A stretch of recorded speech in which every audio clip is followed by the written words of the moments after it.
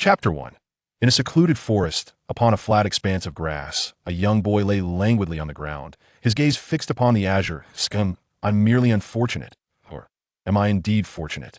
This boy is Yi Shankyu, the very embodiment of misfortune, or perhaps the quintessence of luck. He is the one tasked with assisting the world tree in gathering fragments from various realms. Though his mission involves the collection of world fragments, it is not without its rewards. The tremor from the world tree was so profound that numerous worlds shattered. Fortunately, in a moment of urgency, fragments were transformed into cards. However, these cards were irresistibly drawn to the small worlds, directly entering those that remained. Unbroken, his task now is to gather these fragments from the smaller worlds naturally. For one as feeble as he, this endeavor seems nearly impossible. Yet, the divine entity has bestowed certain advantages upon him. The shattered worlds have disintegrated into countless pieces, and the world tree's hasty magic did not merely convert the world fragments into cards, it also transformed the inhabitants and treasures within these worlds into fragments. For instance, the people within these realms have also taken on card forms, as have many treasures. However, the world tree seeks only the fragments of the worlds themselves. The treasures and individuals are of little consequence, for their reassembly will naturally occur in time. Thus, Yi Shankyu has access to these unwanted items, which hold substantial potential. For example, should fortune smile upon him and he discovers a card containing an elixir of immortality, his luck could change dramatically. Moreover, there are characters from various worlds, such as the esteemed figures from the world of ninjas. Summoning even a couple of these beings as bodyguards would allow him to navigate the treacherous waters of the pirate realm with ease. Such aspirations are delightful, yet ultimately unattainable according to his own understanding. Any protagonist or similarly fated character from any world possesses an aura of destiny that renders them virtually impossible to summon. Even if one were to succeed, they would likely be obliterated in an instant. However, generic characters or expendable figures can still be summoned. As for the protagonists themselves, they too have been shattered, often leaving behind mere fragments. The only option is to merge their abilities, starting anew. For instance, if one were to acquire a card of Uchiha Madara, summoning him would be out of the question. He would appear only briefly as a mere specter. The only recourse is to opt for fusion, yet this fusion does not confer the might of Uchiha Madara upon the individual. Instead, while one may inherit the bloodline of Sharingan, the capacity to unlock its potential at the Mangekyou Sharingan or even the Rinnegan depends entirely on one's own efforts. Ascension is not instantaneous. However, should one successfully cultivate this ability, their prowess could mirror that of Uchiha Madara, including the capabilities of the Mangekyou.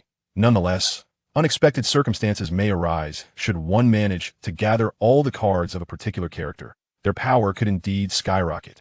Yet, such hopes are but a flicker in the vast darkness, as the worlds have shattered, and the fates of their inhabitants remain uncertain, scattered into incomprehensible forms. In essence, it is merely a template. One must gradually grow on their own. However, if one were to discover their inherent invincibility, akin to a character like Saitama from One Punch Man, then growth would be unnecessary. Thus, he remains uncertain whether he is unfortunate or fortunate. Hey, Yi Shankyu, dinner is ready. Today we brought back some delicious food for you. At that moment, a cheerful voice resonated from behind Yi Shankyu. Yi Shankyu lazily rose and turned to face the two approaching figures. One donned a cowboy hat, his freckled face adorned with a playful grin, while clutching a tattered water pipe. The other, clad in a red vest and a straw hat, bore a large package on his back, presumably filled with the food they had brought. Yi Shankyu looked at them with a hint of exasperation. Ace, Luffy, I've told you before that you needn't concern yourselves with me. I'm perfectly fine on my own. In truth, Yi Shankyu found it difficult to articulate much. He was quite unfamiliar with the world of pirates. Aside from the main character Luffy and a few significant locations, he knew little else, having only heard whispers from friends. He was aware that Ace was an important figure, but he seemed to have met an untimely demise. Thus, every time Yi Shankyu gazed upon Ace, his eyes conveyed a sense of pity. Well, no matter. It doesn't require much effort. Just eat up, Luffy exclaimed, tossing the package on the ground, saliva trickling down his chin. Truth be told, it was quite a feat for Luffy to have restrained himself from devouring the food for so long, and Yi Shankyu understood Luffy's nature. He had likely endured considerable hardship. Thank you, Yi Shankyu remarked, eyeing the delectable offerings within the package. He glanced at the two once more. It contained a variety of delightful treats, all meticulously prepared, which certainly could not have been the handiwork of these two, who were only capable of grilling meat at best. Did you two go and indulge in another free meal? It's not as if you lack the funds. Have you exhausted the last of your previous provisions? Yi Shankyu was well aware of their habits, often venturing into town to feast on others' generosity, only to find themselves pursued through the streets, yet somehow managing to return with spoils. Luffy turned to Ace. We've run out. Ace intends to set sail and wishes to purchase a small boat. He took all the money. Ace looked at Yi Shang-Q sheepishly, and Yi Shang-Q could only shake his head in resignation while munching on the food. He beckoned the two to follow him. Before long, the trio arrived at a small house, and Yi Shang-Q pushed open the door and stepped inside. Upon entering, Yi Shang-Q retrieved a capsule from a medicine bottle. Leading the two outside again, he threw the capsule to the ground, and a pile of gold, silver, and jewels emerged. The two showed no signs of surprise or greed. As I prepare to set sail, consider this my gift. After all these years, I am grateful for your care with this. You should be able to purchase a decent vessel. Yi Shang-Q remarked as he carefully stowed the capsule away. This was perhaps his first reward since embarking on the journey of piracy. Bulma's universal capsule, which she discovered by the seaside, has proven invaluable over the years. Without it, many belongings would have remained stranded. The modest dwelling before them was also contained within the capsule. Yet Yi Shang-Q was taken aback to realize that the world of Dragon Ball had indeed been destroyed. Otherwise, the universal capsule would not have found its way into the realm of pirates. Then I shall take my leave without hesitation. Ace, unpretentious, prepared to use the package that had just held their provisions to gather the treasures. Yi Shang-Q furrowed his brow. The considerable wealth was truly cumbersome for Ace to transport, and bringing it out could lead to trouble. After a moment's reflection, Yi Shang-Q utilized another capsule to stow the items and tossed it to Ace. Take this, you should know how to use it. When sailing the seas in the future, having a means to carry some belongings will be quite beneficial. Consider this a gift. Thank you. By the way, are you really not coming to sea with me? Or do you genuinely intend to accompany the old man to the Navy headquarters? Ace was well aware that this fellow had garnered Captain Garp's attention, who incessantly spoke of taking Luffy and Yi Shang-Q to the Navy headquarters to mold them into the strongest of Marines. Not a chance. I would rather die. Yi Shang-Q hastily shook his head. Even without having watched the anime, one should understand that the Navy in this world isn't exactly virtuous. While it may be referred to as the Navy, in truth, they are merely the lapdogs of the celestial dragons, and he had no desire to become one of their minions. At that moment, Luffy cheerfully stepped forward. Ace, you're too late. Yi Shang-Q has already promised to be my first mate. Yi Shang-Q, I think we ought to discuss this thoroughly. Are you certain you wish to follow such an unreliable captain? Ace regarded Yi Shang-Q with concern. Indeed, I agreed long ago. Yi Shang-Q felt helpless. According to the divine being's words, these cards were fragments of the world, inevitably drawn to the child of fortune, relying upon them to restore themselves. Hence, the higher-tiered cards frequently appeared in the presence of the child of fortune. Moreover, during his transition to this world, there had been a moment when he encountered difficulties in collecting cards, and it was Luffy who risked his life to save him. To protect him, Luffy had sacrificed nearly half of his own life from that moment. Although Yi Shang-Q had initially been reluctant to follow Luffy, he resolved in his heart that his life had been saved by Luffy, and thus, even if Luffy was an unreliable captain, he accepted it. What a pity. But it's all right. I had my own ship before, but lacked the funds to purchase it. Now that I have money, I plan to set sail in a few days. Don't forget to come see me off.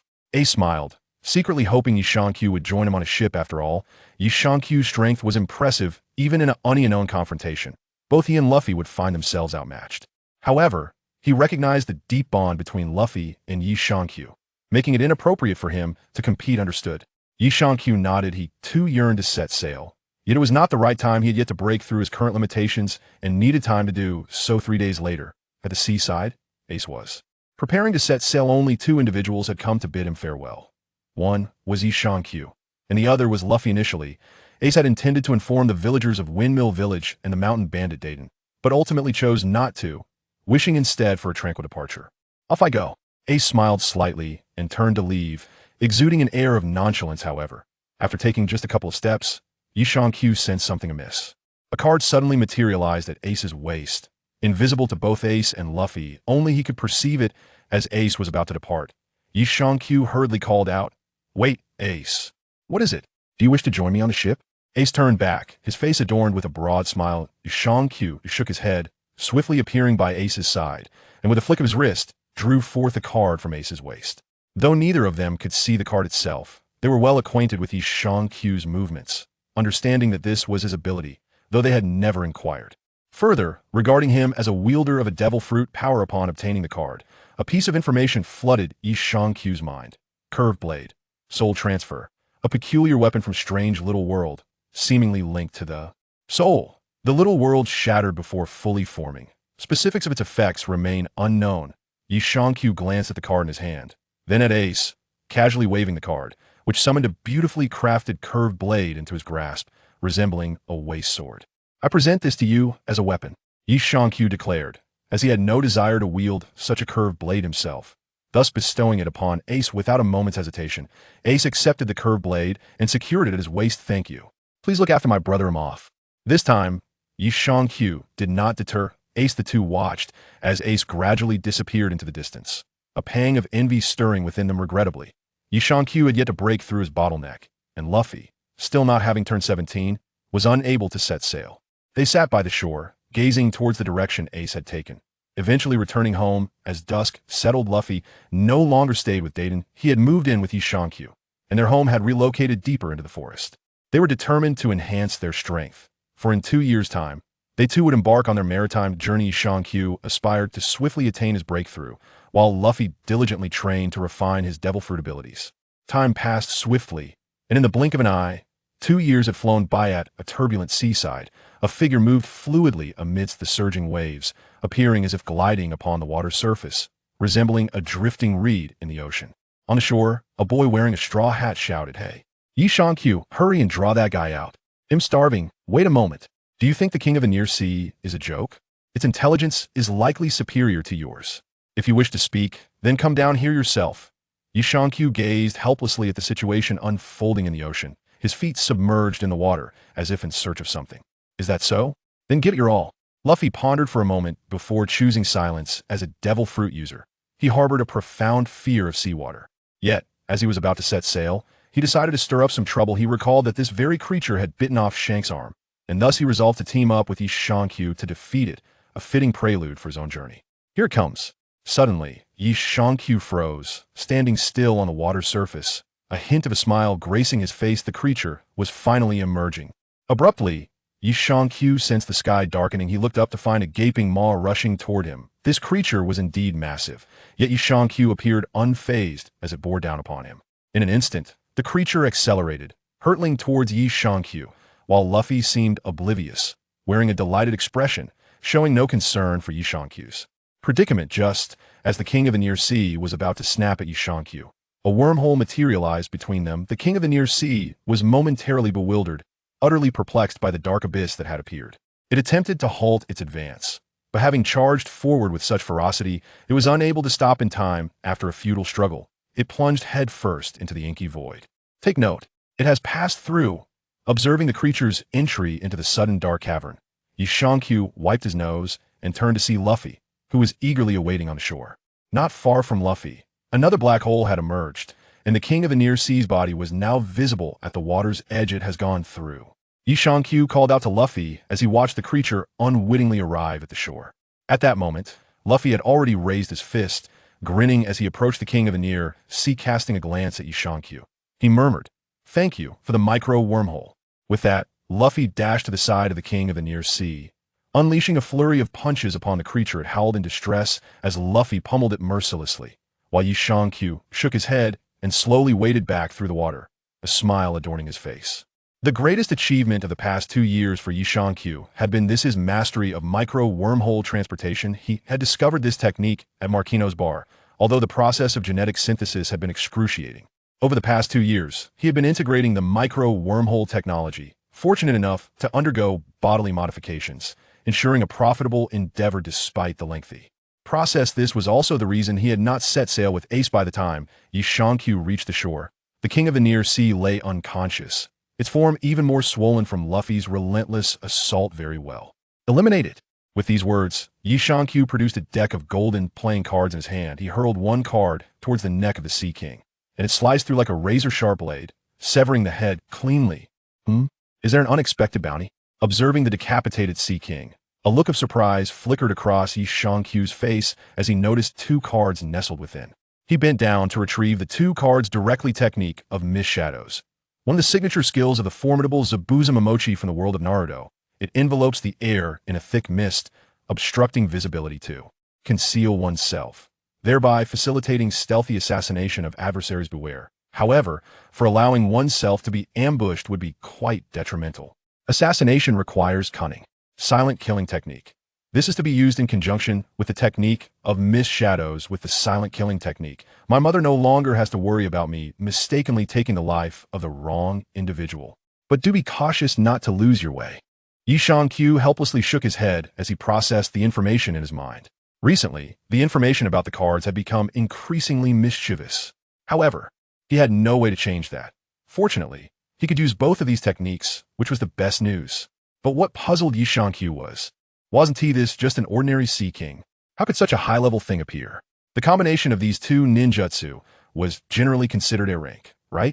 He knew that the revival of Zabuza relied on this ninjutsu to wreak havoc among the ninja alliance.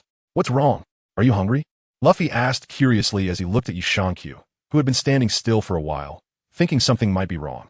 Hearing Luffy's words, Q shook his head and casually stored the Sea King into his wormhole, where time was stopped and it was in a vacuum-like state. So storing a bit of food was not a problem. No. Are we ready to go? Is the ship you prepared ready? Q asked. Ready. Don't worry. Just as Luffy finished speaking, Q sensed something was off. Luffy wasn't looking him in the eye while speaking and was instead glancing around. Q felt helpless. Luffy's mind changed too drastically, and he really didn't want to think about it anymore. If it weren't for the powerful cards and world fragments he could find by following him, Q wouldn't want to stick with this guy. Fortunately, he still had the ability to protect himself. Luffy led the way, and the two arrived at the edge of Windmill Village, which was where they would set sail. The people of Windmill Village were especially enthusiastic today, which made Q sense that something was off. Even Makino and the village chief came out to see them off. Be careful on the road. Luffy, I'll leave it to you to take care of Q. Makino smiled at Q. He used to travel around often, but later he didn't show up much, so they weren't very familiar with him. Q smiled faintly. Don't worry, I'm here. That guy Luffy won't cause any big trouble. Although we don't see each other often, everyone still knows Q. He has been training in the forest since he was young and used to come out to check on them, but he hasn't shown up much in the past 2 years. Don't worry, I'm going to be the king of pirates. Luffy grabbed his straw hat and looked into the distance, as if his heart was already sailing on the sea. Here's the question. Who is the king of pirates? Why do you want to be his man? Q suddenly interrupted, breaking the atmosphere. The king of pirates. I've decided it. Luffy ignored him, always looking for trouble for himself. But what could he do? The other party was his first mate. Luffy ran to the seaside and shouted, setting sail, setting sail. First mate, hoist the sails. He was completely confused, looking around and asking, Luffy, where's the ship? Didn't I tell you to buy a ship? Where is it? It's right in front of you. Luffy said with a smile. Just look down. Q looked down in confusion, thinking that the money he gave shouldn't be enough to buy a submarine, right? And it didn't seem like there was a place selling submarines here. After lowering his head, Q's face turned green. This wasn't a boat at all. It was just a small canoe, although it could barely fit 2 people. Was this really a boat that could go to sea?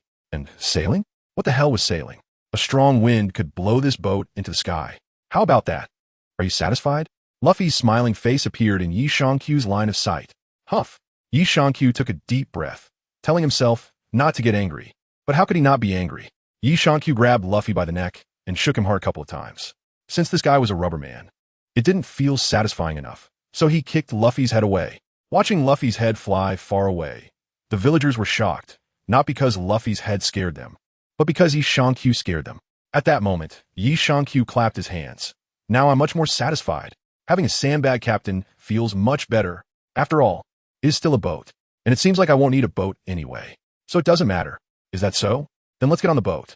On the contrary, Luffy, as if used to it, carelessly boarded the boat and waited for Q to set sail. Damn it, Q didn't refuse. But he didn't board the boat directly. He untied the ropes securing the boat and pushed it slowly into the sea. After all, Luffy was a devil fruit user. Only he could handle such things. Are you guys okay? Luffy gave us his boat. Otherwise, you could just take a big ship out to sea. Makino said with some concern. This small boat would fall apart with a big wave, and she was really a bit worried. Don't worry. Q didn't care anymore.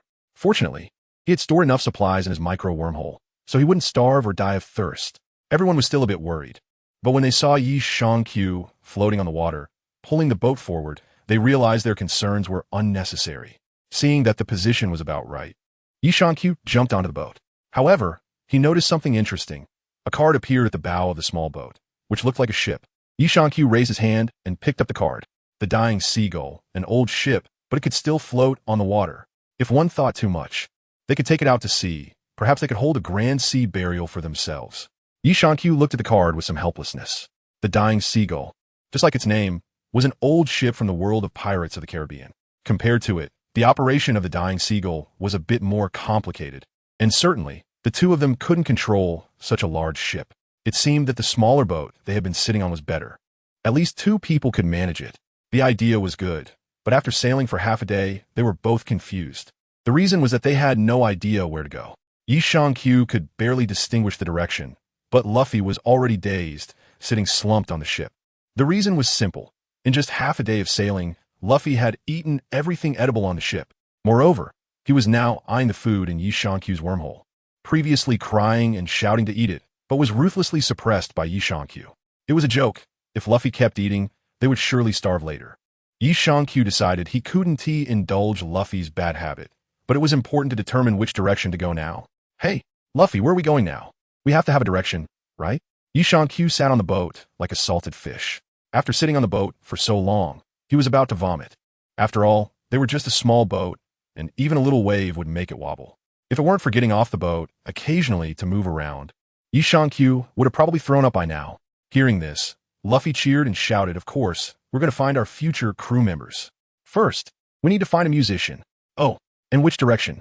Which way do we go?" Yi Shankyu looked at Luffy listlessly. He and T even asked about the crew members. Yi Shankyu has completely forgotten the plot. And as for One Piece, he never really cared for it anyway. He's not a homebody, so why would he watch One Piece? He is busy working every day, and when does he have time to watch anything at all? However, the words of the deity weren't wrong. Following Luffy on this journey, he did find some things, but most of them were useless. Still, better than nothing, right? There is some utility, though mostly it's just a bunch of random ninjutsu. He doesn't understand why so many ninjutsu are falling around Luffy. Is it because of the protagonist's halo attracting each other? Luffy is a bit clueless as the main character, and Naruto is also a bit of a fool. They attract each other, so a lot of ninjutsu appears around Luffy. That can't be right, no matter how little Naruto watches anime. He knows that the ninjutsu Naruto can use doesn't he even number 10. The best he has are various types of dango, then a shadow clone technique, which he hasn't found yet, and then a half-baked transformation technique. Later, he mastered the harem technique, using it to defeat the third Hokage, and even made the final big boss almost suffer. And then there's the summoning technique. Are there any other ninjutsu left? There's also a sage technique, but that's not ninjutsu. Okay, but now, looking at the cards he collected, Yi Shankyu thought, good, very good, all the ninjutsu has nothing to do with Naruto. Damn it, what the hell are these? A bunch of random ninjutsu, but ISNT their single one above B rank? Yi Shankyu, Ran. Luffy's Shoten Voke Yi Shankyu, who was deep in thought. What is going on? Yi Shankyu looked up and saw a wave over 10 meters high rushing towards him. Without thinking, Yi Shankyu jumped out of the small boat, hurriedly preparing to escape. Wait, your captain is still here. After running a couple of steps, Yi Shankyu realized he seemed to have forgotten something.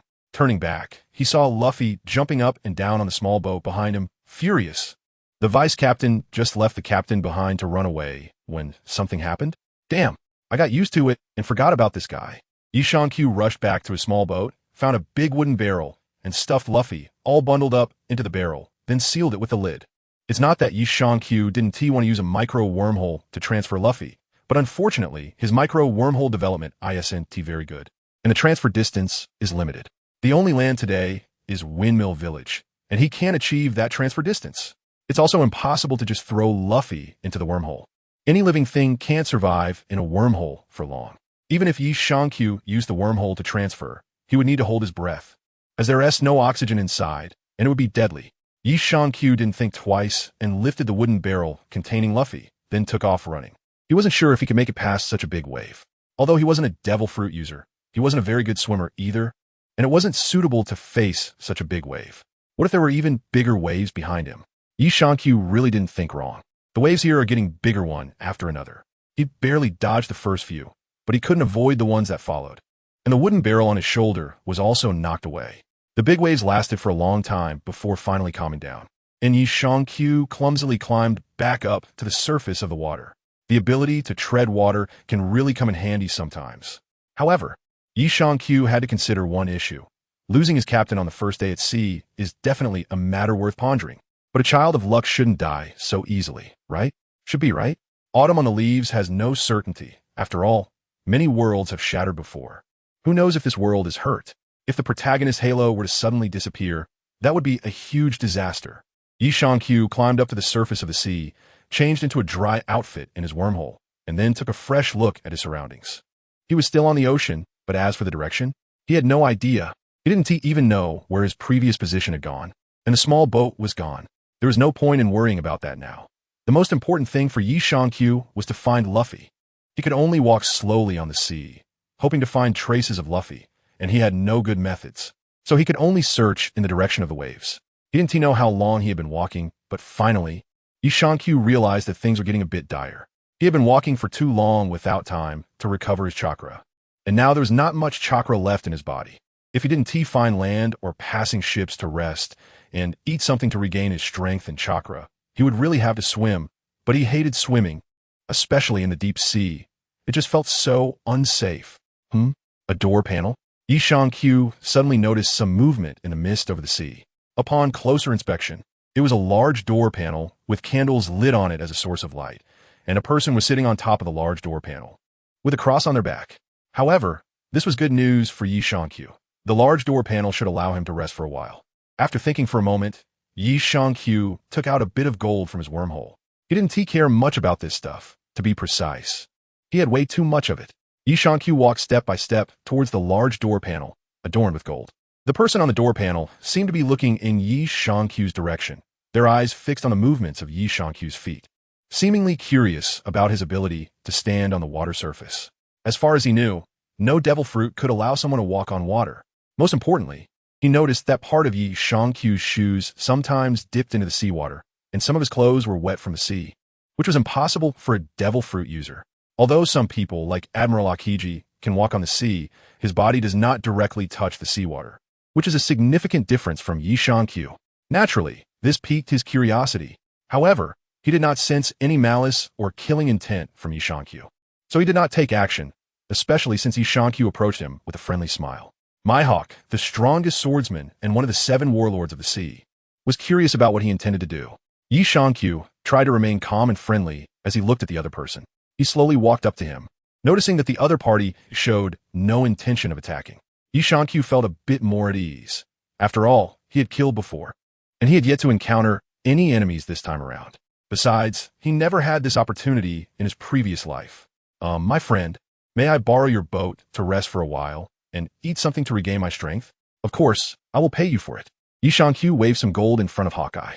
Hawkeye, speechless, thought, do I, a dignified warlord, care about your little bit of money? Come aboard, he said, observing the other's youthful face, noting that he was not too old and showed no malice. So he allowed Yi Shang-Qiu onto the ship.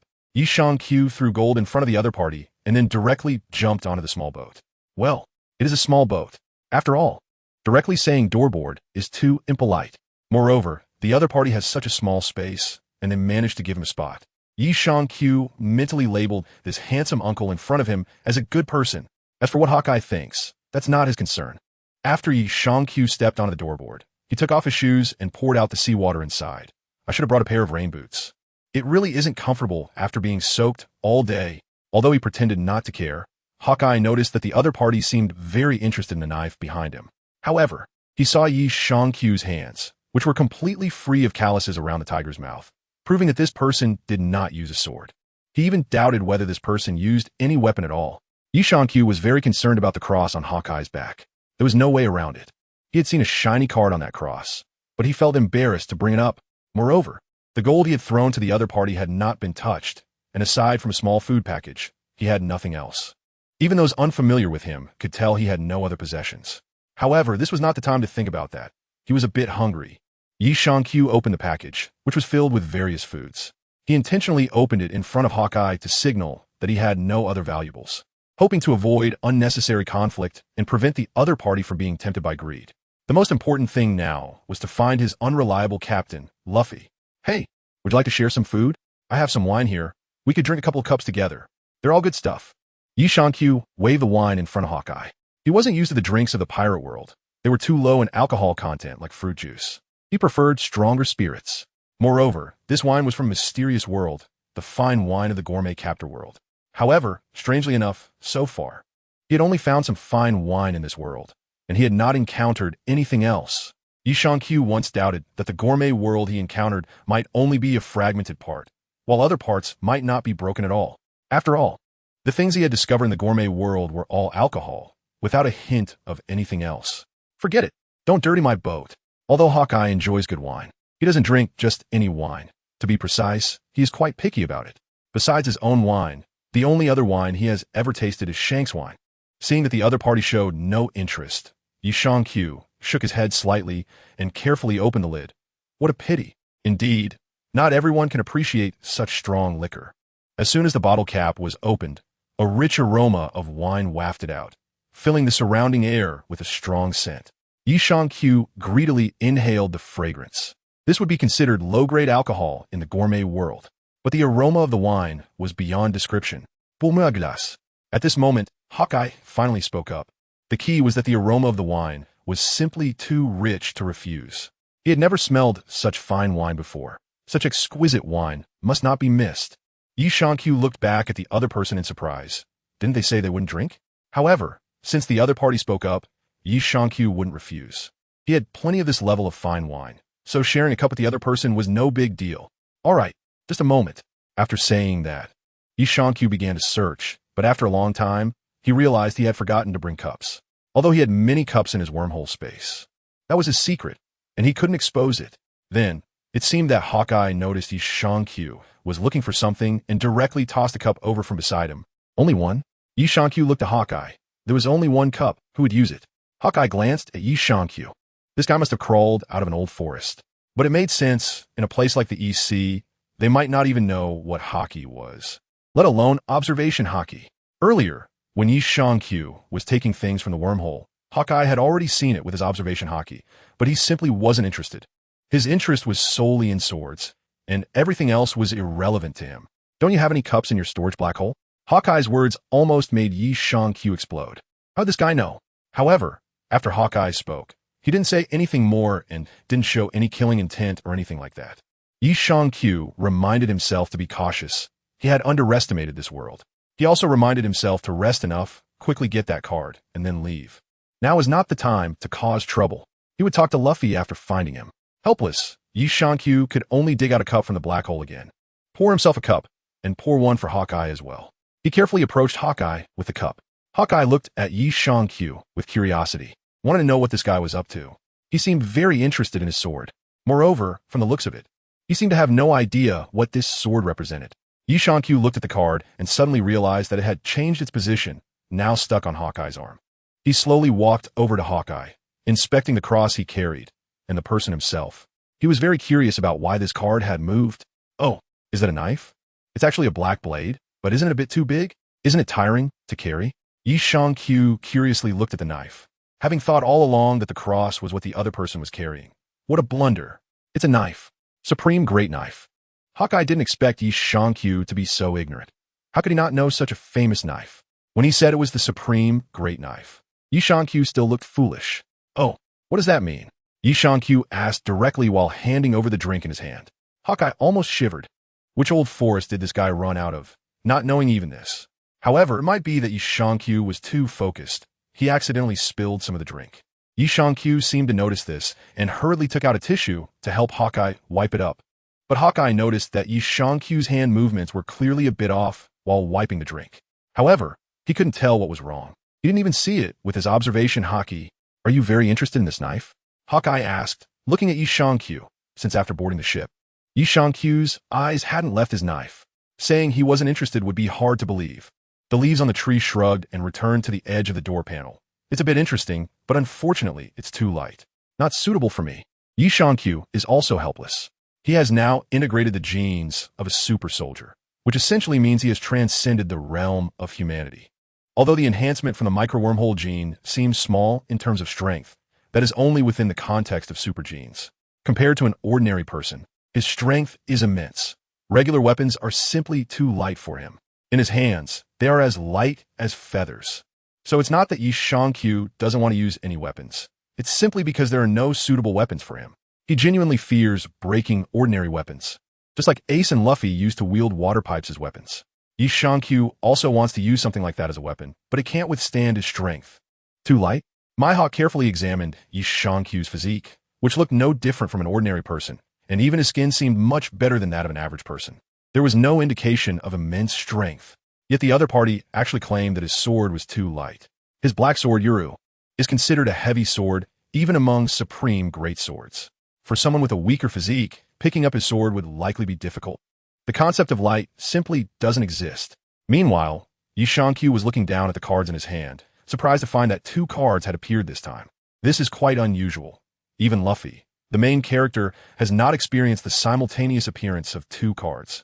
They usually appear one at a time, but this time, the 2 cards appeared stacked together. Yi Shankyu picked up the first card, which depicted a strange large sword, and to his surprise, he recognized it. The decapitation blade, one of the 7 ninja swords from the hidden mist village. Due to the small-scale fragmentation of the Naruto world, this sword has drifted away. It can absorb the iron from blood to repair its blade, truly an indestructible sword, and its forging method is particularly well known. He looked at the beheading knife in front of him with a frown. He had to admit that this knife had come at the right time. Its weight should be just enough for him to use. He really was lacking a weapon. No matter what, it could be useful for dealing with opponents. But what was going on with all this stuff related to Zabuza? He had already found Zabuza's ninjutsu before, and now another weapon related to Zabuza had appeared. Had someone dug up his grave? Yi Shankyu picked up another card, and to his surprise, it was also a knife card, and the knife on it was quite beautiful. However, this time it was not a ninja sword from the Naruto world. The Baoping, a sword not inferior to the 5 great swords of the world, just missed being named among them due to its late discovery. It is also known as the horizontal champion among swords. On par with the legendary sword TK Kiri Yasutsuna. Is today the sword gathering? Yi Shankyu muttered to himself, wondering if this was a bit excessive, another useless sword. Can't there be something useful? Indeed, in his eyes, this Baoping was completely a useless item. The reason is simple. He can't use it. Yi Shankyu did not take out the 2 knives, as it wouldn't be appropriate after just saying he didn't have suitable weapons. It seemed a bit unreasonable to pull out the executioner's sword now. Yi Shankyu could only continue eating, trying hard to recover his strength and chakras. Meanwhile, Hawkeye slowly savored the fine wine. When the time seemed right, Yi Shankyu tidied himself up and nodded at Hawkeye, saying, "Thank you. Consider this wine my token of gratitude, since you don't seem too interested in treasure. Until we meet again." Yi Shankyu directly stepped onto the sea again, increasing his speed toward the distance. He had rested enough. It didn't matter how long he rested. However, that guy Luffy couldn't afford to. If the barrel broke, wouldn't he be in trouble? So, the important thing now was to quickly find his foolish captain. He was quite an interesting person. The wine was indeed good. Mihawk adjusted the hat on his head and took a gentle sip of wine while watching Yi Shankyu move away. At this time, Yi Shankyu had already run quite far and noticed that he had shaken off Eagle Eye. He took out a card, which was the card for the decapitation blade, and waved it gently in his hand. A decapitation blade appeared out of thin air. Yi Shankyu caught the beheading sword with one hand. To be honest, after all these years, this sword is currently the most suitable for him, although it is a bit large, almost able to cover Yi Shankyu's entire body. This is no joke. You should know that Yi Shankyu has a pretty good figure, even looking a bit thin, and this sword is indeed very wide. However, Yi Shankyu had no other choice. Until he finds a weapon used by super soldiers, he can only rely on this beheading sword. He strapped the sword to his back, and since he had decided on his weapon, he naturally had to familiarize himself with it. Only by using the weapon frequently can one understand its characteristics. In battle, the weapon can become an extension of the arm. But what Yi Shankyu didn't know was that at the moment the beheading sword appeared, a figure in the distance. Eagle Eye suddenly opened his eyes and looked at Yi Shankyu's defense line, a faint smile appearing on his face as he murmured, "A blood characteristic sword? It doesn't look like a demon's sword. Interesting." After speaking, Eagle Eye shook the wine glass in his hand again and took a small sip of wine. "Looks like I need to finish things up quickly. This sea won't be lonely anymore. I hope to meet again someday. This wine is good. I'll take some back to savor slowly." On the other side, Yi Shankyu began to wander aimlessly on the sea. He didn't know how long he had been wandering, but finally a ship appeared before him, flying a pirate flag, indicating he had encountered fellow travelers. "Ha! Rubber pistol." At that moment, a loud shout came from the ship, and then Yi Shankyu saw a black dot flying off the ship.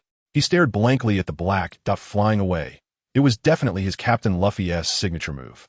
When they trained together before, Luffy had used this move, but he had a micro wormhole to teleport back. Whether the black that flew out had such good luck was unknown. Hey, Luffy, long time no see. Did you steal a pirate ship? Yi Shang-Q shouted toward the pirate ship. At that moment, the people on the ship also saw Yi Shang-Q standing on the water. A monster.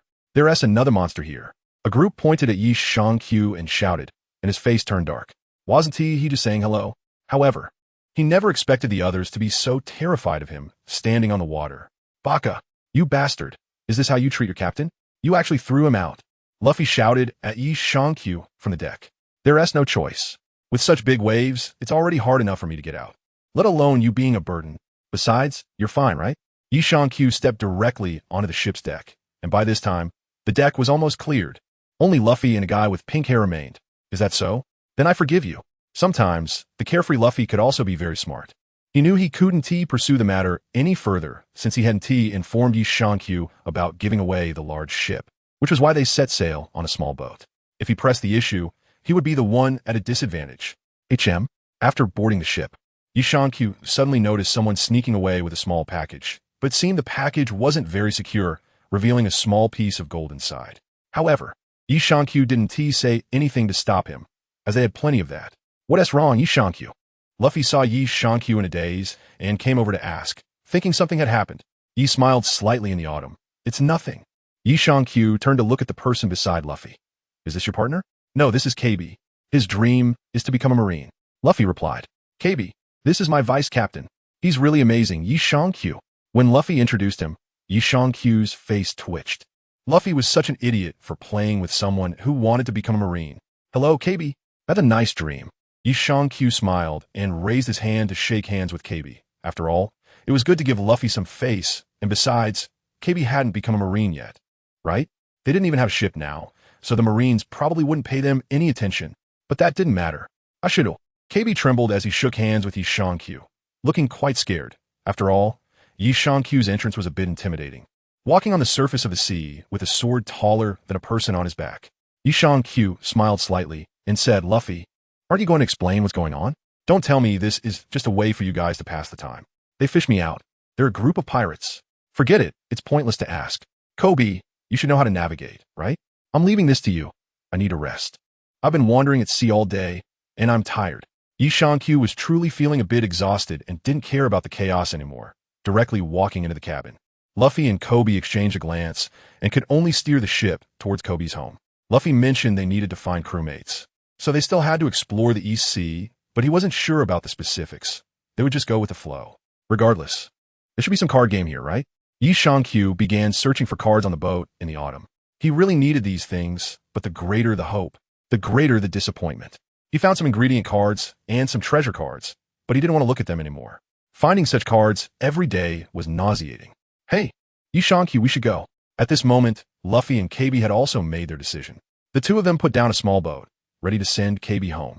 Yi Shang-Q had also finished his search, so he jumped off the boat and sat on Luffy's small boat. Got it. I'll be right there. Yi Shang-Q looked around and indeed found nothing of value. This was unavoidable, but what disappointed him was that after such a long time, he hadn't collected a single fragment of a world. This was simply unbearable. In the Shadow Fantasy, there were countless broken world fragments, but apart from the fragments he discovered in the first few years, he hadn't found any others until now. Yamato jumped off the pirate ship and looked down at the boat prepared by Luffy and Koby. Suddenly, there was a strong impulse to continue sailing on the sea. Was it really too small? There wasn't much difference from the previous small boat. The biggest difference was just the addition of Koby. Yi Shang-Q and his companions were slowly turning around on the sea. They had no choice but to take their time, as they only had a little bit of sailing knowledge compared to others. As for Yi Shang-Q and Luffy, they were not much different from useless people. So the two of them worked hard to pretend to be like salted fish, which was really tough for Koby. Finally, around noon, the small boat of the three finally reached the shore. Koby carefully parked the boat to the side, and the three of them slowly disembarked. However, as soon as Luffy got on shore, he disappeared, presumably to look for food. Yujun, where did Luffy go? Koby, having parked the boat, noticed Luffy was missing and turned to ask Yi Shang-Q. He shook his head in the autumn. I don't know, probably want to find something to eat. Let's stroll over slowly, it won't get lost anyway. Is that alright? Koby was still a bit worried about Luffy. Although they had spent little time together, He had already noticed Luffy's clueless nature. It's fine. By the way, shouldn't there be a shipyard or something here selling boats? I don't mind. But using this small boat all the time isn't feasible. One wave could take it out. The autumn leaves don't care about Luffy. With that guy's protagonist aura, it's already good if the villains don't kneel before him. There's nothing to be done. The pressure from the aura is just too strong. Koby hesitated for a moment and pointed to a nearby place. There's a place that sells ships, and generally, you can customize them there. But I'm not too sure about the specifics. Let us go, and we'll know when we get there. Q doesn't really care about autumn anymore. His luck isn't too good. So far, there's only one ship, the Dying Seagull, and this guy requires multiple people to operate it. However, according to Luffy's thoughts, he can only recruit a dozen or so people, which is simply not enough to manage such a ship. As for Luffy, it's simple. Luffy has never paid for food from childhood to now.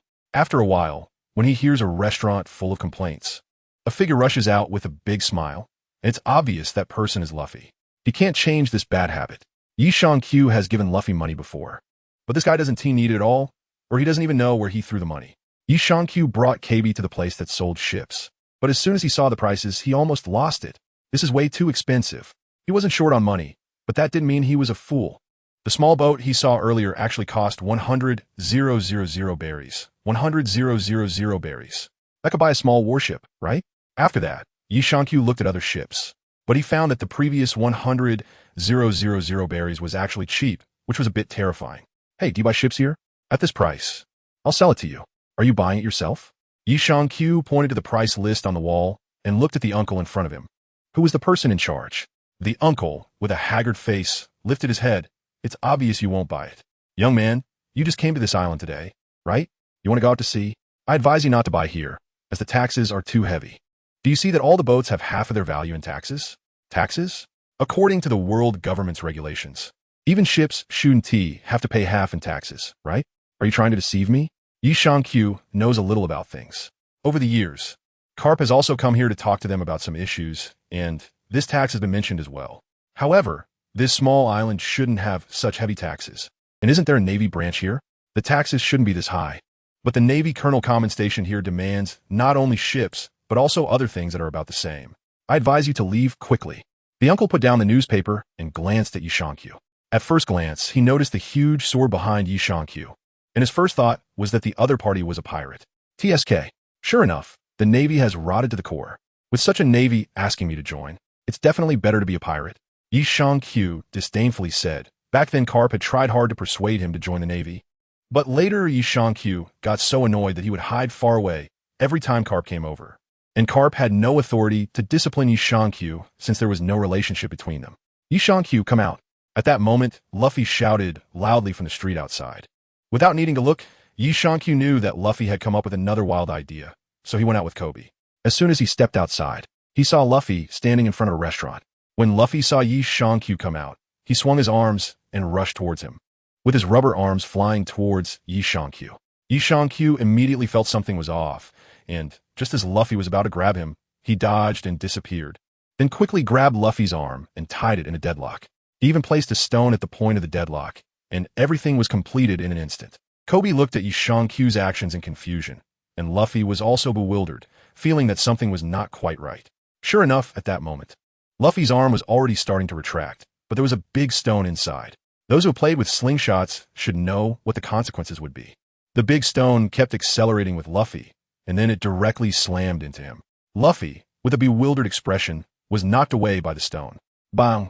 Luffy flew a considerable distance on the ground before finally stopping, trying to use his teeth to pry his arm free. Luffy. Koby, worried about Luffy, ran over to see how he was doing. That stone was no joke. Qiu followed Koby to Luffy's side. Koby looked at Luffy and saw that he was indeed injured. His whole face was swollen. Luffy looked at Qiu, mumbling, "What are you doing, Qiu? It hurts, you know." "Exactly. Yang, aren't you Luffy-san's vice captain? Why are you being so rough?" Koby hurriedly wanted to help untie Luffy's bound arm, but Koby's strength was simply too small. Even with gritted teeth, he couldn't untie the knotted arm.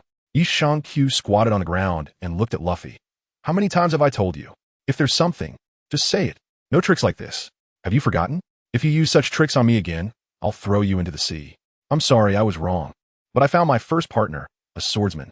Let's go take a look together. Luffy sincerely apologized while kneeling on the ground. However, Yi Shang-Q knew that this guy was genuinely admitting his mistake but would never change his ways. The first time this happened, Luffy's trick caused Yi Shang-Q a lot of trouble, which is why he learned to swim in the sea. I can't take this anymore. Just tell me what's going on. Yi Shang-Chi said while opening Luffy's arm. Koby looked on in confusion. Despite his frail body, he was surprisingly able to easily free Luffy's arm. Oh, right? Give me some money.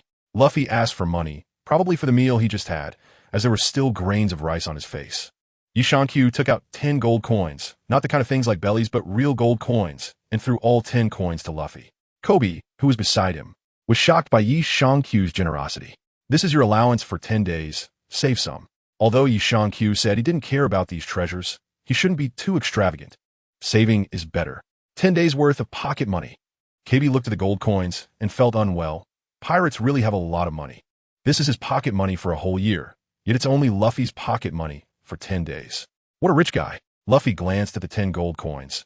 Did you embezzle my pocket money from a few days ago? Why is there only so little? He looked at the gold coin in Luffy's hand, raised his hand, and took another one back. I'm in a bad mood today, so I'm deducting one from you. Bastard. I'm the captain, you know. Luffy tightly gripped the gold coin. Yi Shang-Q glanced at Luffy and said, well said. I'm in a terrible mood today. Should I deduct one more from you? Bastard. Luffy yelled angrily and walked into the restaurant he had just been in, placing 9 gold coins on the table. The woman behind the bar was taken aback and handed Luffy's coins back to him. This is my meal money. Yi Shang-Q said we have to pay for our meals. Luffy said, placing the coins back on the bar once again. Yi Shang-Q looked at Luffy and said, Luffy, put it away. You're harming him like this. The colonel here is not a good person. This is a disaster for them, not a blessing.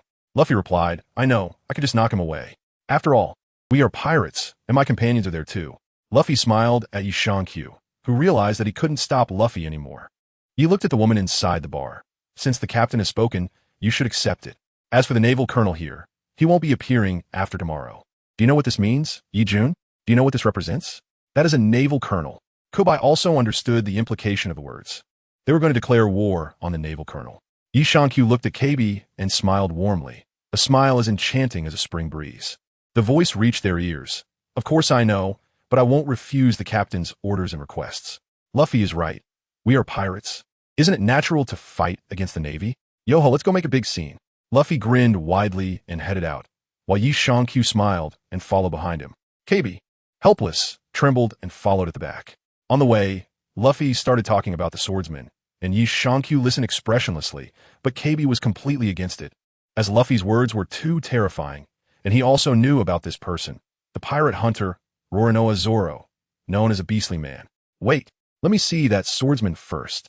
They finally arrived at the Navy's branch, where Luffy cheerfully climbed up a wall. Yi Shang-Q easily followed and pulled Koby up as well. The three of them gazed at Zoro. He wore a green bandana, green belly band, a white half-shirt on top, deep green pants, and black long boots. He was tied to a cross, exposed to the scorching sun, looking weak, but a hint of murderous intent still emanated from him. At that moment, a little girl struggled to crawl into the execution ground, holding a small package in her hands. She approached Zoro and opened the package, revealing rice balls inside. The little girl carefully tried to pass her rice balls to Zoro. Good partner, I acknowledge you. A child's eyes do not lie. Yi Shang-Q also felt that the moment the little girl arrived, that person's killing intent was retracted. See, Yi Yun, are you really going to let this person on your boat? This person is a criminal and is to be executed. Koby looked at Yi Shang-Q in surprise, thinking that this person might be a bit reliable, but unexpectedly, this guy turned out to be just as unreliable. Yi Shang-Q glanced at Luffy. My captain, what's your decision? Okay, this person is not bad. Luffy didn't pay any attention to what Koby said. He could tell what kindness was. Zoro couldn't be considered kind, but he definitely wouldn't harm someone innocent, and that was something Luffy valued. Otherwise, Zoro wouldn't have been tied up here. Just then, a guy with a pink mushroom haircut led a squad of Navy soldiers into the execution ground. Upon seeing the little girl, he rushed over and snatched the rice ball from her hands. It was Barumabur, the son of Navy Colonel Monka. Koby whispered in Yi Shang-Q's ear. Barumabur took a couple of bites from the little girl's rice ball, and the little girl's big eyes were filled with tears. But she could only watch as Barumabur ate what she had prepared. Yuck, yuck, why is there sugar in this? Rice balls should have salt. Remember to put salt. Barumabur threw the rice ball down his feet and stomped on it hard. The little girl wanted to rush over, but was held back by the Navy. Throw this girl out. Barumabur looked at the little girl without any hesitation and issued the command. A few Navy soldiers hesitated for a moment, but still picked up the little girl and directly threw her over the high wall. Watch out. Koby jumped out and caught the little girl, and, seeing that it was not good, Yishankyu opened a wormhole to catch both of them, gently placing them on the ground. Throughout the process, both of them had their eyes closed. Yishankyu shook his head. It's fine now, open your eyes. Koby took her far away. This place is rotten to the core, and it doesn't need the Navy anymore. After today, this place will cease to exist. Luffy, do you mind if I take action? Is that okay? All right, then you go ahead. Luffy pretended to think for a moment and agreed. Ha ha ha. Do you think I would let you go? At that moment, Balumabur's loud laughter echoed in the execution ground. Once the 7 days are up, I will execute in front of everyone. Balumabur laughed heartily as he led the crowd out of the execution ground. Seeing them leave, Luffy ran directly to Zoro's side. But Zoro remained silent for a long time. Yishankyu opened a wormhole and flashed directly to Zoro's opposite side, which startled Zoro. Do you want to go out to sea with us? Join us as our crew. Luffy boldly invited Zoro. Zoro looked up at the two. One was Luffy, wearing a straw hat and a red vest with a cheerful smile, while the other was a somewhat slender figure with a giant sword on his back, tall and with a head full of black hair. Hey, can you pass me that rice ball on the ground? Zoro didn't actually want to be a pirate, but there was no other choice now. He carried Kuna's dream on his shoulders. How could he die here? He hadn't become a great swordsman yet. Luffy picked up the rice ball from the ground, which was covered in mud and hardly resembled a rice ball anymore. Luffy looked at the rice ball. Do you want to eat this? Thank you. Zoro opened his mouth and swallowed the lump, chewing it a bit and then swallowing it with difficulty. Someone is coming. Yishankyu heard footsteps. The sound was loud, and it seemed like there were many people. Yishankyu, you can go. Luffy showed a smile, looking foolishly at Yishankyu. Yishankyu smiled helplessly and raised his right hand to rest on the hilt of his executioner's sword. After finishing his meal, Zoro looked up at Luffy. I'm coming with you, but can you help me find my sword? It should be in Balumeb's office. As for the sword, there really is one. Yishankyu opened a wormhole and pulled out a knife from inside. This was the Debaoping summoned by the card found on Hawkeye. A sword not inferior to the 5 swords of the world. However, it was too light and not suitable for Yishankyu. Yishankyu pulled out the Debaoping sword and threw it directly at Zoro, the blade letting out a light hum as it flew towards him. Zoro revealed a faint smile. What a good sword. Zoro watched as the Debaoping cut through the rope binding him, the entire blade now having passed through the wooden post. Yishankyu also smiled slightly, and Zoro kept his eyes fixed on the sword's blade throughout the whole process, showing no fear and not even blinking. It's yours now. Consider it a greeting gift. Don't insult this sword. Yishankyu slowly walked out, the footsteps getting closer to those people. Thank you, but I'm a 3-sword style user. I'm still a bit unaccustomed to just one sword. Could you please help me? Zoro slowly broke free from the ropes, raised his hand, and pulled out the large package. The sword emitting a series of light sounds, seemingly expressing joy. Yishankyu, go ahead, I'll take care of this. At that moment, Luffy stopped Yishankyu and gave him a silly grin. TCH. He looked at the building not far away. Zoro's things were inside the building, and Zoro had drawn his sword and was ready. Observing the situation with Luffy and Zoro together, he thought it would be a good opportunity to test Zoro's strength. Yishankyu turned to look at the building. Be careful, I'll be back soon. As he said this, Yishankyu used a wormhole to disappear, appearing right in front of the building. However, Yishankyu did not go inside. It was too troublesome. Instead, he decided to observe from the window. But he still needed to collect any cards he encountered. Found it. Yishankyu searched several rooms and finally found 3 knives in an office, all leaning against the wall, and surprisingly, one of the knives had 2 cards on it. What an unexpected gain. Yishankyu directly shattered the window and entered inside, leaving with 3 knives. As for the cards, he put them away. It wasn't the time to look at cards, as the battle outside had already begun. After getting the knives, Yishankyu opened a wormhole and appeared in the square, but as soon as he came out, he found several figures blocking his way. Yishankyu didn't hold back and kicked out. Boom! The group of people in front of him was sent flying. Yishankyu looked at the people who were thrown out. They were some Navy soldiers and Barumabur, whom he had seen before. He glanced at them disdainfully and slowly walked towards Luffy with the 3 knives. Watch out! At that moment, Zoro shouted, and Yishankyu felt the sky in front of him darkening. Zoro was desperately fighting his way towards Yishankyu with a knife, while Luffy was having a great time playing around with his rubber abilities. Yishankyu looked up and saw a giant axe coming down directly towards him from above. Yi Shangqiu casually picked up the beheading sword from his back, completely unconcerned about the giant axe swinging towards him. Bang! The two weapons collided, and for a moment, dust and debris flew everywhere, obscuring the situation within. Keet, Godi, it's your honor to perish under my axe. A wild laugh echoed throughout the execution ground. Zoro felt a moment of tension upon hearing the laughter, while on the other side, he noticed Luffy still fighting with an unconcerned smile. Zoro suddenly felt he had boarded the wrong ship. Hey, Luffy, your partner. Zoro could only remind Luffy with a single line. Luffy punched a Navy soldier flying, then turned to Zoro, saying, "Don't worry, my first mate is very strong. I'll be fine." "Oh, then I should thank the captain for his trust," Zoro replied. At that moment, a voice came from the dust, startling everyone except Luffy. They looked in surprise at the dust beneath the axe. As the dust slowly settled, they saw Yi Shangqiu holding a large sword with one hand to block the giant axe, while the other hand held Zoro's three swords, his body not swaying at all. Yi Shangqiu looked up at the person in front of him wielding a giant axe, his eyes as if he were looking at a dead person. Is this the attack of a naval colonel? What kind of attack is this, like a child playing house? What? Everyone stared rigidly at Yi Shangqiu, who had effortlessly caught the colonel's strike without a scratch. Is this a joke? Your knife. Yi Shangqiu threw the three knives he was holding to Zoro. A hint of a smile appeared on Zoro's face as he jumped up and caught the three knives in midair, sheathing one at his waist while drawing the other two. By the time Zoro landed, he had transformed. He held one knife in each hand and bit down on another, looking increasingly fierce. You think you can fight me while looking around like that? Are you seeking death? At that moment, the arrogant laughter from before echoed once again as Monka raised his axe and swung it down at Yi Shangqiu. Yi Shangqiu felt a bit bored. He originally thought he would encounter a decent opponent here, but facing this guy was simply unmotivating. He was so much weaker than the colonel brought by Carp. It was ridiculous. Bang! Another loud noise, but this time there was no smoke and dust like before. Everyone watched as Yi Shangqiu had already retracted his execution sword and raised one hand to catch the giant axe that was swung at him with bare hands. What? A monster? At this moment, Monka also felt something was off. He struggled to lift his giant axe, but he found that his axe seemed to be stuck by something and wouldn't move at all. Monka's face turned red, but the giant axe remained completely still. Hand axe Monka. Is this axe your proud capital? I admit I was wrong. Using a weapon against you is too embarrassing. You don't even deserve for me to use a weapon. Yi Shangqiu said, increasing the strength in his hands, and cracks began to appear on the giant axe, spreading throughout the entire axe. Roll.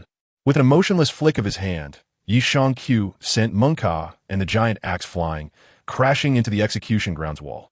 Boom! The wall collapsed upon impact, and Monka flew for a long distance before finally stopping. However, it was clear that many of his bones were broken, and he lay on the ground, struggling to breathe. So strong. Zoro watched, breaking into a cold sweat. This strength was just too excessive, wasn't it? Luffy cheerfully ran over to Zoro's side. See, my first mate is really strong. This is too easy for him. Yi Shangqiu gave Luffy a roll of her eyes, then turned to look at the nearly breathless Monka. You don't even have the qualification to die at my hands, and neither do these naval scum in front of me. Is this the kind of navy in the East Blue? Where's the military code of conduct? Has it all been fed to the dogs? Dingling. Clang. The sound of weapons dropping to the ground continued as the Navy kept throwing their weapons down. You all can leave. We have no reason to fight anymore. A major stood up and urged everyone to clear a path for them. You may not have a reason, but I do. If we can fight, that gives us a reason to fight. If we can't, then there's no reason. Wasn't it the same way you treated the villagers on this island before? Next time pirates come, will you also just drop your weapons and hand over the citizens, telling the pirates you have no reason to fight? Yi Shangqiu glanced at them disdainfully. Using the term soldiers to describe them was simply an insult to the word. The Navy personnel lowered their heads one by one, desperately staring at the ground, wanting to defend themselves but unable to utter a single word because what Yi Shangqiu said was true. Hadn't they done enough evil, oppressing the common people and even turning their hands against them? Since the Navy couldn't protect the citizens, what was the point of their existence here? Yi Shangqiu jumped onto a section of the intact wall and formed hand seals. Water release. Water dragon bullet technique. The next moment, waves of water surged around Yi Shangqiu. Luffy, realizing the danger, grabbed the gate with one hand and pulled the unresponsive Zoro along with him to jump away. Just then, a water dragon burst forth, crashing violently into the naval headquarters building. wreaking havoc as it collapsed the structure and then disappeared after rampaging through the ruins. "Hey, you jerk. Can't you see I'm right here? It's dangerous, you know?" Luffy shouted at Yishankyu while lying on the wall. On the other side, Zoro gritted his teeth. "You bastard. I'm gonna cut you down." "Zoro, do you think so too?" Hearing Zoro's voice, Luffy's voice grew even louder as he pointed at Yishankyu and jumped up and down.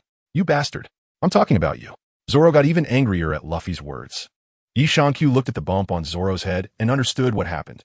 It must be that Luffy used his launching skill again, and Zoro probably bumped his head against the wall while being pulled away by Luffy. "Is that so?" "Sorry," Luffy said expressionlessly, but there was no hint of apology at all. "All right." At that moment, the Navy below cheered, startling Yishankyu, who turned around to look at them, wondering if these kids had gone crazy. They were happy, finally free from the oppression of the colonel, and they hadn't acted against the civilians of their own will. At this time, the little girl and Koby came breathlessly to Yishankyu's side. Seeing the cheering below, Yishankyu felt he had gone too far and decided to redirect the water. "Let us protect this little island well." Yishankyu couldn't say much anymore, so he could only lead Luffy and Zoro away. These two were already starving and now weakly being dragged by Yishankyu. Everyone watched as Yishankyu effortlessly carried the two, unsure of what to say. The lieutenant colonel watched their departing figures and, along with the others, bound the already half-disabled Colonel Monka and took him away. Now, they could only prepare to hand Monka over to the Navy headquarters for disposal. After all, although this guy had committed many serious crimes, he was still a Navy colonel, and the highest rank they had here was just a lieutenant colonel. So they couldn't handle it. As for the destroyed building, they didn't really care. Anyway, this building was constructed by Monka, so it was fine if it was destroyed. Yishankyu and the others were not concerned about how the Navy handled these matters. If they wanted to expose the Navy's dark history and then put a bounty on Yishankyu and the others, he wasn't worried about that. The Navy wasn't foolish. Yishankyu came over with Zoro and Luffy to eat, and Koby was leisurely eating on the side. Zoro and Luffy's appetites were no joke, but they discovered someone even more terrifying, Yishankyu. Yishankyu ate with great elegance, but her speed was much faster than both Luffy and Zoro, and she ate a lot too. Zoro watched the two in astonishment. It was one thing for Luffy to eat more than him, but how could Yishankyu eat so much? With that slender little body, he couldn't understand where all that food was going. "My body is a bit special. It needs a lot of energy, which can't be explained in just a few words." Yishankyu also noticed Zoro's gaze. It wasn't the first time he encountered such a situation. This could be considered a downside brought by the super soldier gene. He needed a massive amount of energy, which ordinary food simply couldn't provide. Fortunately, in the world of pirates, the energy from food and animals was considerable, and he could barely meet his needs.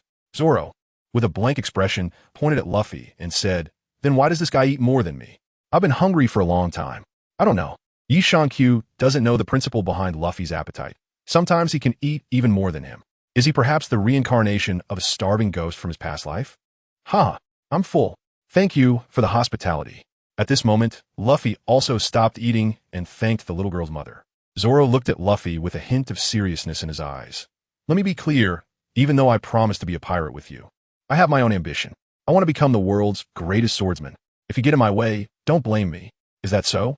Since we've set sail, it seems that ambitions need to reach this level at the very least. My dream is to become the Pirate King." Luffy smiled at Zoro, and Koby beside them was shocked. Becoming the Pirate King is no small dream. "Luffy-san, do you know what it means to become the Pirate King?" Koby looked at Luffy excitedly, as if he wanted to explain the significance of the Pirate King. "I'm going to be the man who becomes the Pirate King." Luffy revealed a determined gaze, as if the throne of the Pirate King was right in front of him. So, the question arises, who is the Pirate King? Why do you want to become his man? Yishankyu looked at Luffy seriously, while Koby and Zoro on the side successfully broke character. "Damn Vice Captain, I'm a captain, okay?" Luffy's face turned red with anger. Zoro looked at Yishankyu, who was playing around with Luffy. "So what about you? What are your ambitions?" Yamato raised a hand to block Luffy's punch. "Me? My dream is to become the strongest in this world. I want to become a Marine Admiral." Koby raised his hand on the side, and everyone turned to look at him. Koby shyly hid to the side. "I see. I got carried away. But even though we haven't spent much time together, we're friends, right?" Koby looked down at the ground. "Yeah, we're friends." Luffy smiled, while Zoro looked speechless. They haven't even set sail yet, and their captain is already making friends with someone who wants to be a Marine. Is this captain really reliable? Now that you've decided on your dream, You must have gathered a group of companions to become the Pirate King, right? What are you setting sail? Zoro looked at the two in front of him. Both the captain and the first mate were strong, so the pirate crew should be about ready. Right now, it's just the three of us, Luffy said nonchalantly. Zoro almost jumped up. After all this, there are only 3 people in the pirate crew? What about the pirate ship? Zoro had an ominous feeling. Luffy pointed to the window, where outside in the harbor was a small boat, not even as big as a fishing boat. In that moment, Zoro almost cried out. They really are on a pirate ship now. This is no longer just a metaphor. It's become a verb. Can such a small boat even set sail? It might not even fit 3 people right now. Are you sure you're not joking? Zoro was on the verge of losing it. Luffy waved his hand dismissively. Don't worry, there will be a pirate ship in the future, and a pirate flag. And a navigator. You idiot. You, as the captain, don't know how to sail? How are you planning to set sail? Zoro loudly questioned while grabbing Luffy by the neck. Yi Shang-Q took the last bite of food. All right, we originally bought a big ship, but unfortunately the 2 of us can't handle it, so we let Luffy take it. We don't have to worry about the ship now, but there are too few people, and we can't use a large ship anyway. Yi Shang-Q also has no way out. Now they do have large ships, but there are too few people to operate them, and there are no navigators. There are no medium or small ships on this island yet, and most of the ships need to be custom-made. They have not found such a place so far. Just then, footsteps were heard outside the door, sounding very orderly. It should be the Navy coming. However, these guys are quite sensible, waiting until they finish their meal before coming over, as otherwise, disturbing them during their meal could lead to unpredictable consequences. The Navy, led by a lieutenant colonel, entered and saluted a few people. We are very grateful to you, but we have heard that you are pirates, so we kindly ask you to leave this island. What? You guys just want to drive away our benefactors like this? 3 people hadn't spoken yet, but the residents spoke up first. The lieutenant colonel remained expressionless. Sorry, but this is the Navy's duty. As soon as I finish writing this letter, Luffy and the others were about to leave. But Yi Shang-Q was writing a letter at a table, and Luffy just waited for a moment. Yi Shang-Q finished writing the letter, put it in an envelope, and then took out a strange badge, which depicted a sword and a dog head holding a bone. Yi Shang-Q handed the badge to the colonel, along with another letter. No matter who from the naval headquarters came, he should know what to do with this. After Yi handed over the autumn leaves to them, he followed Luffy and the others as they prepared to leave. Wait, isn't this guy one of your companions? The major pointed at Koby and asked Luffy. As a result, Luffy went up and gave him a beating, which angered Koby, and the two started fighting.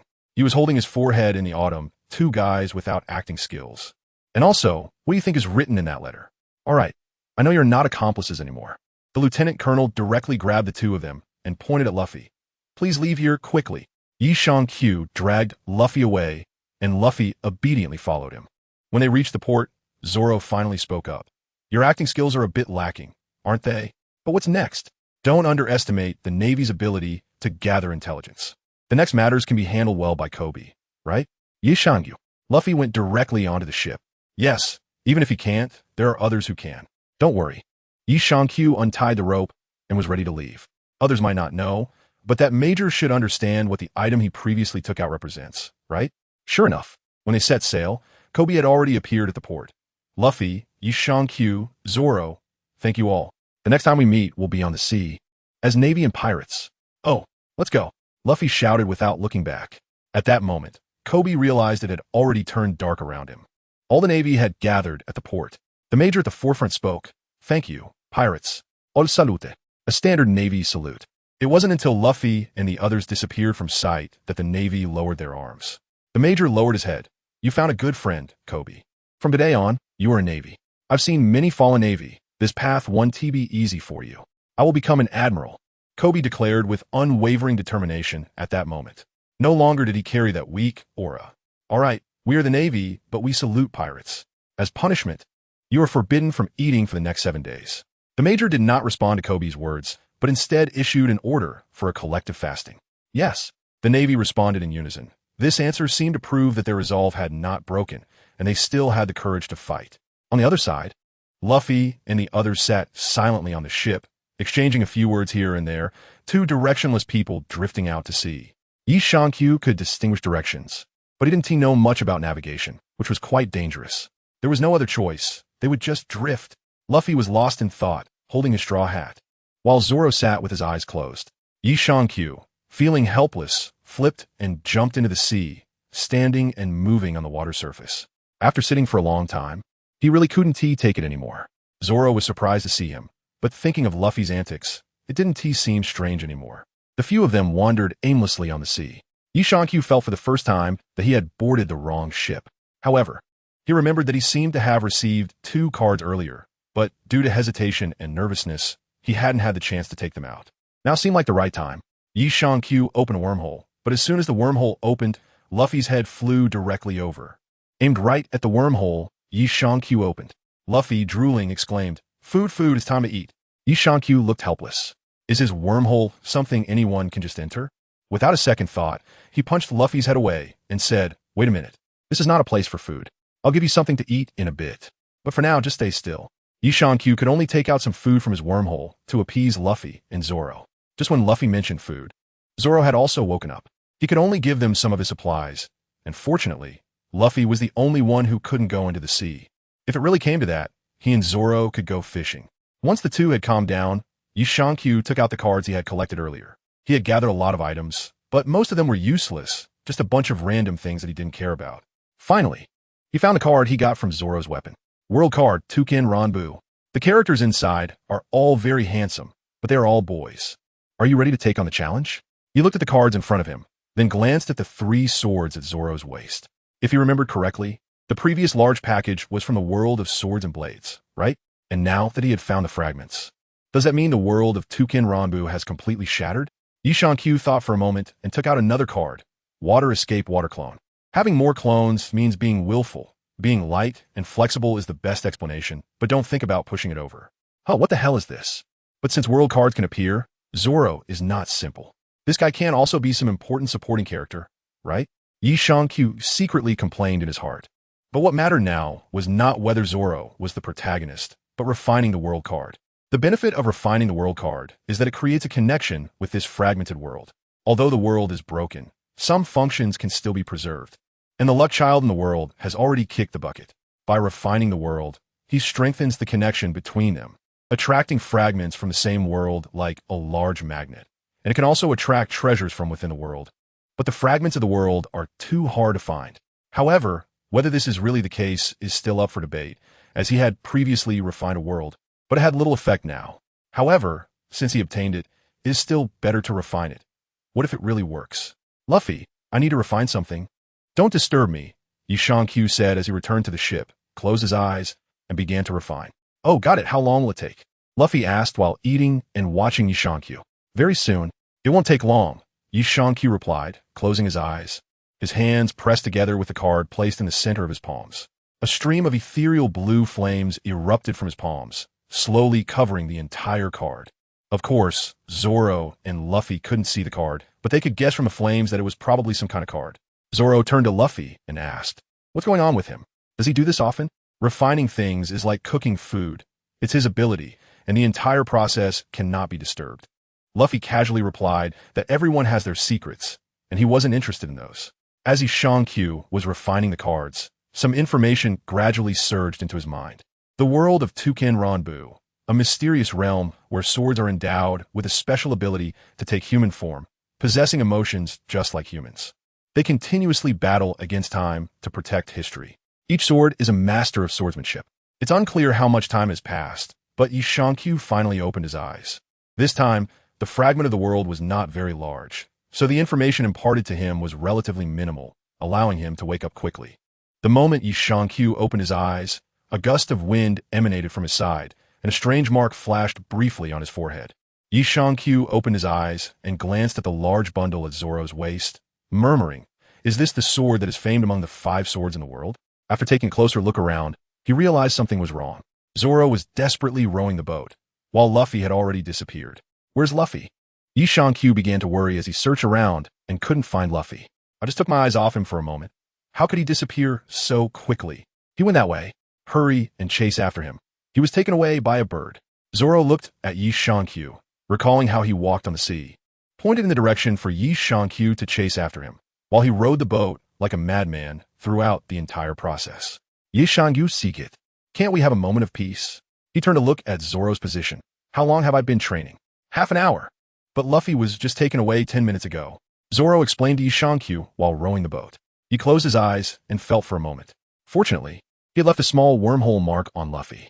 Although long-distance teleportation was not possible, he could still sense Luffy's general direction. He looked down at Zoro, who was going the wrong way again. "You're going the wrong way. Follow my direction." Ishankyu jumped off the boat, his feet touching the sea as he ran directly towards Luffy's direction. The distance was too far for his wormhole to open directly. Thinking of his problem, Ishankyu sighed, having forgotten to leave a mark on Zoro. However, he couldn't worry too much now. He continuously ran while sensing Luffy's direction. As for Zoro, he hoped he wouldn't fall behind. After all, it seemed that Zoro's identity in this world was definitely not low. Otherwise, he wouldn't have found the fragments on him. Ishankyu kept rushing forward in the autumn, knowing that Luffy was the main character, but with so many worlds shattered and the Children of Luck gone, who knows if this world would have problems. On the other side, Luffy was happily flying with a big bird when suddenly a cannonball came out of nowhere and knocked him down. Coincidentally, as soon as Luffy landed, he encountered pirates. 3 pirates were chasing a girl, shouting for her to drop their treasure. Ishankyu recognized this girl. She was the shifty character from the previous pirate ship, and he had also seen her at the marine base of Monka. However, seeing that she had no cards on her, he didn't pay much attention to her. A mere thief stealing some treasures was nothing he cared about. If Ishankyu had known that this girl was also a main character, he might have cried, especially since she was Nami, the cat burglar who stood out in Luffy's pirate crew. Nami, seeing Luffy, was overjoyed and ran to his side, saying, "Captain, I'll leave them to you," and then disappeared in a flash, leaving Luffy confused about what just happened. With Nami gone, the pirates turned their attention to Luffy, thinking that since their little brother had run away, capturing the captain would mean all the treasure would be theirs. The pirates didn't waste any words and charged at Luffy, one of them landing a punch right on Luffy's straw hat. Luffy immediately got angry and retaliated without hesitation. In less than 10 seconds, while the pirates were shouting about their abilities, Luffy had resolved the battle. Nami, who had been watching from high spot, was astonished at how quickly Luffy handled it. With a sly smile, she jumped down and said to Luffy, "Hey, you're really strong. How about we team up? We could get a lot of treasure together." "Sorry, I'm not interested. I still have to find my friends," Luffy replied firmly. Although he seemed carefree, he understood the importance of the situation. He knew Ishankyu was refining a small world and that his resistance wasn't strong at that moment. So he was a bit worried and wanted to find Ishankyu first. Luffy's rejection was straightforward, but just after taking a couple of steps, his stomach growled. He hadn't finished the food on the ship earlier, and when Luffy threw it away, Zoro had to toss all the food to keep up with him, which made the ship faster. "You're hungry, right? Let me treat you to a meal," Nami said, feeling positively towards Luffy, especially since she had seen him knock that female pirate away, which earned him a good guy card in her mind. Luffy thought for a moment and said, "All right. There's Zoro with Ishankyu. It should be fine." So, Nami took Luffy into a small restaurant that was closed. She brought food to Luffy, who didn't hold back and devoured it, paying attention to Nami at the same time. They chatted casually, and Luffy discovered that Nami was a navigator whose goal was to draw a map of the world. Since his ship was in need of a navigator, he directly invited her to join. However, upon hearing that Luffy was a pirate, Nami's expression changed completely. "Why not join our ship? Be my navigator." Luffy invited her again, but Nami's face was no longer pleasant. She slammed her hands on the table and said, "My name is Nami. My favorite things are oranges and belly, and I absolutely hate pirates because they took the most important thing from me." Luffy fell silent, looking at Nami for a while before saying, "Is that so? Then forget it." He didn't press further, sensing Nami's deep-seated aversion to pirates. Everyone has their own aspirations, and since Nami didn't want to join, Luffy saw no reason to force her. He wasn't that type of person, and he knew a navigator was crucial for the safety of the entire crew. He wouldn't choose someone carelessly, respecting Ishankyu's opinions as well. He also understood that if he insisted on bringing someone on board, Ishankyu would agree, but if that person didn't gain Ishankyu's approval, it could create a rift between them, which Luffy didn't want to see. He valued his first mate more than a navigator, especially since he had fought hard to get him. What they didn't know was that Ishankyu had already landed on the island and was observing their every move without saying a word, watching the two of them like a spectator. It goes without saying that Luffy was the main character, but was it too coincidental that Nami appeared? This was the third time, right? Ishankyu was starting to suspect that Nami might also become one of Luffy's crew in the future, but he still felt uneasy. He trusted Zoro, believing he wouldn't have too many tricks up his sleeve, but this girl was just too shrewd. Ishankyu sat on top of the house, lifting a tile to watch the exchange between Nami and Luffy. The two suddenly fell silent for a moment. Nami stared blankly out the window, and without needing any embellishment, Yi Shankyu could tell that this person held a grudge against pirates. It seemed that the emotional scars ran deep, as her posture suggested that she was on the verge of collapse, yet was gritting her teeth to hold on. No matter how one looked at it, it was somewhat pitiful. At that moment, a few pirates appeared on the street, not far from them, discussing, "We must catch that thieving girl." Yi Shankyu looked down at Luffy and Nami's position, where there was a small package containing treasure. It seemed the thief had found it, so how would Nami escape? Since it was Luffy who invited this girl, Yi Shankyu wouldn't refuse directly, but he still wanted to test her. There were already 2 idiots on the ship, and he feared he couldn't handle another one. At that moment, a spark flashed in Nami's eyes as she turned to Luffy. "Although I can't get on the ship, we can cooperate temporarily. Don't you want to be a pirate? I can show you what real pirates are like." "Pirates? I wanted to see that for a long time," Luffy replied foolishly. Yi Shankyu, who was secretly watching them, slapped his forehead. This was it. Luffy was going to be sold out. This girl was clever enough, at least to deceive Luffy, the idiot. Seeing Luffy agree, Nami didn't hold back anymore and found a rope to tie him up tightly. Luffy didn't struggle at all during the process, and Yi Shankyu was already feeling overwhelmed. This idiot was beyond saving. "Hey, Nami, aren't we going to see pirates? What are you doing?" Luffy asked after being tied up, but it was too late to ask. Don't worry, we're going to see pirates now," Nami said with a smile as she pulled the rope and let him out. Meanwhile, the clown Buggy was nearly furious, watching the pirate below and wondering how someone could be so foolish. "Captain, we put the treasure in the room, but the room isn't locked. And the box with the treasure isn't locked either. The map of the Grand Line and the treasure have been stolen, and the thief hasn't been caught," the pirate kneeling outside reported seriously. Buggy felt like tearing his heart out. Not only was this guy developing a body like a pig, but his brain was also developing like one. "Do you think you're justified in acting like this? Why don't you throw your brain on the ground?" "Huh? Are you talking about my red nose?" Buggy suddenly heard someone seemingly insulting him. "Spare me, Captain Buggy." The man hurriedly stepped back a couple of steps. "What? You said my nose is big and round?" It felt like Buggy and the man were not on the same wavelength, yet Buggy was seriously insisting, as if he truly heard what the man said. Buggy slowly walked out of the tent, and everyone instinctively began to back away. Just then, the pirate in front seemed to be grabbed by the neck and slowly flew towards Buggy, continuously begging for mercy until Buggy finally let him go, while ordering to catch that thief. As Buggy walked towards the tent, he seemed to glance at Yi Shankyu's direction intentionally or unintentionally. Yi Shankyu instinctively felt someone was there, but in an instant, that feeling disappeared, and he didn't pay attention to it, instead following Luffy and Nami from a distance. Nami finally brought Luffy to Buggy, but she was walking cheerfully while Luffy was just being dragged along. In front of Buggy, Nami suddenly pushed Luffy down. "Captain Buggy, I had a falling out with my boss, so I brought him here along with the map of the Grand Line." "Hey, Nami, what are you doing?" Luffy complained from the ground. "What are you thinking, Nami?" Buggy looked at Nami with a gloomy face, as if trying to see through her thoughts. Seeing Buggy's expression, Nami was clearly a bit scared. "I hope Captain Buggy can give me a chance to join you. I really can't stand this boss anymore. And I wonder if Captain Buggy can accept me? Is that so?" Buggy looked at Nami, his face still dark, but Yi Shankyu had a strange feeling, as if Buggy could see through a person's heart or even hear their inner voice. This feeling was very strange. Nami awkwardly nodded. Buggy finally showed a smile. "Huh. Everyone welcome Nami to join us. Let us have a feast." With Buggy's command, the atmosphere of the pirate crew changed completely, filled with laughter and joy.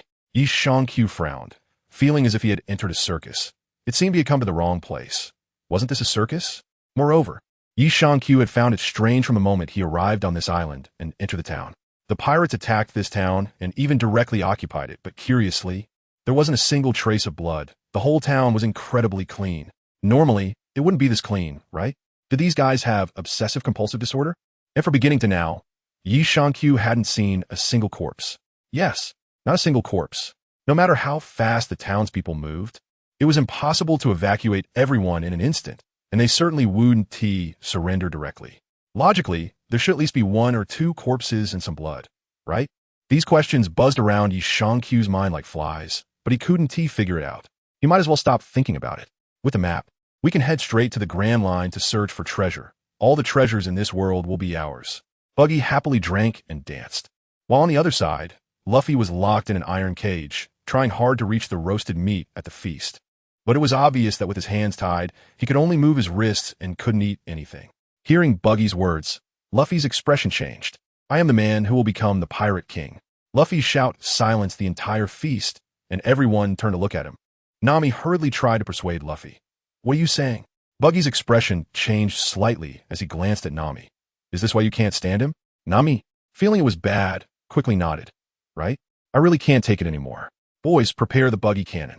Buggy seemed to be lost in thought. But Yi Shang-Q was delighted to see this. After all, he would have to save Luffy soon, and the more he knew about the opponent's trump cards, the better. It was better to have a plan, knowing oneself and knowing the enemy results in 100 battles without danger.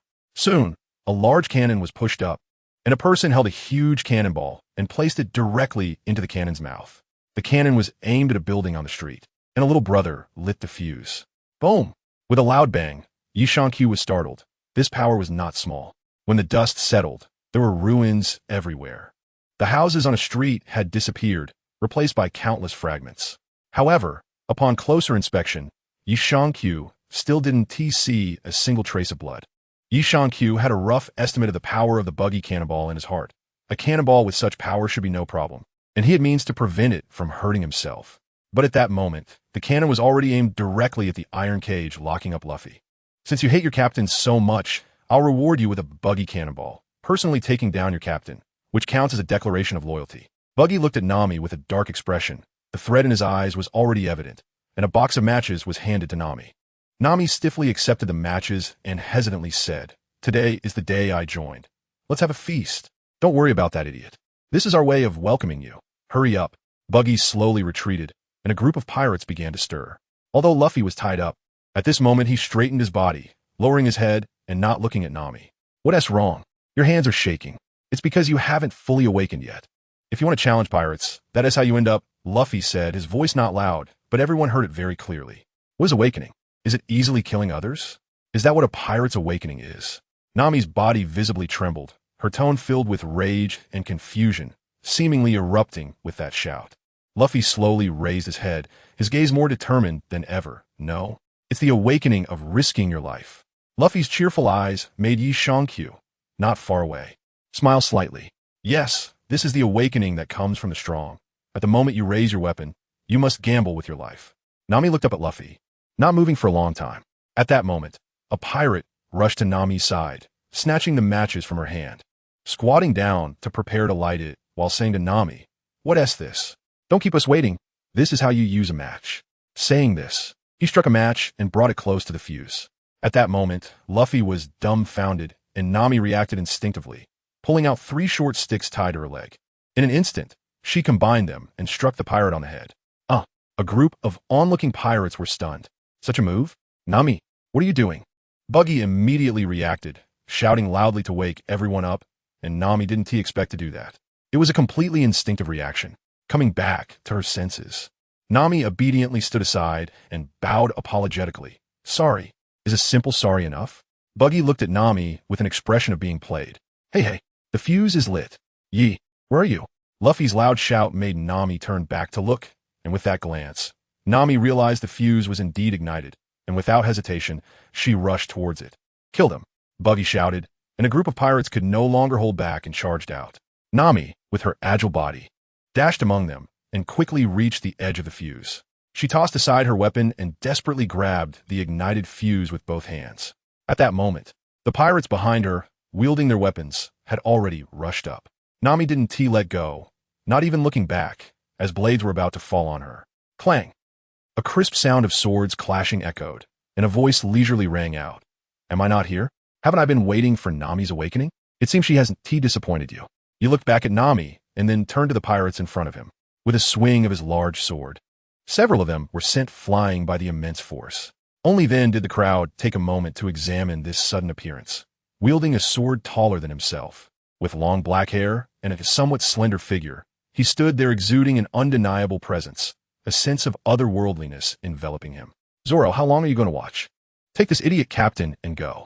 I've only been gone for a few minutes, and you've already caused so much trouble." He glanced in another direction. "Zoro? 3-sword style. The pirate hunter Zoro?" It's no wonder Buggy and his crew are considered a big pirate crew. Just hearing the name along with the 3 swords at Zoro's waist made it clear that this person was the famous pirate hunter from East Blue. Zoro turned to look at those people. If it were before, he might have drawn his sword and cut down these guys in front of him. But now he wasn't interested. He turned to everyone and said, "Sorry, I'm not a pirate hunter anymore. Vice Captain, are you okay?" "No problem, just a bunch of small fry. Just take your idiot captain and leave." Yi Shangqiu looked at these people and estimated that only a few of them had combat power. It would likely be very difficult for them to cause him any harm. Although his super soldier gene was not of a high level, he could probably recover from ordinary damage in just a few breaths. Zoro nodded. Although he was not clear about Yi Shangqiu's strength, he had seen it before.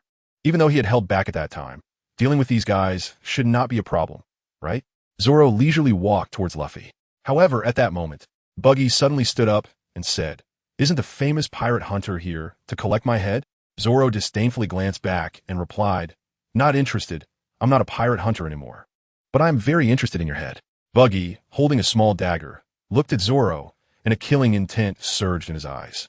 "I advise you not to. It will get someone killed." Zoro's gaze deeply wounded Buggy, but Buggy recklessly charged forward. Zoro watched as Buggy rushed in and unleashed his three-sword style. In an instant, the two crossed paths, and the next moment, Buggy's body was severed. Zoro confidently sheathed his sword, a hint of a smile on his face. However, Yi Shangqiu noticed that the pirates did not show any sadness. Instead, they appeared very confident, which made him uneasy. The next moment, Buggy's severed body actually recovered, and Zoro sensed something was off. When he turned around, he saw Buggy arrogantly standing behind him. "Kid, I'm a devil fruit user. Your slashes won't work on me." Just then, a crisp metallic clash sounded.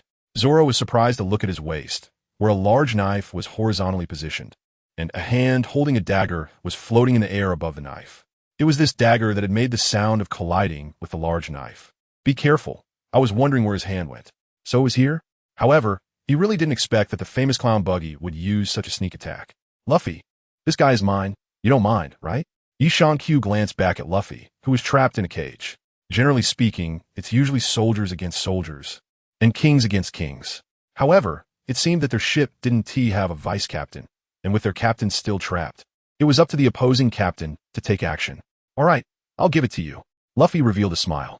"Bastard, both of you are so arrogant. What do you take me for?" Buggy was completely infuriated.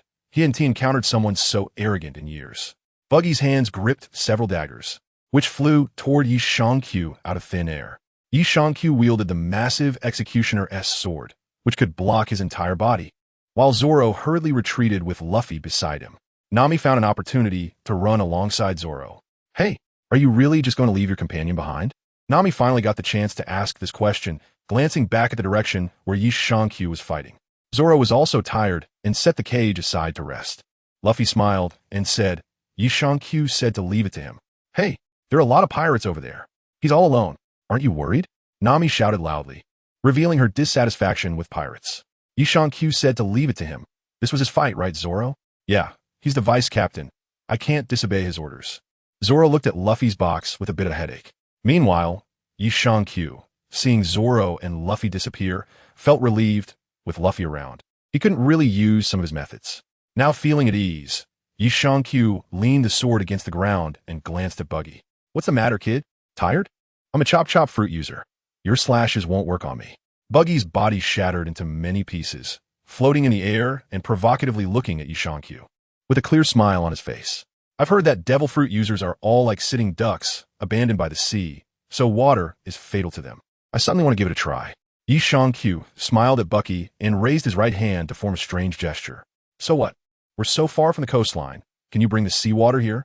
After Buggy said this, he felt uneasy as fog began to appear around Yi Shangqiu. Yi Shangqiu's body slowly disappeared into the mist. "Congratulations, you got it right. The mist shadow technique. A devil fruit user." Buggy looked at the slowly emerging mist and suddenly felt that the other party was also a user, and a Logia-type user at that. But wasn't the smoke fruit already eaten by someone? What was going on? Moreover, when Buggy's body made contact with a bit of the mist, he could clearly feel that it was mist from seawater. What kind of outrageous fruit is this? After all, seawater is the nemesis of devil fruit users. What powerful fruit has appeared? Fortunately, although this mist has seawater components, it is not as strong as seawater. He could still fight here, just expending a bit of effort. "Congratulations, you got it wrong. I'm not a devil fruit user." Yi Shangqiu had just opened his mouth when a hand holding a dagger flew directly towards the direction of the sound. "Got you. Very good ability. But unfortunately you have no basic combat experience, arrogant kid. This was Baki's hand. After hearing Yi Shankyu's position, Baki didn't hesitate to send his hand over to grab Yi Shankyu, and unexpectedly succeeded. It was clear that he was really just a rookie who had just set sail. Oh, who has caught whom? The sound of autumn on the leaves rang out in another direction, and Buggy felt uneasy, since the sound was coming from the other side. Then who was the one he had caught? Water release, water clone. In an instant, Buggy felt a weakness transferring directly from his hand to his body. In the mist, the body that had been stabbed by a knife shattered into a puddle of water, and surprisingly, there was one of Buggy's hands in that puddle. Damn it, what kind of ability is this? Is there really a devil fruit that can control water? Why have I never heard of it before? Buggy struggled to pull his hand out of the water. This disgusting ability was simply a nemesis for ability users. This is life-threatening. In such a situation, he couldn't afford to be careless. Who knows what other abilities the opponent might have? The heart, the throat, the liver. There are too many organs. Where do you want us to start? The voice of Ishankyu came from all directions, and the crowd dared not move. What if they accidentally hurt their teammates? A ghost. At this moment, screams erupted from the crowd, and Baki's face turned completely dark. The smell of blood was clearly stronger in the fog. Come out, you brat. If you have the guts, fight me openly. Baki jumped up in the fog. Now he didn't dare to attack recklessly. The last hit had already put him at a disadvantage. If the opponent caught him again, he would be directly submerged in the water and might as well be dead. You didn't expect the effect of the water release to be so good. Originally, I thought there wouldn't be any seawater coming here, but unexpectedly, the moisture on this small island contains some seawater components. After all, it's an island. If it were really on the mainland, it probably wouldn't be so useful. Oh, it's quite ironic that this statement comes from Captain Buggy, who just ambushed our swordsman. Don't you also enjoy ambushing? Yi Shankyu didn't care about those things. But he also didn't let go of the killing. It wasn't because he was soft-hearted. It was because he hadn't seen a drop of blood in this town so far. He wouldn't strike hard until he understood the situation. He knew that some pirates would protect certain small islands. A glint of cunning flashed in Buggy's eyes. You've fallen into my trap. Buggy cannon, fire. Boom. The cannon that had been extinguished earlier was fired again, and a massive shockwave dispersed the mist. Yi Shankyu, who was concealed in the mist, was revealed.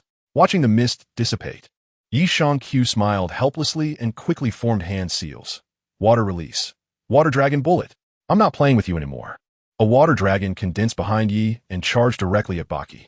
At that moment, Baki was completely bewildered, thinking, what the hell? If you have this kind of trick, what were you doing before? Yi Shankyu disappeared the moment he opened the wormhole, and the fate of Buggy and the others was no longer his concern. Not long after, Yi Shankyu caught up with Luffy and Zoro, who had already escaped. Luffy was still in that big cage. Yi Shankyu glanced at him, but chose not to intervene. Although he could open the cage, he felt it was important to teach his captain a lesson. It hadn't been long since he last checked on things, and such a big problem had already arisen. If this continued every day, there would surely be issues one day. Zoro, are you okay? Yi Shankyu looked at Zoro, who was lying exhausted on the side, feeling a bit worried. It was really pitiful for this kid. He had been on the ship for less than half a day, and already so much had happened. If it weren't for Zoro's resilience, anyone else would definitely be overwhelmed at this moment. Zoro helplessly glanced up at Yi Shankyu, certain that he had arrived earlier, but he appeared a bit late. It was probably because he saw Luffy being put in a cage, although he didn't know the reason for it. He was sure Yi Shankyu had his own thoughts. And besides, he was still his first mate who had just saved him. I'm fine, just a bit tired. I'll rest for a while. Where's our captain? Zoro looked at Yi Shankyu, but didn't see Luffy, feeling a bit worried. Yi Shankyu pointed to the cage where Luffy was. He's over there, staying in the cage. Let him learn his lesson. I just left for a little while, and he managed to cause so much trouble. It's good for him to calm down a bit. Otherwise, who knows what might happen next time? Whatever, just give me something to eat. Zoro also fell helpless. He hadn't expected this either. Moreover, Yi Shankyu had already told Luffy to ensure his safety, but he didn't take it seriously at all. It's better to punish such a captain. Yi Shankyu looked at the autumn leaves and saw nothing unusual. He directly took out a lot of food and a pot of wine from the wormhole and had a drink with Zoro. Luffy, smelling the food, was already going crazy, struggling in the cage. Nami watched helplessly, taking out a key from her bosom and throwing it in front of Luffy, but it was still a bit far away. Nami didn't care about Luffy. She still didn't have a great impression of pirates. Yi Shankyu's strength had shocked her too much and made her realize that there were many strong individuals in this world. Hearing Nami's footsteps, Yi Shankyu turned his head and glanced. You're here. You knew I was coming? When did you arrive on this island? Nami had too many questions. as if Luffy had known Yi Shankyu would come here all along. Just as the swords were about to strike him, Yi Shankyu appeared with a shout. Yi Shankyu took a bite of the roast chicken and glanced at Nami. I've been here since the moment you tricked me, Captain. But since it's Luffy who promised you to be our partner, it's not too much to ask, and I 1T refuse. And we're not meeting for the first time, are we? You little thief. Did you notice me before? Nami looked at Yi Shankyu in surprise. He indeed had an impression of her, especially that big sword. There really wasn't anyone in the EC who used such a large sword. Well, I guess this is our third meeting? The first was on the pirate ship when you stole that pirate's treasure, and the second was at the Navy's division, right? You stole the Navy's treasures and sea charts? So what are you stealing this time? Are you really that short on money? Others might not remember, but don't doubt Yi Shankyu's ability. The micro wormhole gene, while not a god's gene, requires extremely high standards to activate the micro wormhole technology. They are like massive computers, which is why Yi Shankyu's memory is terrifyingly sharp.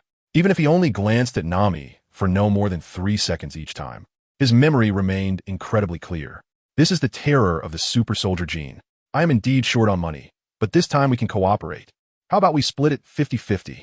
This is what I agreed upon with your captain. Nami felt there was a chance this time. Regardless of how she viewed that captain as an idiot, she had heard of Zoro, and the fact that this person made Zoro willingly call him vice captain indicated that his strength was even more terrifying. She was just worried about Yi Shankyu. So she specially went back to take a look and saw Yi Shankyu defeat most of the pirate crew with one move. Yi Shankyu took a sip of wine and said, "Whatever, I don't care about treasures. I guess Zoro and Luffy won't mind either. We don't lack this little bit of money. Are you guys rich?" Upon hearing this, Nami's eyes turned into belly symbols. Yi Shankyu looked at Nami and shook his head. "You have a lot of money, but you can't steal it. I advise you not to have such thoughts. Money can't solve all problems. In this vast sea, strength is what truly matters. Being weak here is a sin." Just as Nami was about to retort, a loud rumbling sound suddenly came from Luffy's location, and both Yi Shankyu and Zoro sensed something was wrong and hurried over. Upon arriving, they saw Luffy looking serious at a wounded little dog, while an old man in simple armor was trying to comfort it. The cage that had locked Luffy was already open, or rather, smashed to pieces by something. The three newcomers were unaware of the situation, but fortunately, the old man explained, "You all should leave quickly. I am the mayor here, and this place has already been occupied by pirates." The old mayor then recounted a story about the little dog and its owner, a very touching tale. However, with the arrival of the pirates, the story turned tragic. There was a beast tamer on Buggy's ship who killed the old man to feed his lion. The little dog waited every day at the shop door for its owner to return, silently guarding the place. And this time it came to stop that lion. You see, this is what pirates do. They take away people's happiness. If you haven't done anything wrong yet, I might as well kill you here to prevent you from committing further crimes. Nami listened to the old man's loud roar at Luffy and the others, even drawing her weapon, but fortunately, she was stopped by the old mayor. After some persuasion, Nami's emotions calmed down a bit. Nami is a person with a story, and at this moment, Yi Shankyu was sure of it. "Leave, please." Luffy kept his head down, his straw hat pulled low, making it hard to see his expression, and a chilling aura emanated from him. Understood.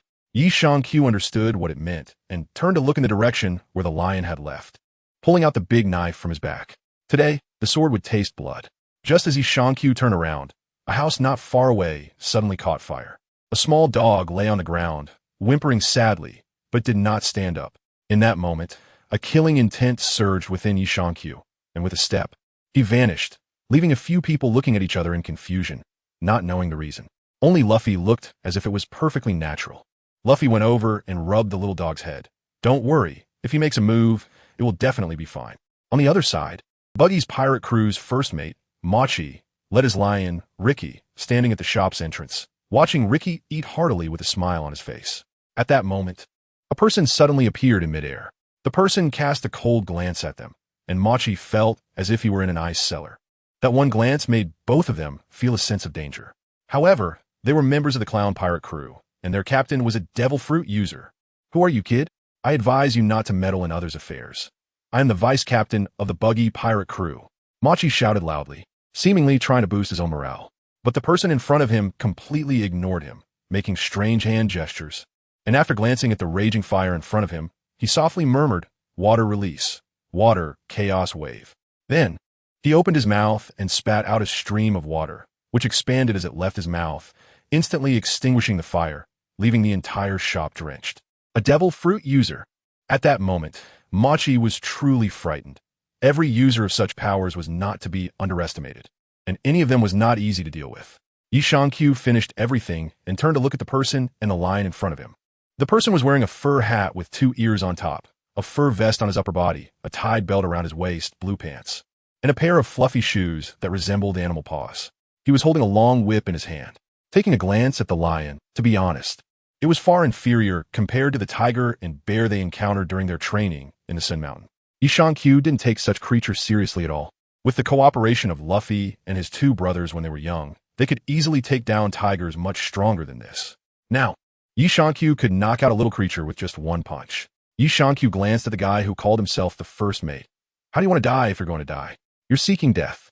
Hearing this, Machi was instantly furious. Having been dominant in the East Sea for so many years, he had never encountered such a thing.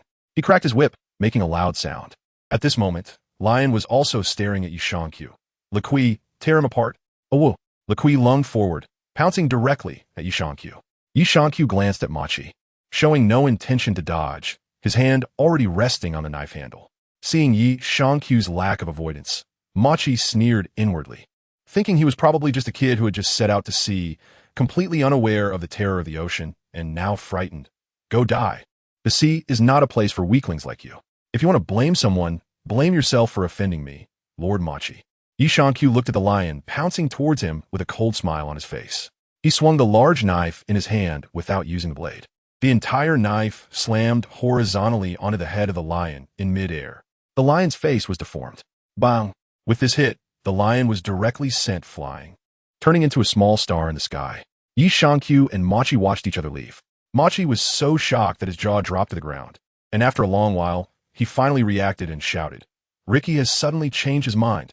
Your blood will only stain this knife.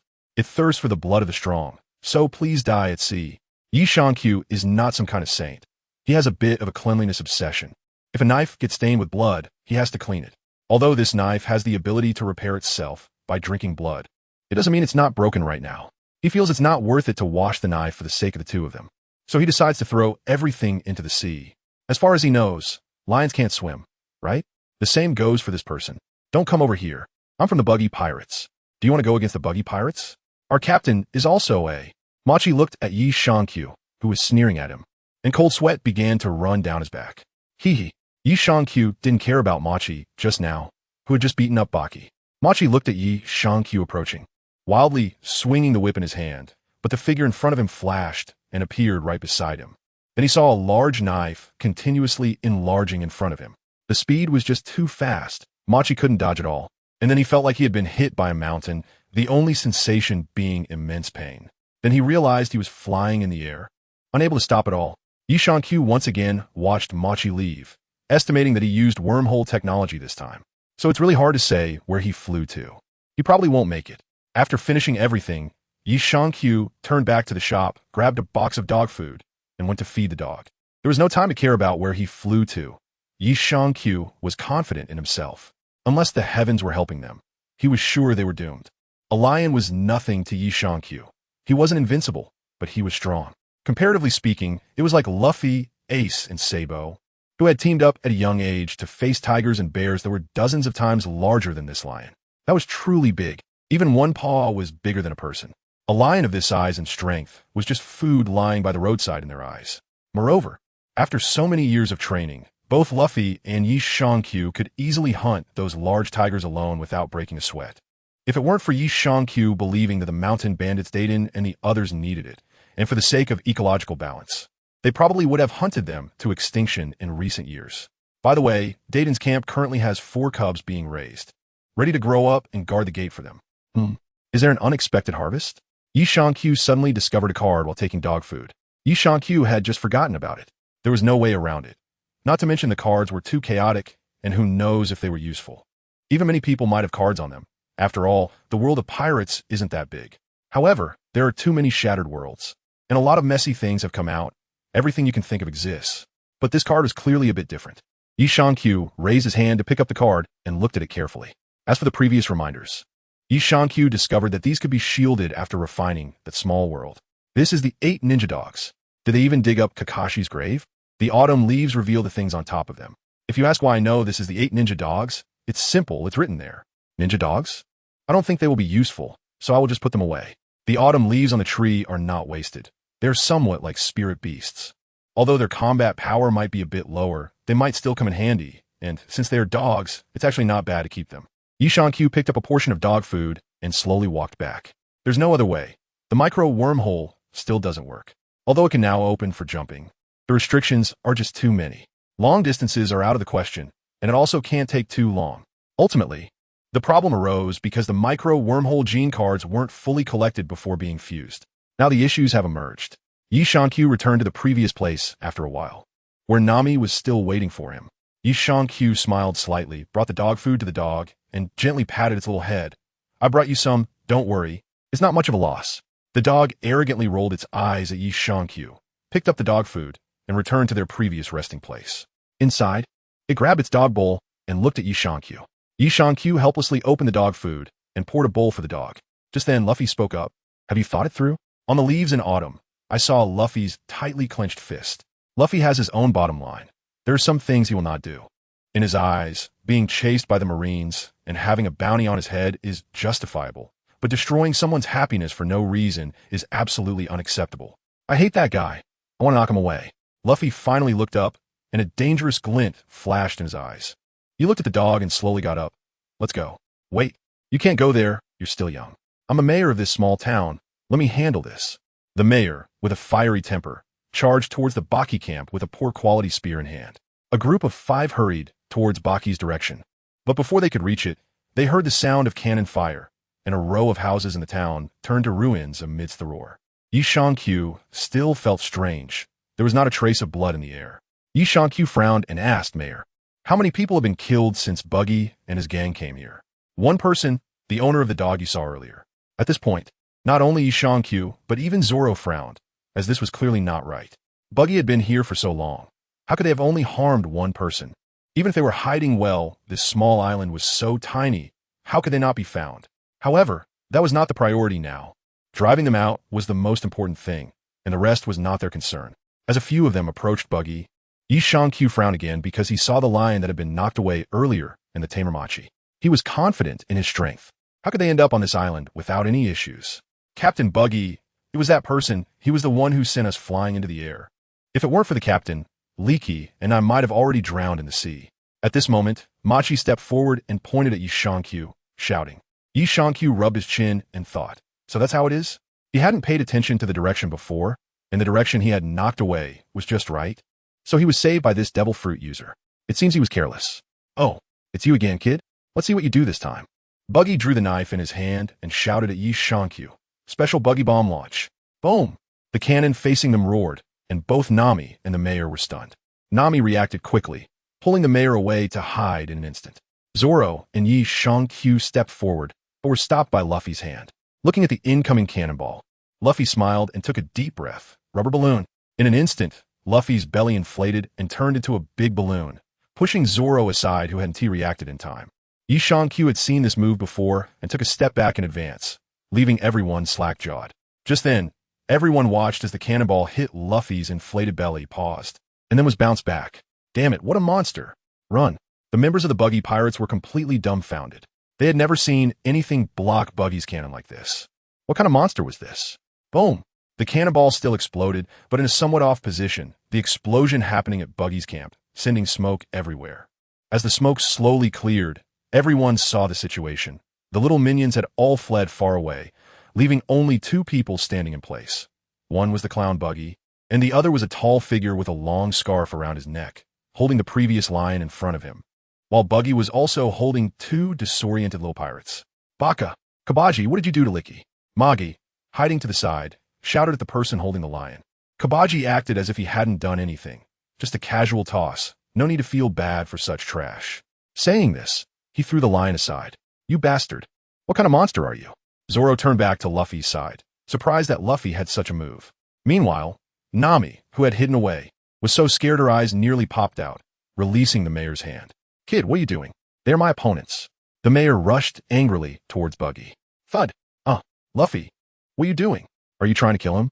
Nami hurriedly ran to the mayor's side, realizing too late. only to see Luffy pressing the mayor's head against the wall, causing him to faint immediately. Luffy turned to look. He was too loud.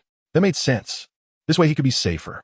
Zoro rested his hand on his sword, grinning as he looked at the unconscious mayor and Nami. Nami, not foolish, quickly figured it out. With the mayor's combat power, he would only be going to his death if he went up there, so it was better for him to faint here. At least he wouldn't foolishly rush to his death. Yi Shankyu shrugged. Actually, you should have talked to me. I could have transferred the mayor without being so rough. Right? Yeah. Luffy suddenly realized, raising a hand towards the unconscious mayor. Sorry. Could you show a bit of sincerity? Forget it. I won't bother with you guys. Nami shouted and then slipped away. Yi Shankyu noticed that Nami actually had a character card on her, which was interesting. I say, you guys are too relaxed, aren't you? At that moment, the tall Koby finally spoke, turning to look at Buggy. Leave the captain to me. Let them see our power. Oh, the strategist? It's all yours. Buggy said as he found a spot to sit down, seemingly very confident in a strategist.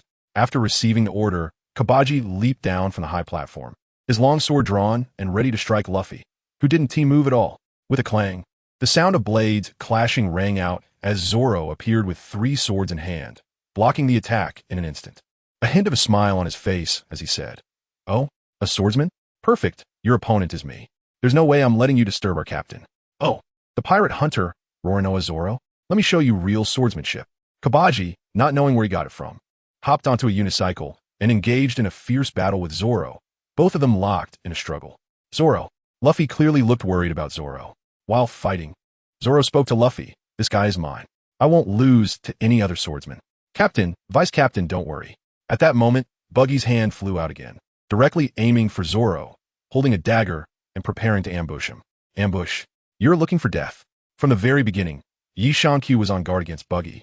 After all, this guy's abilities were indeed disgusting. Seeing the arm flying towards Zoro, he didn't hold back and kicked the arm away. Zoro was also distracted and almost got cut, but after glancing at Yi Shankyu, he started to fight with confidence, knowing he didn't have to worry about anything else. Oh, did you notice? So what? You guys go and kill them. Buggy was not disappointed. Instead, he smiled slightly and waved his hand, signaling everyone to charge forward. Luffy, leave these small fries to me. You go ahead.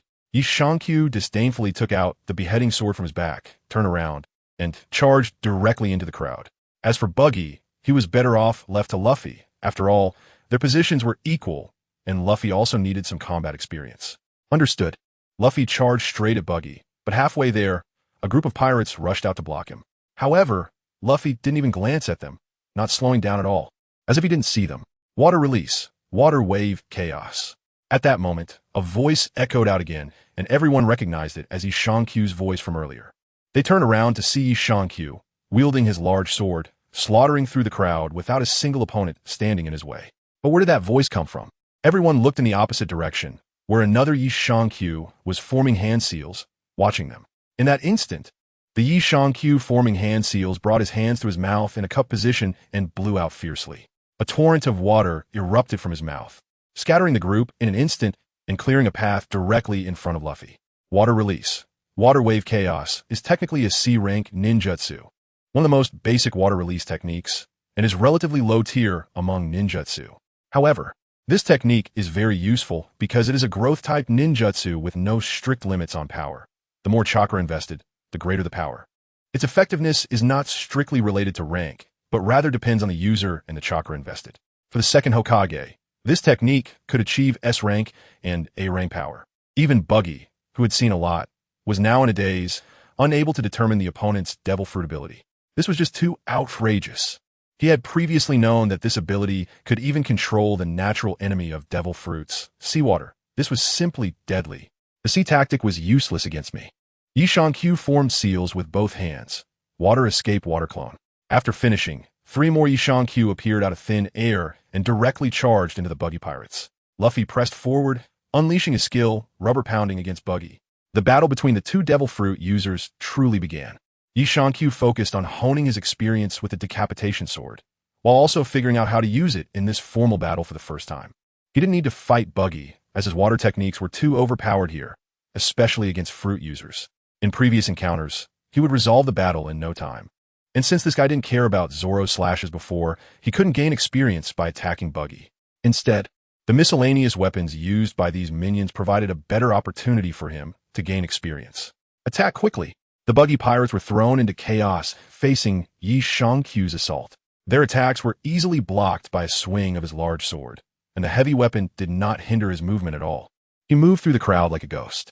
Finally, 3 big guys carrying rocket-like cannons aimed at Yi Shangqiu and fired together. 3 cannonballs shot straight at him. Yi Shangqiu was now surrounded by the crowd, and opening a wormhole was not suitable as it could easily be obstructed. As the cannonballs flew towards him, Yi Shangqiu raised the decapitation sword in front of him. Since the distance was short and the cannonballs were fast, they hit the sword almost instantly. Boom! A huge explosion kicked up a massive cloud of dust, and the decapitation sword slammed against him. With one hand gripping the hilt and the other pushing the back of the blade, Yi Shangqiu, not being very muscular, was pushed back a considerable distance by the explosion. As the dust settled, everyone saw that where Yi Shangqiu had stood were 2 long trenches. Looking further down the trenches, they spotted Yi Shangqiu standing there unharmed. Although his clothes were somewhat disheveled, his sword is broken. Attack quickly! Several people noticed Yi Shangqiu's condition. He was left holding only the hilt with half of the blade, while the other part had broken off and fallen to the ground, splitting the decapitation sword in 2. Sensing this was their chance, they raised their weapons and charged at him again. Is it really broken? Let me see if it still has the blood-sucking properties. I can't play with him anymore. Yi Shangqiu glanced at the part that had fallen to the ground and then at the approaching pirates. He knew that he couldn't play around anymore. If he ended up resolving the battle himself, it would feel a bit embarrassing. After all, he was the vice captain. Moreover, he had already gained enough experience. They were just small fry, many of whom hadn't systematically learned sword techniques. After going back and forth with just a couple of moves, Yi Shangqiu realized he couldn't gain any more experience. Previously, he had mainly focused on familiarizing himself with the beheading sword, but these guys weren't providing much help, and he was done playing around. Yi Shangqiu charged into the crowd again with his broken sword, this time truly using the blade. Previously, he had held back, otherwise, he could have solved everything with one powerful move. However, as he had introduced earlier, this sword was the undying blade, capable of absorbing blood to repair itself, and Yi Shangqiu wanted to see in action. This time, his attacks were even more ferocious, and in an instant, he knocked down several people. The blood of a few soaked into the blade, and soon everyone noticed that the blood on the blade was gradually disappearing, and the sword actually began to grow. Yes, it was growing, or rather, repairing itself. The demon blade. The pirates were thrown into disarray. Yi Shangqiu didn't care. He charged into the crowd again with the great sword, swinging it with a fierce momentum, hardly feeling its weight. Moreover, Yi Shangqiu realized that the great sword was heavier, which meant greater inertia during attacks, making wide, sweeping moves the most suitable. With this in mind, Yi Shangqiu's attacks became even wilder, and his moves grew heavier, although he could also adopt a lighter approach. It didn't seem suitable for the great sword. After all, this was currently the only weapon that truly suited him, so he could only adapt to wielding the great sword. Yi Shangqiu's movements became faster and faster, and Zoro couldn't help but feel shocked just watching. With such a heavy sword, he believed he couldn't handle that style. The techniques were grand and flamboyant, capable of producing many incredible moves. Zoro glanced at Yi Shangqiu and then at the guy in front of him. He couldn't waste any more time. This guy could be considered a swordsman? He was clearly just a juggler. Zoro decided to quickly deal with this juggler to avoid embarrassing himself. On the other side, the pirates had little combat power to begin with, and with Yi Shangqiu having clones earlier, there was no momentum at all. Once Yi Shangqiu stopped playing around, it didn't take long to resolve the battle. After cutting down the last pirate, the large sword returned to its original state, and some pirates had already fled, terrified and helpless, facing these 3 killing gods. Autumn on the Leaves is not the main concern for now, but that swordsman has actually been fighting their chief of staff, Koby, for such a long time. Moreover, the chief of staff has used several powerful moves, yet the opponent has managed to counter them all. And that kid in a straw hat is locked in an equally intense battle with their captain.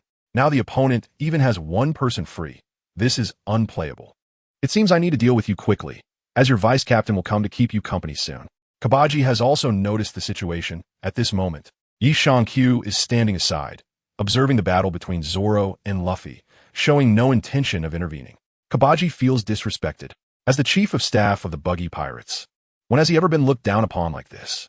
He feels like he is being used as a touchstone, which he finds insulting. Art of the spinning monkey. Koby finally reveals his trump card, the unicycle, and spins rapidly on the ground, kicking up a large cloud of dust, hiding himself within it. Zoro shows a hint of disdainful smile. See, we are clearly not on the same level. At that moment, Koby jumps into the air, swinging his sword fiercely at Zoro. Steamed smoke hot spring murder incident, die. Zoro glances dismissively at him, positioning his 3 swords in a strange stance. Eyes fixed on Koby as if he hasn't even noticed Koby's strike, and calmly says, "Let me show you what true swordsmanship is, 3-sword style, demon slash." At that moment, the two finally collide, but instead of the grand scene one might expect, it is a surprisingly calm moment. Their figures pass each other, with Zoro half squatting on the ground, head down, holding 2 swords aloft. Meanwhile, Koby stands with his back to everyone, one hand still holding his sword, leaving everyone confused about what just happened. Did the chief of staff win? Pirates hiding in the distance whisper to each other. Clang! Koby's sword falls to the ground, and Zoro slowly stands up, removes his bandana, and sheathes his 2 swords. Yishankyu also breathes a sigh of relief, lowering his hand that was gripping the execution sword. It seems Zoro has won. Zoro, holding the sword that had been hanging from his mouth, glances back. This is true swordsmanship. How could I possibly lose to someone who does such tricks? With that, Zoro sheathes the last sword. He slowly raises his head and gestures to Yishankyu that he has won. Thud! Koby, who had been standing still, finally falls down. Face first to the ground, blood oozing out slowly. Yishankyu smiles slightly. Now only Luffy's battle remains unresolved. Zoro has no intention of fighting anymore and directly runs in front of Yishankyu, lies down, and starts to sleep. Vice Captain, I'm going to take a nap now. Before Zoro can finish his sentence, he is already snoring. Yishankyu helplessly rubbed his head. The sleep quality was really good. He could even fall asleep in his place. However, after thinking about it, he felt that nothing was impossible. Zoro probably hadn't rested for a long time. He had been tied up at the execution ground, where it was too hot to sleep, and then he hurriedly chased after Luffy. After just experiencing a fierce battle, he must be mentally exhausted. So taking a nap wasn't a big deal, especially since he was already here. With this in mind, Yishankyu relaxed. After all, the current situation was that the 3 of them were up against a weak devil fruit user, a complete victory. Wait, where did Nami go? It should be a 4-on-1 situation, completely controlling the numbers against the opponent.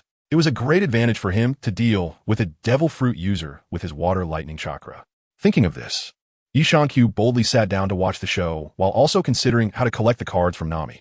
Strangely, he had never seen these cards before, and now they suddenly appeared. It seemed that the cards weren't always stable and could likely change.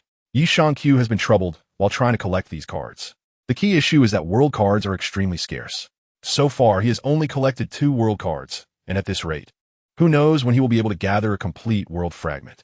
Therefore, Yishankyu has now begun to change his approach to collecting cards. He is currently focusing on collecting character and treasure cards.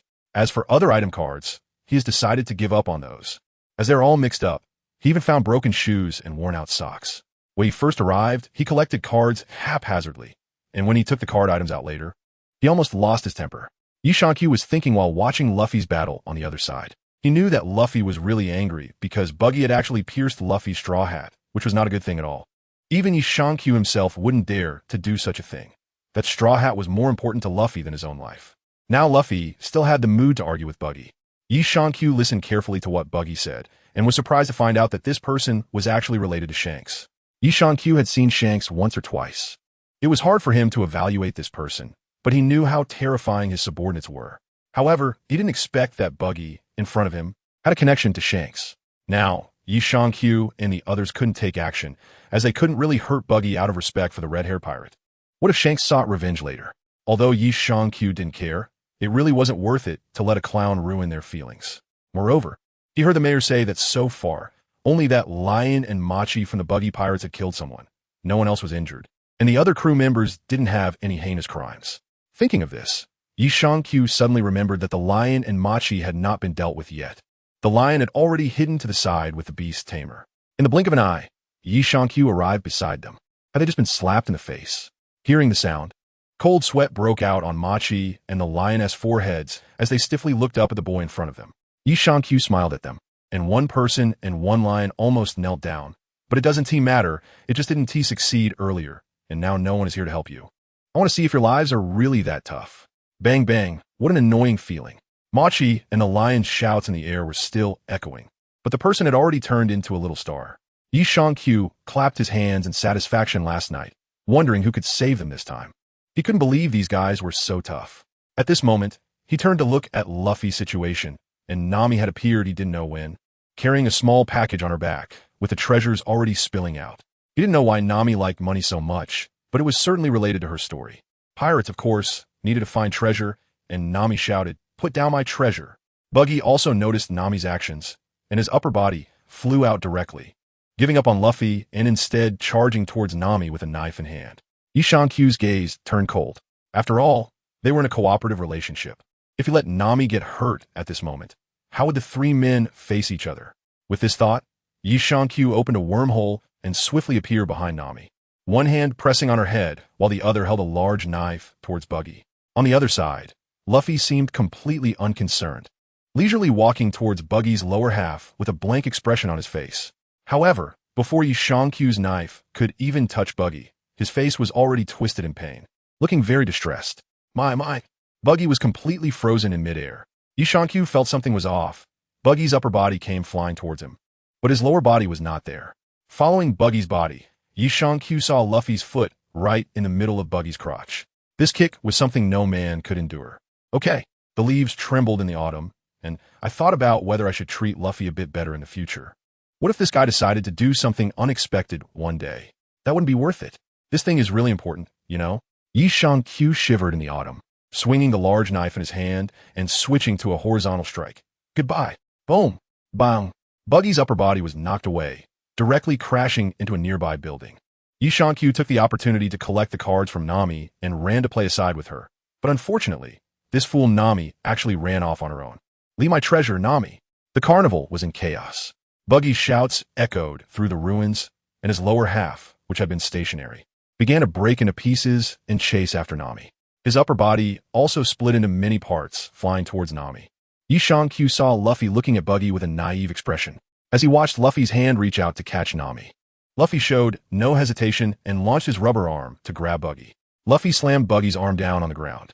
Although Buggy had the chop fruit, which caused his body to split apart, he could only attack from certain points, and now that he was chasing Nami, it didn't matter. Watching Luffy fight, Yi Q couldn't help but nod. To be honest, Luffy's fighting skills were exceptional. It looked like a joke, but it was determined by Luffy's personality. His combat intuition was a mystery, as he often saw through his opponent's weaknesses directly. Honestly, even Yi Q would find himself flustered in such a situation, as there were just too many fragments to deal with. But Luffy had that intuition, directly controlling the areas where Buggy could attack. Impressive. Carp's training was not in vain. "Your opponent is me," Luffy said with a grin at Buggy. Seeing this, Buggy turned and charged at Luffy. "After I kill you, I'll go after Nami and reclaim the treasure." Buggy attacked continuously in the air, using his ability to fly, and his hands found various odd angles to strike Luffy. Luffy was no pushover either, and the two were locked in a fierce battle. Watching the two fight, Yi Q pondered a question. Should he let Luffy fight freely? Or should he inform Buggy that Luffy was his opponent? Or perhaps the simplest solution was to tell Nami to stop. Yes, earlier, Yi Q had seen Nami wielding a large net she had found somewhere, now vigorously swinging it in the air to catch the fragments Buggy had split into. Perhaps too engrossed in the fight with Luffy, neither side noticed that Buggy's fragments were becoming fewer. On the other side, seeing Nami having fun, Yi Q chose not to interrupt and quietly watched. He watched as Nami tied the net into a tight knot, and then pulled out some rope to secure it even more. Meanwhile, Luffy and Buggy continued their intense battle, completely oblivious to what was happening. Chop, big gathering. Buggy thought he couldn't keep playing like this, as all the split fragments gathered at his feet. In Buggy's eyes, Luffy suddenly transformed into a giant. Luffy looked bewildered at Buggy, who had only his hands and feet gathered together, with just a head on top, while the rest of him was missing. The two looked at Yi Q in confusion, as if he were the only one with this ability. Leaning against the wall, Yi Q smiled slightly and pointed his thumb towards Nami. The two turned to look and saw Nami firmly stepping on the portion of Buggy's body, her hands gripping the rope as she tied another tight knot. Noticing the attention, she smiled at everyone. Buggy's face turned green. Luffy saw a great opportunity and didn't care whether it was taking advantage of someone else's misfortune. After all, Nami was technically on their side. One pirate crew versus another pirate crew. It couldn't be considered taking advantage. Luffy grinned widely at Buggy, swinging his arms back behind him. Buggy was left dumbfounded. There was nowhere for him to run with those little steps. Wait a second. But Luffy ignored him. The arm he had swung behind him was already moving forward. Rubber rocket. Bang. Just like that, Luffy launched Buggy into the air with a single blow. Kit. You wait. I will definitely get my revenge. Buggy shouted as he transformed into stars and disappeared. Yishangyu kikid Zoro, who was sleeping beside him. Zoro woke up and made a wish on a shooting star. Zoro impatiently turned over and changed his position to continue sleeping. On the other side, Luffy also seemed tired and lay down on the ground, looking at the sky, lost in thought. Nami placed the straw hat back on Luffy's head. I divided the treasure into 2 parts, one for each of us. Didn't we win? Why do you look unhappy? I hate that guy. Partners shouldn't be like that. Luffy looked at the sky, unable to accept that Buggy used his own crew to block cannonballs. Once you become the Pirate King, everything will change.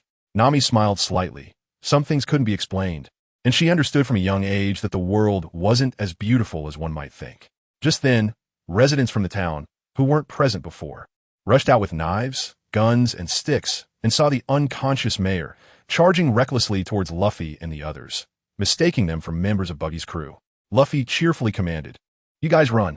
Upon hearing Luffy's order, Yishankyu carried Zoro and followed Luffy to escape, while Nami followed them, speechless. Why are we running? We clearly defeated Buggy. The group ran through the alleys towards the port of the town, and halfway there, Yishankyu looked back and saw that dog had actually appeared, nodding at them and standing in the middle of the alley corner. Yishankyu smiled slightly, and the dog was quite clever.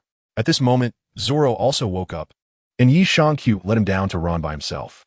Zoro immediately understood what was happening and started to flee with a few others.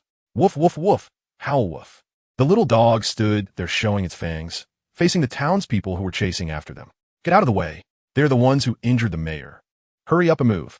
The townspeople looked at the dog in front of them with helpless expressions. Clearly, it was covered in injuries.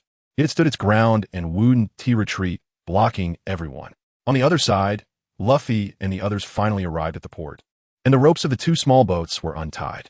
However, Luffy inadvertently mentioned that the treasure was left next to the mayor, which completely set Nami off. What? You didn't take anything at all? Goody. At that moment, Nami didn't care about anything else and grabbed Luffy by the neck, pushing him towards the sea. Nami, stop. We'll die. Luffy struggled to get away from the water. If he touched it, he was done for. Nami was completely enraged. Then just go die. So much treasure just left behind. You might as well die. It's just treasure. Ye help. At this moment, Luffy thought of asking Yishankyu for help. In his eyes, Yishankyu would definitely understand him. It was just treasure. Isn't this something you can find a lot of on the street? At least in Luffy's eyes. The money Yishankyu picked up from Stroll was worth more than this. He looked up at Luffy and Nami in the autumn. Well, Luffy, you really went too far. After all, we are pirates. Even if we leave some behind, we should at least take something with us, like a nice piece of jewelry. This is our first mission, and we're not bringing back any souvenirs at all. Luffy, you've gone too far. I'm deducting 10 days' worth of your allowance. Yi is not worried at all because he is not that foolish. He has already taken all the treasure card from the pile of treasure, which are probably worth several times more now. Although these things are troublesome, who would complain about having too much money? Ah, you bunch of idiots, that's treasure. Just deducting 10 days' worth of pocket money. Do you know how long those treasures could last you? Nami completely lost it, grabbing Luffy's head and delivering a hard punch, leaving a big bump on his head. Luffy finally broke free from his own grasp, rubbing the big bump on his head. It's not that much. Just 2 or 3 months' worth of pocket money, right? And Yi, why did you deduct my gold coins again? You jerk. I'm the captain, okay? Hee. It's simple. Because this captain doesn't make money. You're spending my money, and besides, I'm just deducting a month's worth of pocket money. Yishankyu gave a cold smile. Although he didn't care for treasure, he was still a pirate, right? Was it too much to take a piece of loot? This was their first encounter with pirates, and they didn't bring back a single souvenir. Baka, you bastard Yi. How am I supposed to eat meat for a month if you get docked? Luffy glared fiercely at Yishankyu. He looked back at Shio and said lightly, 2 months. At that moment, Luffy respectfully knelt on the ship and bent down, saying, I'm sorry, I know I was wrong. Please be sure to give me pocket money. That's more like it. And don't forget, I already gave you your pocket money for these 10 days in advance, so don't expect any pocket money within these 10 days. He knows that Luffy doesn't like to eat for free. Even when he does, he usually goes to those places that are wealthy but unkind. At other times, Luffy is quite obedient to the rules. Luffy, Zoro watches the captain and the first mate argue and feels a bit helpless. Is this captain reliable? Plus, the first mate gives off an unreliable vibe, daring to deduct the captain's pocket money. Aren't the crew's belongings everyone's? If it weren't for that, he would probably be starving, as he doesn't have a single berry. Sigh. First mate, how much pocket money do we have each day? Zoro also remembers that his appetite is quite large. And although he currently has 4 swords, 2 of them are ordinary swords that will probably be useless soon, so he still needs money to buy more swords. He looked at Zoro and Autumn, a coin suddenly appearing in his hand, and he flicked it directly at Zoro. Not much, this is your pocket money. Zoro raised his hand to catch the coin. Is it only 1 berry? Are we really that poor? It's worth mentioning that in the pirate world, berries can also look like coins, made in the form of gold, but they are not actually gold. Gold couldn't possibly devalue this much. It's not even worth as much as paper money, but they do resemble gold coins. However, at this moment, Nami's eyes were already sparkling. Well, we are a bit poor. Yi Shankyu didn't want to talk in Autumn. He just wanted to be quiet. Idiot, don't give it to me. Luffy directly leaned in front of Zoro, raising his hand to ask for the coin. Zoro simply placed the coin in Luffy's hand. Better not take it. Zoro originally wanted to say to take it, but when he let go, he realized it was a gold coin, which significantly increased its value. No wonder Yi Shankyu showed such an expression. This is already a lot, okay? So Zoro immediately wanted to snatch it back, at least to save it up for a better sword later. At this moment, how could Luffy let Zoro take it back? The two of them started a battle over the gold coin on the ship, neither willing to let go. After all, it was a gold coin. They could save it and spend it for a long time, and both of them needed this thing. Nami stared intently at Yi Shankyu. Well, you can be considered our partner now. The previous mistake wasn't your fault. But don't you have a pile of treasures already? Yi Shankyu said, pulling a gold coin from his pocket and flicking it directly at Nami. To be honest, money is really not lacking. However, money is not everything. Collecting cards can only be done by oneself, and without strength, no amount of money can protect you. There are so many fragments of a world, and for him, this world is not the end, just the beginning. Without strength, how can you survive in other worlds? So Yi Shankyu is very clear that money should not be overly emphasized. Once you have strength, who fears not having money? Just like the Navy admirals. If they say they lack money, believe it or not, the next day merchants can line up with money from the door to the square. Have you heard that the Navy is short on money? Even if they say they lack a devil fruit, there would probably be people offering it to them. This is the benefit of having strength. As for the devil fruit, it is something that is hard to come by for others. Finding one casually can fetch a high price. But when have you heard the Navy lacking devil fruits? The celestial dragons treat devil fruits carelessly, feeding them to slaves just for fun, so money isn't that important. Thank you. Who would complain about having too much money? Nami happily put away her gold coin and glanced at Yi Shankyu's pocket. Luffy also noticed, but he knew that Yi Shankyu's pocket actually had nothing in it. Yi Shankyu really wanted to say, I find it annoying, but he still didn't say it. However, this is a fact. The things inside his wormhole are indeed too many now, and it's almost full. If it weren't for the usefulness of these items, he would have probably thrown them away long ago. Yi Shankyu no longer paid attention to them, turned his head to take out a card, and held it in his hand. The others couldn't see it, but Yi Shankyu could. He stared at the card, which depicted a beautiful woman with white hair, dressed in military attire, holding a staff. It was a fragment of the super god world, Janna, a support character with the power to control the wind, but her class was a healer. She could heal, whether it was physical healing or mental support. Heck, damn it, it's another one of those bizarre things. You turn around to look at Nami on the leaf. Does this guy have any healing effects?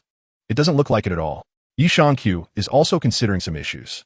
He has now fused with the abilities of the rose and mastered the micro wormhole transportation technology. Now, a fragment character from Super God World has appeared. But he is scared. What if this directly washes away his wormhole abilities? Moreover, he doesn't want to be a support character. He still prefers the output position. Most importantly, the last time he fused with the rose, it took him a full 2 years. This is no joke. Of course, it wasn't 2 years of being completely still. He could move freely, but he couldn't control his abilities well, which easily led to rampages and loss of control. This is also why he had to move with Luffy to the middle of the forest. What's wrong with you, Yi? Does your heart hurt? Zoro noticed that Yi Shankyu's expression was off and increasingly troubled. Yi Shankyu shot a glance at Zoro and said, That's not the case, and it's not that much money. I'm considering other issues. Luffy, can I take a few days off? You know the situation, it's a bit troublesome, but of course I can handle it later. Oh, take a break. With me, Zoro, and Nami here, it's enough. Just be careful, Luffy replied. He was aware of Yi Shankyu's situation. He had seen her go berserk before. And it was no joke, it was life-threatening. Back then, he and Ace didn't dare to get close. Q stepped directly into Nami's small cabin, uncertain how long this fusion would take.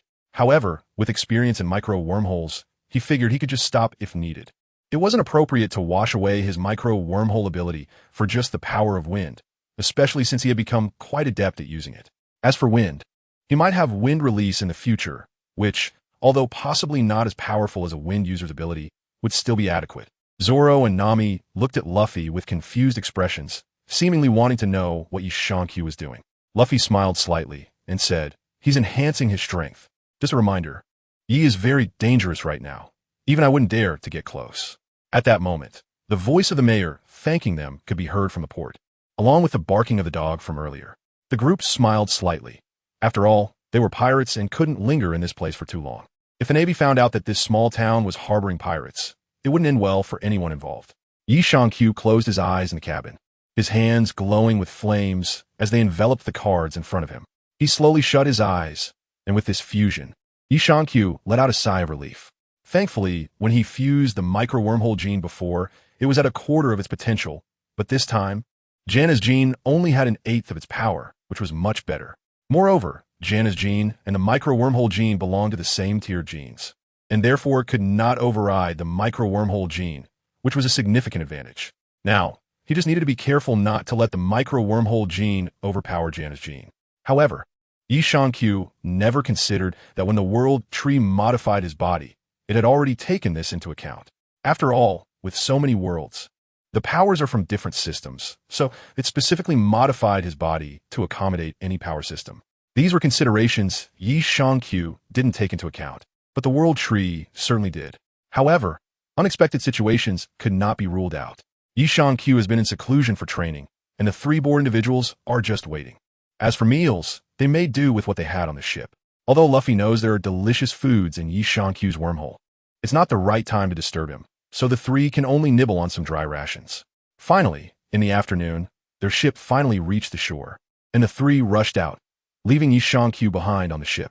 Luffy said not to worry about Q. At this time, it would be a miracle if he didn't go out to cause trouble. Anyone who tried to take action against him would be seeking death. After finally reaching a more normal island, they were hungry. Plus, Luffy insisted on finding a better ship, so they charged out, leaving Q alone on the ship to protect their small boat. As soon as they landed, they were surrounded. Nami quickly noticed that there were only 4 people, and Luffy recognized the long-nosed man in front of them as Usopp, the son of the sniper from the Shanks pirate crew, Yasopp. Luffy wanted to wake Q, but after thinking it over, he decided against it. Q would probably be crucial at this moment, and it was best not to disturb him. After Q got off the ship, he remained awake for a while, ate a little, and then continued to refine his cards. Now the cards are halfway refined, but this does not mean that the gene fusion is halfway done. Gene fusion is a very lengthy process. This is merely an extraction process, melting the genes from the cards into his body. The actual fusion will still take a long time. Q estimates it will take about half a month, which is quite frustrating. It wasn't until near evening that Q finished melting all the genes from the cards, unaware that the newly formed pirate group was facing its first crisis. Q had just wanted to get up and eat something, but at that moment, anxious cries from children and knocking sounds came from outside the cabin. Vice Captain, hurry up. That Straw Hat Kid's companion sent us to find you. A pirate crew is attacking this small island. Vice Captain, please go help. Hearing the cries from outside, Q frowned. He slowly opened the cabin door and saw 3 children standing at the entrance. He glanced at them and stepped outside, suppressing the genes within him, and looked at the 3 children. Take your time and tell me what happened. That beautiful big sister asked us to come get you. A pirate crew is attacking the island, and that Straw Hat Kid and the swordsmen are fighting against them. Our captain is also there. Please, we beg you to go quickly. The 3 children were so anxious that tears and snot were running down their faces. After listening for a while, Q understood what was going on. It was about Luffy and his crew encountering a person, Usopp, the son of Yasopp. For some reason, this person caught Luffy's attention, and Luffy wanted to recruit Usopp onto the ship, while also asking the wealthy family here for a boat. However, the butler of this wealthy family was not a good person. He used to be a pirate and now wanted to take over the family. There was only one young lady in the family, so it was easy for him to try to take control, while the other people didn't matter much. Luffy and his crew discovered the situation and decided to help Usopp. Meanwhile, The butler called back his pirate crew and prepared to take action. They were likely in a fierce battle now. Nami felt they were outnumbered, so she asked the three of them to go get reinforcements. Well, I understand. You all stay here honestly, or go home. I'll head over now. Yi Shankyu didn't know what to say. How could so many things happen in just one day? As he spoke, he sensed the spatial mark he left with Luffy. The distance wasn't too far. After all, the island wasn't big. After feeling around, he found it still within his teleportation range. Yi Shankyu opened a wormhole and disappeared right in front of the three kids. Disappeared? Is it a ghost? A monster? The three kids were startled and ran, crying towards the island. On the other side, Luffy and Nami were facing off against the Black Cat pirates. The opposing side had more people, and a pirate ship had already docked. Luffy was facing a man wearing glasses, but he was adjusting them in a very strange manner, using the inside of his wrist. At that moment, a black hole suddenly appeared in front of the Black Cat pirates, and then a person slowly emerged from the black hole.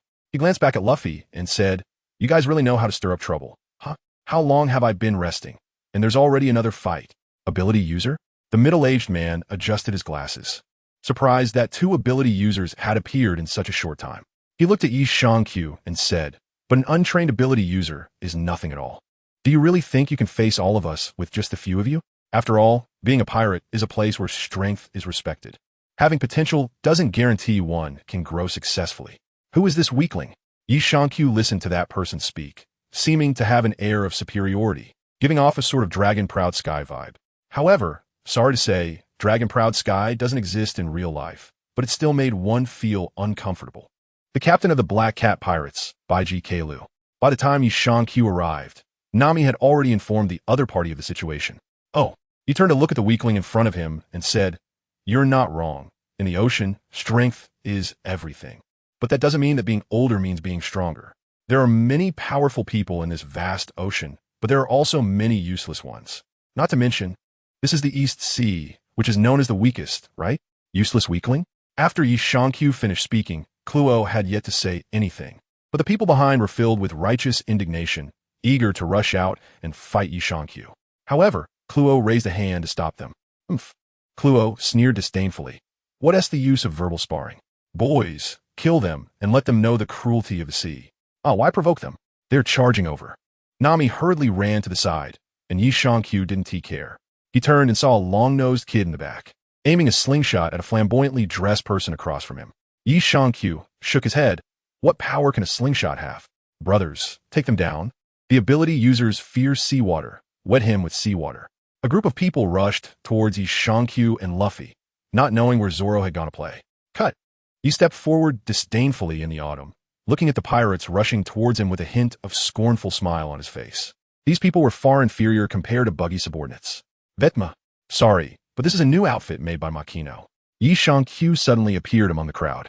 "Secret technique, décapitation blade explosion." Yi Shankyu directly swung his beheading knife fiercely, but did not hit the enemy as they dodged swiftly. "Ha, kid, where are you looking?" However, they did not realize that the beheading knife had not fallen to the ground. Suddenly, a black hole appeared behind them and swallowed the knife.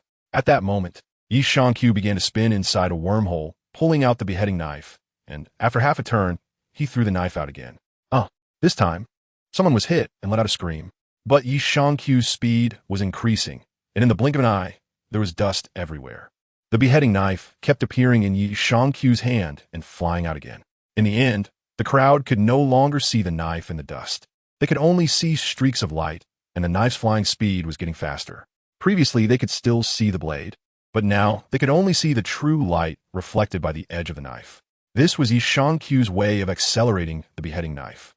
At first, the flying speed of the knife felt very slow, but the knife had great inertia, and Yi Shankyu's use of the wormhole to retrieve the knife did not diminish its speed.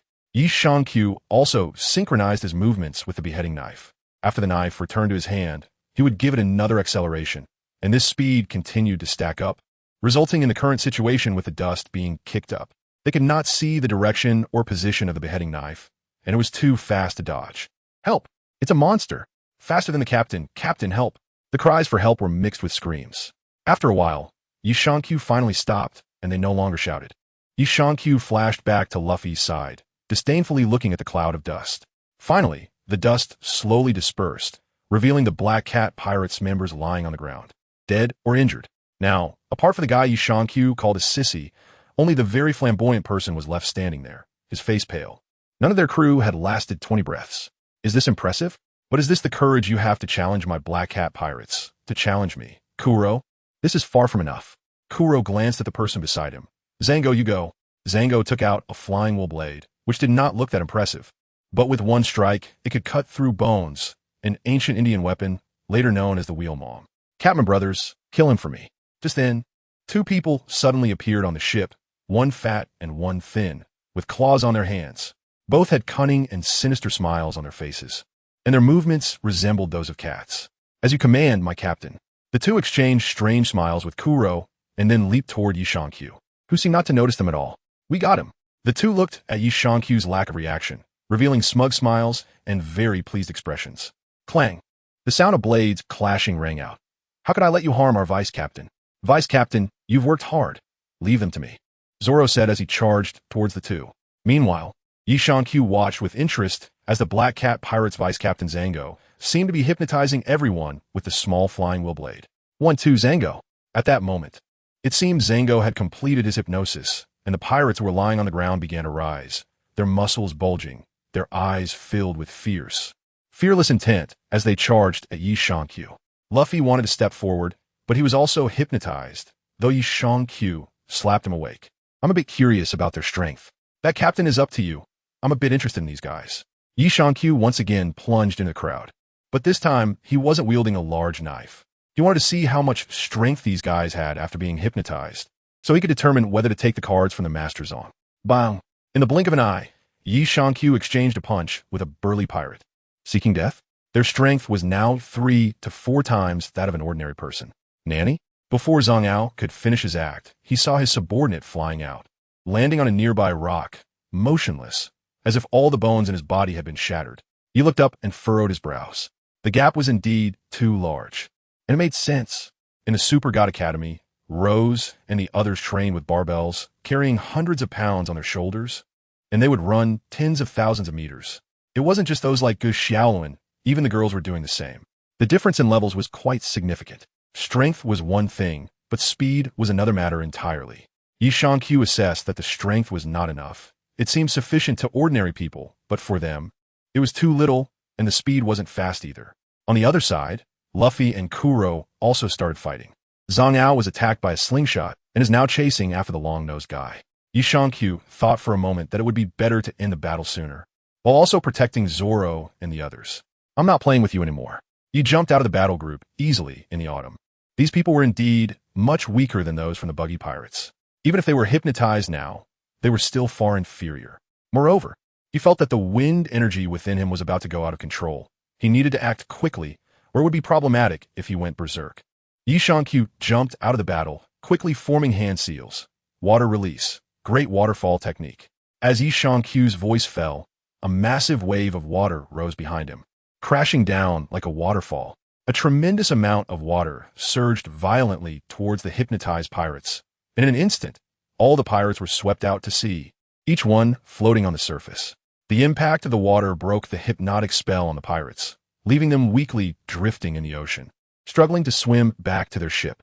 Yishankyu paid them no mind. It was already fortunate that they were alive. If it weren't for the hypnosis, they might not have survived at all. They could very well have met their end. Now, even swimming to shore was daunting, and even if they managed to reach the land, getting back on their ship was no easy task. Yishankyu couldn't help but sigh in relief that they hadn't gone ashore. Otherwise, he would have truly lost control. He was still trying to suppress himself, as the Ghana genes within him had begun to merge, making him feel as though ants were biting all over his body. Moreover, he had set his sights on Zango's card. Yeah, go help Usopp. We'll handle things here, Luffy said, and as he spoke, 5 more wounds appeared on his body. Yet, Luffy remained calm, standing there steadily. Yishankyu also noticed that the person opposite them moved at an incredibly fast speed, a speed he had only seen in Carp before, though Carp was much faster. Luffy, should I take over? Yishankyu looked at the wounds on Luffy's body and felt a bit of pain. After all, he was his own brother, and seeing him being bullied made him a bit angry. Ace and the others never bullied Luffy like this, right? Go ahead, first mate. We'll take care of this here. On the other side, Zoro also spoke up, and Yishankyu knew he couldn't refuse anymore. Luffy had stagnated in his growth over the years and needed battles to hone himself. Hee, arrogant little brat. Where do you think you're going?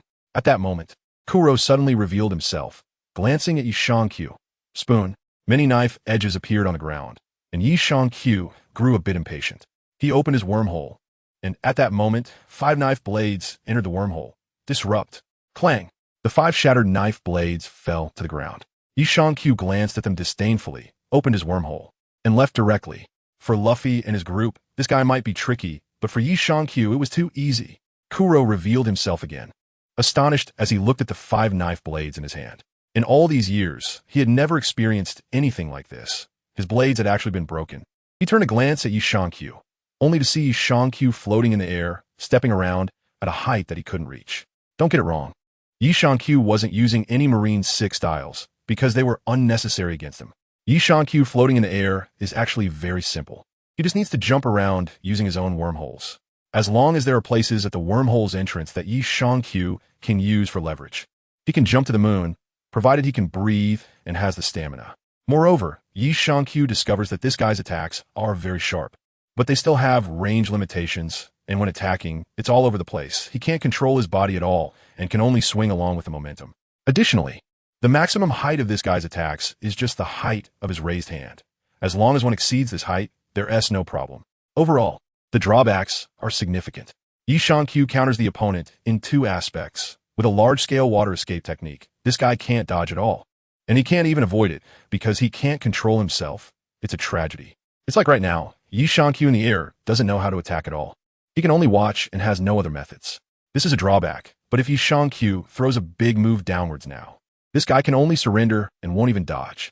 Unfortunately, this guy can't unleash a big move right now, so he can only watch. Hey, what are you doing? This guy's opponent is me, okay? I'm a captain. I command you to go help Usopp. Luffy shouted in dissatisfaction from his side. After all, he finally has an opponent, and he doesn't want to waste it. Besides, Luffy said to knock him away. So if Yishankyu takes action, what fun is that? Others may not know, but he knows the strength of this vice captain. He was praised by the old man back in the day. All right, you're the captain, you're the boss. I'm leaving. You all be careful. It doesn't matter if you die. I'll avenge you. Yishankyu helplessly said, actually just to provoke. He didn't want Luffy and the others to waste too much time here. Tsuchi would die. On the other side, Zoro, hearing Yishankyu's words, also became serious. His captain and vice captain were just too strong. If he didn't work hard, when would he ever catch up to them? He had his own pride, and he didn't want to hold them back. He glanced at Zoro and Luffy, whose eyes were blazing with anger, and jumped away directly using a wormhole. As for the trash talk between Crocodile and Luffy, he didn't care at all. He was afraid he wouldn't be able to stop himself from arguing back. He could be really infuriating when he spoke. What if he accidentally made the other party so angry that they died? Yishankyu looked down at the island from high above, when suddenly the sound of explosions came from a nearby forest, accompanied by the occasional sound of falling trees. Curiously, he strolled over slowly. He had heard their explanations before. Usopp was preparing to board the ship. However, Yishankyu couldn't allow just anyone aboard, so he needed to investigate further. Having met all the members of the Black Cat Pirates, he had a general assessment of this pirate crew. In terms of the EC, they were considered above average, but how would they fare against others? Yishankyu didn't want to comment. If they couldn't win against such a pirate crew, then it was time for a change. Since this person wanted aboard, his test would be to defeat the vice captain of the Black Cat Pirates. Yishankyu had noticed that aside from his hypnosis skills, the vice captain was nothing but weak. Luffy could easily overpower him with one hand. If someone like that couldn't be defeated, then it was better to give up. Creak. Yishankyu had just taken 2 steps when he stepped on a branch and broke it. At that moment, a flying wheel came rushing towards him. Yishankyu glanced at the flying wheel, raised his hand, and created a wormhole. After passing through the wormhole, the flying wheel returned to where it came from. Yishankyu directly jumped onto a big tree, not intending to disturb their battle. If he participated in the fight, how would he observe Usopp's skills? Zonkao watched as the returning flying wheel came back, and he raised his hand to catch it, feeling uneasy. His flying wheel wouldn't return unless it hit something, and its power was no joke. However, this time it returned silently, which made him feel something was off. The trajectory of the flying wheel was clearly wrong. Zonkao took a few steps to the spot where Yishankyu had been, and when he looked up, he saw Yishankyu sitting on a tree not far away. Zonkao's heart sank. He had hypnotized all the crew members before leaving, and there were still the Catman brothers and the captain on the ship. Now that this person had come over, it indicated that something had gone wrong. Moreover, seeing that the other party's clothes were still neat made Zonkao even more anxious. His first thought was to run. There was no other way. His hypnosis was very helpful for a large group, but it was easy to interrupt when it came to just himself, and the effect wasn't good. Deadly move, Chili Star. The voice of the long-nosed person rang out not far away. Zonkao threw the flying wheel in his hand to shatter the bullets coming towards him, then looked at Yi Shangqiu with a mix of uncertainty and tension. It was 2 against 1. His first thought was to run. There was no choice. Yi Shangqiu had just put too much pressure on them. Yi Shangqiu seemed to have noticed the other person's thoughts, lowering his head to look at Zonggao. It would be better if I didn't exist. Zonggao was almost cursing under his breath. How could he pretend that he didn't exist? A person this big sitting here, he wasn't blind, and wasn't the intimidation factor a bit too much? Fight. Go ahead and fight. I won't intervene while you're fighting, but if you dare to run, I'll kill you. Fighting is your only chance to survive. Yi Shangqiu knew what this guy was afraid of, but he wouldn't take action. If Usopp won, this person would be lucky to stay alive, and Yi Shangqiu would let him go. If Usopp lost, he would ensure Usopp's safety and let this person leave. After all, he had some ties with Jesus Burgess. However, Usopp shouldn't think about getting on the ship. This is what you said. Zhang Yao shot a resentful glance at Yi Shangqiu and went back to fight Usopp. He knew he had no choice now, and he also realized he couldn't kill Usopp, as the latter clearly saw him as a stepping stone. He could only hope that the other party would keep the agreement.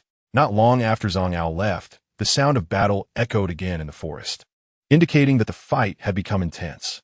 While watching the battle, Yi Shangqiu began to distract himself and started to merge part of the Gannic genes. Continuing to suppress this wasn't a solution. He could only slowly merge. Such vast knowledge. What is going on? Yi Shangqiu felt something was off as soon as he started the fusion. The gene fusion actually came with a massive amount of knowledge, nearly overwhelming Yi Shangqiu's mind. But why didn't Rose's genes have this? Yi Shangqiu quickly edited the things in his mind and let out a sigh after a long time. Gene implantation technology? It feels like such an evil method. And what about upgrading to a divine body? Unfortunately, my current genes can't possibly advance to a divine body naturally. Where can I find a nuclear bomb at this time? Besides, upgrading to a divine body is also impossible. Yi Shangqiu organized the things that appeared in his mind, but only a few of them were well-structured, while the rest were fragments, chaotic, and messy. Moreover, this Jinnah gene was not as powerful as he had thought. Jinnah's strength lay in its vast amount of knowledge and its ability to nurture others. Forget it, I was too greedy. It seems that I will have to collect some modern weapon cards in the future as well. Yi Shangqiu Seekit, saying that the help from Jinnah's genes was really too small. Just as Yi Shangqiu was organizing his knowledge, the battle over there had also ended. Zango was knocked to the ground, and on the other side, Usopp had already collapsed weakly. It was clear that Zango had held back, as he didn't dare to use full force with Yi Shangqiu present. Yi Shangqiu looked around and saw that it was about time. After a few jumps, he arrived beside the 2 people. He reached Zhang Yao's side, who was still conscious but clearly injured and unable to stand up. You did well, although I'm not entirely satisfied. You've done your best. I won't go back on my word. I promised you I would keep my promise. Even though I'm a pirate, I still have my principles. Upon hearing Yi Shangqiu's words, Zhang Yao felt relieved and fainted. Yi Shangqiu shook his head in surprise, not expecting Zhang Yao to be so at ease. Pirates might have their advantages. Yi Shangqiu glanced at Zhang Yao's hat, bent down, and picked up the card on the hat. Super God World, first generation nightmare demon gene, invade dreams. Do you want to recklessly toy with others' dreams? This so-called guy is very suitable for you, but let me remind you, this guy is a demon, and a goofy demon at that. There are records of these things in Yi Shangqiu's mind. The first generation nightmare gene is also a type of super gene, but being the first generation, it has no possibility of becoming divine. However, the nightmare gene is different from the genes of ordinary demon soldiers. It is a gene that can grow and has the potential to advance to a divine body. No, wait, this guy has no physical form. Yi Shangqiu looked at the card and then at Zhang Yao in front of him. He had to admit that they really were a good match. Zhang Yao had the ability to hypnotize, and this nightmare gene had the ability to enter dreams. The combination was simply seamless. Moreover, the most important thing was that Yi Shangqiu did not want this nightmare gene. Yes, he didn't want it. It couldn't really be considered human, and the drawbacks of this nightmare gene were just too significant. For Yi Shangqiu, the gene growth was very high, easily overshadowing his existing genes. And the depiction of this nightmare on the card was just too ugly, and it was from the first generation. Yi Shangqiu rubbed his chin. Should I try gene implantation technology? It feels somewhat evil. Logically speaking, since I am the one injecting it, I would be its master. But this guy can't get on the ship, right? Yi Shangqiu is grappling with a dilemma. Whether to inject the nightmare gene into Zhang Ao's body. This way, he wouldn't have to inject the gene himself, and could gain a capable subordinate. As a pirate, he finds certain matters difficult to handle and some places inaccessible. He hopes to arrange for someone in the Navy, but it seems that Zhang Ao is also a pirate, right? Forget it. He decides to hold off for now and think it over carefully when he returns. With a wave of his hand, a wormhole opened above the leaves, swallowing Zhang Ao and transferring him onto his ship. He needed to think carefully about this, knowing that there would be many demons to deal with, making the handling of these cards a dilemma. Injecting himself was definitely not an option. Throwing them away would be a pity. Moreover, he expected to encounter many such cards soon. They were like bystanders, tasteless to consume, but regrettable to discard. Forget it. He decided to keep them as his trump cards. You never know when they might come in handy. Anything could happen. Yi Shangqiu put away the cards again. After all, he was a super soldier with genes, and besides the god-slaying weapon, he didn't have any obvious weaknesses, unlike the devil fruit, which was so significant. After finishing these tasks, Yi Shangqiu glanced at Usopp, who also had cards on him. Yi Shangqiu pulled Usopp up and casually collected the card. Eagle-Eye Gene. Possesses powerful archery skills. Note, will not mutate. Will not require payment. Has no special abilities. Is not a god. And is definitely not good-looking. How awkward. Yi Shangqiu glanced at Usopp, who was struggling to stand up. How did such a card appear? Previously, Yi Shangqiu thought Usopp's slingshot abilities were not weak at all. He even hoped to obtain a super divine gene, but unexpectedly, such an awkward character appeared. It could be said that he is the main character, but he also seems like a mere mob. One could say he is an extremely awkward person. So, is everything okay with this Usopp? Yi Shangqiu looked at the other person's swaying figure with some concern. This physique is really a big problem. It's fine, no big deal. I'm the great Captain Usopp. I've defeated 10,000 people like this. Usopp raised his hand to show his strength, but can you stop shaking? Oh, Yi Shangqiu was too lazy to pay attention to this guy, who can't brag. Anyway, Zhang Ao is also the vice captain and his strength is quite good, defeating 10,000 people. But whether you can find 10,000 people in the entire East Sea is uncertain. I'll help. Usopp discovered that he was being swallowed by a wormhole and hurriedly called for help. Yi Shangqiu rolled his eyes, opened the wormhole, and jumped at himself. What the heck? Yi Shangqiu grabbed fiercely, catching a person in his hand. Upon closer inspection, it was a familiar face. Wasn't this just to show off Kuro? In the blink of an eye, the two of them arrived at the place where Luffy and the others were fighting. At this moment, Zoro was resting on one side, and the cat brothers were already lying on the beach, having transformed from cats into salted fish. Luffy had also finished his battle, and Kuro had turned into a salted fish as well. Nami had taken all the treasures from the enemy's ship. When they arrived, Luffy was just about to throw Kuro out, and he happened to throw him right in front of Yi Shangqiu. Yi Shangqiu looked at Kuro in his hand and casually took the card from Kuro, but it was just a movement technique called Ling Yun Zone. There were too many shattered worlds. Could even the martial arts world be broken? Yi Shangqiu muttered to himself and casually threw Kelluo out. He had no interest in this person. A pirate actually gave up his pirate identity and started scheming for an inheritance, completely losing face as a pirate. Moreover, he suddenly had a martial arts manual. Take your captain and get lost. You are not allowed to come to this island again.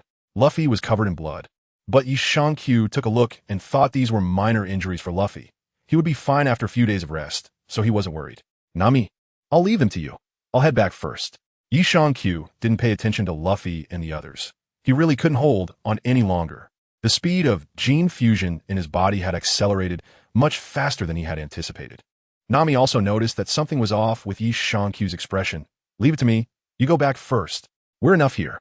Just be careful, and let us know if you need anything. Yi Shangqiu did not open a wormhole to directly return to his ship, as they thought, but instead charged straight out through the seawater.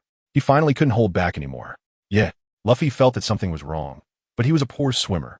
Zoro was somewhat worried, but unfortunately, he couldn't keep up with Yi Shangqiu either. He arrived at an open sea area in autumn, slowly settling on the surface of the water, feeling the situation within himself.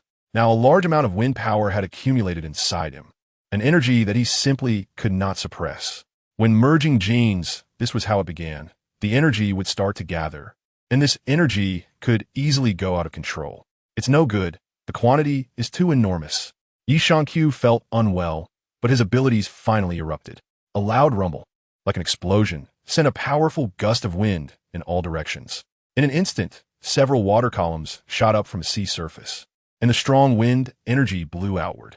The pirate crew, who were just about to escape from the island, were suddenly pushed back to the shore, and the wind almost tore the sails of the local ships apart. Help! Nami and Usopp lost their balance and were blown away. Fortunately, Luffy reacted quickly, holding onto a large tree with one hand while using his rubber arm to grab Nami and Usopp. Zoro also reacted in time, drawing his two swords and stabbing them into the ground to stabilize himself. But even so, he was blown quite far away. Hey Luffy, what's going on? Does it always happen like this? Isn't it too terrifying? Haha, he has become stronger again. That's amazing. Luffy adjusted his hat with the hand holding the tree, showing a silly grin. Meanwhile, Nami, who felt like a kite, was bursting with terrifying energy. Are you all monsters? Is this really a human? I'm dead. I must be dreaming. Usopp, in a nearly unconscious state, felt like his bones had turned to jelly. An energy burst made Yi Shankyu feel much better. The speed at which his genes accumulated energy was too fast, but his body couldn't keep up, which is why he felt this way. This was also why Yi Shankyu urgently needed advanced divine genes. Accumulating energy wasn't the problem, but the problem was that the accumulation speed was too fast, and he simply couldn't hold onto so much energy. Hoo. He stood on the surface of the sea, panting in the autumn air. This was really not a good thing. The speed of energy extraction from one type of gene was already fast enough, but now the speed of extracting from two types of genes was even faster. It seemed like a solution was needed. I hope one was hurt. Yi Shankyu took a glance at the coast, opened a wormhole, and directly jumped back to his ship. The previous gene fusion was relatively easy, so it caused a bit of a ruckus, but it was manageable afterward. He didn't dare to fuse with the super god gene again. It was simply life-threatening, and he even started to wonder if he might explode and die. Finally, the calm returned, and the Black Cat pirates ran away as if they had seen a ghost. As for their vice-captain, he didn't care at all. Nami and Usopp finally fell from the sky, collapsing on the ground, still shaken. Usopp lay motionless on the ground, while Nami sat weakly. Monsters? Why am I involved with these people? Nami had previously had some good feelings towards Yi Shankyu. After all, they were pirates. But these guys had never acted like pirates, and they were clearly newly set out on their journey. But now she began to worry about her safety. If Yi Shankyu went berserk, could they handle it? Yi Shankyu returned to his ship and looked at the guy in front of him, named Zhang Ao. This guy had also woken up and realized he was in an unfamiliar place, feeling quite worried. Unfortunately, his body was still unable to move. At that moment, Yi Shankyu came back and glanced at Zhang Ao. Didn't you say you would let me go? Zhang Ao looked at the young man in front of him and realized that even a newly set sail pirate was still a pirate. Had he been too naive to believe the other party? Don't worry, I still have some principles. I brought you here to make a choice. Before autumn on the leaves. The headache from that card is now even more painful. I absolutely cannot fuse it, at least not now. So it's better to let the guy in front of me choose. Do I have a choice? Zhang Ao gave a bitter smile. He said it was a choice. But right now, he really had no other option but to obey. No, you do have a choice, that's true. Even if you don't choose. I want to take your life. But don't you want to hear what the choices are? Yi Shankyu never intended to go back on his word. These pirates do have their advantages. At least their means are sufficient, and they have no principles. Zhang Ao smiled helplessly. Go ahead. Do you want power? Power like mine? Yi Shankyu took out the card, but the other party couldn't see it. A devil fruit? Are you willing to give it to me? What's the price? Zhang Ao was a bit excited upon hearing this. The treasure of the sea, the devil fruit, even the worst devil fruit is worth hundreds of millions. And there is nowhere to buy it, especially in a place like the East Sea, where there are very few capable users. Yi Shankyu pinched his chin. Almost. The price is your loyalty. Yi Shankyu wouldn't foolishly tell this guy that it wasn't a devil fruit, at least not now. If he did, this guy would only end up dead. The super divine gene is his biggest trump card. Saying it out loud might not necessarily lead to anything good. Ha. You actually still believe in the loyalty of pirates? That's really ironic. Zhang Ao laughed heartily, amazed that there are still people who believe in the loyalty of pirates in this day and age. There isn't that much loyalty on the sea. Yi Shankyu looked at the card. No, I don't believe it. If you choose, I will naturally find a way to earn your loyalty. You don't need to worry about that. The question is how you will choose. I won't force you, and of course I won't use threats to control you. So you can rest assured about that. However, at critical moments, you must listen to my commands. At other times, you're still free. After talking for so long, what is your choice?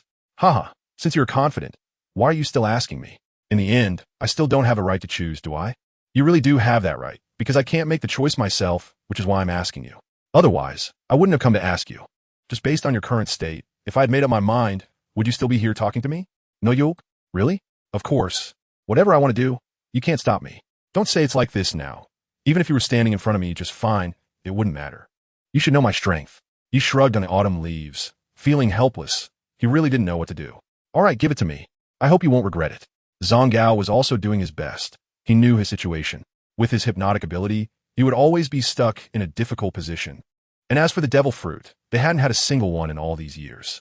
Even if they did find a devil fruit, it was uncertain whether he, as the vice captain, would be able to obtain it. Is that so? That's fine too. Yi gently waved the card on the leaf. Sparks of fire emerging from his hand. This time, it wasn't about refining. It was just about extracting the genes inside, and then using a special method to inject the genes into the other person's body. It was quite simple. Back then, Morgana transformed a whole village with just one move. Although he obtained Janna's method, it shouldn't be a problem with just one person. Bring it here. I want to taste the flavor of the devil fruit for a long time. I've heard it tastes like shit. You'll be disappointed. It's not the devil fruit. That kind of thing has too many obvious drawbacks. What I'm using is something more advanced than the devil fruit, the genes of a god. Although it is still a demon, after all. Yi Shangqiu extracted the genes and injected them directly into Zhang Gao's body using a special method. Zhang Gao struggled on the ground in pain for a while, then fell into a state resembling sleep. Yi Shangqiu observed for a moment, found a position to sit down, and began to merge his own genes while keeping an eye on Zhang Gao's condition, as there were still too many complications involved. Generally speaking, gene implantation technology directly merges the genes of the opposing demon, which means that memories are also fused. It essentially just occupies that person's body for transformation. However, the first generation of genes would not exhibit such a situation, and since the world had shattered, these had become blank templates, eliminating the previous replacement scenarios. But he still felt uneasy. After a while, Yi Shangqiu could no longer wait and slowly closed his eyes to merge. Zhang Gao felt as if he were dreaming, filled with many things and knowledge, and suddenly, without knowing why, he felt that Yi Shangqiu was his king and that he was his subordinate. He gradually accepted this idea. Finally, the dream ended, and Zhang Gao slowly awakened, realizing that his body had restored itself at some point and that he seemed to have gained even more strength. Remembering the things from his dream, Zhang Gao closed his eyes and slowly felt his soul suddenly detach from his body, floating in the dark and even able to fly. How does it feel? He slowly opened his eyes in the autumn, and just in time saw that dark mass, which was quite different from the nightmare on the card. It still resembled Zhang Gao, but had some changes with some black mist floating around. It felt good. My king, what is your command? The nightmare Zhang Gao is willing to serve you. Zhang Gao's soul was very polite, kneeling on one knee and removing his hat to pay his respects. Very well. You should understand the nightmare's matters better than I do now. I need you to infiltrate the Navy. There is nothing else to discuss. With your current abilities, this should not be a problem, right? Yi Shangqiu smiled happily, which shows the difference between gene implantation and the fusion of Yi Shangqiu's genes. After gene implantation, the demon's strength will be retained to a certain extent, and some abilities can be used directly. However, his fusion is different. The process is very slow, but fortunately, the mind will not be affected, whereas the gene implantation of a demon can influence a person's thoughts. I am here to serve you, my master. Nightmare Zanga will always be your most loyal warrior. Zanga nodded and returned to his body. He now felt different. The genes of Nightmare seemed to be tailored for him, making his hypnosis effect more pronounced, and he could enter dreams at will. He could manipulate dreams and read a person's dreams, knowing everything that person had experienced, subtly influencing them. Zanga's soul returned, and his body slowly stood up, bowing to Yi Shangqiu. All right, if you need anything, just find me. But don't let anyone discover it. The rest depends on you. Zanga, don't let me down. Yi is very happy in autumn. From now on, he will know all the naval intelligence. Most importantly, he can take responsibility for the difficult problem of interrogation, and this combination of abilities is simply unbeatable. He is my king, and I look forward to your summons. Zhang Ao walked out step by step with elegant strides, and the joy on his face was truly undeniable. Yi Shangqiu was not stingy and gave Zhang Ao some needed treasures. The small boat next to him was taken away by Zhang Ao, and now there are more people. So a small boat doesn't matter anymore. He still has the dying seagull in his hands, and Luffy is also looking for a boat. So these two small boats will eventually be abandoned. Watching Zhang Ao leave, Yi Shangqiu once again began to merge his genes. It took him 3 full days to complete the fusion, and he could barely control Kanna's genes, but he could take his time from now on. There was no rush. As long as he didn't go berserk, it would be simple. In these few days, Luffy and the others came over several times to bring Yishankyu some food. This was a habit developed by Luffy and Ace. After finishing their meals, they would bring some back for Yishankyu. And they also asked for living expenses a few times. At other times, they tried not to disturb Yishankyu. Yishankyu actually stored some food in the wormhole. However, since it was kindly sent over by Luffy and the others, Yishankyu didn't hold back. If he could save some of the things in the wormhole, he would, just in case they needed it one day. 3 days later, Yishankyu wanted to know why they hadn't set sail yet. Luffy told Yishankyu that they were waiting for a ship, but you said she would send them a ship. Luffy and the others happily prepared to wait for their sea vessel. Yishankyu took the opportunity to wander around, enjoying the rare leisure time. He hadn't had a proper rest during the long time at sea, and he wanted to sort out what he had obtained. Despite the awkwardness of still having a character card, he didn't want to give it to Usopp. Out of boredom, he had collected some cards, but they were all a jumble of random things, weapons, food, and a pile of items which he tossed into his wormhole. Unfortunately, he didn't find anything valuable, which disappointed him for quite a while, so he could only go fishing at sea and practice his wind abilities, though he found those abilities rather disappointing and a bit weak. After 3 more days, everyone was ready. Yishankyu's situation remained the same, waiting for his genes to come in gradually, though the time seemed shorter than he had previously thought. The 4 of them looked at the exquisite little ship with its elegant triangular sails. A small warship, though calling it a warship was a bit of an exaggeration, as it only had 2 small cannons, which weren't very big. The bow of the ship was designed to look like a delicate sheep's head, which appeared cheerful and very cute. It seemed a bit small, but it was sufficient for their pirate crew of 4. The helm wasn't placed on the deck like usual ships, but in a dedicated control room, which was actually quite adequate. The ship also had a meeting room, which was their steering area, as well as a boys' room, a storage room, and more, making it quite well equipped. The elegant butler bent slightly and introduced the ship with standard gentlemanly etiquette. This ship was officially their pirate ship. It was a bit moving to think about it. They had faced many battles since going to sea, but only now had they resolved the issue of the ship. The previous 2 small boats, one of which Nami had tricked from the Buggy pirates, were truly pitiful. Look, we have a pirate ship now. It's so beautiful, Luffy exclaimed, pulling Yishankyu with excitement. Yishankyu understood Luffy's intent. On one hand, he was genuinely happy, and on the other, he wanted Yishankyu to not dwell on the mistake of giving away the previous ship. Yes, it's nice. We finally look a bit like pirates now. Yishankyu looked at the pirate ship with great fondness. No matter how cute it was, they finally had a proper ship now and no longer had to deal with that small fishing boat. I'll help. Stop me. At that moment, a huge green ball rolled down from the mountaintop, moving quickly and heading straight for their new ship. Zoro glanced at the person hanging from the package. Hey, at this rate, it's definitely going to crash into the ship, right? What is he doing? Forget it. Let's help him stop it first. Luffy watched Usopp coming over. This was their new ship, and it hadn't even been launched yet. What if it got damaged by a collision? Saying this, the 2 of them lifted their feet and directly helped to stop the big ball, but they didn't know how Usopp managed to be so unlucky. The 2 of them kicked Usopp on either side of his face, and Usopp stopped, looking at them. Thanks for the help. No need to thank us, Luffy and Zoro said as if they hadn't done anything. Thank you for taking care of me these past few days. I've decided to set sail, and I hope we meet again on the sea, Usopp said to Luffy as if it were a farewell. Baka, what are you saying? Aren't I your companion? Luffy interrupted Usopp, pulling him to look at Yishankyu. This is the sniper I found. His father is Yasopp. Yasopp, huh? Whatever you say. Yishankyu shook his head indifferently. He didn't place much importance on the sniper position. Since Luffy liked to keep and play with Usopp, it was fine, as the sea didn't care about things like sniping anymore, and the bullets used were still round. Moreover, Usopp used a slingshot, which had limited power. Yishankyu wasn't accustomed to the pirate world and still viewed slingshots as children's toys meant for bird hunting. Therefore, he had no strong feelings about Luffy inviting Usopp onto the ship. As long as Luffy enjoyed keeping him around, that was enough. Thus, Usopp naturally boarded the ship, saying goodbye to Kaya. He could sense her reluctance, but in this era, no one could stop a man from setting sail. Usopp smiled as he bid farewell to Kaya. The next step was the launching ceremony, which involved throwing a bottle of wine onto the ship. Breaking the bottle signified that they could set sail, and since it was a gift from Kaya, she was given the opportunity to do it. However, Kaya was still unwell, and the bottle lacked strength, hitting the neck of the sheep figure without breaking. It bounced back, which was an omen of misfortune for the ship. Q had ways to deal with such matters, but he decided to let it go. Since they had decided to set sail, they had to mentally prepare for anything. The Mary finally set sail, with Kaya and the butler, Mary, waving goodbye from the side. Usopp also waved, seemingly holding back tears, but he didn't let them fall.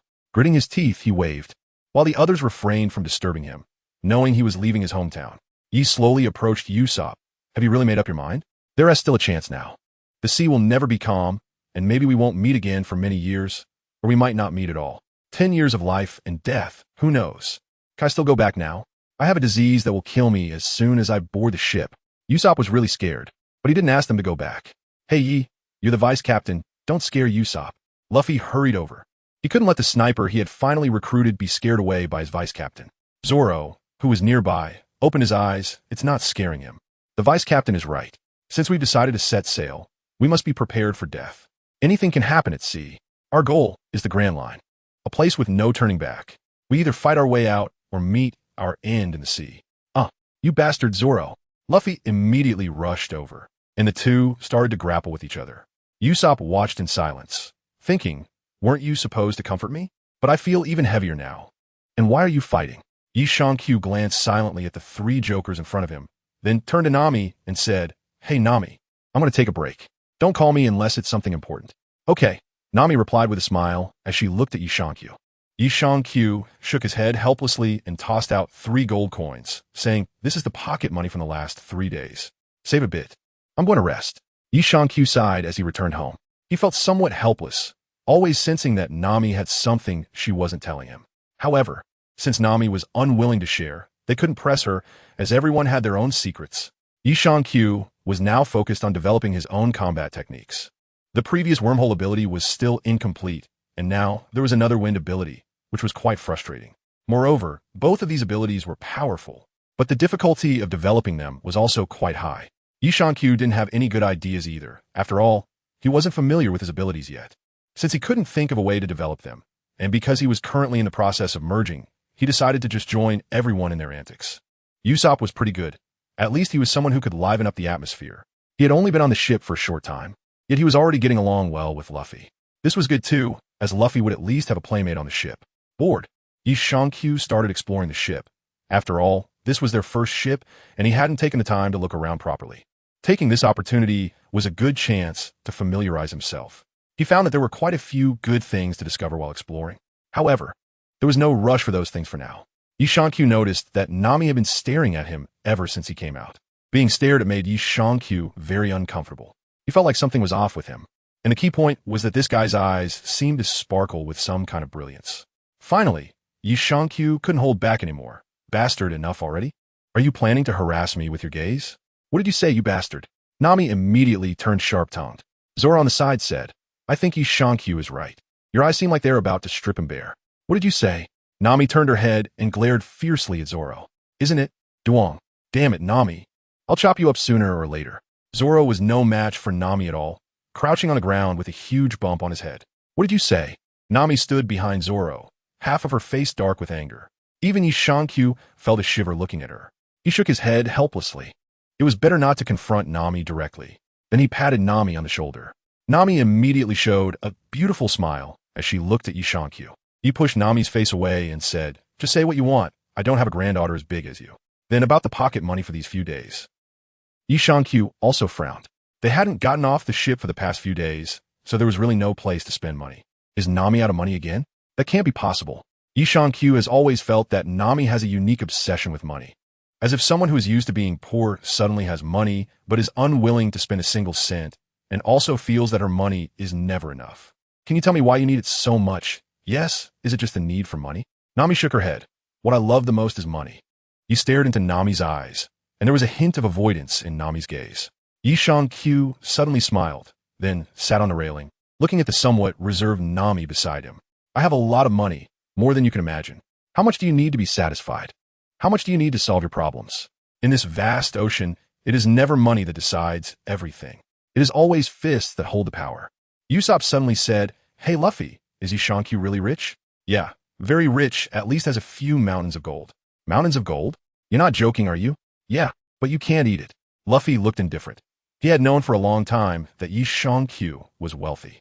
However, they had always found no use for money. In the eyes of these brothers, that money was completely useless.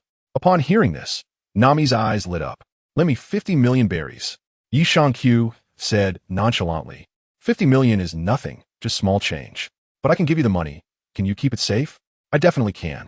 Oh. Yi Shangqiu opened a wormhole and then took out a bag of gold to hand over to Nami. The gold here should be worth 100 million. I'm lending it to you. Thank you. Nami immediately wrapped the gold up. Just after she tucked it into her arms, a dagger suddenly pressed against her neck. Nami froze. What are you doing? Are you having second thoughts? Regret? No, I've already lent it to you. Before Nami could breathe a sigh of relief, she heard a voice like a demon's. I'm a pirate, and I'm robbing you now. Ah, you bastard. Nami pulled out her short stick and began to fight back. Isn't this a scam? However, Nami's counterattack had no strength at all. The short stick was directly snapped by Yi Shangqiu. The dagger in his hand also cut through Nami's skin. I'm not joking. ISNT this just you not lending it to me? Don't say that. I did lend you 100 million berries. Saying this, Yi Shangqiu collected all the gold again. Then he continued, now you owe me 100 million berries. Bastard, this is robbery. That's right. Did you misunderstand something? I'm a pirate. Isn't robbing what I do? My fist is bigger than yours. Everything is up to me. Now not only is the gold mine, but you are mine too. What do you mean? Are you going to rob me of my body too? Usopp looked shocked. He glanced at Nami with disdain. This little girl who isn't even opened up is better off forgotten. Don't you have any sense of justice? What kind of justice do pirates talk about? Hey, yeah. At this moment, Luffy spoke up. Pirates can attack their companions. She's not. Luffy scratched his head. No matter what. She's my navigator. All right then. He picked up the dagger from the leaves, looking calmly at Nami. I don't mean anything else. I just want to tell you that there is no power on this sea that can keep anything safe. Just like Usopp couldn't protect Kaya. Baka, I did protect Kaya. Hee, as long as you're happy. Yi Shangqiu then opened his own wormhole. Inside, he took out the bag of gold he had before and handed it to Nami. You are very smart, but you are very weak. You have obtained a lot of treasures relying on your wisdom. However, those who possess overwhelming strength don't care at all. Because with just one word, your things will no longer belong to you. In fact, Yi Shangqiu didn't intend to deceive Nami. He was just trying to tell her a principle. Money is only considered money when people acknowledge it. If not, it is nothing. The essence of money is a general equivalent. If everyone agrees, it can be gold, shells, or even worthless paper. The strong set the rules, and the weak can only obey. Nami, dazed, was holding onto the gold, not knowing what to think. Yi Shangqiu suddenly remembered something about Usopp. Right? Can Usopp use a bow and arrow? Yes, of course. I'm a sniper, so I can definitely do that. Then, do you want power? Of course. This battle made Usopp feel his own helplessness. Facing the Black Cat pirates, he really didn't have much strength to resist. Although he defeated that hypnotist, he knew it was only because of Yi Shangqiu's intimidation. The opponent didn't dare to go all out. Then come with me. Yi turned and walked into the cabin. Usopp thought for a moment and then followed him inside. Yi Shangqiu took out the Hawkeye card. No matter what, Hawkeye is much stronger than the current Usopp. The key is the combat experience, and so on. He has never thought about giving himself an eagle eye template or anything like that. Yi Shangqiu refined the card and directly placed it into Usopp's head. Usopp gasped and fainted. This was not a gene implantation technique. This was a power given to him by the deity itself. He also refined cards in this way. The benefit of this method is that they won't be influenced by the personalities of the card characters. You remain yourself, just with some abilities and experiences of the card characters added. This method is actually quite good. Sometimes he doesn't need a puppet. Moreover, when collecting small worlds, powerful combat strength is really needed, and it's not just one person's strength. Looking at the fainted Usopp, Yi Shangqiu grabbed him by the nose and tossed him aside. Then he turned around and walked out, seeing Nami standing on the deck in a daze. Nami seemed to be lost in thought, with a bag of gold at her feet. He didn't disturb the other person in autumn. Watching Zoro exercise, her gaze involuntarily fell on Zoro's sword. She recalled the man who carried a cross before. Zoro also noticed this scene and then said, why is the first mate interested in my sword? Yi Shangqiu suddenly asked, do you know what that knife with a pitch-black blade is called? It seems to have a name like Supreme, Great Knife 12 Crafts Knight or something like that. Zoro's training movements came to an abrupt halt, nearly causing him to pull a muscle in his back. Then he glared fiercely at Yi Shangqiu. Have you seen that knife? No. Have you seen that person? Are you talking about the guy with the strange hat? You really have seen him. I just saw him not long ago. Is he in the East Sea? What else could it be? At that moment, Luffy cheerfully asked, Zoro, do you know him? Is he your friend? No, That man is my goal for setting sail. Zoro was extremely excited, and it was clear that he seemed unable to contain himself. He was almost vibrating with energy. Zoro was broken. Luffy, seeing Zoro like this, almost went up and punched him. Yi Shankyu asked, "Who is that man?" "The world's greatest swordsman, Dracul Mihawk, one of the 7 warlords of the sea." Zoro seemed to know this person well. "Oh, have you fought him?" Luffy asked casually, and Zoro also curiously stared at Yi Shankyu. "Not really. You lost him back then. I was in a hurry to find you. He's quite a nice uncle. However, even without fighting, I can still feel his monstrous strength." "Really? That's great." Zoro became even more excited upon hearing this. Then he looked at Yi Shankyu and asked, "How do I compare to him?" On the leaf, Yi looked at Zoro with disdain. "How can you be so bold? He is far stronger than you. If he makes a move, the result will only be one. He will take you down in an instant. Is that so? Then I want to fight him even more. Hey Luffy, let's go find my hawk." "All right." Nami was stunned when she heard this. "You guys aren't joking, right? That's one of the 7 warlords of the sea."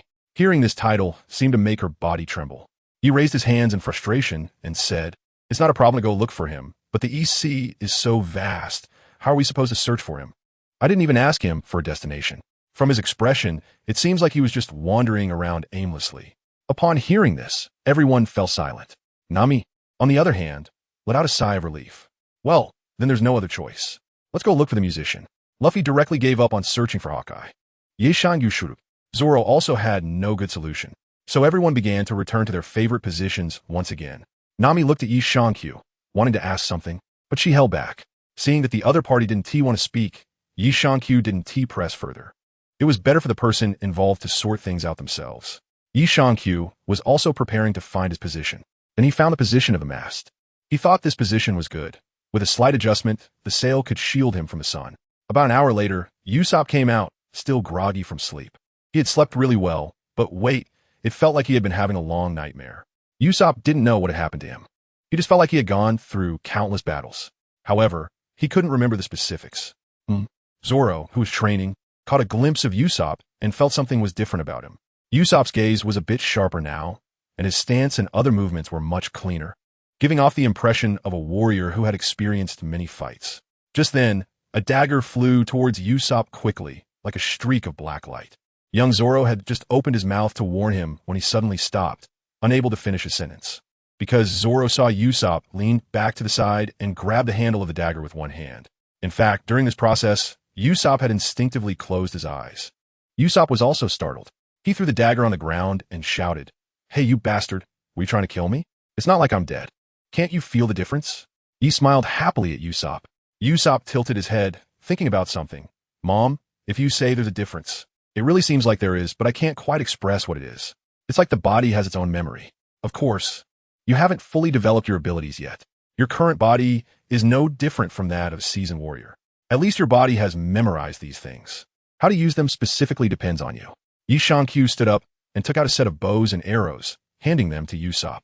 Usopp didn't even have time to think. It seemed his body reacted faster than his mind.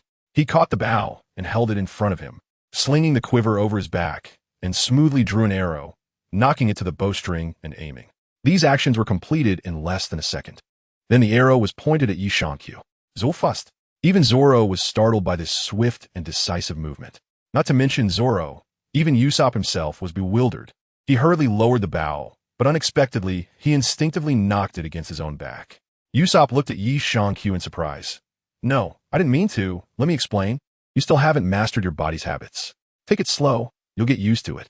Even in autumn on the leaves, there was no difficulty for Usopp. He knew that all of this was an unconscious action.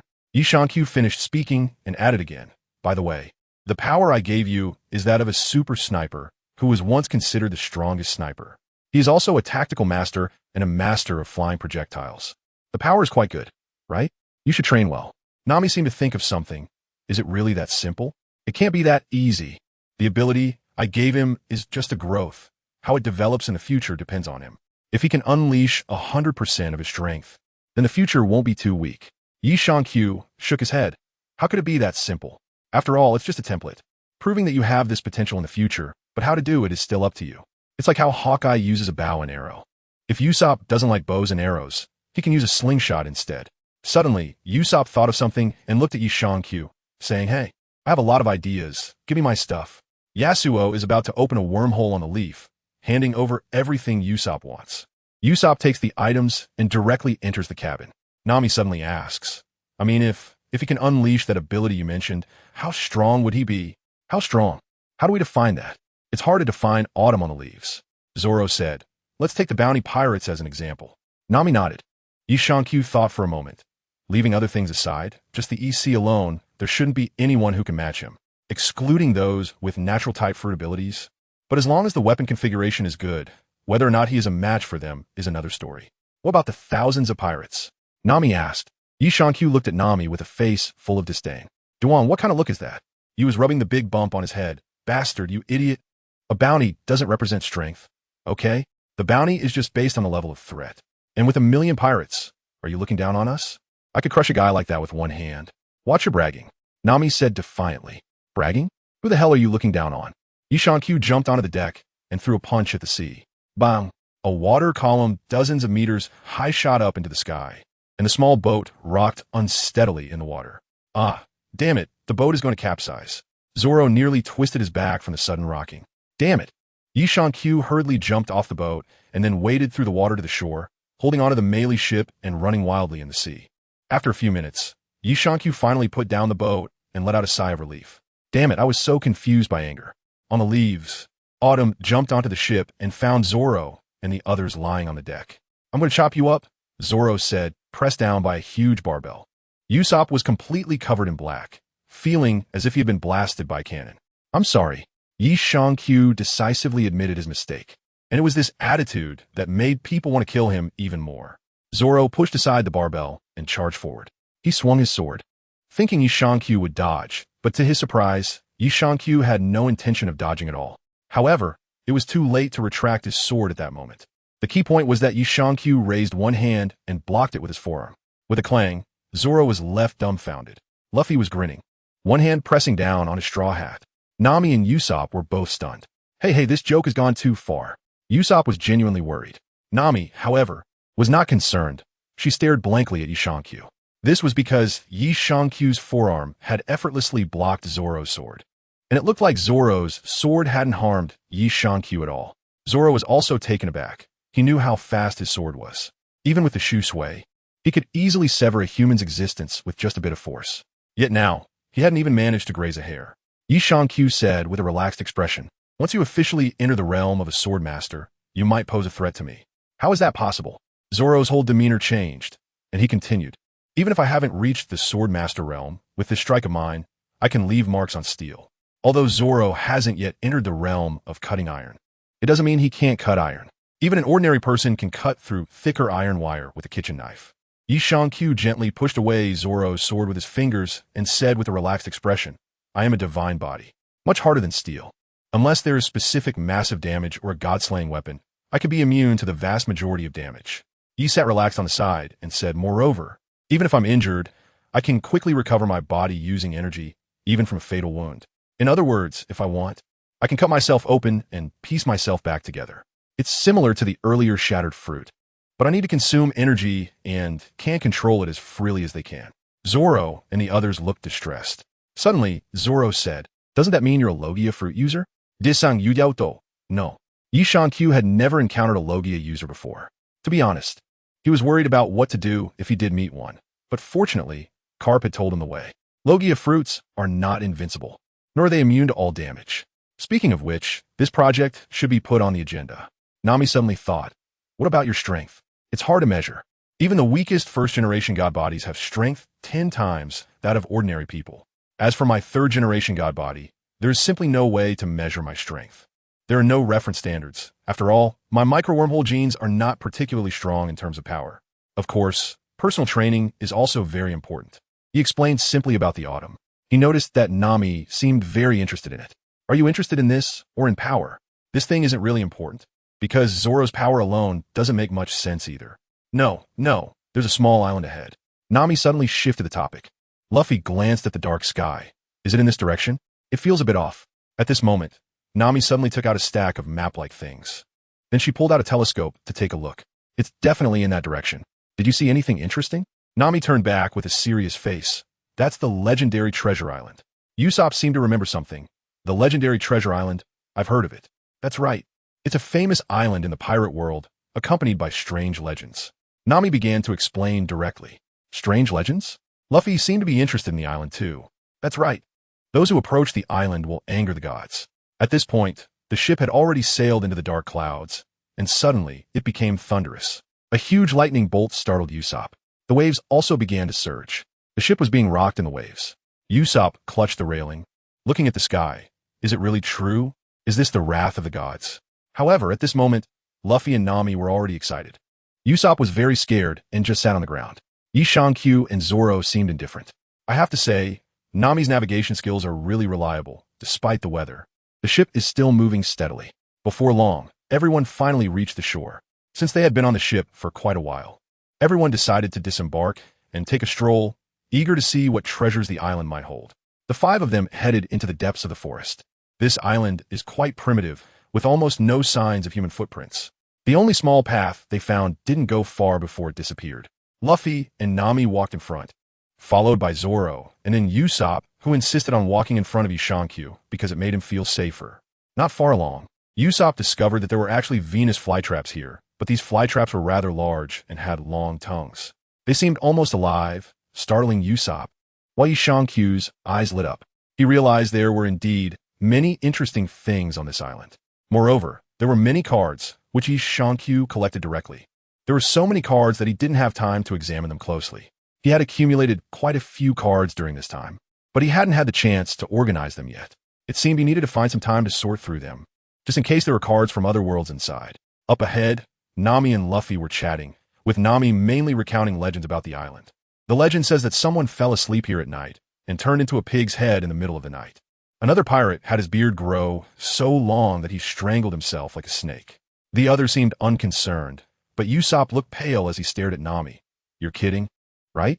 That's a lie, right? Nami cutely shrugged. Well, I might have exaggerated a bit. Don't scare me. You took a glance at Usopp in the autumn. You should grow a bit, right? Your strength is quite strong. That's a deity we're talking about. Saying this, who isn't a god? Do you look down on me? Q rolled her eyes and then turned around to continue collecting cards. The others were already used to it. They couldn't see the cards, but they had a general understanding of the situation. Then Q noticed pairs of glowing eyes appearing in the woods. The others didn't notice. Zoro yawned. I'm hungry. I'm going to sleep. Zoro simply lay down. How could anyone sleep in such a strange place? Nami also complained, indeed. How does his brain even work? Meanwhile, Luffy squatted at the edge of the grass, looking at a strange creature in front of him. This creature had rabbit ears, a snake's body, and a wolf's head with white fur on its body. Was this a rabbit gone rogue, or did it have a worm problem? Q was curious. The things in front of him were too strange. At this moment, Usopp and Nami finally realized something was wrong. The key point was that they were truly frightened. This fox had a comb and a rooster's tail. The bat had a panda's body. The two of them were in a chaotic mess. Q casually caught the strange bat in his hand and examined it up and down, saying, it seems to be just like this, with no signs of artificial stitching. It should be due to the different climatic conditions on this island that such a strange animal has appeared. This little peculiar creature is quite cute. You're the strangest one here, Nami and Usopp said while teasing Q together. Q rolled his eyes and then let go of the strange creature in his hand. He turned around and ran towards the other animals. When these creatures saw Q, they hurriedly ran away, and he directly chased after them. The things on this island were indeed quite strange, but it seemed he had forgotten about Luffy and the others. After about half an hour, Q had collected enough and then finally remembered. Oh no, he had forgotten about that group of guys. He then followed the location he had given to Luffy. On the way, he encountered Zoro, who was wandering around in the woods. He looked at this guy wandering around in the woods for several laps. Finally, it was confirmed that this guy was also bad with directions. Q threw a rope to tie Zoro and pulled him along. They almost got lost. Goodness, with such a big tree beside them, Q went left while Zoro inexplicably turned right. Luckily, Q was strong, but Zoro ended up bumping into the tree. Thus, the two of them arrived where Luffy and the others were. They saw Usopp holding a pink thermos and drinking tea, and Zoro unceremoniously snatched the teacup away. Zoro took a sip, and when he opened his eyes, he saw a head with a full head of fluffy green hair, and he just sat down on the ground. What the heck is this guy? Nami was sweating coldly. I wish I had discovered this earlier. Luffy calmly explained. He asked the one stuffed inside the treasure chest. Are you the son packed in a box? Zoro retorted. Yi Shang-Q didn't understand what it meant. The guy in a box explained, I have been carefully cared for since I was young. Is it even possible? Don't make me say such a boring joke twice. Before he finished speaking, a pair of hands had already grabbed his upper jaw and started pulling hard. Zoro, help me out. Then Zoro also came over to help Luffy pull him out. It hurts, what are you doing? Luffy, Zoro, hurry up and stop. His head is going to come off. Hearing the other person scream, Zoro and Luffy finally stopped. Luffy wiped his sweat. It really can't be pulled out. Well, he has been stuck in there for too long. His body is already fused with this box. If we really pull him out, he will get hurt, probably quite seriously, and whether he can survive is another question. We don't have a doctor here, so let's not do it. Yi Shango explained it to everyone. That person also nodded. That's right, if the box is damaged, I fear I would die too. Yi Shang-Q glanced at the card he found and suddenly said, Hey Luffy, I'm going out for a bit. You guys can handle things here. Okay. Zoro asked, where to? I don't know, just checking out the nearby islands. I want to buy some stuff. Nami, are there any islands around here? Hearing this, Nami got excited. Yes, there's one to the east, but it takes a day to get there. Do you want me to help you? No need. Yi Shang-Q said as he opened a wormhole and jumped in. Where'd he go? Usopp asked curiously. Probably to the island Nami mentioned. Luffy replied nonchalantly. Can that thing jump that far? Zoro was also surprised. Yi Shang-Q temporarily left the boat because he found this batch of cards very interesting. Although he hadn't organized them yet, these little things were still quite nice. He decided to work on them since it was also a good way to relax. He went to the island's residence and the market to buy mini animals. Finding a quiet environment, he directly fused the cards with them. Half an hour later, Yi Shang-Q was holding a cute creature in his arms, gently petting it. Who says a tough guy can't like fluffy things? Wow, it turns out Vivy is so cute. That's right. Most of the cards he obtained this time are Pokemon. Yi Shang-Q also discovered that he had Pokemon cards before. Overall, this harvest was pretty good, and he got quite a few adorable little things. However, it seemed that these creatures couldn't be brought on the boat, as resources were still scarce and space was very limited. If it really came down to it, he would have to go back to Koya or places like Windmill Village and ask them to take care of them. With this in mind, Yi Shang-Q decided to return to Luffy first. So he teleported with a large number of Pokemon directly to the island. His sudden appearance startled everyone. However, Yi Shang-Q was startled by Luffy. Luffy was inviting that old man onto the boat. Yi Shang-Q tilted his head and looked at everyone. Did I miss any plot while I was out for a while? You missed a lot, Usopp said directly. Nami looked at the Pokemon in Yi Shang-Q's arms and beside him with a happy expression. After all, Nami is a girl, and she still likes things like this. Luffy was very happy. Meat, so much meat. Yi Shang-Q's face instantly turned green, and he said expressionlessly, ABO snake, use your poison needles to attack. The ABO snake opened its mouth and shot out poisonous needles that pierced into Luffy's body. They're not just meat. They're my pets, my companions, you jerk. If you dare to lay a hand on them, I'll beat you to death. Seeing Luffy poisoned and the terrifying Yi Shang-Q, Nami, who initially wanted to come over and tease them, quickly hid away. Oh, quite an interesting animal. Zoro also liked these little creatures, especially since they could attack. On the other side, Usopp weakly raised his hand. Luffy seems to be poisoned. Is that okay? Let him learn a lesson. Although Yi Shang-Q said this, he still handed a bottle of detoxifying medicine to Usopp. Usopp honestly fed it to Luffy. Before long, Luffy woke up, pointing at Yi Shang-Q and cursing. Bastard. I almost got killed. It's a pity I didn't die. The autumn leaves show no sign of regret. Bastard, I'm going to kill you. Oh, Clam, use a water gun. Then a stream of water appears and directly knocks Luffy into the sea. Hey! Zoro jumped into the sea without thinking, but it was actually just by the shore. Zoro lifted Luffy up with one hand. Amazing. Usopp never thought there was such a skill. The nearby treasure chest flaunting uncle was dumbfounded. Is this guy really the vice captain? Yi Shang-Q looked at the animals beside the big uncle and suddenly thought of something. Uncle, could you please help take care of these Pokemon? It's not convenient for us to bring them on the ship, and having them around will help you protect this island better.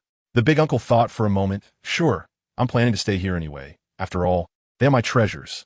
But will these guys attack me? Don't worry, they're actually very smart, and they are quite powerful. Yi Shang-Q thought that this uncle was pretty good, as he was able to get along well with so many animals. So he should be able to take good care of these Pokemon. So, I can leave it to him with confidence. Even if it costs me my life, I will protect them well. The uncle readily agreed. Hearing the uncle's agreement, Yi Shang-Q felt much more at ease. Then, he modified some trees on the island to turn them into trees that certain Pokemon could eat. After that, Yi Shang-Q left most of the Pokemon here, taking only a few with him. There was no way around it.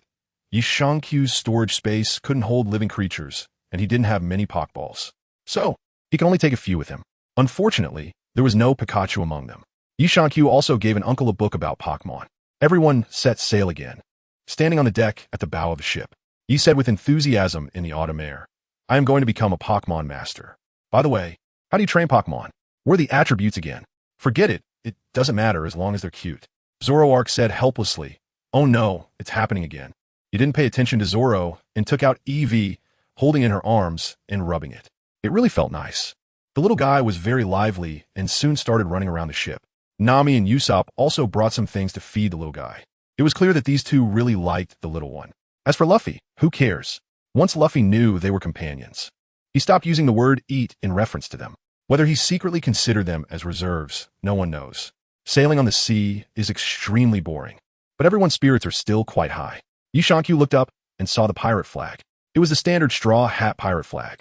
After a couple of glances, Yishankyu lost interest. He was in the cabin meditating when the pirate flag was being drawn. But on the ship, it was boring. So everyone had to find something to pass the time, right? Nami was playing with a few Pokemon. After all, it seemed that Nami was only just 18 years old. At this age, in Yishankyu's previous life, it was still considered too young for marriage. Although she was already an adult, in everyone's eyes, she probably still looked like a child. Yishankyu felt the same way about Nami. Although she was beautiful, in his eyes, she was just a little girl who hadn't grown up yet. Out of boredom, Yishankyu began to sort the cards he had received during this time on the deck. Most of the cards were just item cards. There was no help for it. There really weren't as many item cards as there were people. There were also quite a few skill cards. Although they were called skill cards, they weren't that convenient. These cards only allowed you to learn the skill, but the actual power of the skill still depended on your own ability. There were only a few character cards, but many of them Yishankyu didn't really recognize. After all, there were quite a few characters. He gave Usopp a character card because he felt that Usopp didn't seem to know much, except for being good at sniping. However, Yishankyu wasn't sure what Zoro and the others needed, so he could only wait and see in the future. It would be good to provide help when he discovered their shortcomings, and it should be said that this was the best approach. Many of the item cards Yishankyu had didn't require prior items, which saved space. On the aft deck, Usopp and Luffy were competing. They were firing cannons to see who could hit the target accurately. Not far from them was a towering reef, and the two aimed at that. Moreover, since the ship had gone to sea, the cannon hadn't been used yet. Taking this opportunity was also a way to pass the time as the two competed. However, how could someone like Luffy possibly compete with Usopp? Luffy missed by a wide margin on his first try, but Usopp, being a sniper, hit the reef with one shot. Even Usopp was shocked by the result. He hadn't expected this outcome at all. However, Luffy immediately decided that Usopp would be the sniper. "Aren't I the captain? I'm a captain, okay?" Luffy wouldn't give up the position of captain to anyone. A few of them also went to the kitchen since it was time for lunch. As Usopp sat down, he said, "All right, I'll let you have this advantage, but if you don't do well, I'll take over immediately." "Sure," Luffy replied nonchalantly. But how could Yishankyu let that happen? "Hey, you can't pretend you didn't hear that. Usopp, the position of captain is the most dangerous one. If you want to be captain, then go face the opposing captain when we encounter a pirate crew. No matter when, the captain could never back down." "That's right. Do you have the resolve to risk your life?" Zoro coldly added. Zoro wouldn't back down on this matter either. After all, there were already two people above him, so what would another one matter? Just joking around. Usopp completely shut down. "Not every joke can be made on the ship. If you say something like that again next time, I won't hesitate to use my authority as first mate to challenge you to a duel. If you succeed, you become captain, but if you fail, you will perish in this sea." There was no way around it. If Luffy's authority wasn't strong enough, then this matter had to be handled by himself. Other jokes could be made on the ship, but this one couldn't. The captain is the direction in which the ship moves forward. This ship only has one direction to move forward, and that is the direction designated by Luffy. Zoro added, "Before challenging the first mate, you still have to challenge me." Usopp completely shut down. Luffy didn't find anything strange about it. In fact, he didn't even understand these matters. It was even possible that he interpreted it as a joke. He brought the dishes to the table and handed them to a few people. Luffy suddenly seemed to remember something. "Speaking of which, I've been thinking this ship needs a position before we enter the Grand Line, right?" Yishankyu said, "Of course. Such a beautiful kitchen. Although I can cook, I'm not really good at balancing nutrition and things like that." "Yeah, but if you pay me, I would be willing to take on the job. Nami really doesn't waste any opportunity to make money." Zoro understood this and continued. That is an essential position during our journey, right? It's definitely needed on a pirate ship, right? Luffy also got excited. But upon hearing Luffy, Yishankyu felt it was bad. Musician, are you an idiot? Zoro couldn't help it anymore. Everyone was talking about the chef, okay? Yishankyu lowered his head. Indeed, you will never disappoint anyone. Is that so? Am I really that amazing? Luffy didn't even catch the meaning of Yishankyu's words. He finally couldn't hold back any longer and threw a punch, sending Luffy flying out. The others didn't say anything as they watched Luffy go. They were already used to it. Get out here. Bang. The few people inside the cabin were momentarily stunned, feeling as if there were more people outside. Usopp and Nami quickly ran to the door. Sure enough, they found that besides Luffy, there was another person outside.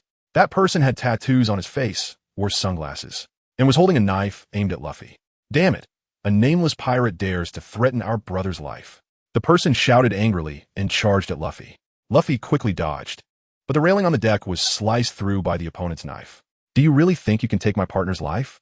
The person didn't give up and shouted as he charged again. At that moment, Zoro, who was sitting to the side, suddenly opened his eyes.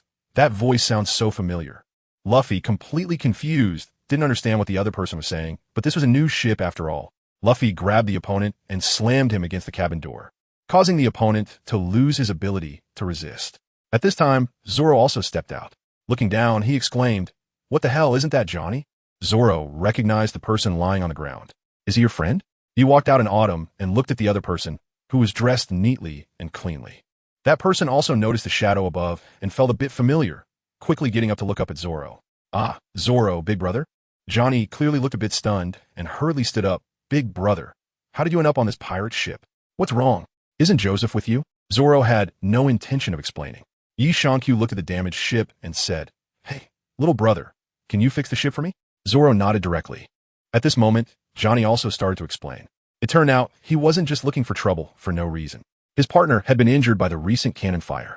They were hiding behind that reef when he came over to cause trouble. Seeing this, Yishankyu had no choice but to not pursue the matter further and hurriedly asked Johnny to bring Joseph over. Joseph was on a small boat, connected to the Mary by a hook and rope. Before long, everyone placed the injured and immobile Joseph on the deck. Johnny saw Zoro and felt a bit overwhelmed. He cried as he explained to a few people, Joseph was fine just a few days ago, but suddenly his face turned pale and he fainted several times. We can't figure out the reason at all. First, his teeth started to fall out, and then blood was spraying from his wounds. I really don't know what to do. He looked at Nami, who came out with her head tilted. This symptom feels so familiar, but it suddenly seems I can't remember it. Nami rolled her eyes and continued to walk down. Yishankyu also came down, after all. They still needed to protect the crew. What if the other side really collapsed and attacked? Johnny was still explaining when I brought him to the rocks to rest. Suddenly a cannonball came flying in, we were caught off guard, and we didn't have time to dodge at all. The cannonball was fired from the ship. Luffy and Usopp opened their mouths as if they understood a lot. The two immediately stood at attention, bent over, and sincerely said, Sorry. If apologies were useful, there would be no need for the Navy. Hearing Johnny's words, Luffy and Usopp turned pale. They really didn't mean to, but it was indeed their fault. Johnny looked at Joseph, who was struggling to breathe and had tears on his face. Big brother, this guy can't be dying, can he? At this moment, Yishankyu finally remembered something. It seemed he really knew about this illness. At this time, Nami and Yishankyu finally reached the crowd. Nami looked at the few people with bad complexions and calmly said, Are you idiots? What did you say? Zoro's face suddenly turned ugly. Nami began to examine Joseph's body, but her movements were a bit rough. Johnny got angry at a glance, grabbed Nami, and shouted, If you dare to make fun of my partner's death, I will not spare you. However, as soon as Johnny opened his mouth, it was like it was raining for Nami. He couldn't stand it any longer and picked Johnny up. What are you doing? You threw Johnny into the sea. You go down and calm down. Don't you know about this little issue? At this moment, Nami also spoke up. Luffy, Usopp, there are oranges in the warehouse. Go get some. Seeing the two standing still, Nami shouted again. Are you listening? Bring them over right now. This time, the two, with tears streaming down their faces, understood clearly and hurriedly dashed into the warehouse. He came helplessly to Joseph's side, looking at Nami. How's the situation? It's not serious. We discovered it in time. Nami slowly stood up, wiping the spit that Johnny had sprayed on her face. Yishankyu said to the two people in the warehouse, Make juice for me. Soon, Luffy and Usopp came out, and Johnny was also pulled up by Zoro. Luffy handed the juice to Yishankyu. What do you want me to do with this? Feed it to him. Give him more. This isn't enough. Listening to Yi Shankyu's words, the two quickly got busy again. Johnny, watching Usopp and Luffy's frantic activity, finally couldn't help but ask, "What's going on?" Nami helplessly replied, "It's scurvy." "Scurvy?" Nami explained. "If there are no delays, it will be fine in a few days." "Really? Captain?" Johnny became so excited he started to rain. Nami's face turned pale. "Don't call me that." Nami blocked Johnny's attack, and then explained to them what scurvy was. Yi Shankyu checked Joseph's wounds and then took out some medicine to give to Johnny. "Please take care of his wounds again in a while." Yi Shankyu was preparing to go into the cabin to tidy things up, especially since there were now injured people. However, after only a few steps, Joseph was already bouncing around behind him. Fortunately, just a few minutes later, Joseph laid down again. A few people helped Joseph to his room to rest, and everyone returned to the kitchen area. The atmosphere on site was not high. Everyone was still startled by what had happened. Johnny, wearing a mask and resting his chin on one hand, stood to the side trying to look cool. As for why he was wearing a mask, Yi Shankyu explained that he needed to take care of the injured and be careful not to let their wounds get infected. Well, actually, he was mainly worried about getting rained on. Nami was doodling while saying, "This time is a lesson for us. There are hidden crises during long-term sailing." Zoro, as usual, sat on the floor looking at the refrigerator while talking. Was he suggesting they think about nutritional balance with the limited ingredients on the ship for long journeys? Usopp also caught on to the main point. Only Luffy looked up at Yi Shankyu. "Don't think about it. Even though I can cook and have storage space, it wouldn't be enough for long distances, and I have no idea about nutritional balance." After Yi Shankyu finished speaking, Luffy looked a bit lost. In his eyes, Yi Shankyu was an omnipotent person. "This is an essential ability for sailing," Nami said helplessly. Luffy pondered for a moment before saying, "Essential ability? Great. It's a chef at sea." This surprised everyone. They didn't expect Luffy to think of this aspect. "Let's find a sea chef," Luffy declared as he slapped the table and stood up. The others had no objections and fully agreed. At this moment, the cool Johnny said, "If we're looking for such a chef, I know a good place." That's it. Where is it?" Luffy asked excitedly. "It's very close to the Grand Line. The destination, northeast by north. The Sea Restaurant Bartai." The restaurant Johnny mentioned is actually quite famous in the East Sea. However, no one had ever been there. With their guidance, everyone could go and take a look. So, under Johnny's direction and Nami's navigation skills, the group headed straight for Bartai. Sailing on the sea was ultimately boring, so Zoro spent his days aiming at Yi Shankyu and practicing his swordsmanship. At first, Johnny was quite worried. After all, he was the vice captain, and Zoro was acknowledged as such. Was it really okay for him to strike like this? Then they saw that Zoro had not caused any harm to Yi Shankyu at all. At that moment, both Johnny and Joseph were shocked by their worldview. They also fell into deep self-doubt, wondering if their strength was really enough to continue being sea hunters. One day, the two interrupted their training to ask about this matter, as they had lost the confidence they once had. Their strength was truly too weak. Zoro couldn't help them either. He wouldn't guide their training, so they could only train by themselves. But without a teacher, it really was difficult. "Hey, Vice Captain, can you help them? Johnny and Joseph helped me before, so I owe you a favor." There was no choice. These two had already missed the best time to build a foundation. He looked at the two people and said, "Okay, no problem." The eyes of the two people immediately lit up. "However, I have conditions." Yi Shankyu finished speaking, and the two of them hesitated a bit. "Could it be that we are going to become your crew?" "You don't have that qualification. The Navy of the East Sea is too corrupt. I need you two to form a team to maintain order here, whether it's the Navy or pirates." "We are willing to do that, but our strength—" "Leave that to me." Nami listened with a sense of helplessness. "What do you mean by that? Do you want to become someone like the nobility?" Yi Shankyu noticed that Nami was very angry and somewhat confused, but did not ask. Instead, he said, "This sea needs new justice. I don't want to see things like what happened in Shellstown. In the future, I might go to other worlds, and I also need manpower. So your task is to maintain order in the East Sea and assemble the team I need. Other worlds? You don't need to know about those." He looked at Johnny and Joseph. "You are recognized by Zoro, so I give you this opportunity. Whether to choose or not is up to you." The two hesitated for a moment and finally glanced at Zoro. "Big brother, he won't lie to you." The two felt much more at ease upon hearing Zoro say this. "If Big Brother doesn't mind, we are willing." The two replied loudly. The leaves gnawed in the autumn. Then they asked, "Zoro, where did you learn swordsmanship before?" "Tell them then, so they can go learn. After all, training and exercise are also necessary." "Oh, I see." Yi Shankyu waved to the two people and led them into the cabin. Inside the space, he took out two character cards. These two cards are from the world of Death Note and represent official members of the Soul Reaper team, specifically from the 11th Division. However, they're just minor supporting characters, but this division is known for its combat abilities. Even as official members, their strength is quite impressive, at least in the EC. They can be considered top-tier strong fighters, if not dominant. There's no helping it. The EC is simply that weak. Although these two members are minor characters, they're still sufficient.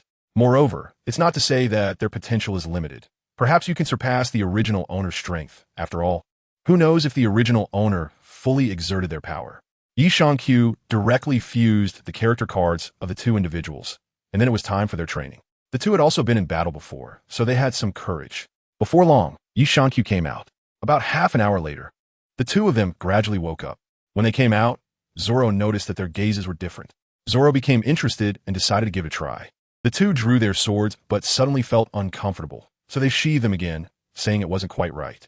Oh right, Yi Q recalled the introduction of the cards. The knives they used were not the ones currently at their waists. So, he took out two cards from the space, crushed them, and two knives similar to Zoro's appeared in his hands. They resembled the Death God's Shinigami blade, but they were not, as the gods had optimized them long ago. Due to the different reasons in this world, they could not leave their souls. Firstly, they had never died, and secondly, this world was not sufficient to support their Shinigami forms. Even Shinigami needed a body to act in the real world, but theirs was not a body. It was the original. However, they still had their Shurkai and Bankai, but they no longer targeted souls, unless they reached the underworld of this world, where they would transform into that form and become true Shinigami. As for how to transform, it was through nurturing with their unique energy, similar to how a Shinigami's Zanpakuto uses its own soul. They used this method as well, but they needed an initial weapon. To put simply, they needed to bind to a blank weapon, which would grow alongside them. After the two took the knives, they began sparring with Zoro. During this exchange, Zoro was quite surprised. These two could actually trade blows with him. Although they couldn't last long, it was clear that their combat experience and swordsmanship were at least at an entry level. Soon after, Zoro knocked the two down. Their strength and physical condition were still lacking, and they needed to train hard. Their swordsmanship also required practice. Not bad. Johnny lowered his head and said, I don't know why, but I feel like I can see my brother's attacks. Yet my body's reactions can't keep up at all. This was the gap in physical quality.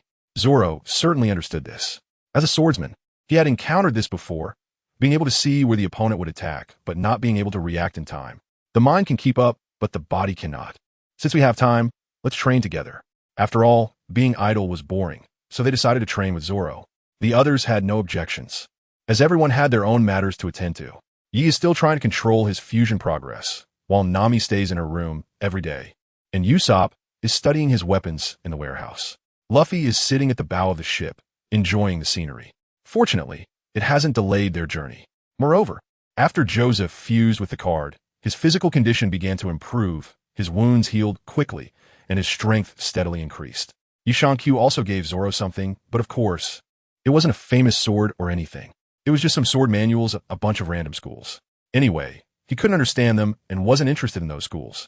In Yi Q's eyes, Zoro and the others were not really swordsmen. They were more like knife users.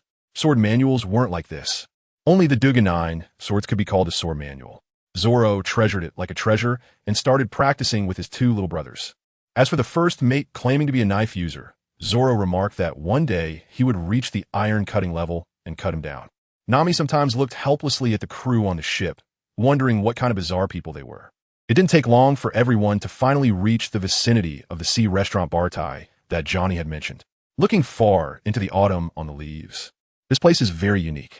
The bow of the ship is shaped like a fish head, and the stern is shaped like a fish tail. The body is a round platform with a restaurant building on top, looking quite nice. A group of people standing at the bow of the ship got excited. What a big fish. Not bad at all. Isn't it too wild?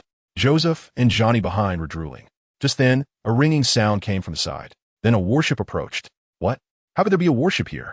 After Joseph and Johnny said that, they hid inside the cabin, but their heads were still sticking out. Usopp was also a bit panicked. It won't attack us, right? Then let's sink it. Let's chop it. Yi Q and Zoro began to express their opinions. Nami was helpless at this moment. At this time, a man with pink hair stood on the deck watching them. The man had scars on his face and wore an iron gauntlet on his hand. He looked at them with an arrogant expression. I am Captain Hody Jones of the Navy headquarters. Who is the captain? State your name. I am Captain Luffy. I am first mate Yishankyu. And Hody? Isn't that Garp's title? Did you strip that old man's title away? Upon hearing Yishankyu's words, the other party's expression suddenly turned ugly. Never heard of it. What's going on? Hody turned his head to see Johnny and Joseph. I've seen those two over there. I remember they seem to be a pair of bounty hunters targeting small fry. What, Nanny? Have they finally been caught by pirates? The other party didn't even hear what the two of them said and continued speaking to himself. We are. You looked at the two people. Kill him. Kill me, it's hilarious. Johnny pulled out a pile of bounty notices and threw them out. Do you dare to say that we are bounty hunters targeting small fry? However, the other party didn't even look, saw a woman coming out, directly wrapped his arms around her, and turned to leave. Then casually said to the Navy soldiers, sink them. The soldiers on the other side didn't care at all and opened fire directly. I'll handle it. Luffy jumped out to block the cannonball. He originally wanted to bounce it back, but the distance was too close and the force of the cannonball was too great. Luffy couldn't stabilize with one hand, and the cannonball veered off course, flying straight to the rooftop of the sea restaurant. Let me handle this. He jumped up and flew towards the warship without hesitation. With one punch, he struck the ship. Boom! The warship was directly smashed in half. A massive column of water shot up into the sky. The hull began to slowly sink, and all the soldiers on board fell into the sea. However, the captain had already entered the dining room, so he didn't see it. Are you a monster? Nami hurriedly controlled the ship to evade, her appearance turning sharp and fierce as she shouted. Zoro, on the other hand, calmly said, that move is pretty good. What's its name? Name? Just an ordinary punch. A basic attack. He adjusted his clothes on the leaf and rolled his eyes. Big brother is so strong. Johnny couldn't help but exclaim. You guys can train seriously too. He turned his head to look at Joseph and their small boat nearby. We're going to the restaurant. We'll bring something back for you in a bit. You guys keep an eye on these Navy soldiers. Leave it to us, big brother. Yeah, just don't kill them all. After all, they're just following orders. Make sure to screen them properly. Yishankyu doesn't want to kill anyone. He just sank their ship. In fact, if they take it seriously, they can escape. Of course, if they can't swim and don't have a plank to hold on to, that's another story. But no one would be that unlucky. Hey, let's go eat. He looked back in autumn and said, then saw Nami holding a bounty notice, which seemed to be called something like the Evil Dragon, with a bounty of over 20 million. Then they realized Luffy was missing. Where's Luffy? Has he already gone up? He seems to have been taken up by the restaurant staff. Usopp pointed at the sea restaurant and said, forget it, let's go over too. The leaves in autumn were also indifferent. A few people rowed a small boat to the seaside restaurant. As Yishankyu and the others just arrived at the entrance, they saw Changwei beating up a man named Lai Fu. No, it was a man in a black suit beating up the lieutenant from earlier. The lieutenant, covered in blood and looking defiant, muttered, what kind of place is this? Why are they treating customers like this? This place, I will destroy it. Contact the government immediately. I want to demolish this place. Hearing his words, Yishankyu said, that's why I sometimes really dislike the Navy. Feeding fish is definitely better. The man in the black suit looked very fierce. Then I just need to take care of you right here. The lieutenant finally got scared, sitting on the ground and scooting back in terror. Then several chefs rushed up to block the man in the black suit. Stop, Chef Zhuang. No, he makes me really angry. Don't stop, he is a customer. Stop, you're going too far, Sanji. The man in the black suit still insisted on taking down his opponent. Just then, the ceiling suddenly collapsed and Luffy and an old man fell down. The scene finally quieted down. I say. Everyone turned their attention to Yishankyu, who said, actually, you don't need to take him out. Just throw him out. His ship has already been sunk by me. Unless he can swim to the nearby island. The scene became even quieter. At that moment, a bleeding Navy soldier ran over. Lieutenant, something's wrong. Our warship has been sunk, and the pirates under Click have escaped. How is that possible? How could they sink our warship? 3 days ago, when we captured him, he was almost starving to death. We haven't given him anything to eat since then. The lieutenant seemed to realize something terrifying.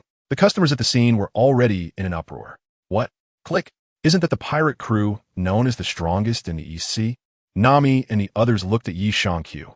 Is this your doing? Yishankyu helplessly spread his hands. I'm just passively fighting back.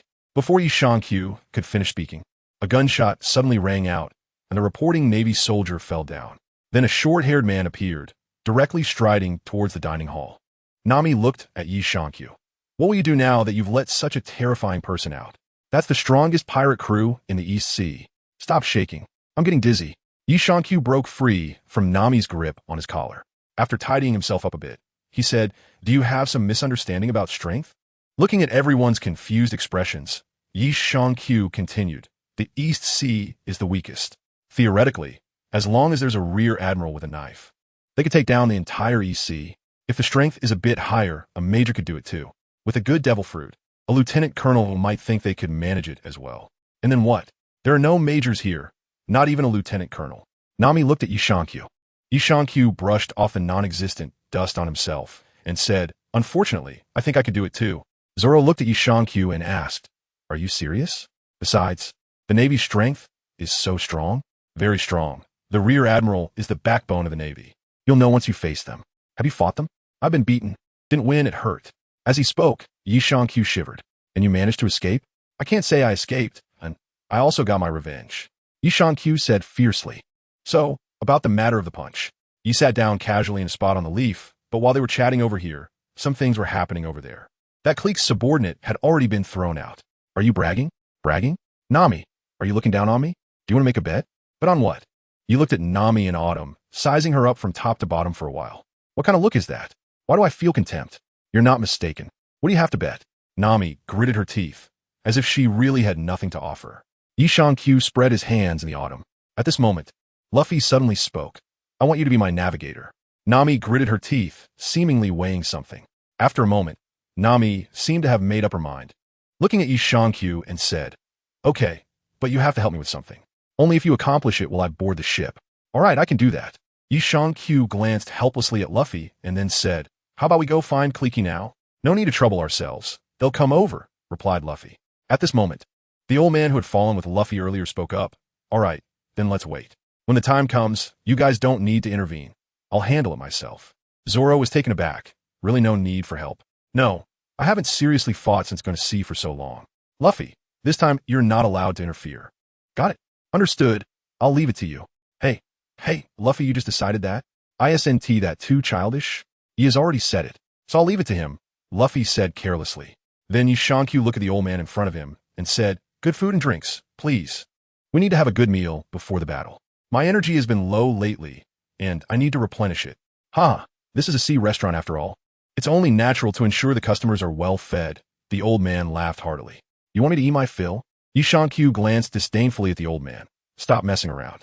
This is an insult to the chef, wagering the chef's dignity. If you can't get full, I won't charge you. Then let's give it a try. Everyone was shocked. This guy Yi Shangqiu can really eat. His mouth is like a grinder. Anything put in disappears in a second. Why can you eat so much? My body is divine. I need a lot of energy. Strictly speaking, the energy provided by ordinary food is very limited for me. Unless I come across ingredients like those from the Sea King category, otherwise these things. Yi Shangqiu was explaining while speaking. Then, in the blink of an eye, it was already evening. The chefs at the seaside restaurant had mostly collapsed. Why say mostly? Because only Boss Zepp and Sanji were still standing. It wasn't that Yi Shangqiu was full. There simply were no more ingredients left. With no ingredients, naturally, there was no food to eat. There was no choice. Yi Shangqiu could only return to the ship to rest, as his energy was almost depleted and he could accelerate his gene fusion now. He could wait for the arrival of the Krieg pirates. Nami and the others often went to the seaside restaurant, and Luffy was also working there. This time, it had been 4 days. On this day, Yi Shangqiu was, as usual, fusing his genes in the cabin. Suddenly, there was a knock at the door from outside. As Yi Shangqiu stood up, he saw Nami looking at him with a worried expression. Click! The Click pirates have arrived. They finally came. I was about to go look for them. Yi Shangqiu put on his own coat, a divine robe, for his first official battle. He had to look cool and give Nami a crushing fight. As soon as he stepped out of the cabin, Yi Shangqiu looked into the thick fog. Are you scared? In the fog, a small boat appeared with a man sitting on it. That person is, Yi Shangqiu said. This is the man I mentioned before, Mihawk, one of the 7 warlords of the sea. At this moment, Mihawk had already drawn his sword, and with a casual slash, the speed was unbelievable. Then they saw a large ship in the distance being sliced open directly. How is this possible? Nami couldn't believe her eyes. There's nothing impossible, he calmly said in the autumn. The pirates charging towards the seaside restaurant were left dumbfounded. Many pirates fell directly into the sea. Yi Shangqiu shouted to Hawkeye, who was leaning against the railing on the deck. Hey, we meet again. Hawkeye turned around and saw Yi Shangqiu. He remembered this person and found his ability quite interesting. Is this your pirate ship? Hawkeye asked, looking at the pirate flag fluttering on the Mary. It's ours. I'm the vice captain of this ship. So let's discuss it. Yi Shangyu replied. Hawkeye calmly looked at Yi Shangyu. Yi Shangyu said, "Can you leave them to me? I need them to prove my strength, to show my navigator. Give me some face." Hawkeye sat down and slowly sheathed his sword. "Proving your strength with such a group of weaklings? I don't care, I'm just passing the time. But what's the cost?" Yi Shangyu helplessly took out a bottle of wine and threw it to Hawkeye. "It's not much." Hawkeye said nothing, still staring at Yi Shangyu. "Don't go too far." Yi Shangyu threw another bottle of wine over, feeling quite pained about it. Hawkeye happily picked up 2 bottles of wine. "They are yours now." Yi Shangyu looked frustrated. "To be honest, you should know what my wine is like. These 2 bottles of wine are enough to buy all their heads. It's 3 times the amount. Don't you need it? Damn, what do you take us for?" Just then, 2 lackeys stepped forward and opened fire at Hawkeye and Yi Shangyu. Hawkeye merely raised his black knife, deflecting the bullets with the blade. Yi Shangyu became more aggressive, directly grabbing 2 bullets with his hands. Nami was startled. "I clearly aimed at him. How did I miss?" One pirate exclaimed in surprise. Zoro stepped forward to face Hawkeye and said it was him who made the bullets veer off course. He gently altered their trajectory with his blade. "How is that possible?" "Hey, who are you?" Hawkeye responded, but Zoro completely ignored him and stepped up to Hawkeye's small boat. However, some people recognized Zoro's identity as the 3-sword-style pirate hunter. Nami looked at Yi Shangyu and asked, "Hawkeye solved it this way, what about you?" He spread his hands on the autumn leaves, 2 bullets resting in his palms, still emitting a wisp of blue smoke. Yi Shangyu said, "I don't have his skills." Hawkeye glanced at Yi Shangyu and asked, "How did you find such a weak opponent?" "I've never seen such a soft sword." Zoro looked at Hawkeye and smiled. Hawkeye turned to Zoro and said, "A sword with only power has no strength." Suddenly, Yezhong said, "Is it lifting heavy as if it's light, or lifting light as if it's heavy?" Eagle Eye nodded. The reasoning is correct. Zoro didn't pay attention to this and directly asked, "Was this ship also cut with that knife?" "Exactly, I see. No wonder you're the strongest." Zoro was very excited, looking at the silent eagle eye. "I went to sea to see you." As he spoke, Zoro began to untie the bandana tied around his arm. "What's your goal?" "To be the strongest." Eagle Eye sneered. "How foolish." Zoro ignored Eagle Eye's mockery and drew his sword. "You seem free. Let's have a duel." Eagle Eye looked up. What a pitiful weakling. Yi Shangyu sighed and took out a bottle of wine, throwing to Hawkeye. "Here, give me some face." Hawkeye caught the wine and placed it on the ship, then swiftly appeared in front of Zoro. Even without a clash, you must be able to see the gap in our strength. Is it courage or ignorance that drives you to draw your sword against me? But since you've accepted the payment, I won't back down from my responsibilities. It seems your first may wants me to show you just how vast this world is. Don't say it out loud. No, don't say anything reckless. Nami looked at Yi Shangyu. "You've spoken your mind." Hawkeye ignored Yi Shangyu's remarks. Zoro didn't care either and directly answered Hawkeye's question. "Because of my ambition and a promise to my dear friend." He pulled out a small knife from around his neck, only about 3 or 4 inches long. "What does that mean?" "I couldn't find a smaller knife than this. There should be a limit to looking down on others." Zoro was thoroughly enraged and charged forward. "Don't regret it when you're dead. Frog and well, let me educate you on what the world is really like on behalf of your first mate. Don't try to stir up hatred with me." Yi Shangyu couldn't help but complain.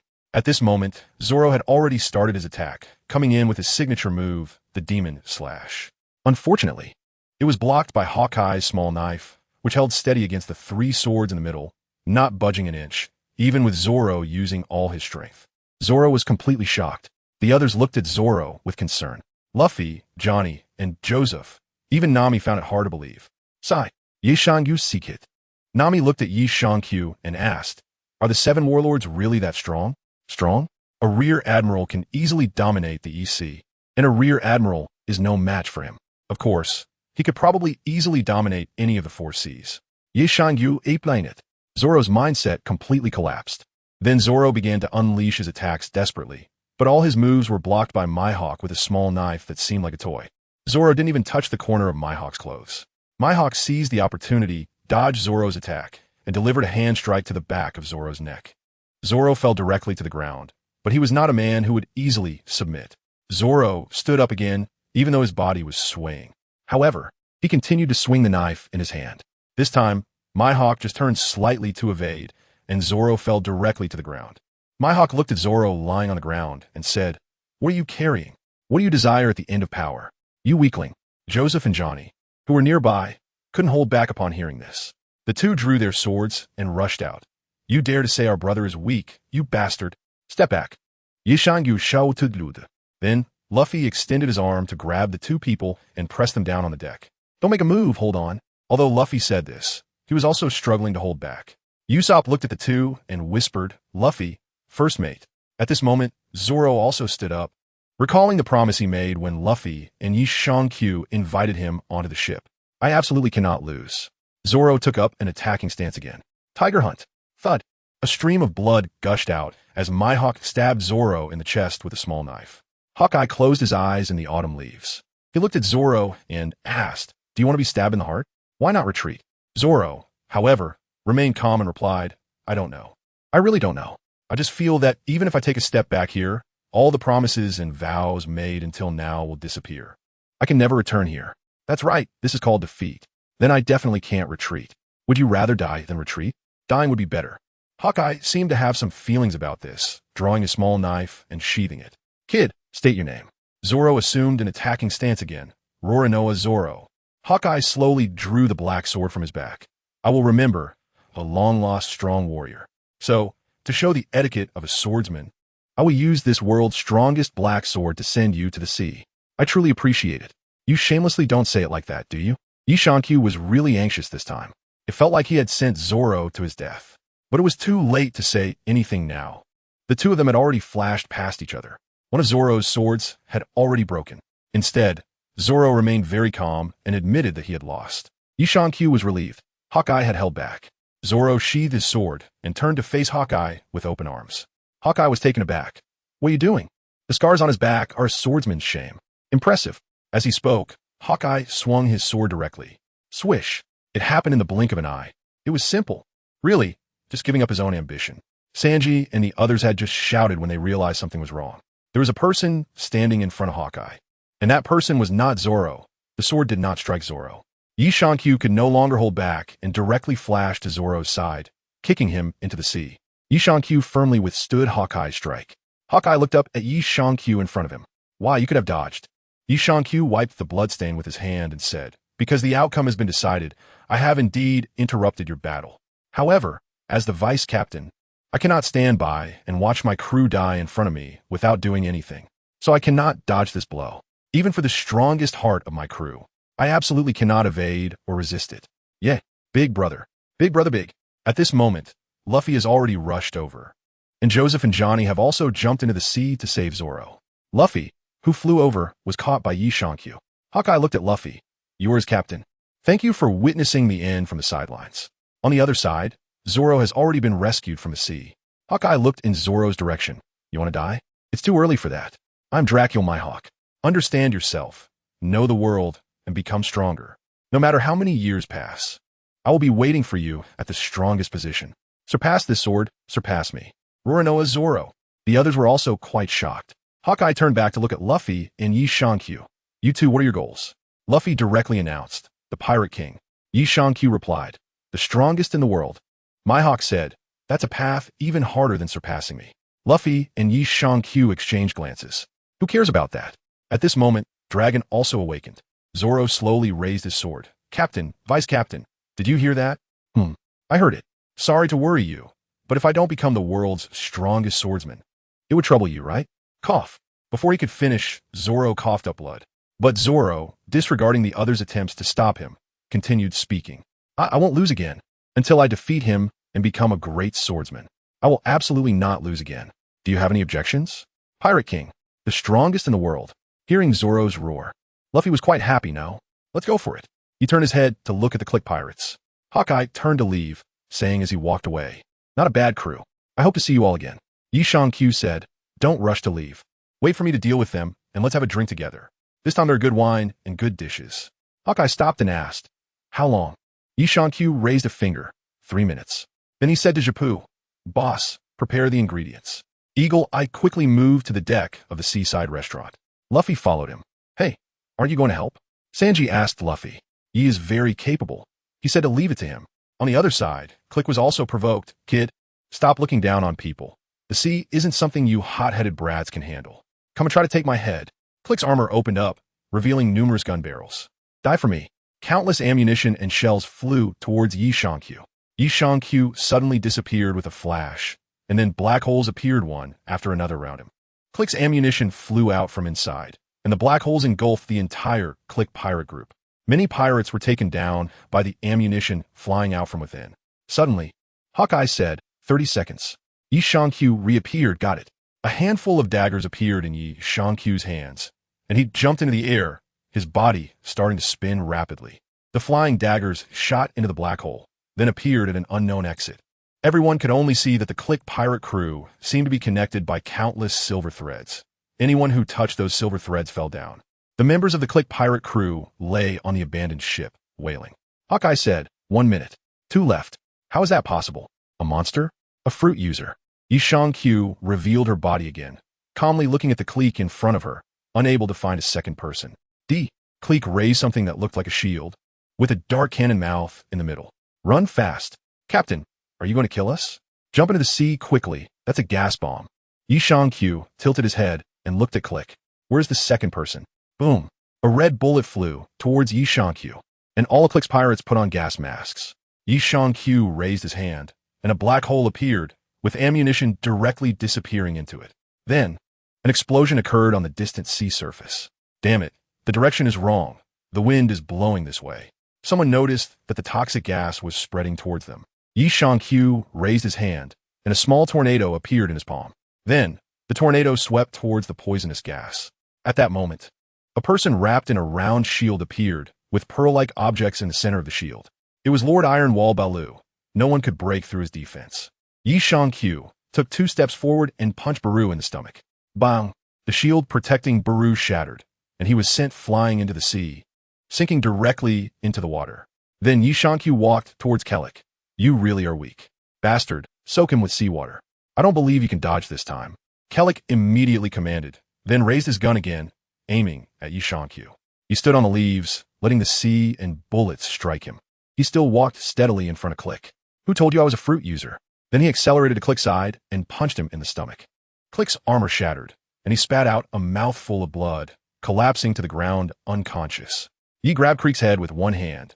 17 million bounty, haha. Let go of Captain Creek. At that moment, Akin, who had not made a move all along, rushed over with his weapon raised. He didn't look back in autumn, grabbing the Click and smashing it directly onto Akin. In an instant, both of them lost all resistance. Thus, all members of the Click pirate crew lost their fighting ability. Yi Shangqiu clapped his hands and looked at Nami. Are you satisfied, or do I have to kill them all to consider myself the winner? Nami looked at Yi Shangqiu in terror. She never expected that the usually carefree Yi Shangqiu actually had this kind of strength. Clique was only 3 million berries short of the evil dragon. Such a person didn't last even 3 minutes in Yi Shangqiu's hands. Nami helplessly collapsed to the ground. You win. Yi smiled faintly and turned to face Hawkeye. Hasn't it been less than 3 minutes? Hawkeye didn't say anything and walked directly into the dining room. Stop staring with your mouth open. Go eat. Yapatit Usopp Shuldev. Are you a monster? If you unleash all your abilities, you could be one too. Yi Shangqiu followed Hawkeye's footsteps and sat down in the restaurant. After Yi Shangqiu sat down, a fierce-looking waiter respectfully said, That dish isn't ready yet. You haven't even started cooking, have you? Yi Shangqiu couldn't help but complain. Do these people not believe in their own strength? Looking at Hawkeye, staring at him, Yi Shangqiu helplessly rummaged through the black hole to take out things. These were all his recent harvests. I have to say this sea restaurant is really nice, because he discovered 2 gourmet captive world fragments here. A lot of good things were born inside. For the past few days, Yi Shangqiu had been busy with this and the gene fusion matter. Among them, there was a fragment called Liquor Hero Island, which had a lot of good wines. Before long, a pile of items filled the dining table. Of course, Yi Shangqiu also brought out quite a few good wines, but the prices were definitely not as good as those he had given Hawkeye before. The key point was that Hawkeye had no intention of taking out those good wines from before it all. Hawkeye took a sip of red wine and said, Your fist is very much like someone else's fist. It has that person's style. Yi shivered in the autumn. Don't mention that person. Luffy has already started to eat heartily. However, the others are not slow either. Yi Shangqiu took out some ingredients and handed them to the chefs, asking them to help prepare the food. Zoro had his wounds simply treated by the restaurant staff, and then came over to eat a few bites before falling into a deep sleep. Johnny and Joseph sat at another table, trembling and not daring to speak much. At this moment, Nami finally approached. She felt utterly powerless and bowed deeply to Yi Shangqiu and Mihawk, saying please. Both Yezhang Xiao and Hawkeye were taken aback, and then Hawkeye continued to drink. Nami lowered her head and cried, "Please, help me. Help me drive away the evil dragon. He has taken over our village and killed my family. He promised me that as long as I gather 100 million berries, he will spare our village. I have no way out. Please help me." The chef began to discuss among themselves. The evil dragon. Is it that evil dragon? The one with the highest bounty in the East Blue. A bounty of 20 million. I heard he has colluded with the Navy and has already taken control of several villages. Hawkeye said, "You shouldn't be asking me, and there's no need to. I won't take action. But the evil dragon is under the 7 warlords. Nami is worried about the 7 warlords." You looked at Eagle Eye in the autumn. That warlord won't care. There are also differences in strength among the warlords. Then my words come easy. Oh, then I can rest easy. It's quite interesting to bully those weaker. Yi Q didn't speak and stare at Hawkeye, his gaze almost saying, "How could you say such a thing?" Hawkeye thought for a moment and realized that he was also like that. Hawkeye looked at the pile of delicious food in front of him. All of it was good stuff. "Give me some of these creatures, and if Jinbei makes a move, I'll help you block him. Or I can go and cut him once, so he can take some time to recover." Yi Q said, "This is a creature that only exists on the Wine Island. They drink alcohol all year round, so their bodies have the smell of alcohol. To be honest, I don't know if it will have this smell when taken out. Where's the island located?" Yi Q rolled his eyes and said after a moment of thought, "I can't give you the living ones. How about I give you a few dead ones?" Yi Q took out a scroll. Inside it were the sealed corpses of these creatures, which could be eaten as long as energy was injected at the marked spots. "I'll write to you later. It's a very interesting ability." Hawkeye didn't think the other party would deceive him. At this moment, Yi Q looked at Nami and said, "Don't worry, we promised, and we agreed on the conditions before. I told you to have faith in us. I'm sorry, I really. Help me." Nami's tears were almost unstoppable. Luffy patted Nami on the head. "Of course, I'm gonna knock him out." Luffy stood up and shouted, "Brothers, let's take down the evil dragon." "No problem," Yi Q said with a smile. "Hey, you guys should let your swordsman rest for a while," Japu said, glancing at Sanji. "That's right, today's battle was exhausting. Let's talk about it tomorrow." "Nami, I assume you're not in a hurry, right?" Sure. Nami was still crying, but knew that the main issue was Zoro's injury. After a while of eating and drinking, everyone finally dispersed. Mihawk only stayed for an hour. When he left, he insisted that Yi Q had interrupted his battle and asked for another bottle of good wine. Yi Q helplessly complained. This dignified warlord of the sea is taking both food and goods. However, there was nothing he could do. After all, Yi Q was still no match for Mihawk. Before leaving, Mihawk gave Yi Q an address, the location of his home on the Grand Line. After seeing Mihawk off, everyone returned to the ship to rest. Luffy was pestering Sanji to come on board, and Sanji was actually inclined to do so as well. The key point was that he was genuinely interested in the ingredients Yi Q had. However, Sanji still needed a reason. That night, everyone rested, as they were all tired after a long day. He walked out of the cabin onto the aft deck. Nami was squatting on the aft deck, holding her knees with both hands, her head buried in her knees. Yi Q took out a blanket and covered Nami with it. Nami raised her tearful eyes to look at Yi Q. "Is this what you've been carrying? Why didn't you say earlier?" "Nami, sometimes the enormous troubles you face are worthless in the eyes of others. This world is sick, seriously sick, and you need strength to change it." "I have no strength," Nami said in a low voice. "But we do. Your companions do. And sometimes you can lean on our shoulders."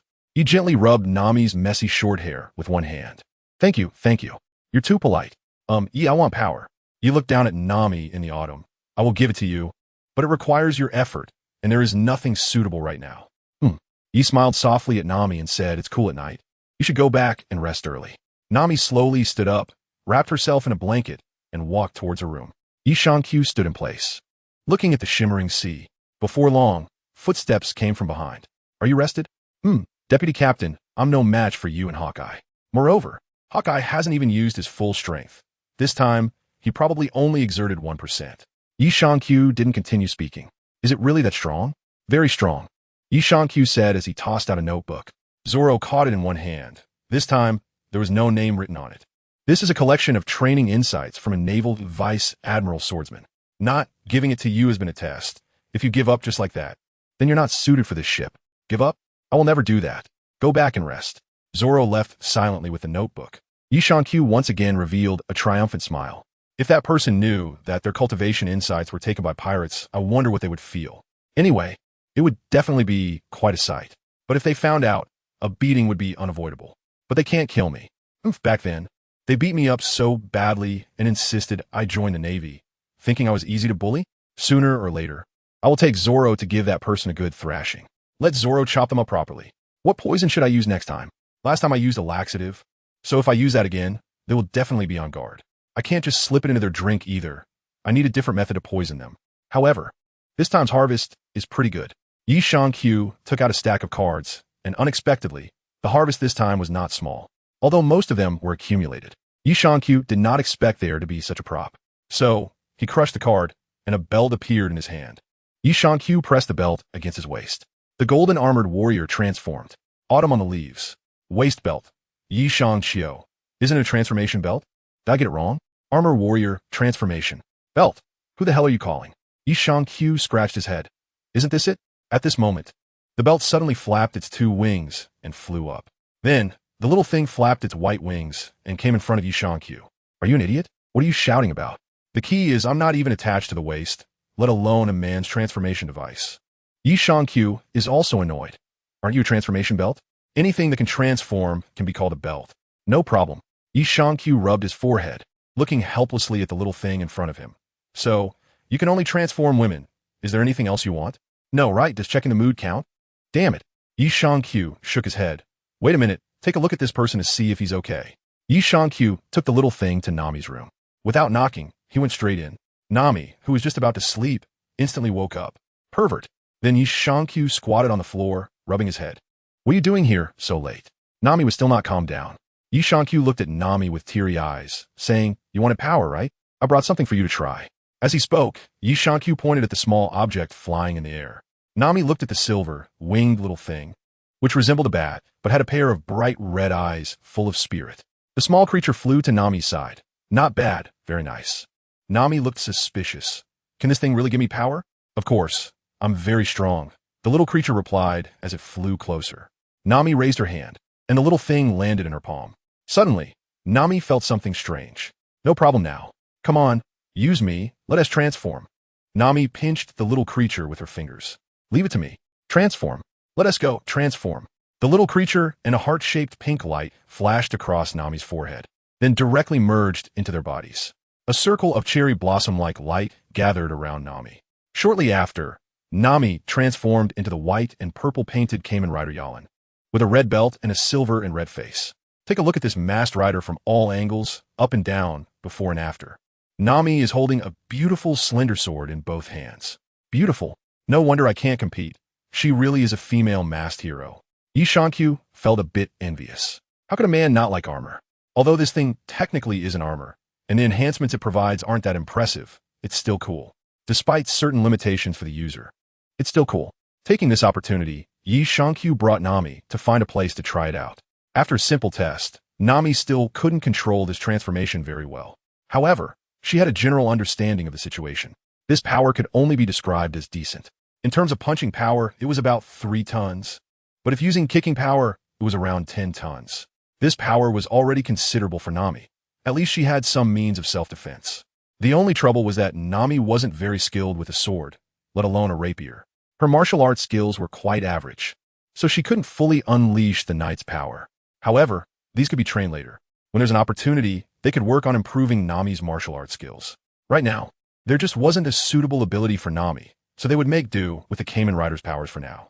Although it's a Kamen Rider, Yalin isn't considered strong even among female riders. The key issue is that the skills are painfully few.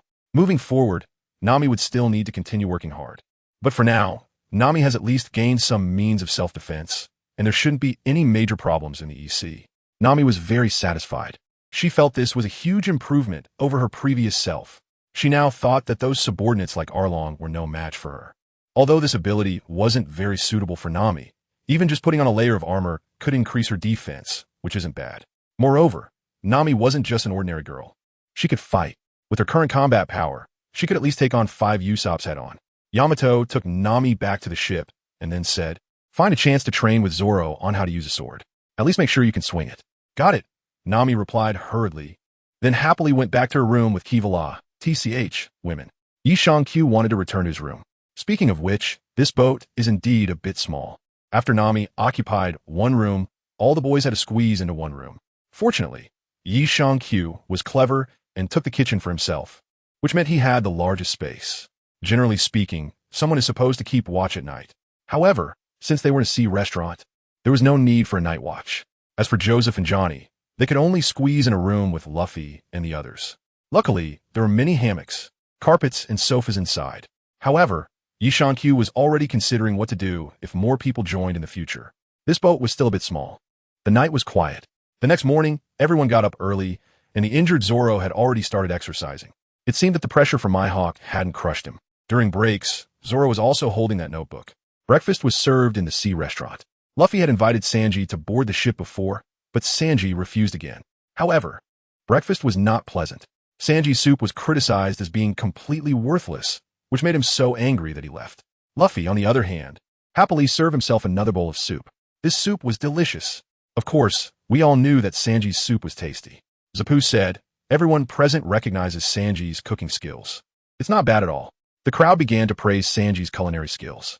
At this moment, Sanji calmed down and wanted to return to the restaurant, but overheard the conversation inside. However, he wouldn't comply if he didn't do it his way. That idiot. Yishankyu put down the soup in his hand and said, it's not bad, that's true. If it were delicious, we could talk about it. But how should I put it? There's no sense of amazement. His dishes give people a feeling of how to say it. Zepipo looked at Yishankyu, and actually, he knew in his heart what Sanji's shortcomings were. Yishankyu thought for a moment and said, stiff, inflexible, a bit like reciting from a textbook. It seems like something taken directly from a recipe. It has a very proper feel to it. The other chefs were shocked, staring blankly at Yishankyu. And then their expressions turned to anger. What did you say, you jerk? Sanji is not like that. Zapu raised his hand to silence the crowd, then looked at Yishankyu and said, you're right, Sanji's dishes lack that kind of experience. That's why his cooking is so rigid. You could say his dishes have no character. I didn't expect you to be able to taste that. He scratched his head and said, not really. I just eat a lot, and my 5 senses and memory are much stronger than yours. As long as I taste a certain food, even if it's been years, I can still recall that flavor. His cooking skills aren't top-notch, but his fundamentals can be considered outstanding among all chefs. Unfortunately, a chef's dishes lack their own personality. That chef's a failed guy. Zapu said calmly, I'm not a chef, but I know that some chefs, when they stagnate, choose to go to other places to see and learn about different local cooking methods. He hasn't made progress in a long time, has he? Compared to your dishes, his are still quite immature. Sorry, I might have been abrupt in my evaluation of a chef. Yishankyu felt that he might have gone a bit too far. No need, what you said is right. As a chef, it's essential to listen to customers' opinions. Zapu was quite cheerful. Letting customers review one's dishes is perfectly normal for a chef. Moreover, Yishankyu's evaluation was very fair and didn't seem to nitpick on purpose. A customer like that would be respected even by the chef. Nami looked at Yishankyu in confusion. Can you really pick up so much information? On the leaves? Autumn nods. Yes, if you want, I can taste what ingredients are used in these dishes and write them down for you. Can I do that? Zapu felt a bit shocked. Relaxed. The mountain chef outside was stunned to hear this. Is this really human taste? Yishankyu said, I just don't understand cooking very well. Otherwise, after tasting this dish, I could completely recreate it, even write down every step. Aren't you supposed to know how to cook? Usopp felt strange. All the meals these days have been made by Yishankyu. Is that really called cooking? One can only say it was just slacking off or cooking it until it's done. Yishankyu felt a deep sense of helplessness. His cooking couldn't really be considered good or bad. Most people's cooking is like that. Cooking is quite easy to start with. Just a general understanding is enough. But making delicious food is difficult. Generally speaking, it's good enough for a person to have 1 or 2 signature dishes. Zapu looked at Luffy and said, Hey, don't you need a chef on your ship? Why not take Sanji with you? His dream is the Grand Line. No, Luffy replied, because he didn't want to force anyone. Zapu turned to look at Yishankyu. Yishankyu shrugged and pointed at Luffy. He is the captain, and I won't go against the captain's wishes. But if I can't board the ship, then so be it. Being a frog at the bottom of a well isn't so bad. It's a pity about the recipe I prepared. This is a world-class recipe, and I thought I could invite a chef to recreate it. Zapu looked at Yishankyu. What an arrogant tone. A world-class recipe. Yishankyu took out a piece of paper and handed it to Zapu. This is one of the dishes. Zapu picked up the paper. Buddha jumps over the wall. Then he looked at it carefully and after a long time, reluctantly put it down. If I were young, I would definitely be your chef and go to sea with you. Then Zapu asked, how many dishes are there? This one is considered average, a total of 108 dishes, plus some other miscellaneous recipes. Altogether, there are quite a lot, but but I'm too lazy to count them. Yi said happily, then was about to put away the paper. Bang! I don't believe it.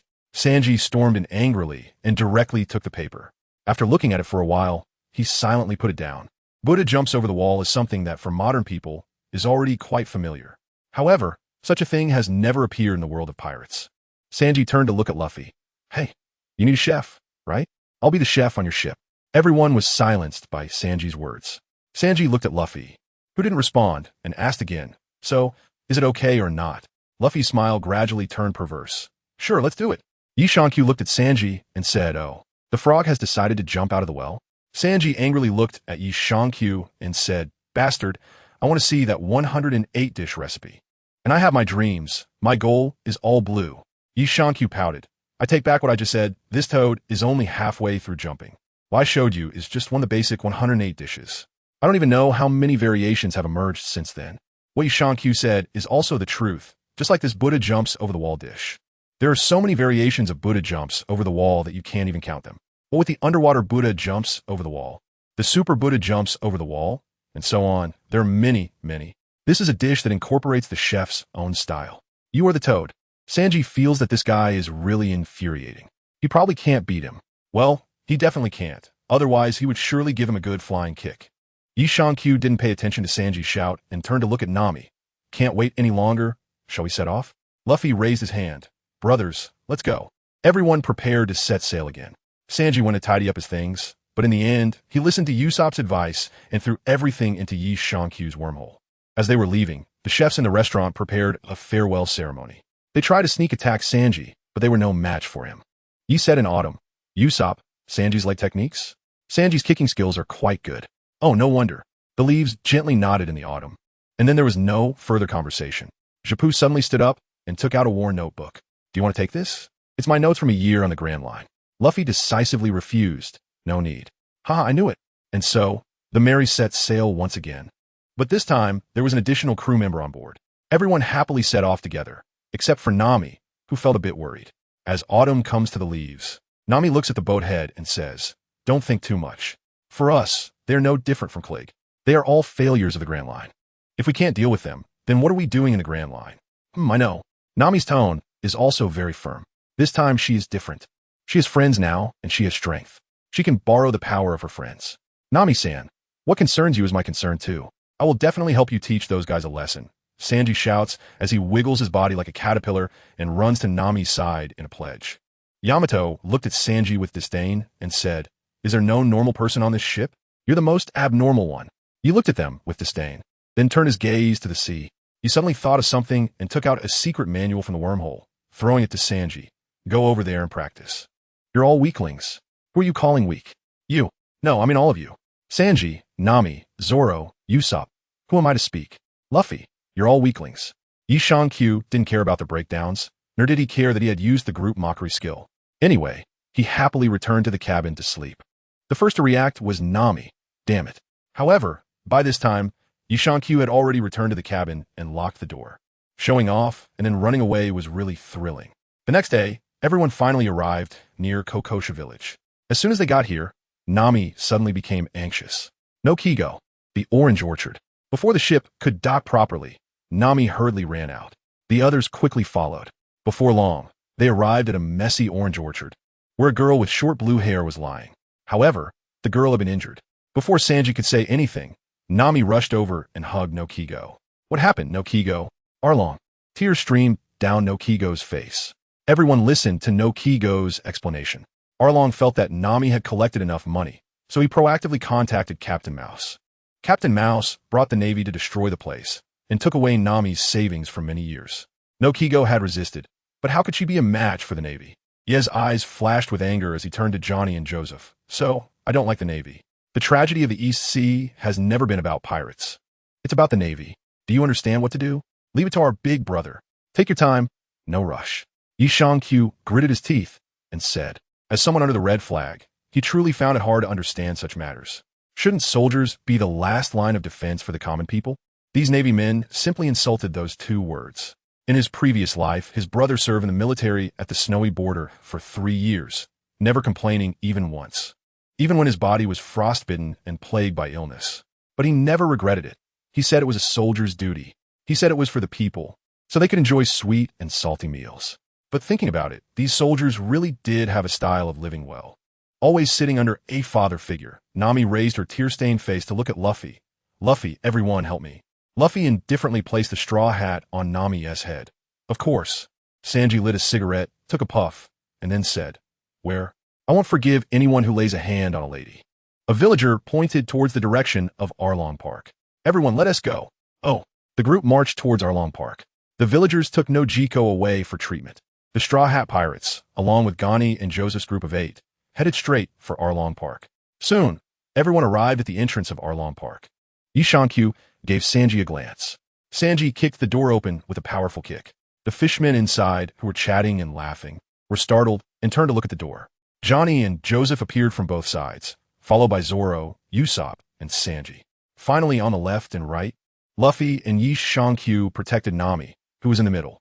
Nami looked at Arlong, who was sitting in the center, and said, "You colluded with the Navy to steal my money. Didn't you say you would never break the contract, even if it meant death? When did I break the contract? Tell me." Ha ha, ha ha ha. Hearing Arlong's arrogant laughter, the other fishmen also began to laugh heartily. Yishankyu said, "I knew it. It's the Sun Pirates. Nami, do you expect a bunch of slaves to follow the rules? Once wild dogs gain freedom, the first thought is to bite their master." All the fishmen fell silent, and the scene suddenly quieted down. "You dare insult my compatriots? Kill them." Arlong was completely hit where it hurt and commanded all the fishmen to attack. Before Yishankyu could speak, Johnny and Joseph charged in from the left and right, knocking down the fishmen in front of them. "Ye, don't interfere," Luffy suddenly said. "All right, there you pray now, but you have only 20 minutes. You only have 20 minutes. Zoro put on his bandana. 20 minutes? A bunch of small fry. Are you looking down on us, first mate?" Sanji, smoking a cigarette, also looked disdainful. "Just sashimi." Over here, they hadn't even started fighting, and over there, several fishmen had already been knocked down by Johnny and Joseph working together. The two of them were now very skilled with their blades, looking somewhat like warriors. Nami gritted her teeth and raised her hand. "Yalin, here it comes." The small thing on Nami's head, resembling a headdress, flew into her hand. "Transform. It's on. Transform." After a magnificent transformation effect, Nami turned into Kamen Rider Yalin. Holding a military knife, Nami declared, "I will kill you guys." "So cool. Nami-san." Yishankyu gave each of them a kick. "What are you thinking? Go on. Each person choose a crew member. The miscellaneous fish will be handed over to Nami and the other 3. Several minutes have passed. Oh, the vice captain is getting angry. We can't disappoint the vice captain.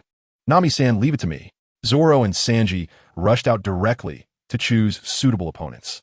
He looked at Usopp, who was trembling and pointing at a long-nosed fishman. "Come out and fight me one-on-one." Yishankyu nodded in satisfaction. On the other side, Luffy shouted Arlong, and then flew out to challenge Arlong one-on-one. Yishankyu looked around the battlefield after realizing there were no opponents left for him. He turned and sat down in the position where Arlong had been, surveying the area. At that moment, a massive sea creature appeared in the pool in front of them, resembling a cow-headed monster. Arlong blocked Luffy's attack and glanced at the sea cow, saying, "Moo moo, kill them." The sea cow lunged forward, opening its massive jaws towards Yishankyu. However, Zoro and the others didn't pay it any mind. With a loud crash, a huge impact echoed, causing the surrounding villagers to worry greatly. The thick dust cloud obscured their view of the situation. "It's over. Damn it." Just as everyone was anxious, a disdainful voice rang out. As the dust slowly settled, everyone saw Yishankyu with one hand pressed down on the sea cow's head. The creature's entire face smashed into the ground, creating a large crater in the earth. Yishankyu raised his fist and punched Mo on the top of its head, sending Mo flying away. The huge body soared out of the island, splashing up a great deal of water. Then it lay dead on the surface of the sea. "Damn it. How dare you hurt Mo, I'll kill you." A fishman lunged towards Yishankyu. Yishankyu slightly twisted his body in his seat and kicked the fishman's head. Bang! The fishman's head shattered like a broken watermelon, blood splattering everywhere. Then the headless corpse slowly knelt down and finally lay on the ground. Bastard, the despicable creature actually dared to harm my compatriots. Arlong shook off Luffy and raised his fist to strike at Yishankyu. Crack! How could this be? Arlong screamed as he flew backward, one arm flailing in the air like a piece of hemp rope. So, dogs are just dogs, always thinking about becoming the master. The moment they have a new master, They immediately attacked the old one. Yi Shankyu looked at the fisherman and felt like it resembled a certain thieving kingdom from a past life. Just thinking about it made him feel sick. Being a dog could still bring a sense of pride.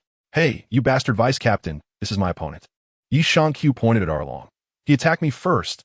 I was just countering." "I see. Then there's no way around it." Luffy looked at Arlong.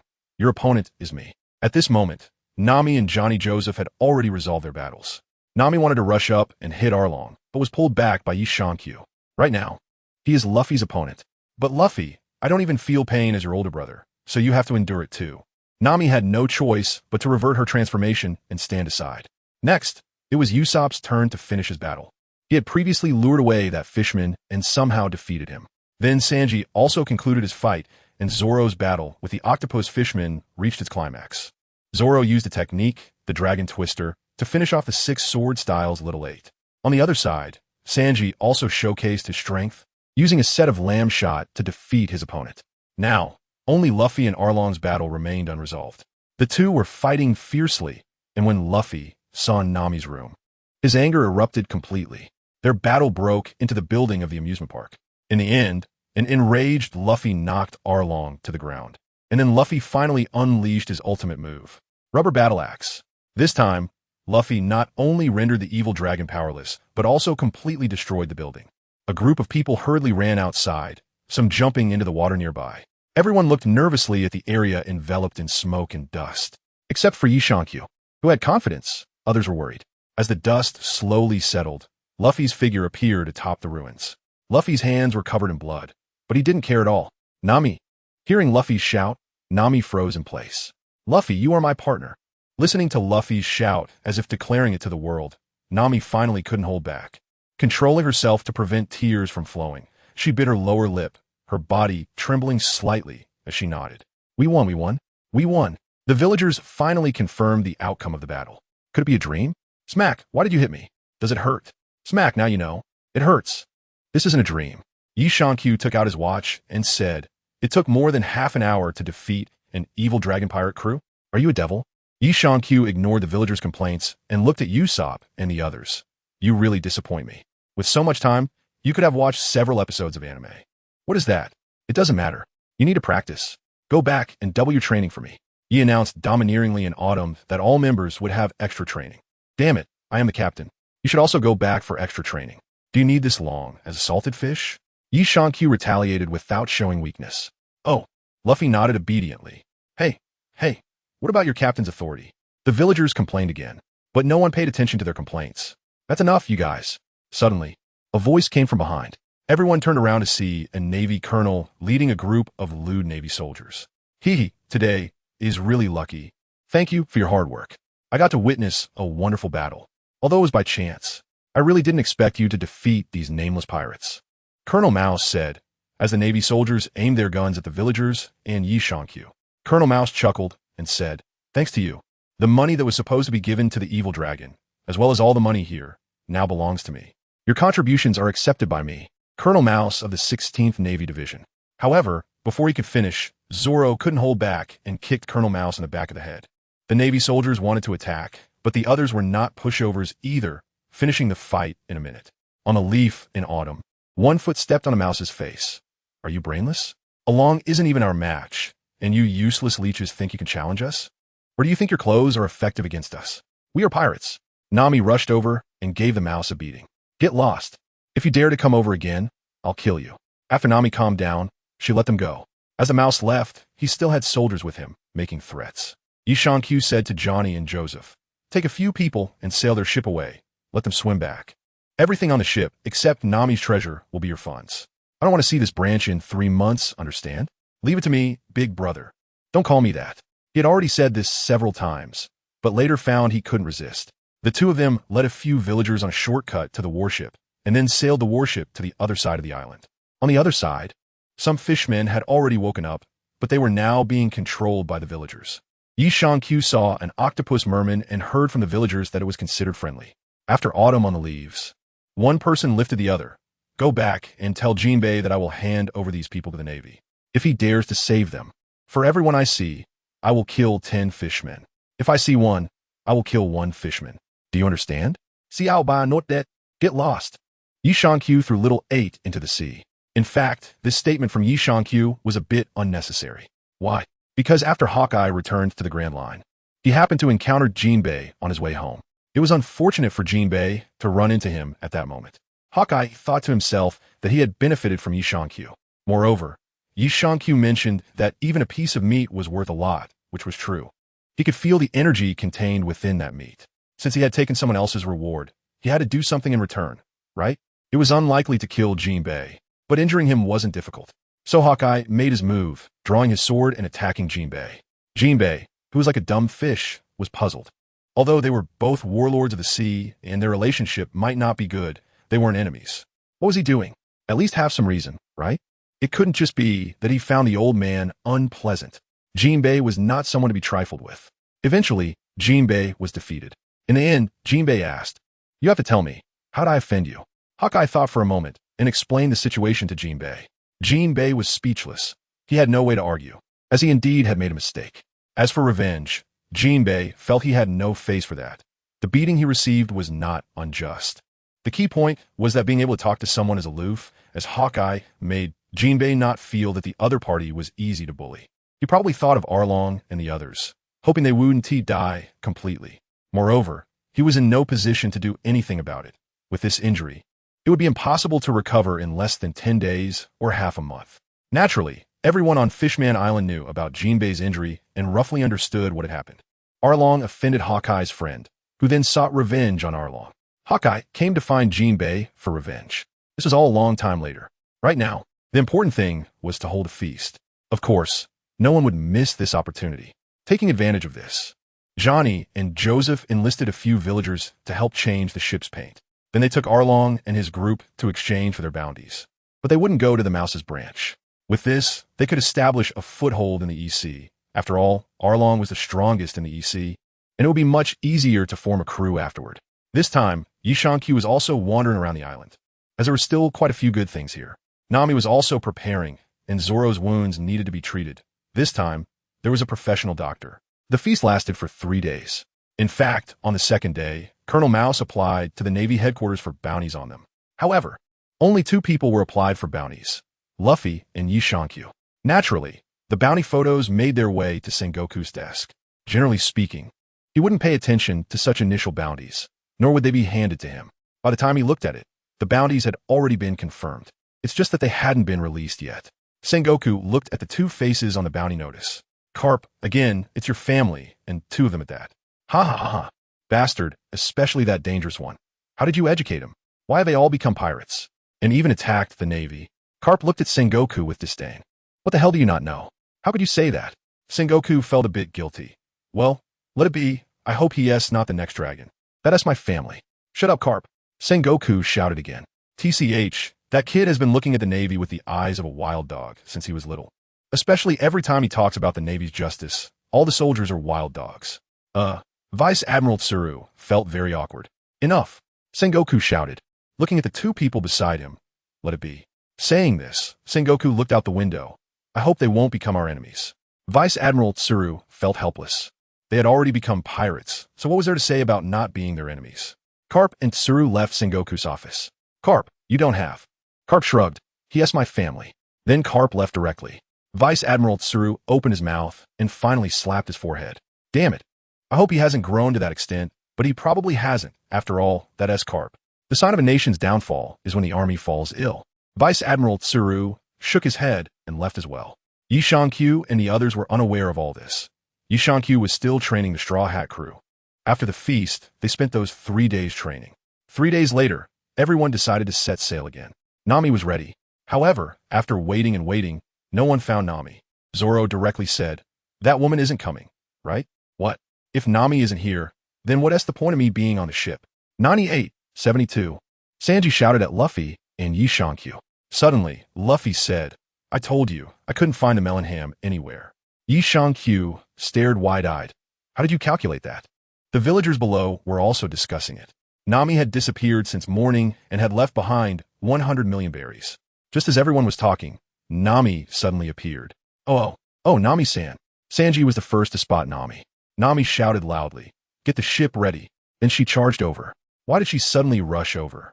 Just after saying that, Usopp noticed Yi Shang-Q was patting his shoulder. Set sail. Oh. Sanji hoisted the sails, and Zoro weighed anchor. Luffy also started directing. At this moment, the villagers noticed that Nami was leaving without saying goodbye. How could they tolerate that? Nami had suffered a lot over the years. How could they let her leave so quietly?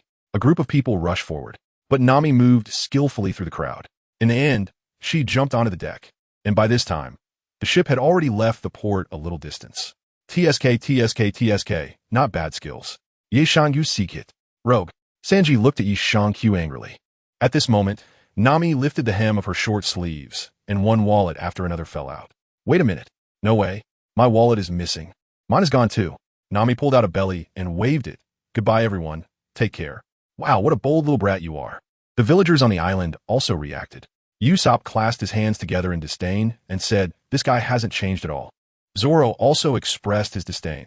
Who knows when he will betray us again? That's right, that's right. Nami jumped up and high-fived Yi Shang-Q, of course.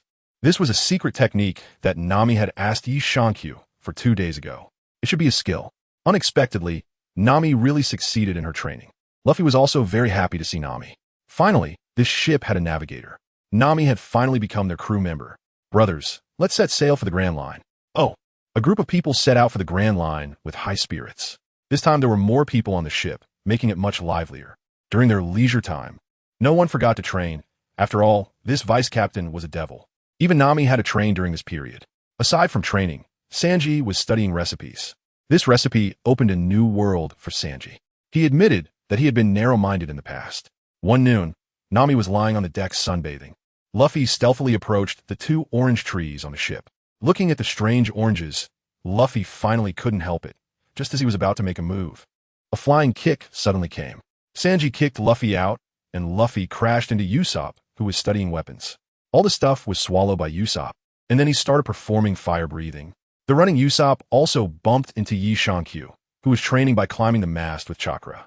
A leaf fell directly from the tree and landed next to Nami, who was basking in the sun.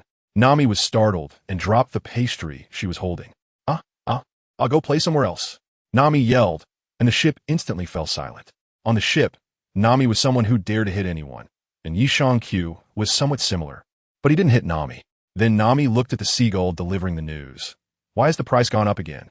If it goes up again, I won't buy it. The seagull looked helpless, rubbing its head with one wing, having never seen such a customer before. Yi Shang-Q came to the newspaper seagull and handed it some snacks.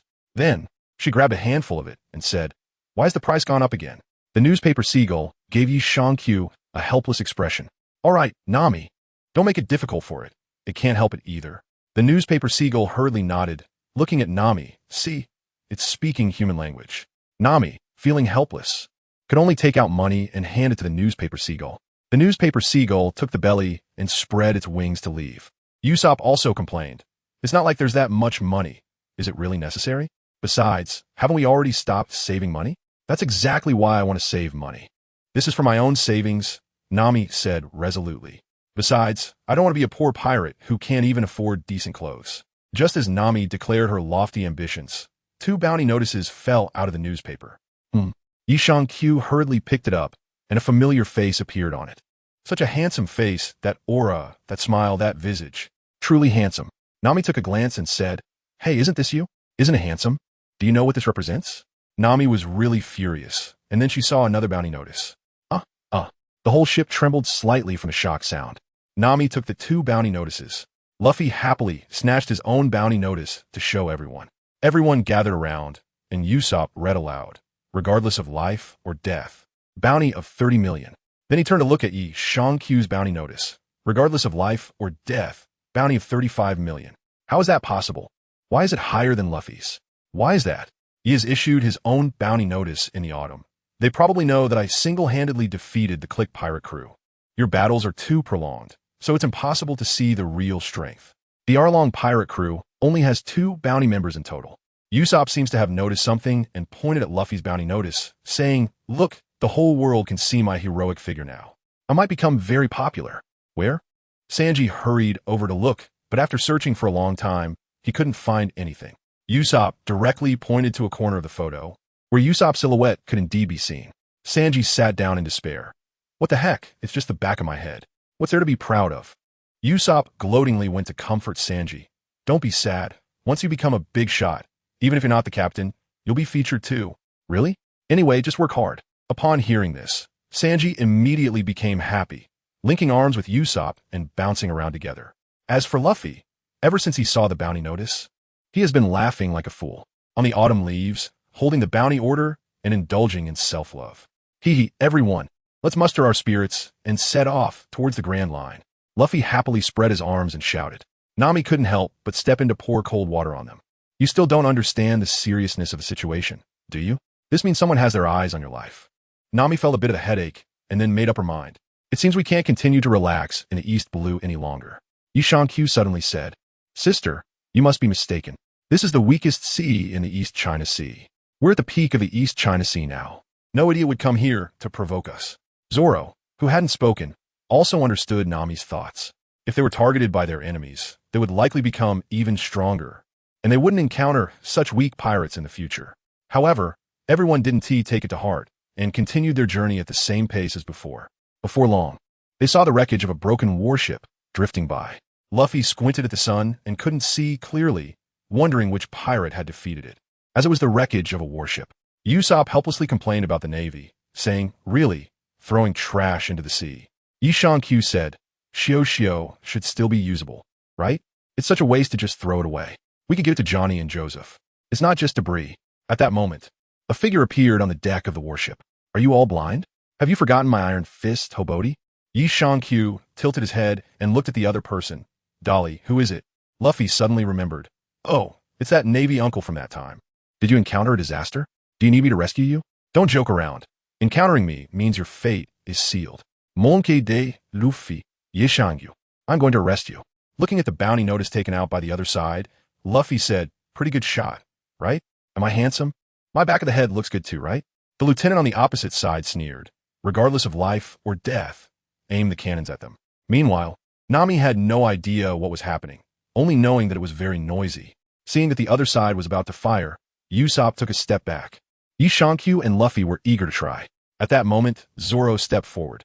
Hey, you are trump cards, leave it to me. Then Usopp took Yishankyu and Luffy away, knowing that when these two got involved, it wouldn't be good. Zoro watched the incoming cannonball and sliced it in half with a single strike. Fire! Fire! Let's see how many shots you can take. The enemy continued to fire.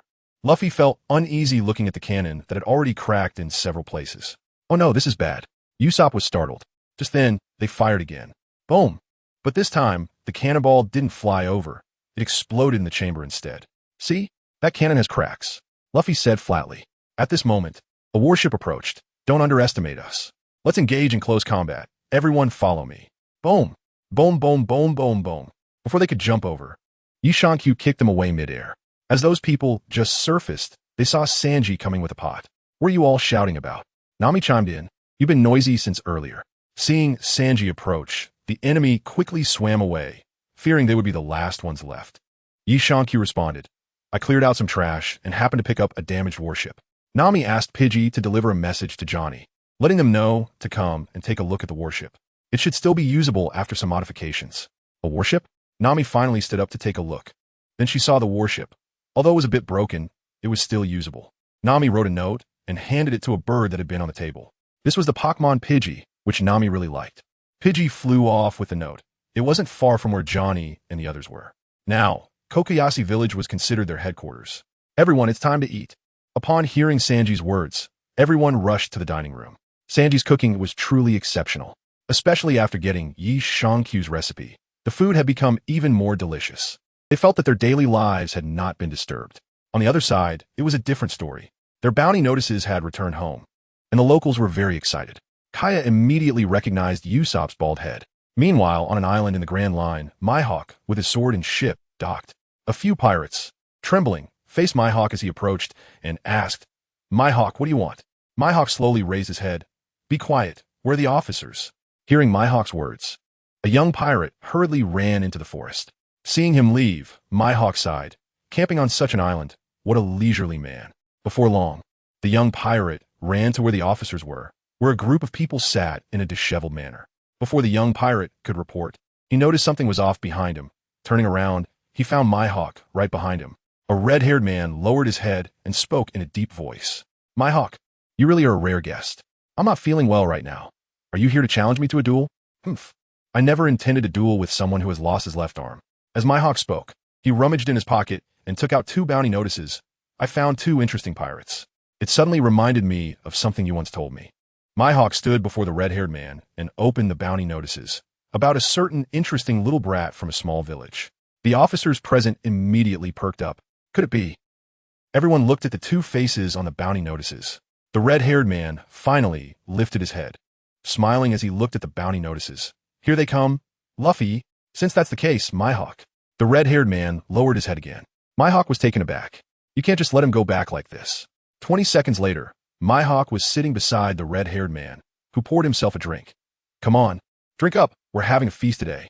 My Hawk smelled the alcohol as the man spoke and thought, you aren't hungover, are you? Don't mind it. It's celebratory wine. My Hawk could only drink, while the red-haired man kept encouraging him to drink. My Hawk enjoyed the drink, even though it was broad daylight.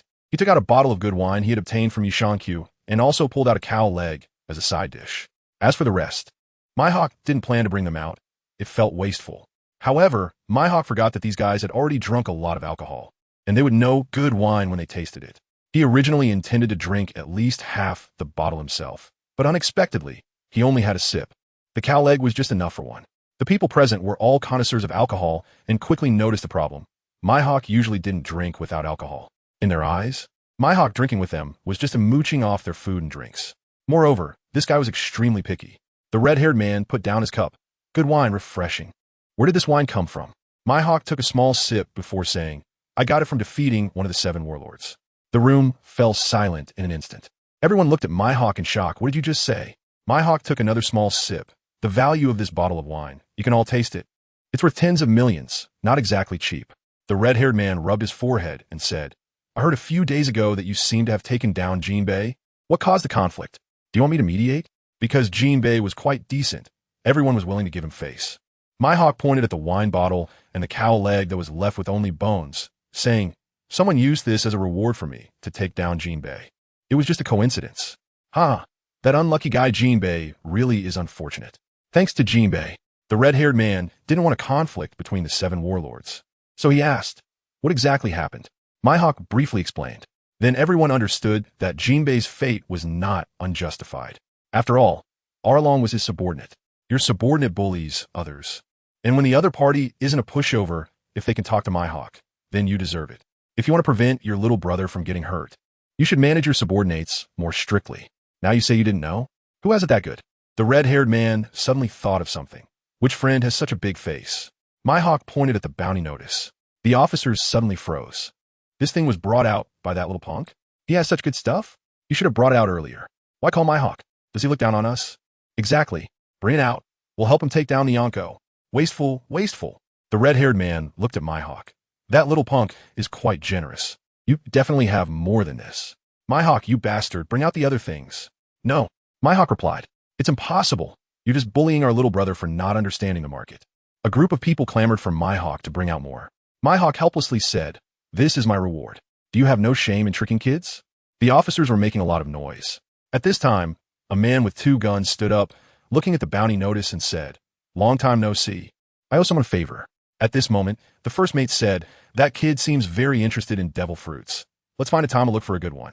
That guy seems to be preparing to study it, not really interested in devil fruits. Another officer added, yeah, let's find one to give him later. He's just curious. Any fruit probably won't matter to him, and he definitely won't eat it, right? Definitely not.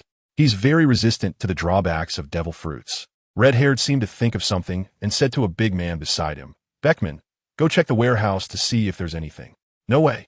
How could there be such a thing? Beckman replied helplessly. They still had other things, but this devil fruit was really not available. Then forget it, red-haired said, also feeling helpless. My Hawk was curious. He knew that even if they had high hopes for their juniors, they wouldn't give too much help. This time you guys are different. My Hawk said directly. One of the officers pulled out 2 silver revolvers from his waist, saying, oh, a favor. Beckman, who had been mostly silent beside red-haired, also patted his gun. It's a big favor. To be strict, we still have an agreement that hasn't been fulfilled. Red-haired looked at Beckman. What agreement? All the officers froze.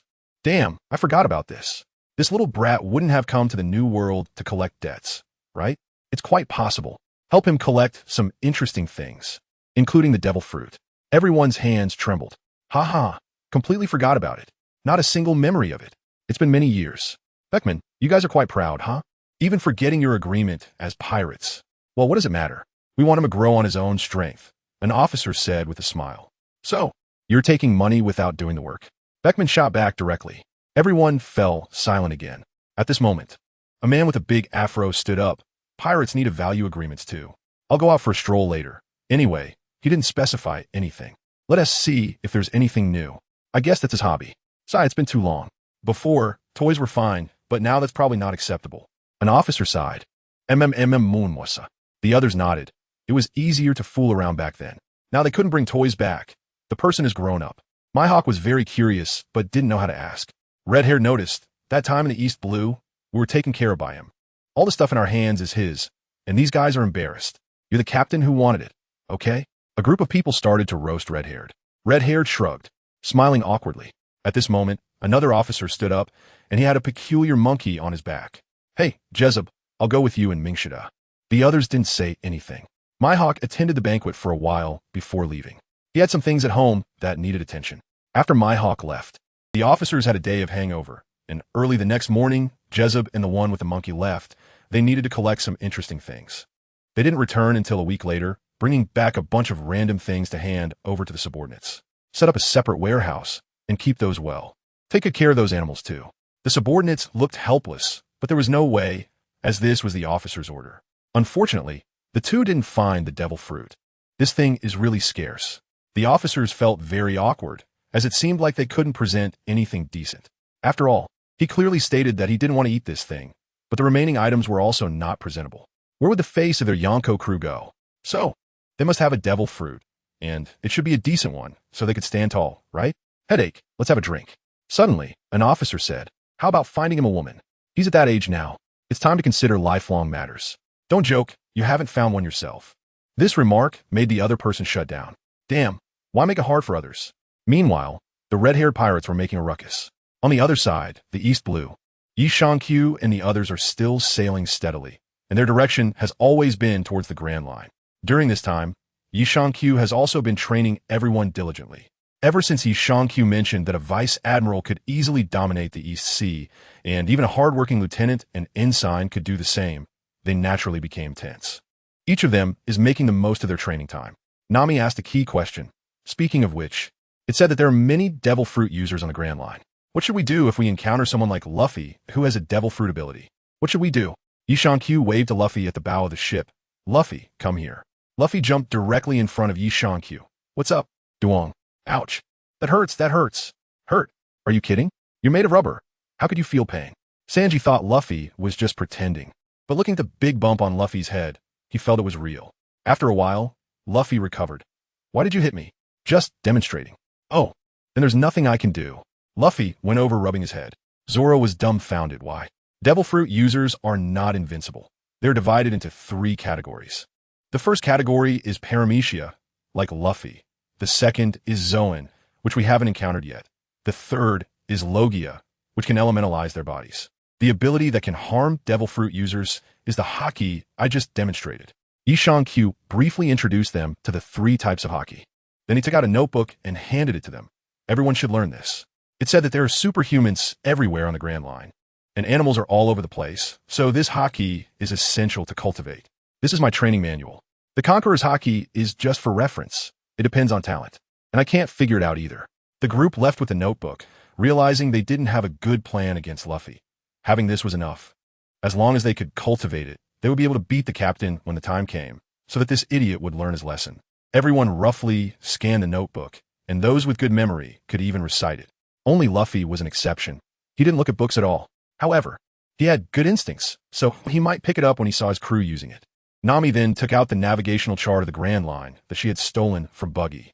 Everyone looked at each other, as this was a dilemma. Theoretically, they couldn't get through because the red line was right in front of them. Nami asked, "It seems we can only enter the Grand Line from Reverse Mountain.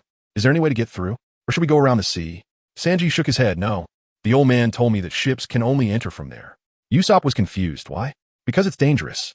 So why? I only know this much. Nami seemed to know something. That's because before Nami could finish, she was directly interrupted by Luffy. He covered his forehead helplessly. All right, since the captain has spoken, we can only proceed. Are you all listening to me? But that seems more interesting. And going in from the front must be quite exhilarating.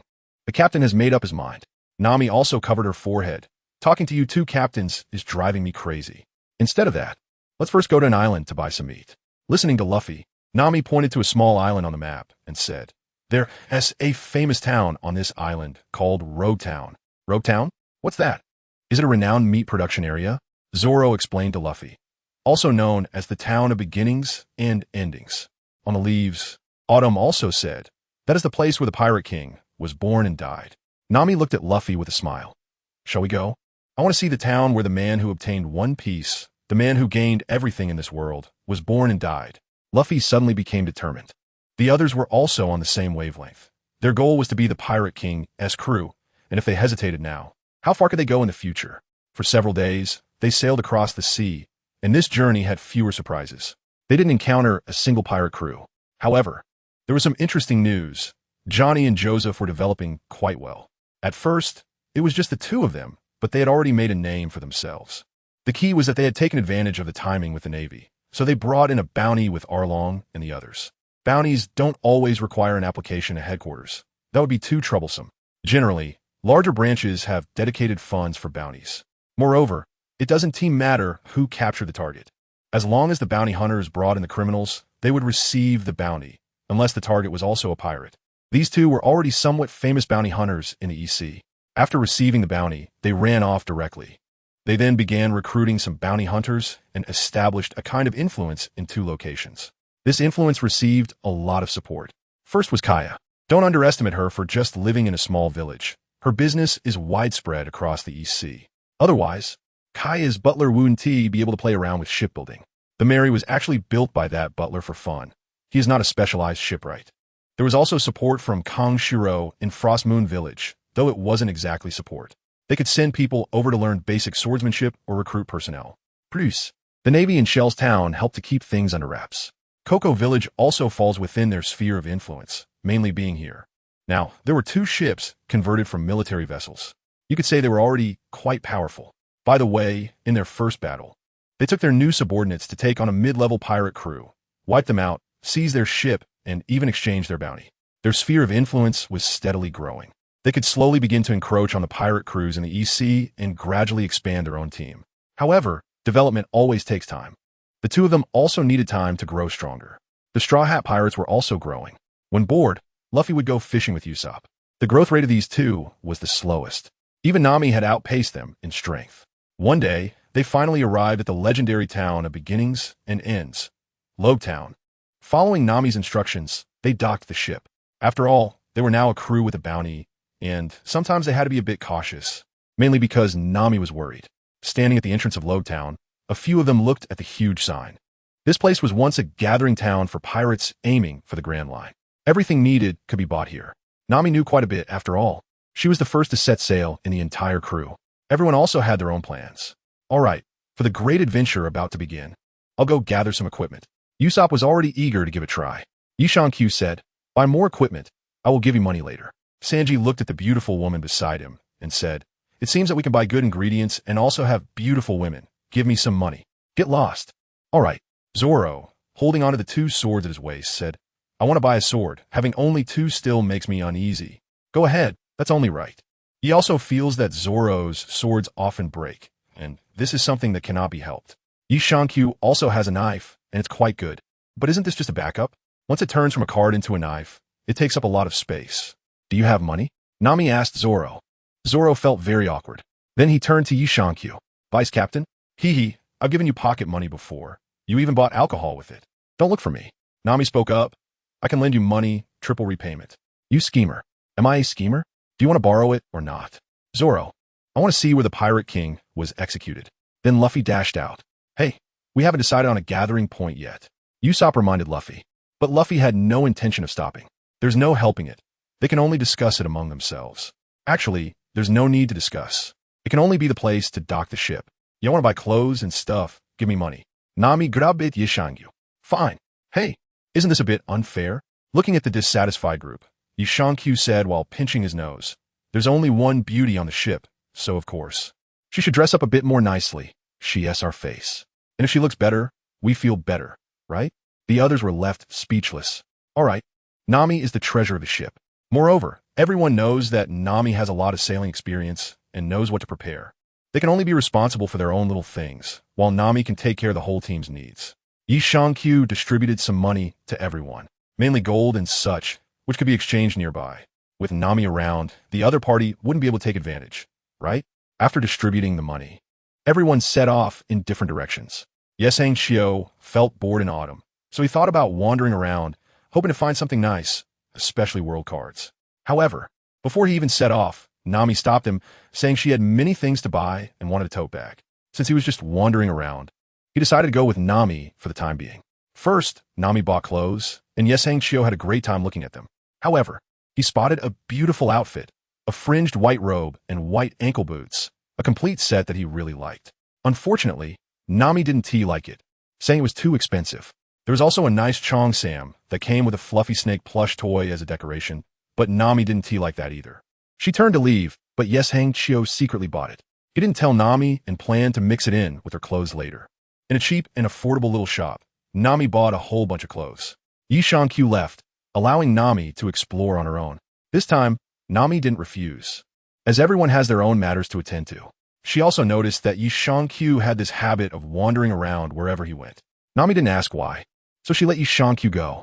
Yishankyu first arrived at the back of the town, where several high mountains overlooked the entire Rog town. After roughly noting the layout, he began to stroll around.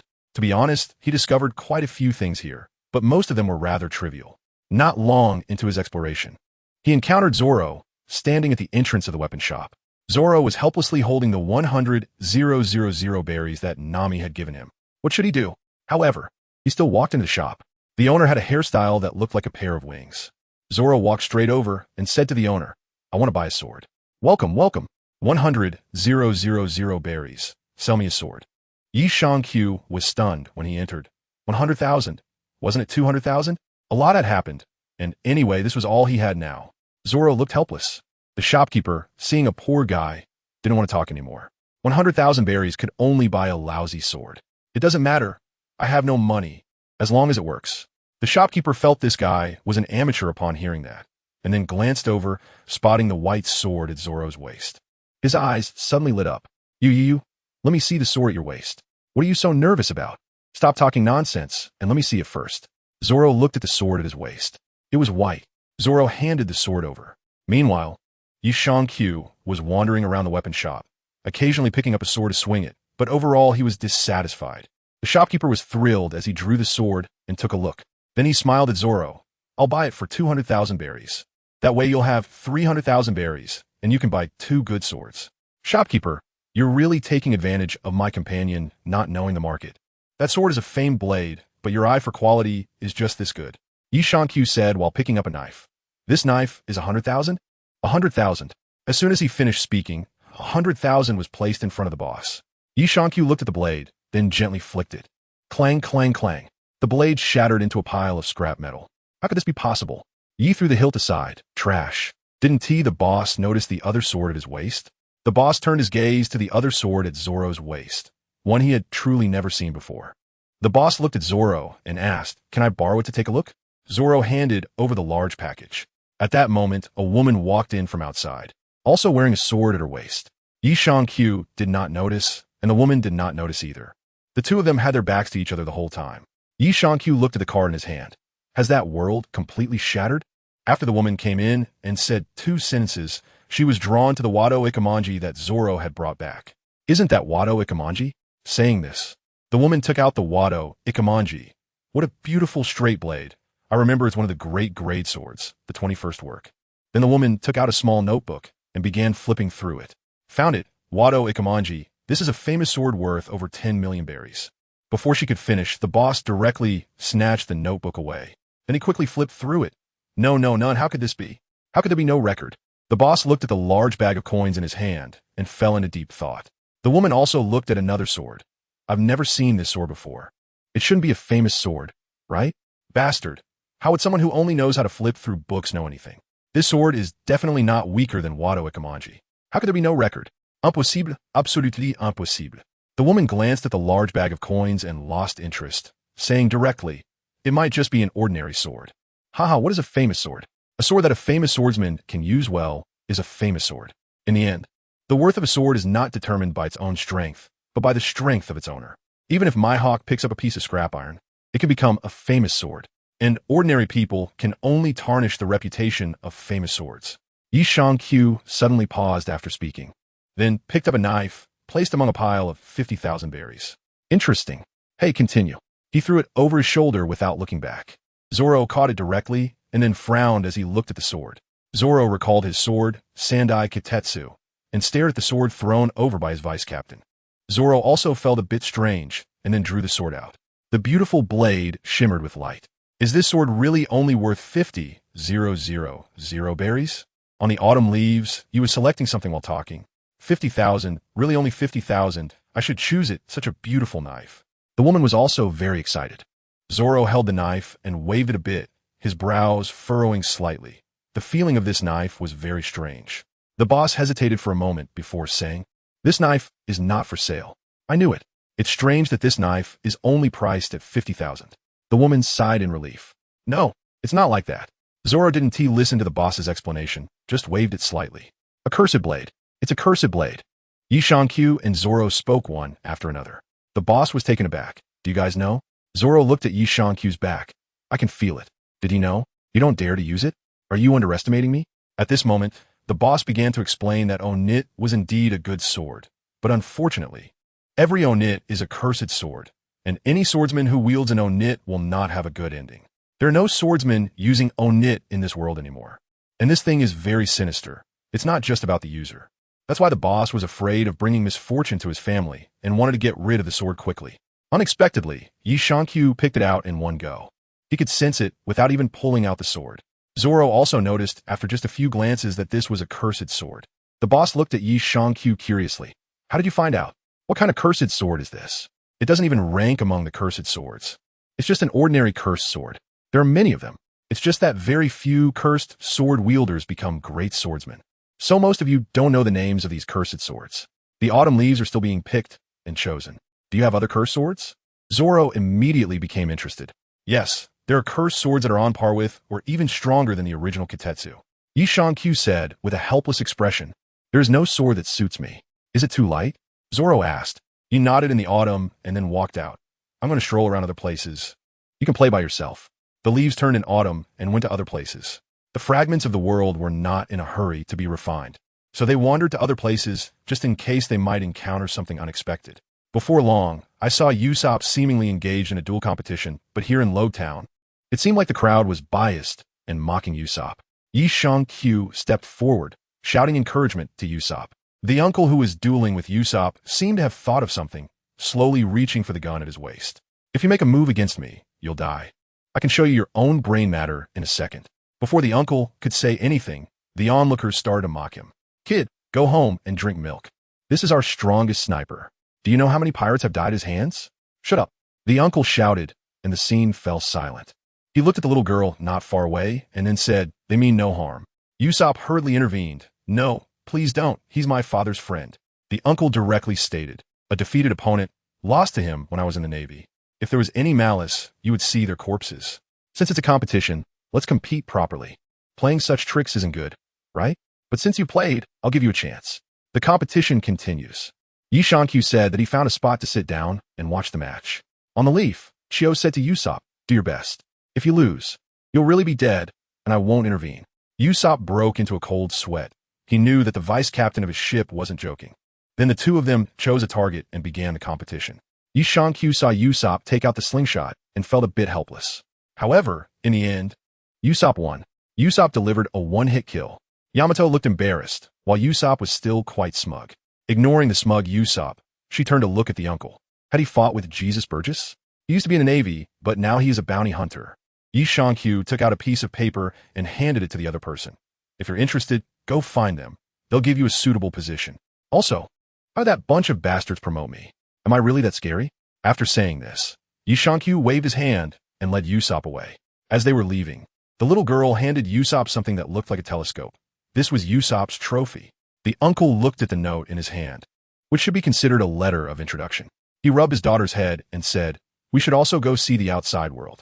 Meanwhile, Nami ran over. She had been watching all along. Yi Shang-Q patted Usopp's head. "Remember this feeling and courage. Don't forget it. You're really amazing." "Don't worry, Vice Captain," Usopp vowed confidently. Nami's items were almost all bought, and Usopp also purchased a lot of things. Finding a place with no one around, Yi Shang-Q put everything away, and the three of them set off again with lighter loads. The mission was completed, so they decided to check out a lively place. Then they saw Sanji participating in a cooking competition. Yi Shang-Q was leading 2 people around the food square. From time to time, they would buy some ingredients, at least in Nami and Usopp's eyes. After wandering for a while, Yi Shang-Q suddenly froze and then turned to the two and said, "I just remembered I have something to take care of. You guys can have fun by yourselves. Shall we go together?" Nami felt that Yi Shang-Q was hiding something from them. "No need. Let's cheer for Sanji," Yi Shang-Q said and left directly, leaving the 2 people staring at each other. Then Yi Shang-Q chased a green figure, turning left and right until he arrived at a secluded place. Seeing that no one was around, the other party finally stopped. "Long time no see. Hee. Uncle, to be precise, this is our 3rd official meeting, right? You really are an unlovable child." The old man wanted to say the same thing to you. Yi Shang-Q rolled it, hideous. The person opposite fell silent. Yi Shang-Q could only ask again, "Were you here for this time?" "To see you off. There is a troublesome nature-type ability user here." "The Navy?" The other party nodded. Yi Shang-Q suddenly asked, "Sabo?" The man shook his head. Suddenly, he spoke up. "Are you also in the revolution?" "Not really. I just dislike this order. Isn't it better to come with me?" "Ha! Just bloodshed and sacrifice. And you call that a revolution? We only want to give the choice to the people. That's just chaos." Yi Shang-Q opened a black hole and took out a pile of books from inside. "I estimate that those of you are hopeless, but Sabo still has a chance. Bring these to him, and you can take a look too. Anyway, I don't have any hopes for you. Luffy is in danger." Let's go." Then the 2 of them arrived on the rooftop outside the square, one in front and one behind. The sky was already covered with dark clouds. Yi Shang-Q looked at the uncle. "Is this your ability?" The uncle nodded. Yi Shang-Q thought of something, came to the uncle's side, and then patted the other's shoulder. "If it rains later, make sure to protect these books. They're all one of a kind. We can't let others see them, especially the Navy and the world government. Otherwise the old man will beat me to death." The uncle nodded, and with a sweep of his wide cloak, a gust of wind lifted those books. He looked at the square in the autumn. "Damn." Then he rolled up his sleeves and was about to go, but he was stopped by the uncle beside him. Yi Shang-Q realized that he seemed to be unnecessary in this situation. At this moment, Luffy was already trapped by the shackles of the execution platform, and Buggy was raising his knife to behead Luffy. Below, Zoro, Sanji, and the others were struggling to fight against the Buggy pirates. Suddenly, Luffy spoke up. "Yi, Zoro, Sanji, Nami, and Usopp, I'm sorry." Luffy looked up with a smiling face. "I'm going to die." Luffy's smile brought enough shock to everyone. "You're talking nonsense. If you don't make a move, I will." The old man did not respond to Yi Shang-Q, but just looked at the sky. "No need for us to act." Then, at the moment the knife descended under Buggy's command, a loud rumble and a dazzling white light flashed. He looked up at the sky in autumn. Fate? Luck? The flames shot up from the execution platform. The execution platform collapsed with a roar. "Damn, rubber is not fireproof." He leaped through the autumn, kicking open the burning execution platform. Luffy stood up among the ruins of the platform, putting on his straw hat. "Ha, as expected, he's still alive. What a win." Seeing Luffy completely unharmed, everyone on site was shocked. Sanji's smoke was blown away, and he murmured as he watched Luffy strut over with his hands on his hips. "Do you believe in gods?" "What do you believe in me for?" Yi Shang-Q replied. Luffy said, "Stop talking nonsense. Let's get out of here quickly." Zoro sheathed his sword. "It seems there will be a big commotion. Come on, surround all the pirates." Yi Shang-Q saw a big guy holding a cigar. At this moment, the Navy had already rushed over, but most of the people here were from the Buggy pirates. Luffy and Yi Shang-Q were excitedly watching. Then Zoro and Sanji each grabbed them by the scruff of the neck and started running out. "This is not the time to be excited," Zoro said while pulling Luffy to run. Sanji was also pulling Yi Shang-Q. "Seriously? Can't you 2 captains be a bit more serious? I mean, I'm saying shut up and run." "No. I'm just saying if we don't get back to the ship quickly, we'll never leave this island again." He wanted to speak twice, but was interrupted by Zoro and Sanji. There was no other choice. They had to run to escape for their lives. The sky opened up with heavy rain, and a few people desperately ran in the rain. Yi Shang-Q muttered at the back, Why do we have to run? Can't we just stay put? Stop talking nonsense. Zoro shouted ahead, as if charging forward. Suddenly, Zoro's footsteps came to a halt. A woman was standing on the rainy street ahead. The woman lowered her head and said, I didn't expect you to be Roronoa Zoro, a pirate. You lied to me. Upon hearing this, both Luffy and Zoro stopped in their tracks. As soon as she slipped on the autumn leaves, she fell to the ground. Wow, is the plot this exciting? Hurry up and help me up. Popcorn, popcorn. You didn't even ask my name. I didn't deceive you. Zoro stepped forward to explain. Not even asking names. Is this how pirates play? Ah, shut up. You bastard first mate. She's the woman from the weapon shop. Weapon shop? That hasn't been long, right? Too fast. Sanji, prepare some kidney for him to replenish. Luffy tilted his head. Kidney? Is it delicious? I absolutely won't allow a scoundrel like you to carry such a renowned sword. The famous sword and the one with the character D, I want them back. The woman completely ignored what the others were saying. On the leaf. Autumn scare the popcorn to fall. Damn, I've never seen such a shameless person. Stealing is stealing. We pirates dare to admit it, but the Navy has figured it out. With no cost for recovery. Very impressive. Luffy nodded. That woman was so angry she couldn't speak. Zoro tightened his grip on the sword at his waist. Let's see. Zoro, tell him, a famous sword always belongs to its master. Use it as you please. He stood up suddenly in the autumn. Zoro drew his sword and fought together with Dashki. At this moment, the Navy also arrived, and Dashki directly said, This is my battle with Roronoa. Outsiders, please do not intervene. Did you hear that? You should leave first, Zoro said, turning his back to the three of them. Yamato said, You guys run. I'll keep an eye out for the Navy playing dirty.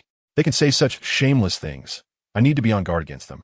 What if the other side challenges the entire Navy branch to a duel and then gangs up on the Navy branch against Zoro? Dashki was so angry she almost ground her teeth. It's up to you now. Then Luffy led Sanji away. Zoro directly engaged with that girl, but she's really weak.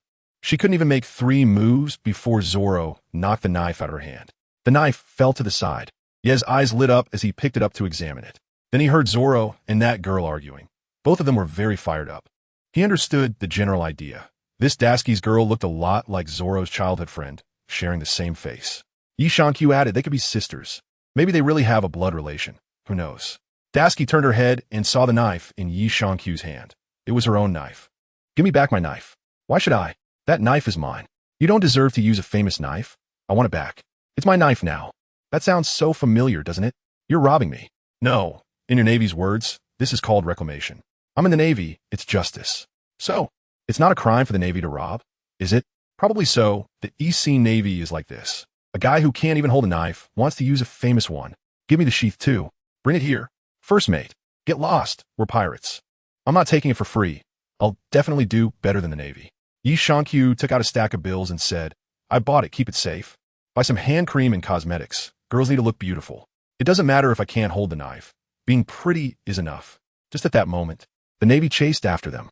Zoro didn't have time to think much and grabbed Yi Shankyu, starting to run. Bastards, I will definitely catch you.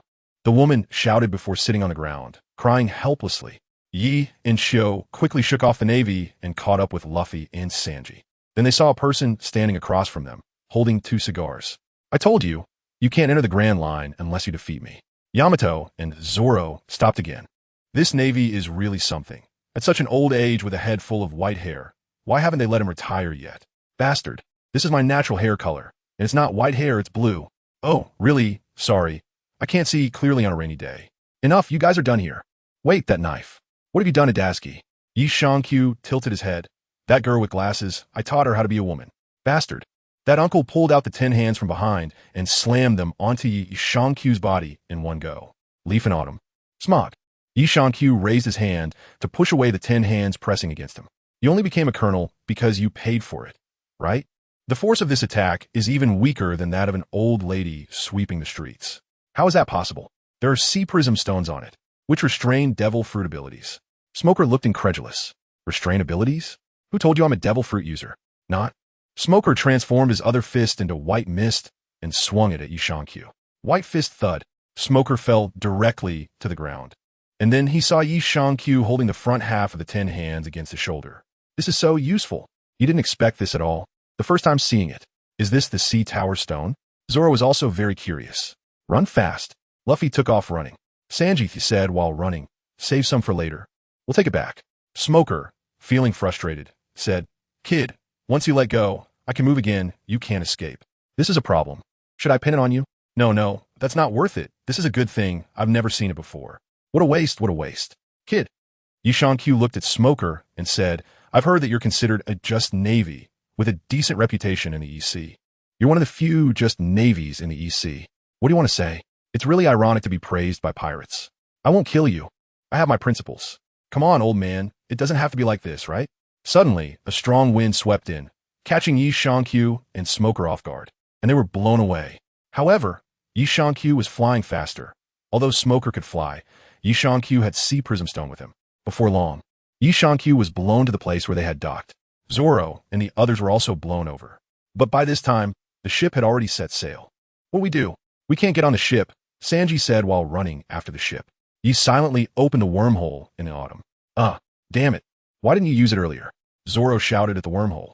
How many times did I say, no need to run, no need to run? Did you guys even listen? Zoro, Sanji, and Usopp bowed. Sorry. Luffy, I see. Yishan-Q kicked Luffy into the water, and then the others jumped in by themselves, with Yishan-Q being the last one. When they reached the deck, Nami was relieved to see everyone back. Mina, everyone. It's really great that nothing happened. It's all thanks to this bunch of guys. Otherwise, we would have returned much earlier. He glanced disdainfully at those guys. Luffy and the others didn't dare to speak. Meanwhile, Smoker looked grimly at the direction the Straw Hat crew had left. Colonel? The soldiers hesitated to speak. This was truly a failure. Smoker said directly, prepare the ships. We're going to chase the Straw Hat Kid. The soldiers were a bit hesitant. Smoker didn't care and continued, I'm going to the Grand Line. The soldiers were even more frightened and nervously said, but Colonel, this island is under your jurisdiction. If the higher-ups come questioning. Before he could finish, Smoker shot him a glance. Don't think you can give me orders. At that moment, Tashigi stepped forward, gritting her teeth. I'm going. The soldiers were in a frenzy. Colonel Tashigi. Tashigi ignored them and continued. I want to let that guy go. I must capture him myself. I have to take back what I lost. Smoker was puzzled. Can this actually be taken back? Tashigi was his best subordinate. He couldn't let her go down the wrong path. He needed to talk to her about this, or it might end in tragedy. If it escalated to loss of life, it would be terrible. He must find a time to properly guide her. However, he wasn't good at this. He needed someone skilled. Who could it be? That was a question. Preferably a woman. After all, a girl had lost this thing. Ugh. Damn pirates. Meanwhile, the Buggy pirates had also fled. They didn't gain anything this time. On the other side, after their great escape, the Straw Hat pirates were in good spirits. Although it was pouring rain, everyone still saw the guiding lighthouse shining brightly. Nami happily said, that's the guiding lighthouse. The entrance to the Grand Line is at the end of the light. Luffy, what do we do? Is the Grand Line right ahead? Everyone seemed to have thought of something. Usopp hugged the mast. No, but we don't need to be in this storm. Before Usopp could finish, he saw the others nodding and smiling. Sanji even gave a thumbs up. Usopp was helpless but agreed. Yash. Sanji brought a wooden barrel and placed it in the middle of everyone. To celebrate our ship about to enter the Grand Line, let us have a launching ceremony. Oh, sounds good. Let us go. Everyone cheered and prepared to start. Sanji was the first to put his foot on top of the wood. I'm here to find all blue. Luffy followed closely. I'm here to become the Pirate King. Zoro. I'm here to become a great swordsman. Nami. I'm here to draw the world map. Yishan-Q. I am here to become the world's strongest. Usopp, trembling, places his foot on the ship last. I am here to become a brave warrior of the sea. A small boat, swaying in the wind and rain. 6 youthful faces, a wooden barrel. Here they set their initial and final goals. Luffy smiles at everyone. Let's set off to the Grand Line. Everyone raises their feet in response. Oh. Everyone watches Nami skillfully command the ship. Although usually everyone is laid back, when something happens, they become very serious. Finally, a night of wind and rain has passed. Everyone is exhausted. This day has really been thrilling. In the morning, everyone gets up early. Sanji is preparing breakfast, and Nami is lying on the deck, as usual, soaking up the sun. Usopp is also studying his weapons, inspired greatly by Hawkeye's experience in modifying arrows. Speaking of which, Hawkeye is a master of weapons among the Avengers. Although his technology can't compare to Iron Man's, almost all the weapons he uses are made by himself. The various strange and even flashy arrows and bows he has created are all modified by him. In this aspect, he is quite similar to Usopp, and the things he modifies are indeed both beautiful and practical. Luffy is still sitting at the bow, gazing out at the sea. Yi Shangqiu was organizing his cards, trying to avoid looking like a lunatic.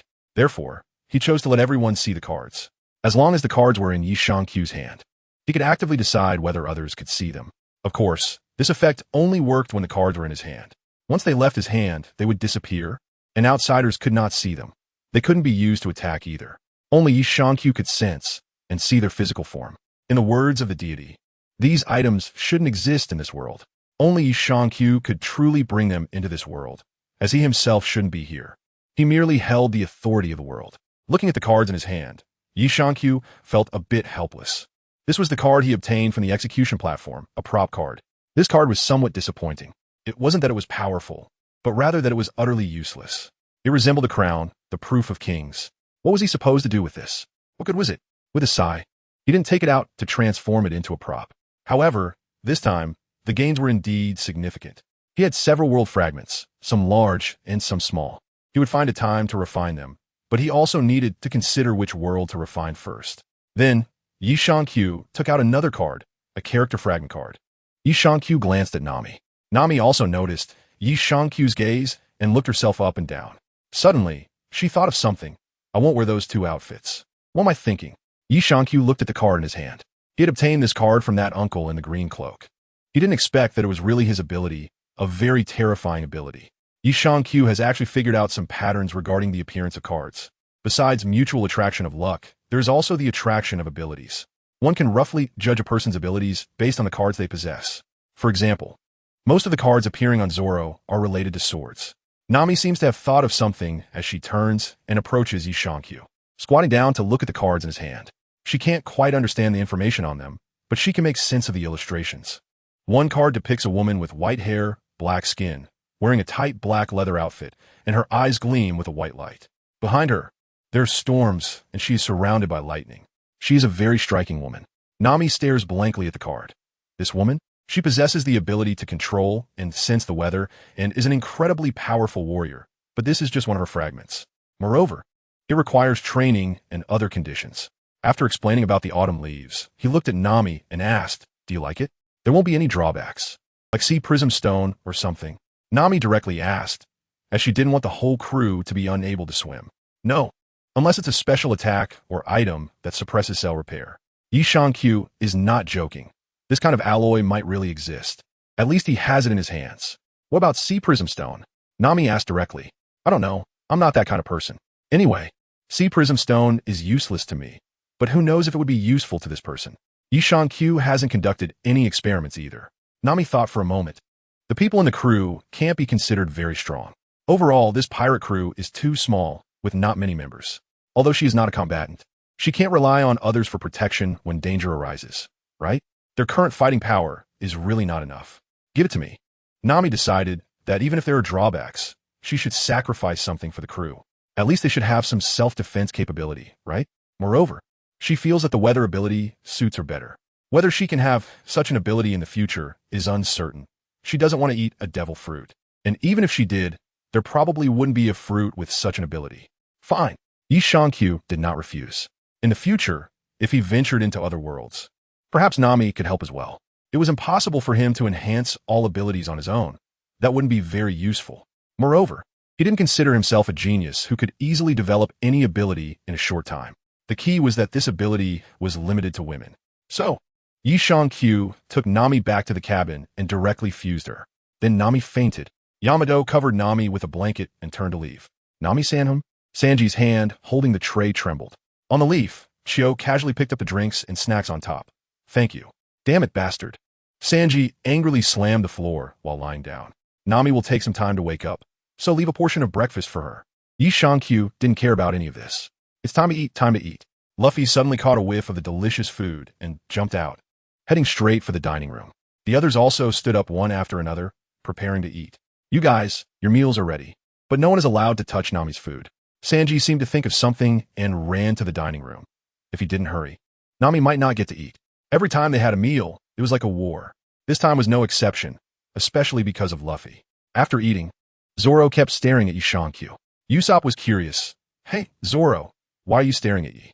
Zoro looked at Yi Shangqiu and said, "Hey, where did you put Daski's sword?" "What, that beautiful navy?" Upon hearing this, Sanji perked up turning to glare at Yi Shang-Q.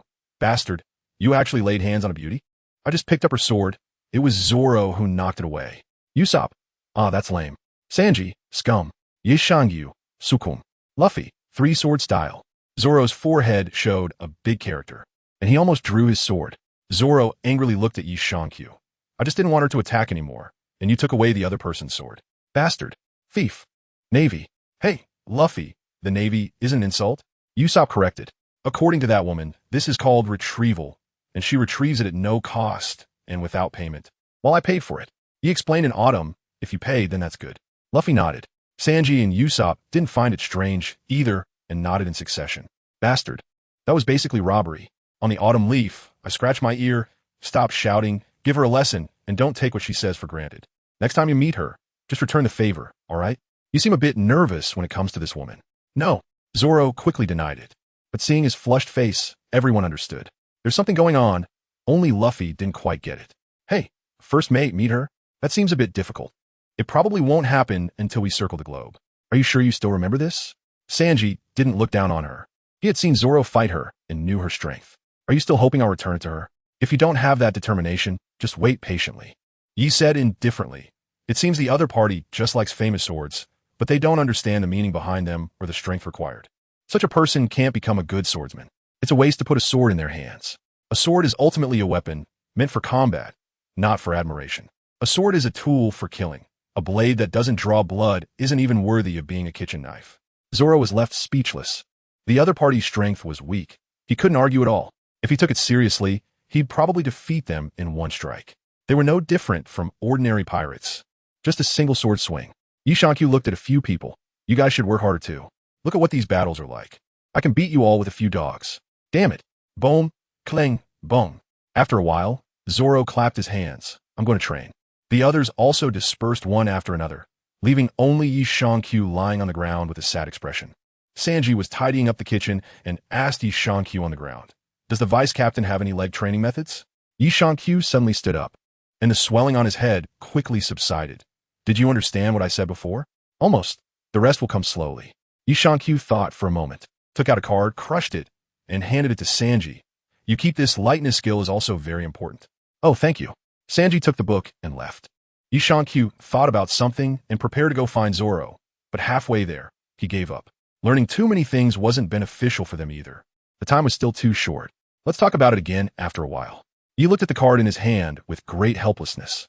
He glanced at Luffy at the bow of the ship and said, I have something to take care of, don't disturb me. Luffy nodded seriously this time and replied, yeah, don't worry. Yi Shang-Q returned to the room to refine the world cards, and this time the harvest was quite significant. With some free time, everyone was training, so he needed to get down to business as well. He went back to the room and took out several world cards. Have so many worlds been injured?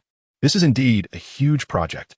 As he spoke, Yi Shang-Q ignited a peculiar flame with both hands and began to refine the cards.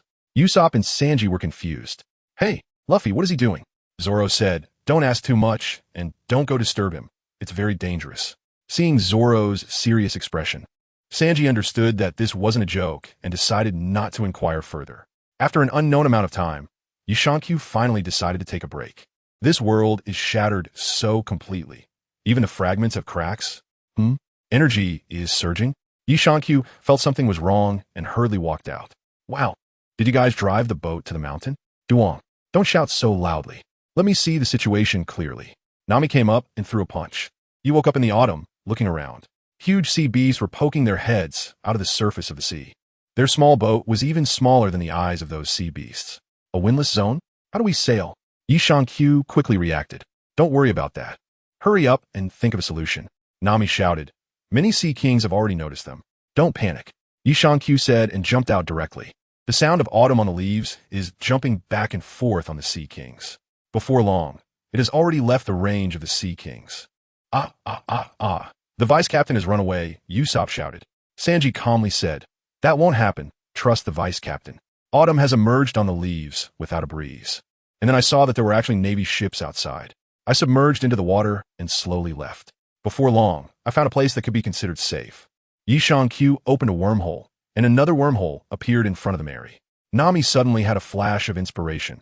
Her eyes gleamed with white light, and a gust of wind swept through, directly blowing the Mary into the wormhole. In the blink of an eye, everyone found themselves on the sea surface where Yi Q was.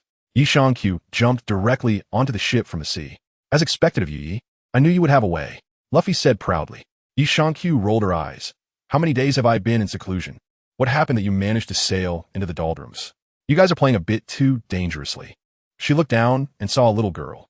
Did you get caught by the Navy for child trafficking? No. Usopp hurried over to explain. The gist was that the Navy was trying to capture this little girl, so they thought about helping her, but seemed the Navy wasn't planning to let her go. The little girl's name was ABI's, and she was a user of the Whisper Fruit. Yi Q rubbed the little girl's head and then looked at Sanji. Prepare some food for me. I have things to do after I eat. Although the East Sea is weak, you all need to take it easy.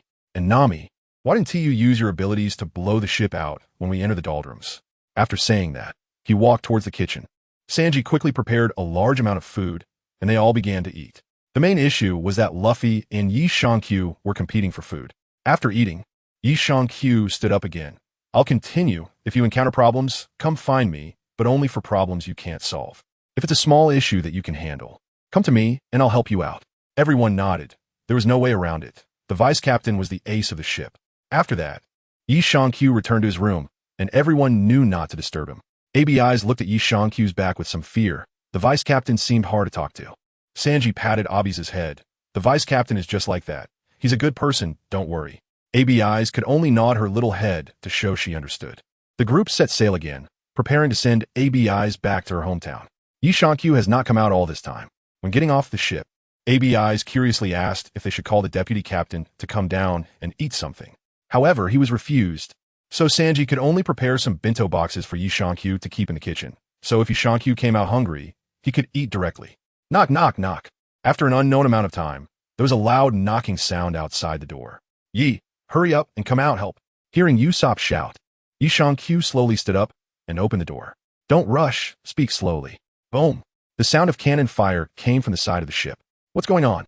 Hurry, save Lord Long. Lord Long? Is it the Millennium Dragon they kidnapped? You looked towards where Usopp was pointing and discovered a small boat towing a huge wooden raft, on which there was a giant bird-like creature. Is that it? Usopp nodded. Yi Q disappeared with a lift of his foot. Be careful, he is an ability user. Yi Q didn't hear it. The next moment, he directly arrived beside the Millennium Dragon. A supernatural being? The other party seemed very surprised, then directly attacked. Two fingers sliding rapidly, creating air blades that shot towards Yi Q. A supernatural being? Yi Q spoke as he raised his hand, and a wormhole opened up directly. In the next moment, an air blade appeared right beside that ability user, who had no time to prepare and was hit several times by his own attack. Interesting, Yi Q said with a smile. You're also an ability user, but it's a pity you encountered this situation. The ability user spoke and directly launched an attack. But this time the target was not Yi Q, but the wooden raft beneath their feet. The raft shattered, and Yi Q grabbed ABI's and fell into the sea. How is that possible? Looking at Yi Q, standing directly in the water, that person was somewhat surprised. Is that it? Do I really need to step in? However, capturing an ability user for research wouldn't be bad either. In the next moment, Yi Q suddenly disappeared from the spot and landed a punch on that person's stomach. The person flew out and, before going too far, fell directly into a pitch black hole. Once he disappeared into the hole, Yi Q immediately closed the wormhole. Dragon Lord. Looking at the Dragon Lord, who was about to sink into the water, ABI's struggled hard in Yi Q's grasp. Don't move around. You're a landlubber. Yi Q held a BZ and placed her onto the small boat of the previous person, then pulled the boat to Long Ye's side. Long Ye gently lifted his head to glance at a BZ, seemingly saying something, leaving a BZ stunned in place. Long Ye let out a long howl towards the sky, releasing a roar of anger, then flapped his wings to take off. However, the altitude was not enough, and many shells fell on Long Ye. It was the Navy again. The EC was truly rotten to the core. On the other side, Luffy had already started angrily attacking the cannons of those warships. Yi Q glanced at Long Ye. He was too old, and the breath of life had become very weak. After speaking, Long Ye plunged into the sea. Long Ye lay on the surface of the sea, roaring with a mix of unwillingness and guilt as he howled towards the sky again. The sound, like a furious roar, made everyone's ears hurt. Luffy anxiously landed beside Long Ye, and it seemed that Luffy could understand Long Ye's words. Please take me over, I beg you. Looking at ABI's beside him, Yi Q smiled faintly and opened a wormhole to teleport to Long Ye's side. ABI sat in the small boat. Her hands pressed against Long Ye's cheek, tears filling her eyes, shouting that it wouldn't happen. Yi Shankyu couldn't understand their words and could only stand aside. At that moment, a harpoon flew over. Heading straight for Lord Long, Yi raised her eyebrows in autumn and directly stood in front of everyone, lifting one hand to grab the harpoon. Luffy. Simple and clear. Knock them out. Then I will know. Yi weighed the harpoon in his hand and, with a flick of his wrist like throwing a javelin, hurled it into the air. The harpoon exploded in the sky, carrying immense force as it flew toward the flagship. Boom! When the harpoon struck the warship, a tremendous explosion seemed to occur, engulfing the entire ship and instantly turning it into countless fiery fragments scattered across the sea. At that moment, a swarm of Millennium Dragons appeared in the sky, beginning to attack the remaining naval vessels. The naval soldiers, witnessing the destruction of their flagship, immediately lost their fighting spirit. The admiral has been taken out. Run for your lives. Don't come over. Watch out for the ships nearby. A great commotion erupted among the warships connected by iron chains. On board, Zoro and Sanji felt much lighter. Zoro quickly raised his sword again. Hey, is that really necessary? What a stinky chef if we don't take some spoils. It won't be good for the vice captain, Zoro reminded. Sanji recalled the vice captain's personality. The two immediately began driving the Navy soldiers onto another ship. Zoro cut through the connected iron chains, and the remaining Navy finally managed to escape on 1/3 of the ships. Yi Shankyu also saw this scene. He turned and moved to Nami's side. At this moment, the sea surface beneath them began to tremble. It seemed that something was rising from below. It looked like an island. Usopp saw it very clearly. Yi Shankyu looked at the area of the island and hurriedly said, Nami, blow the warships away. Don't waste them. We can go over later to get supplies. Nami struggled to control her weather abilities, trying to summon a hurricane. But she had just recently acquired these powers and was not very familiar with them. So, Yi Shankyu stepped in to help. And together they barely managed to blow all the warships away before the island rose. This way, the warships didn't run aground. And as for the warships that the fleeing navy took, a strong wind sent them away, and it was none of their concern where they went. The island finally rose. And this was the dragon's lair that Luffy and the others had been searching for. Yi Shankyu watched the large birds descending onto the island, but no. The Millennium Dragons were also very curious. He stepped forward to face the Millennium Dragons, and these Millennium Dragons did not attack Yi Shankyu. Yi Sh Enki then raised his hand to rub the feathers of the Millennium Dragon. Usopp curiously asked, Millennium Dragon, can you achieve immortality just by using dragon bones? How is that possible? Nami immediately dismissed it, saying, there's no such thing in the world, and even Millennium Dragons can die. How can using their bones grant immortality? What a joke. There's no method of immortality in the world. Sanji also said disdainfully, Ye Shanyu Inotum. It's really awkward. Should I tell them that I am the so-called immortal they speak of? Or maybe not. Luffy pointed at Yi Shankyu. Yi is the immortal. What? Everyone turned to look, and Yi Shankyu felt very embarrassed. Are you a 1,000-year-old monster? Nami asked directly. That's rude. I'm just this age. Only 1 year older than Luffy, Yi Shankyu replied, looking a bit disappointed at the group. But Luffy isn't wrong. Theoretically, I am an immortal. If I'm not mistaken, after reaching an appropriate age, I will fix my appearance and looks. I will stay in this state until I die. However, as long as I have enough energy, I can live indefinitely. But immortality doesn't mean I can't die. I can be killed too. Sanji seemed to think of something. What exactly is going on with you? What do you mean? This is something that can't be explained with your perspective. You can understand it as the power of technology. I have just developed some genes. It's high-tech stuff. Genetically modified human? Sanji blurted out. Sort of, but it's not just as simple as genes. You can understand it as I've integrated external powers into myself. It's like the micro-wormhole transportation technology one use. According to the normal development of this world, you would need at least 3,000 more years to achieve it. And that's assuming you are in a relatively fast technological growth period. It's like I have integrated knives or other weapons into myself. No, but how do you maintain your emotions and such? Aren't you just a robot? Get lost, that kind of low-tech thing can't be compared to our super soldier genes. As for what you mentioned about modifying humans to make them emotionless, to be honest, in terms of technological level, creating a robot is much cheaper and more practical than that. It's quick to see results, convenient, and the costs are low. The key point is that you don't have to deal with the troubles of morals and ethics. Yi Shankyu didn't understand why Sanji was interested in this. Is there such a technique? Sanji and Usopp both felt it was strange, but Sanji's mood was even lower. How to put it? It's like everyone is different. We're just bringing out the genes that highlight each person's strengths. The original genes are human genes, and the modified genes are also based on human genes. So, what do you think the result is? Yi Shankyu finished speaking and pointed at Nami. Take Nami, for example. Her current ability is essentially a form of genetic modification. The original owner of this ability was a genetically mutated being, which you should understand, right? Good. I simply copied that mutated gene and then allowed Nami's own genes to change in that direction. This is just a change that occurred in one specific area. In simple terms, it's like eating a devil fruit, but without the drawbacks. The so-called genetic warriors you speak of may not be entirely worthless in our eyes, but they have no redeeming qualities. At least as a human being, this approach shouldn't be taken. Yi Shankyu looked at the silent Jinzhong without saying a word, then turned around and took a stroll around the island. After that, he waved and returned to the ship to continue.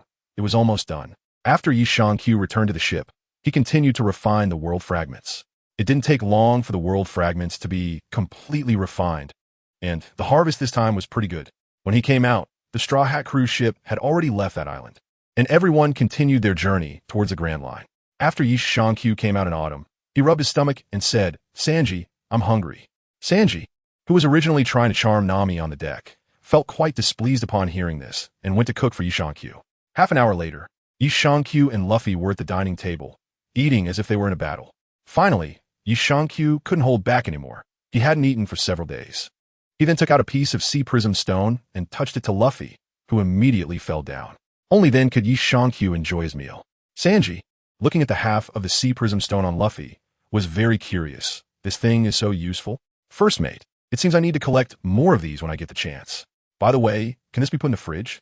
Yi Shankyu thought for a moment and said, "Sure, it's better this way. That way, when I'm not around, you 1T starve." "Thank you, Vice Captain. There are many places on the ship that need it. With this restrainability item, we 1T have to worry about things being eaten up." Sanji was very happy, then picked up half of the shishito pepper and went over to the fridge, asking Usopp to study how to embed this thing on the fridge. Speaking of ability users, it reminded me of something. There's another ability user. Ability user? Oh, you mean that guy, right? Where did you send him? Sanji also remembered that guy from before. He was T sent out. He has been locked into space. That guy ISNT like Luffy. Doesn't T mind being beaten? I killed him with one punch. Then why did you keep him? Do you have that hobby? No, there's a legend that if an ability user dies, the devil fruit they consumed will be reborn somewhere else. It seems there is such a legend. What does that have to do with us? I was thinking, the moment he died, I locked him away. So will his fruit be reborn in my space? Oh, that really is a good idea. Yi Shankyu opened the wormhole space, revealing a corpse inside, which was the ability user from before. Yi Shankyu casually threw something to Sanji. Just throw it away. Sanji opened the window and threw it out directly.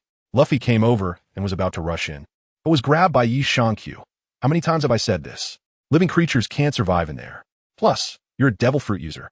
If you accidentally eat a reborn devil fruit, you'll die immediately. Vice Captain, I need some ingredients. Sanji placed the sea stone back on Luffy, and then the two of them came over to observe what was inside. By the way, what does a devil fruit look like? I've seen some illustrations of devil fruits. The patterns are quite unique. Let me take a look. Sanji began to observe at the entrance of the wormhole. Of course, Sanji was also taking out ingredients. And when Luffy saw the ingredients Sanji was bringing out, he couldn't help but put them in front of him and reluctantly took a bite of the fruit. There really are some. Sanji's eyes lit up as he took out a peculiar fruit. This should be a devil fruit. Sanji handed the devil fruit to Yi Shankyu. Do you want to eat it?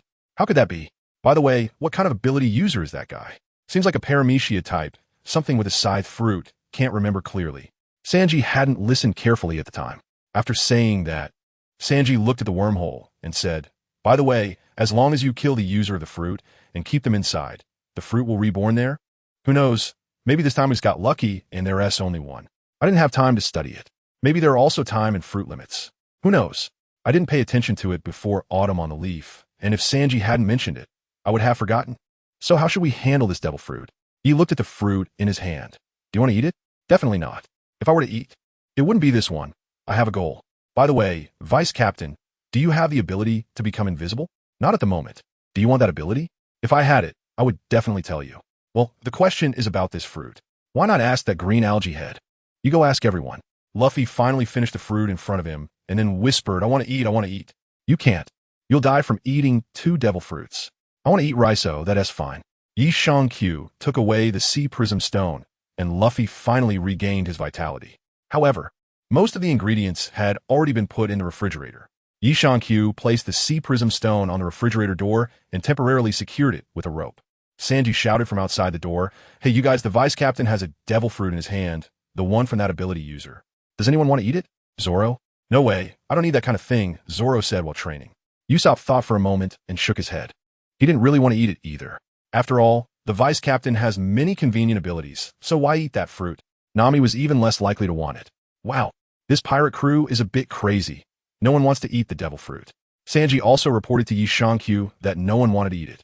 Yishankyu can only find a separate space to put it away. If no one eats it, then no one eats it. It's not that great of fruit anyway. After a satisfying meal, Yishankyu also feels comfortable. He sways and strolls to the deck. Seeing Nami lying there is pleasant. So he takes out a lounge chair and lies down beside her to soak up the sun. Nami, holding EV, comfortably drinks her beverage and reads the newspaper. Yishankyu managed to take a rare nap. Soon, it was time for lunch, and Sanji had already prepared everything. After everyone had eaten, Nami took out the sea chart again. Sanji and Zoro, feeling a bit uneasy, went outside to check the weather.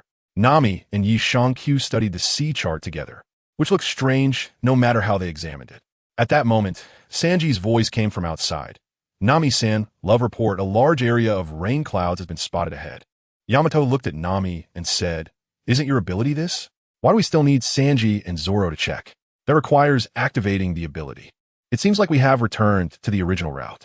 After Nami finished speaking, she looked outside and said, "We should be able to see the red line soon. So why can't we see it yet?" On the other side, Luffy was very excited, jumping on top of the lookout tower, eagerly looking ahead, and repeatedly patting Sanji on the back with one hand. This idiot still didn't know to hold back, making Sanji hurt from the pats. Sanji directly kicked Luffy in the face with a scorpion tail move, which finally made Luffy quiet down. Then Luffy went to pat Zoro, who immediately placed his sword against Luffy's neck, which finally brought complete silence.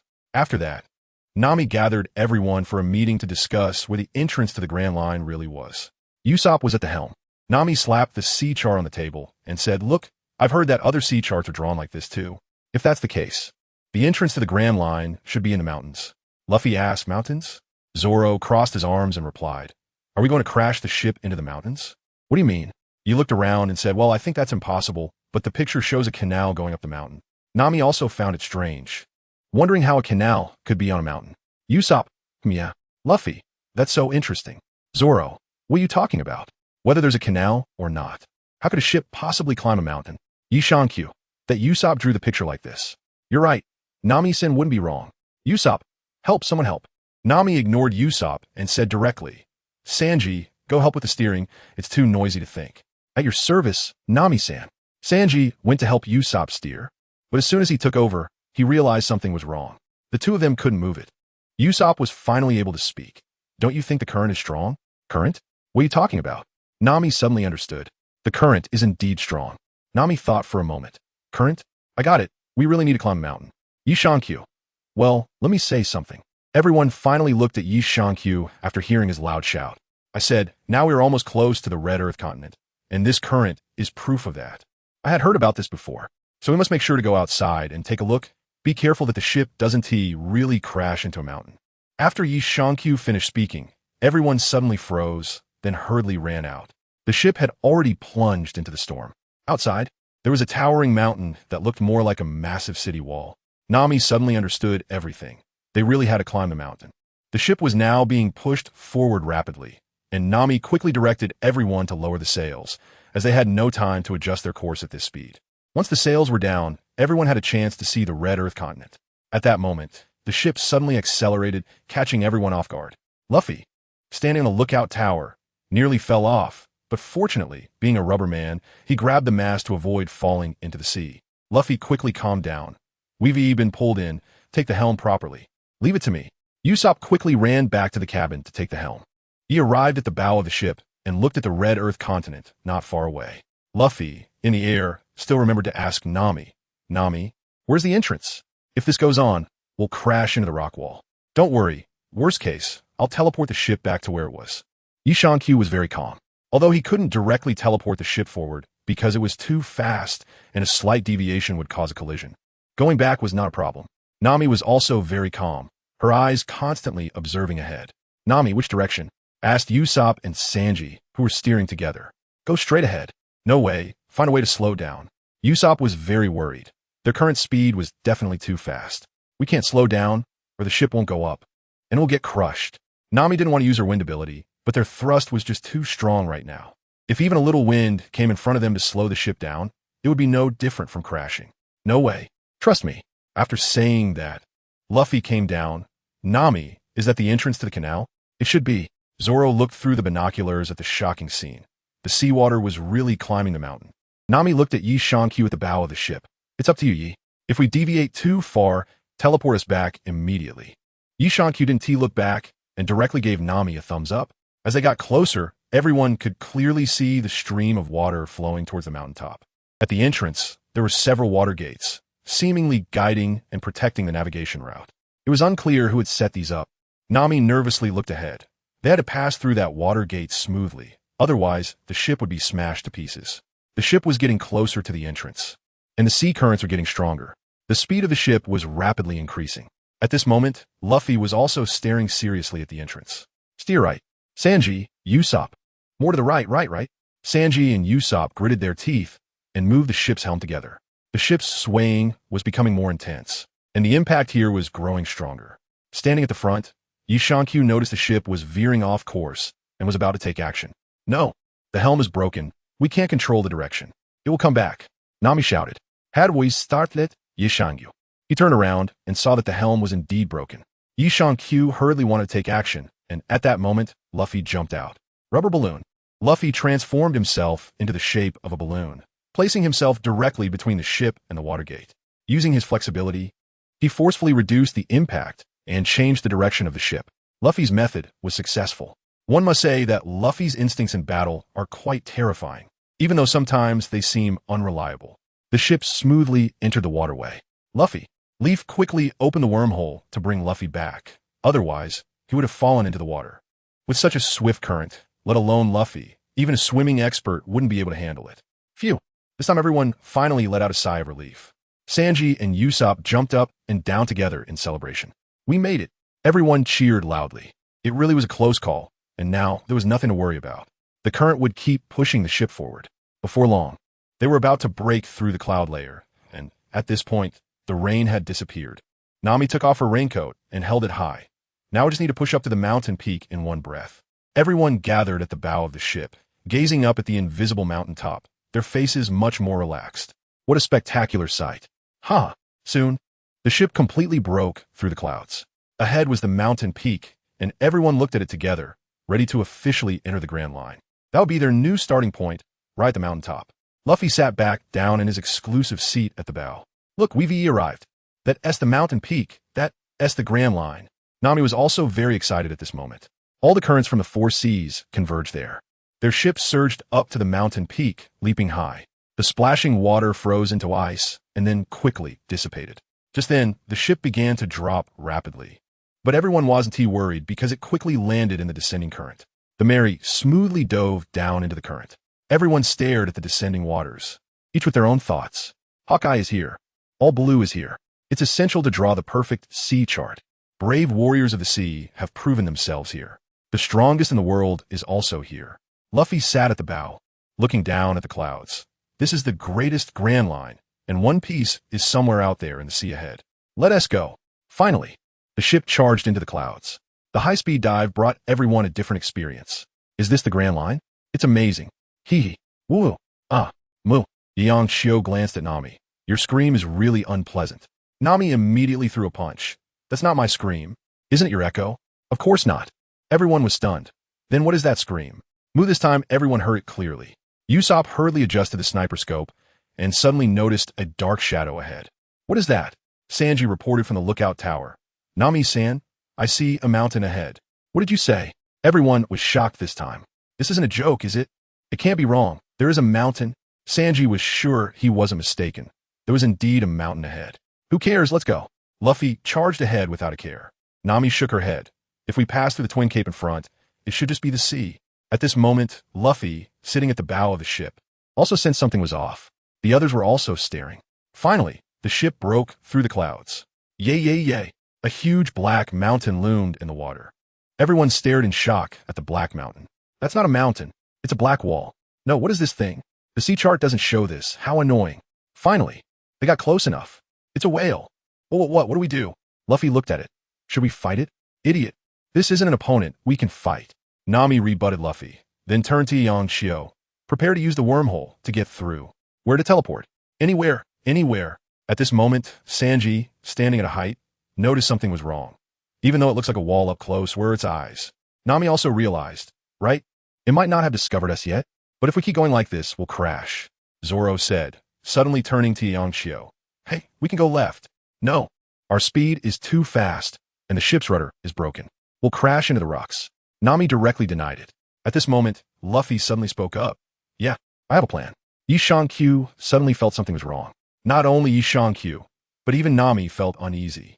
However, Luffy had already entered the cabin. As the distance grew closer, Q suddenly noticed a spot near the whale where they could teleport. Q hurriedly opened the wormhole. Boom! The loud explosion made Q's small hand tremble, and the wormhole closed immediately. Looking down, she discovered that it was Luffy who had fired Cannonball. The tremendous impact caused the ship to slowly start decelerating. The cannon. Everyone on the ship was stunned. Nami and Usopp were both crying. They were so close to opening the wormhole. Why fire the cannon? Inside the cabin, Luffy felt quite pleased with himself. Yo-ho, did we stop? Gulu. He took a gulp of water as he watched the bow of the Mary collide with the whale. The bow breaking off and spinning in the air before landing on the deck. Luffy turned around just in time to see the bow hit the deck. Oh no! My front row seat. Zoro looked at the whale without reacting, swallowed hard. He didn't want to be defeated on the Grand Line just yet, and suddenly felt this was a good opportunity. Gulp! Let's escape while we can. Then Zoro, Sanji, and Usopp quickly paddled the boat to make their getaway. Q felt helpless as he watched the situation unfold. Why? The ship had just reached the position of the whale's eye when the whale finally reacted to the pain, letting out a massive roar that made everyone's ears ache. Nami turned around and saw Luffy standing on the deck, his face full of anger that he couldn't hide. The next moment, something that filled Nami with despair happened. Luffy attacked. What have you done to my special seat? Watching Luffy's fist elongate and strike the whale's eyeball. Q clenched his fist tightly. He raised his fist, ready to go forward. Nami pounced on Q, shouting, "Don't do anything." The others felt hopeless, tears streaming down their faces. Could this pair not find any peace? Nami held Q down, and no one paid attention to Luffy, who showed no sign of fear as the whale looked at him. What? You bastard, bring it on. Zoro and Usopp kicked Luffy away, shouting, "Shut up." The whale seemed thoroughly enraged, opening its massive mouth and a torrent of seawater surged in, engulfing the ship and rushing into the whale's belly. At a critical moment, Luffy jumped out. Q was pressed down by Nami, tears streaming down her face. Tired, just destroy it, hurry up. After a while, the boat finally stabilized. Nami finally stood up. Why are you stopping me? Q lay on the ground with a speechless expression. Of course, how could I take action? I just wanted to teleport the ship away. Shouldn't it have been Luffy who stopped me at that time? Q looked helpless. Was he really such an impulsive person? Upon hearing this, everyone fell silent, as if they truly hadn't expected it. In their eyes, it seemed that if Luffy said to beat him up, Q would rush forward. Q looked at the blue sky, speechless. Wait a minute. The blue sky? Shouldn't they be inside the belly of a whale? How could there be something like the sky? And there are even clouds? Wait, did I use the teleportation? Shouldn't have, right? So what are they now?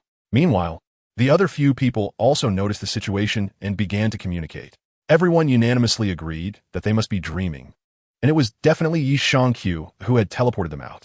In front of them was a super tiny island with a house on it. And outside were sun umbrellas and beach chairs. I didn't use teleportation. Yamato stood up on the leaves. So what is the situation now? Sanji was a bit stunned by this. Is it an illusion? It must be an illusion. Then the water surface suddenly began to ripple, and a gigantic octopus appeared. Nami, what about this? In the next moment, she realized. It's the giant octopus. Zoro and Sanji looked at the situation, ready to fight. The next second, 3 harpoons pierced through the body of the giant octopus, and it fell directly. He raised her eyebrows in autumn, and her expression suddenly became serious. 3 harpoons, incredibly precise, struck with lethal force, piercing through the 3 hearts of the squid. In an instant, the squid lost its ability to resist, not even displaying any struggle or nerve response. This was definitely not something an ordinary person could achieve. The crowd saw the person who had made the move. It was an old man. He looked at each other carefully in the autumn, and at first glance, he seemed like an ordinary old man, and upon closer inspection, he was still just an ordinary old man. Nami and Usopp were crying and lying on the floor. Zoro and Sanji went over to talk to them. Yi Shang-Q didn't listen carefully. His attention was entirely on the old man's eyes. Although he was wearing glasses, the information conveyed by those eyes was definitely not simple. Zoro and Sanji were both so angry that they wanted to kill each other. Neither of them could suppress their anger. Nami noticed something was wrong. Yi Shang-Q had been silent the whole time. Yeah? Yi Shang-Q stepped forward and pushed Zoro and Sanji aside, looking at Yi Shang-Q's serious expression. The two of them did not speak, standing on either side of Yi Shang-Q. Zoro, Sanji, show a little respect for the elder, and besides, you are not their match. After Yi Shang-Q finished speaking, both of them were stunned. This old man had indeed admitted that he was not their match. What did the first mate say? Yi Shang-Q ignored the two people and stood in front, looking at the old man. Indeed, this is the Grand Line. Truly astonishing to see such powerful beings right upon entering here. Impressive. Without caring about what the old man said, Yi Shang-Q continued to look at the fallen giant squid. 3 harpoons accurately hit the key positions of the giant squid's 3 hearts, and they came from the back, with no resistance at all. This is definitely not something an ordinary fisherman could achieve. His eyes were focused, appearing plain and unadorned, returning to simplicity. Unexpectedly, aside from the old man, he could also see such a strong individual. Listening to Yi Shang-Q's words, the others began to observe as well. They couldn't understand the nuances in his gaze, but they clearly saw the giant squid, and upon reflection, it seemed to be just as he said. Moreover, the old man had shot the harpoons from inside the room, launching all 3 simultaneously. Sanji, being a chef, naturally understood squid. Upon closer inspection, it was indeed the positions of the 3 hearts. However, the current situation was quite interesting, as both Yi Shang-Q and the old man were talking to themselves, without any intention of engaging with each other. Their topics were completely unrelated. Nami and Usopp couldn't understand these discussions. They were listening to the old man, who informed them that they were inside the whale's belly and pointed out the exit. Zoro looked at Yi Shang-Q and the old man, feeling helpless. Both of them had such terrible personalities, showing no intention of listening to others. Nami and Usopp looked at the seemingly metallic door, shocked. Wait, why is there an exit inside the whale's belly? Why is there a door in the sky? Usopp, as a sniper, finally noticed something strange.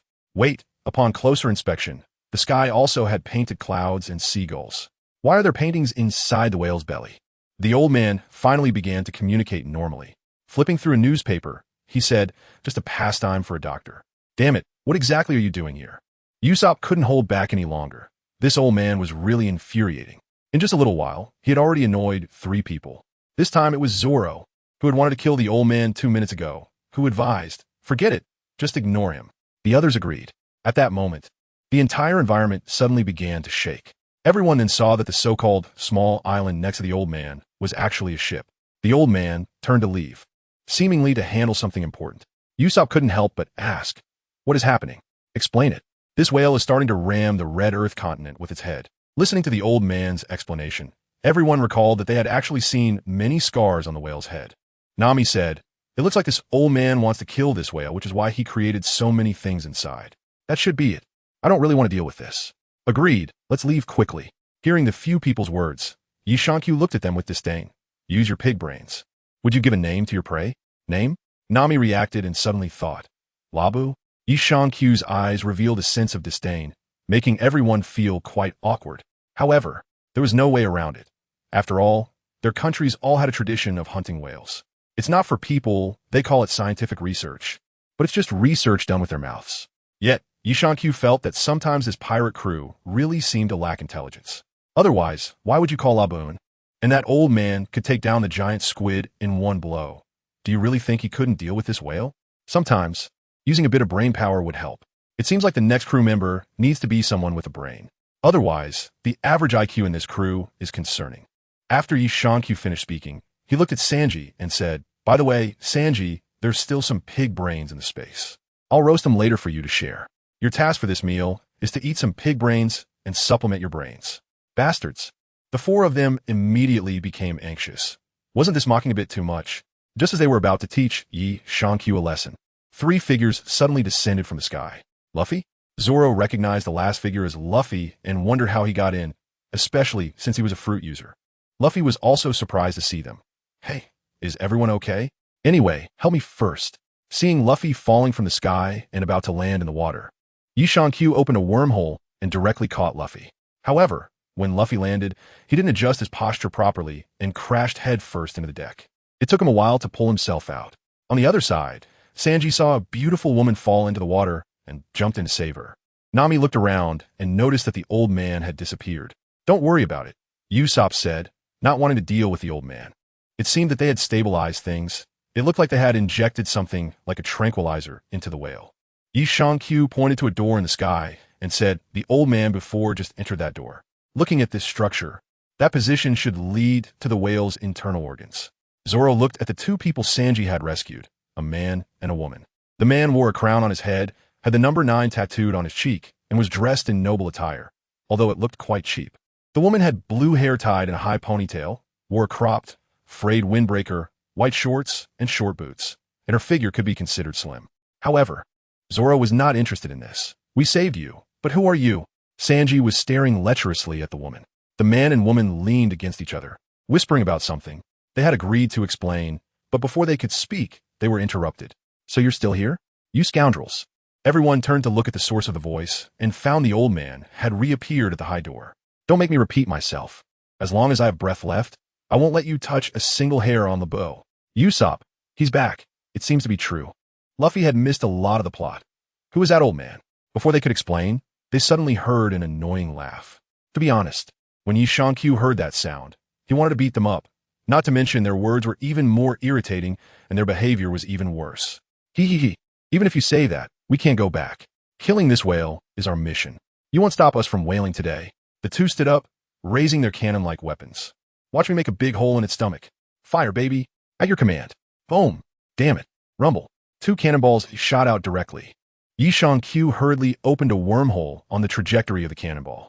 However, before the cannonball could enter the wormhole, the old man jumped up and hugged the cannonball, causing both cannonballs to explode in his embrace. The old man's body fell straight down. He used his body to shield the cannonball. Usopp did not expect such a scene to unfold. Was he really protecting this whale? Sanji had previously doubted Q's inference, but this moment seemed to confirm his words. Oh ho ho ho, stop your meaningless resistance. A loud and obnoxious female voice rang out again. The man chimed in, if you want to protect it, go ahead and try. This whale is going to be food for our town. Sanji suddenly noticed someone bumping into him and saw Q, looking pale, walking past with his head down. He had only seen that expression when helping Nami fight Arlong's crew. Bang ugh, before Q could reach behind them, Luffy suddenly made his move. The arrogant duo was knocked down by Luffy's punch. Luffy? Usopp was confused. For some reason, he just punched them. Luffy pouted, looking displeased. Sanji breathed a sigh of relief. You should be glad it was Luffy who acted. Otherwise, the consequences would have been worse. Sanji gave a glance, and everyone saw Q's pale face, realizing that if he had acted, those two would have ended up as whale excrement today. Tie them up. Zoro also noticed that if those two were up to something and the captain couldn't contain his anger, it would be bad for them. Before long, everyone had tied the two up and made their way to the old man's small boat on the island. The old man sat in a deck chair after tending to his wounds. Thank you for helping me, but why did you do it? Luffy insisted on climbing up the old man's coconut tree, and upon hearing the old man's words, casually replied, I'm not helping you. I just found them very annoying for some reason. The old man looked a bit confused. Then Nami asked who those two were. The old man explained that they were from a nearby town, and their goal was to kill Laboon to obtain whale meat for food. After all, Laboon was big enough to feed them for 2 to 3 years. The old man also introduced Laboon, saying it was an island whale, the largest type of whale in the world, living only in the West Sea. Moreover, Laboon had been ramming the red line for a reason. Laboon was an emotional whale.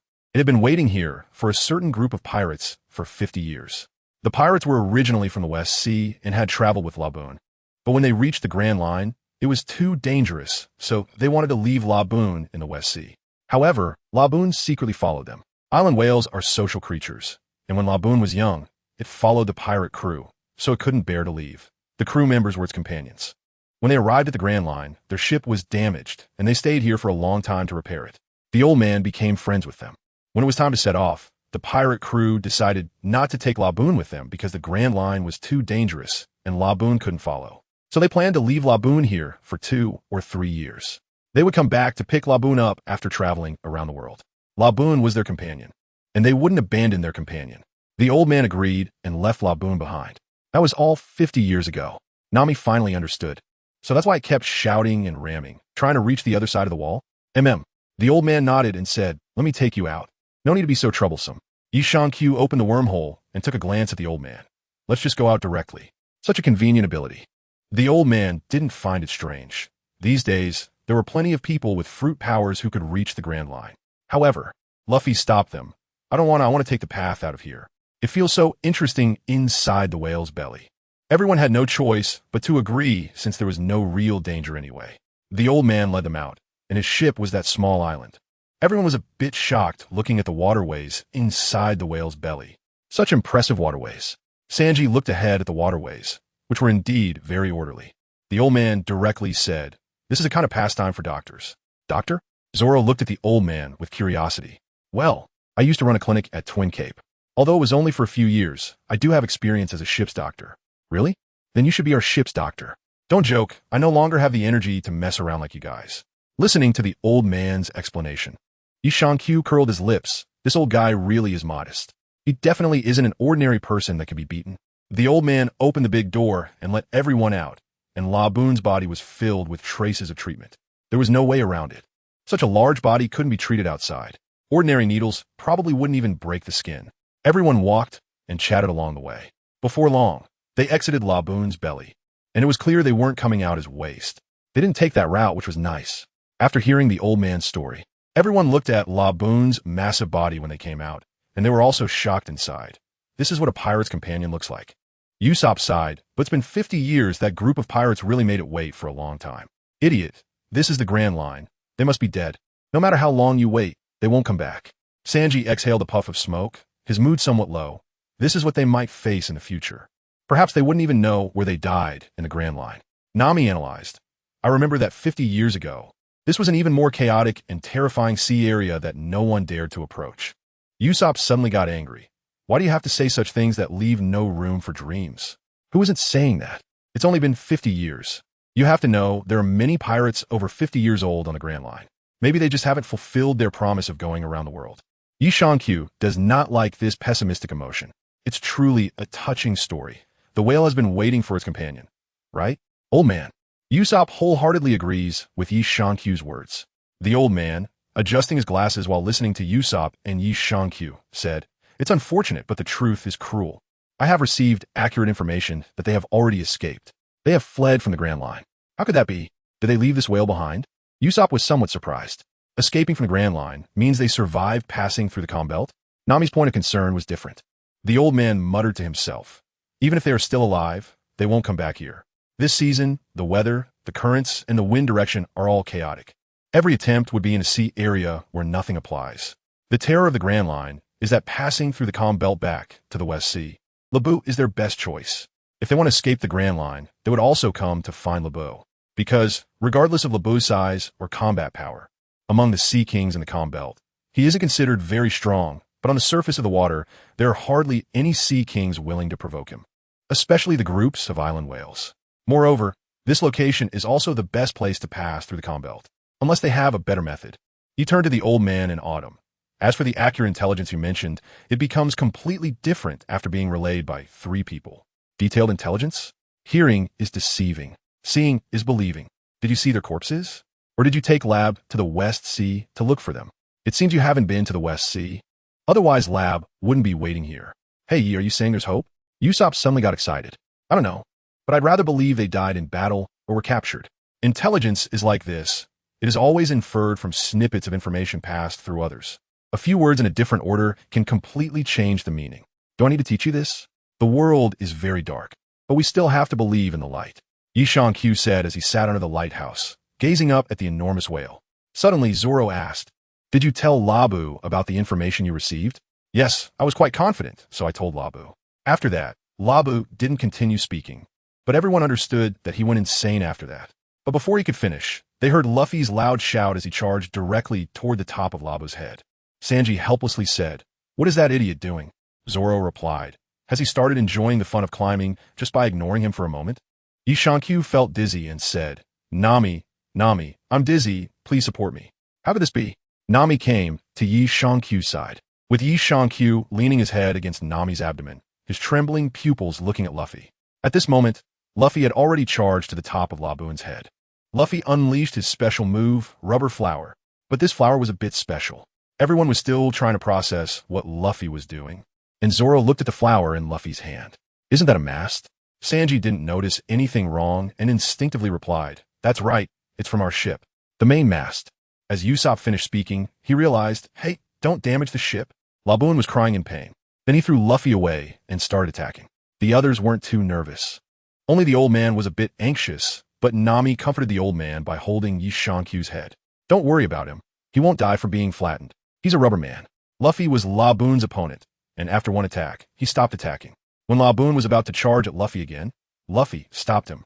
They agreed that this time would be a draw, and when he circled the Grand Line and came back, they would duel again to determine the winner.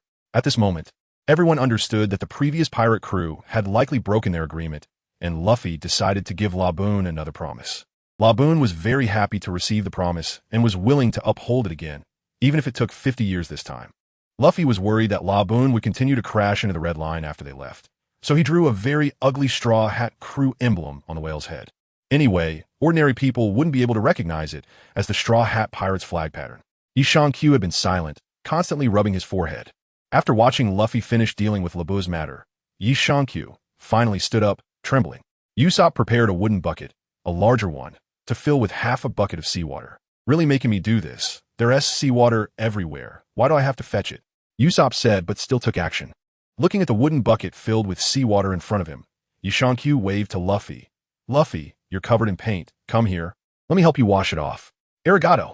Luffy happily came over. After all, he is my brother, Zoro sighed. Yamato stuffed Luffy into the leaf, leaving only his upper body exposed.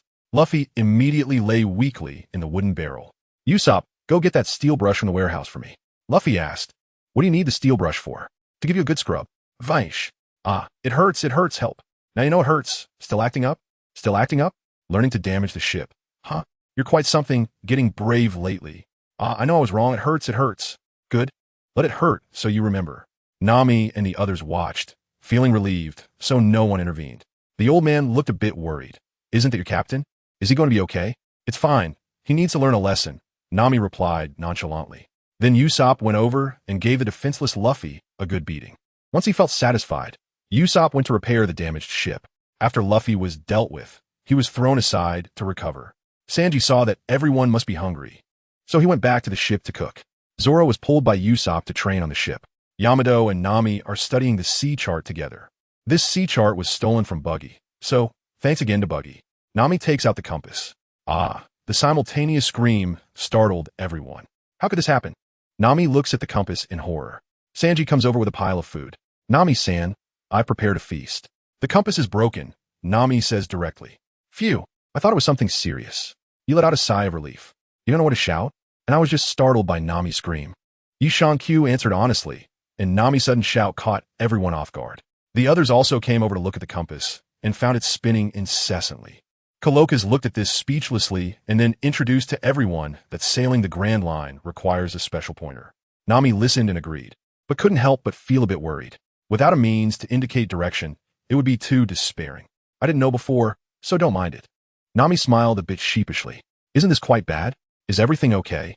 Usopp didn't expect Nami to be so honest. Delicious, delicious. Nami finally couldn't hold back any longer. What was that sound that kept going?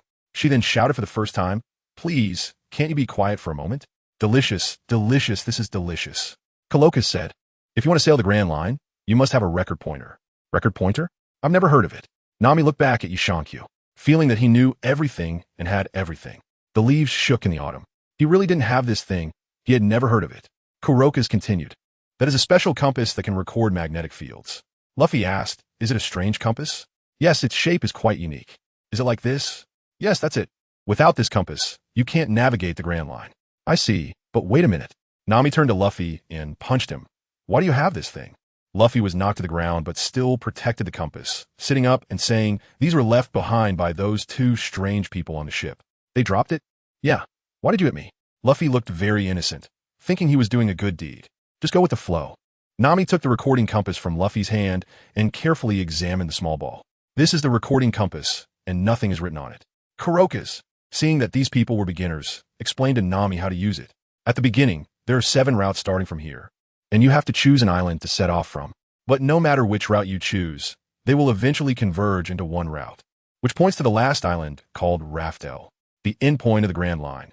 Historically, only the Pirate King has set foot on that island. Hearing this news, everyone was very excited. So it should be there, right? One Piece. Who knows, but no one has ever been there. Kuroka's had a calm expression, probably having heard this many times. Luffy, munching on a bone, grinned and said, well, we could just go see for ourselves, right? Kuroka's was left speechless by this remark. Luffy burped and said, all right, I've finished eating. Let's get ready to set off. Yamato rolled her eyes. The ship wasn't even repaired yet. How could they set off? Sanji looked at the mess. Everything had been eaten by Luffy. Nami was not late at all. She went up and kicked Luffy. Luffy immediately flew out, coincidentally passing by Nami, who was staring at the log pose. Then, the log pose broke. Ah, you two get away from me. Nami was so angry that she transformed and kicked both of them into the sea. Usopp stared blankly at the broken log pose on Nami's wrist. Seeing there was no other way, Kuroka's decided to give them his log pose. Suddenly, a different pointer with a name was thrown out from the leaf. Uncle, what is this pointer? This is a permanent pointer, which generally points to only one destination. Yi Shang-Q understood, so he put away the permanent pointer. This item is temporarily unnecessary. This pointer was obtained from the Navy. Sanji and Luffy were also rescued by Labu, but there were 2 more people, the 2 who had left earlier. As soon as Sanji saw the beautiful woman, he rushed over. Yi Shang-Q helplessly wondered why Sanji seemed to have a preference for Lolis. However, in this world, being 16 or 17 is considered adulthood, so it's not a problem. But these 2 requested Luffy and the others to take them to their small town. Nami and the others were unwilling, as these 2 clearly didn't seem like good people, and they had previously attacked Laboon. However, they couldn't oppose Luffy's wishes. After all, he was the captain. Seeing these people making such casual decisions about their direction, Kuroka's felt a bit uneasy. You can only choose the course here at the starting point, you know. Luffy casually replied, if you're not satisfied, we could just go around again, right? Everyone's gaze turned to Yi Shang-Q, who was the vice captain. Yi Shang-Q shrugged. It's not just one circle, it's many circles. Don't forget, Nami's dream is to draw a world map, so we have to take every route. Anyway, there wasn't a destination at the beginning, so it doesn't matter which way we go. Nami stared blankly at Yi Shang-Q, surprised that the other party could think of so much.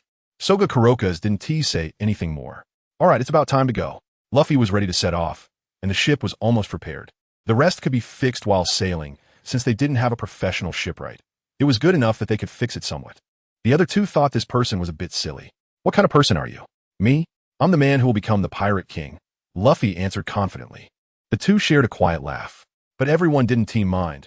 What's the difference between a person without dreams and a salted fish? The group set off again. After greeting everyone, Yi Shang-Q returned to the cabin. Everyone knew he had his own matters to attend to, and unless there was trouble, they wouldn't disturb him. However, just after entering the Grand Line, the group got a lesson. Even Nami didn't expect that her navigation skills would be useless here. She might have to relearn. Fortunately, Nami had weather abilities, which helped them avoid trouble. However, Nami was exhausted, and in the end, everyone felt sorry for her, and that didn't let her use her powers. They relied on their own strength to get through various weather conditions. But everyone was still quite tired. As for Yi Shang-Q, there was no need to mention it. They didn't disturb him.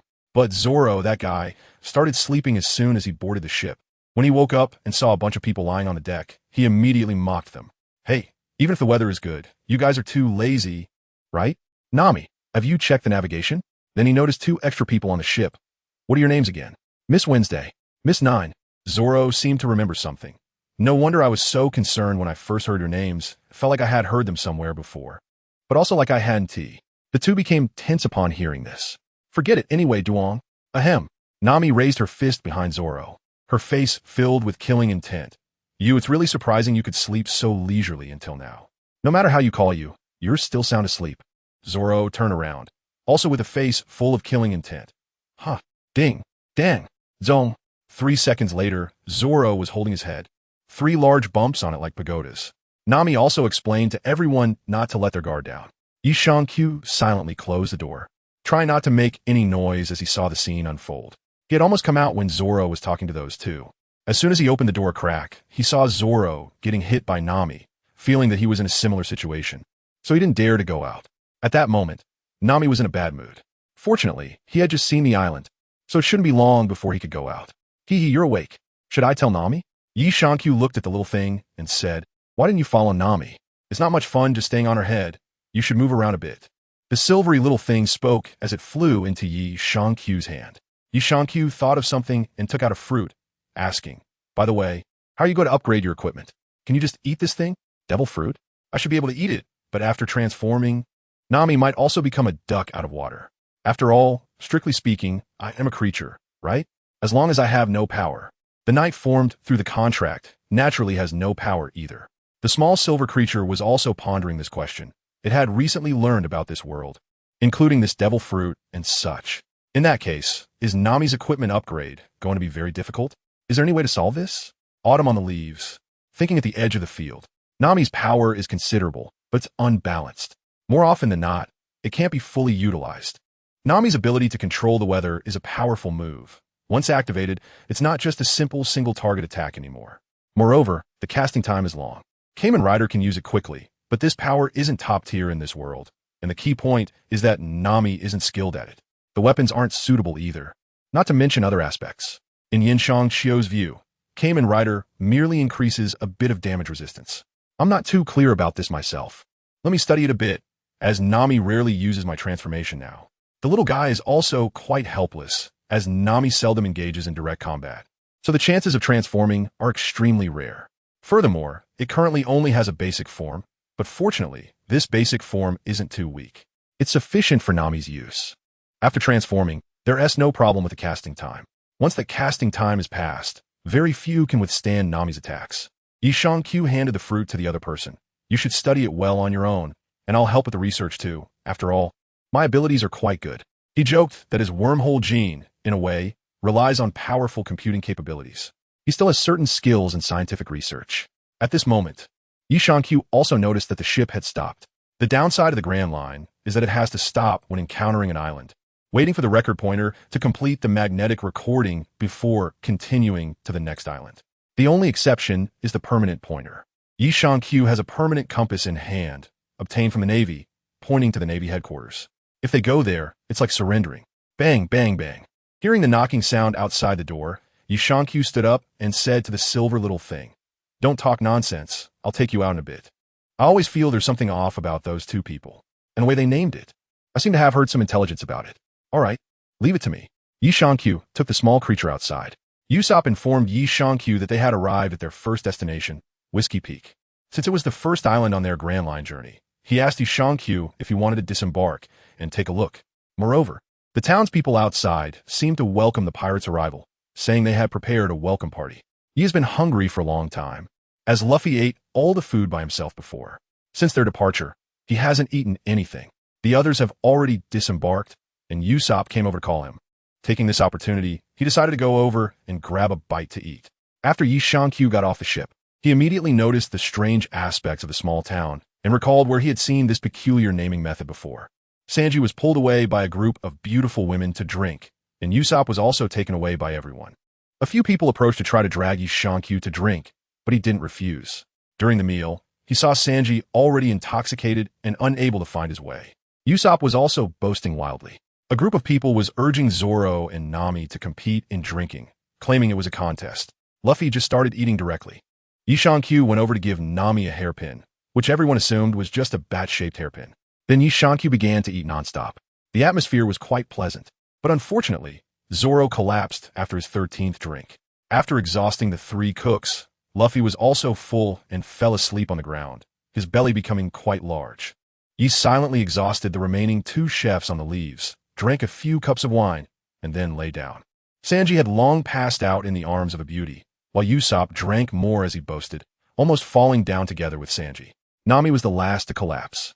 Seeing that everyone had fallen, a group of townsfolk left one by one, shedding all their disguises.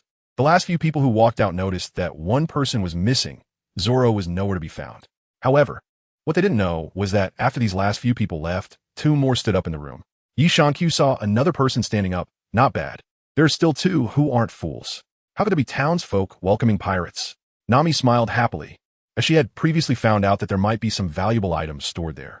This information was inferred from indirect clues. I'm going treasure hunting. Nami left happily. Yi Shankyu looked at the three pigs lying on the ground and wondered if these guys had forgotten to eat pig brains. He walked over to Sanji and, without saying a word, stepped on him. Woo, don't make noise. Sanji saw it was Yi Shankyu, and with no townsfolk around, he instantly woke up. Yamato took out a note and handed it to Sanji. This was the message that Johnny had passed on to them back then. They had just gained some fame in the East Blue, and this organization had already sent someone to recruit them. Upon seeing the intel, Sanji's mind felt like it had been doused with a bucket of cold water. There was no sense of vigilance at all. Sanji looked around. Where's Nami? Nami is much stronger than you three pigs. Damn green algae head. Don't blame others for being strong when you're useless yourself. Yi mocked. Sanji is feeling frustrated. But there's nothing he can do. Such a thing was actually discovered by the first mate. It's their incompetence, and they haven't realized it's their negligence at all. There's no reason to refute this. I'm going out for a walk. You keep an eye on things outside. Zoro shouldn't engage unless he's in danger. Your only task is to secretly protect Zoro. Damn it, I can fight too. Sorry, but this time the prey was discovered by Zoro, and you don't have the right to intervene. After Yi Shankyu finished speaking, he opened the wormhole and left. Sanji had no way to respond. This was the order of the first mate. Although orders were rare, they had to be executed, as it was the duty of a crew member. Sanji looked at the two people on the ground, unable to wake them up. Once Luffy fell asleep, he was almost impossible to rouse. As for Usopp, his limited alcohol tolerance meant he wouldn't wake up anytime soon. Sanji quietly stepped outside and saw that Zoro was already about to start fighting, which was indeed the case. From the conversation, it was clear that these people were from an organization called Baroque Works, and this was the lair of bounty hunters. Then, Zoro's 1v100 battle began, and Sanji could only watch from the shadows. There was nothing he could do, as many of the opponents were women, and he couldn't make a move. Yi Shankyu arrived at the back mountain of Whiskey Peak, and the scene before him was quite surprising. From the outside, Whiskey Peak looked like a cluster of cacti, but upon getting closer, he realized that the sharp spines of the cacti were actually individual tombstones. These were the tombstones of pirates, and there were even tombstones of the original villagers. Yi Shankyu doesn't know what to say. Still the same old saying, this world is sick. Is the number of pirates really determined by a sentence before the Pirate King's death? Yi Shankyu walked atop the mountain peak, and the scenery here was quite monotonous, with tombstones everywhere. He collected some cards, but the cards here still brought him some surprises. After wandering around for a while, there was too much to see, just graveyards everywhere. Then Yi Shankyu started to walk back slowly. Not long after, he saw the blue-haired girl from before rushing towards him with a giant duck. Yi Shankyu tilted his head, wondering what this guy was up to. He decided to go along with it and see. Then Yi Shankyu was captured by a person and a duck miss. Wednesday held a dagger against his own neck, dragging Yi Shankyu in front of Zoro. The prince had one of Zoro's hands bound with an iron chain. You can't escape. That's right. Wednesday pulled Yi Shankyu over, and Yi Shankyu tilted his head against Wednesday's polar bear. There was no way around it. Wednesday was indeed a bit short, and Yi Shankyu didn't intend to take advantage of him. Wednesday didn't think anything was wrong either and arrogantly said to Zoro, if you make any rash moves, your companions will lose their lives. Zoro looked at them in silence. After a moment, he finally spoke. First mate, what are you doing? Yamato slightly raised her head and winked at Zoro, then returned to her original posture. As you can see, I've been kidnapped. Hey, I said, if you're going to kidnap me, at least do it professionally. Is this your attitude while being kidnapped? Zoro was already fed up. What the hell is this idiot thinking? Besides, how could just these two weaklings, ducks, kidnap you? Dream on. Sanji, hidden in the shadows, was about to spit blood. That bastard, the first mate. Yi Shankyu turned her head and said, I don't care. I've been kidnapped anyway. You have to save me. At this moment, the curly-haired mayor, who had been preparing, had already taken aim.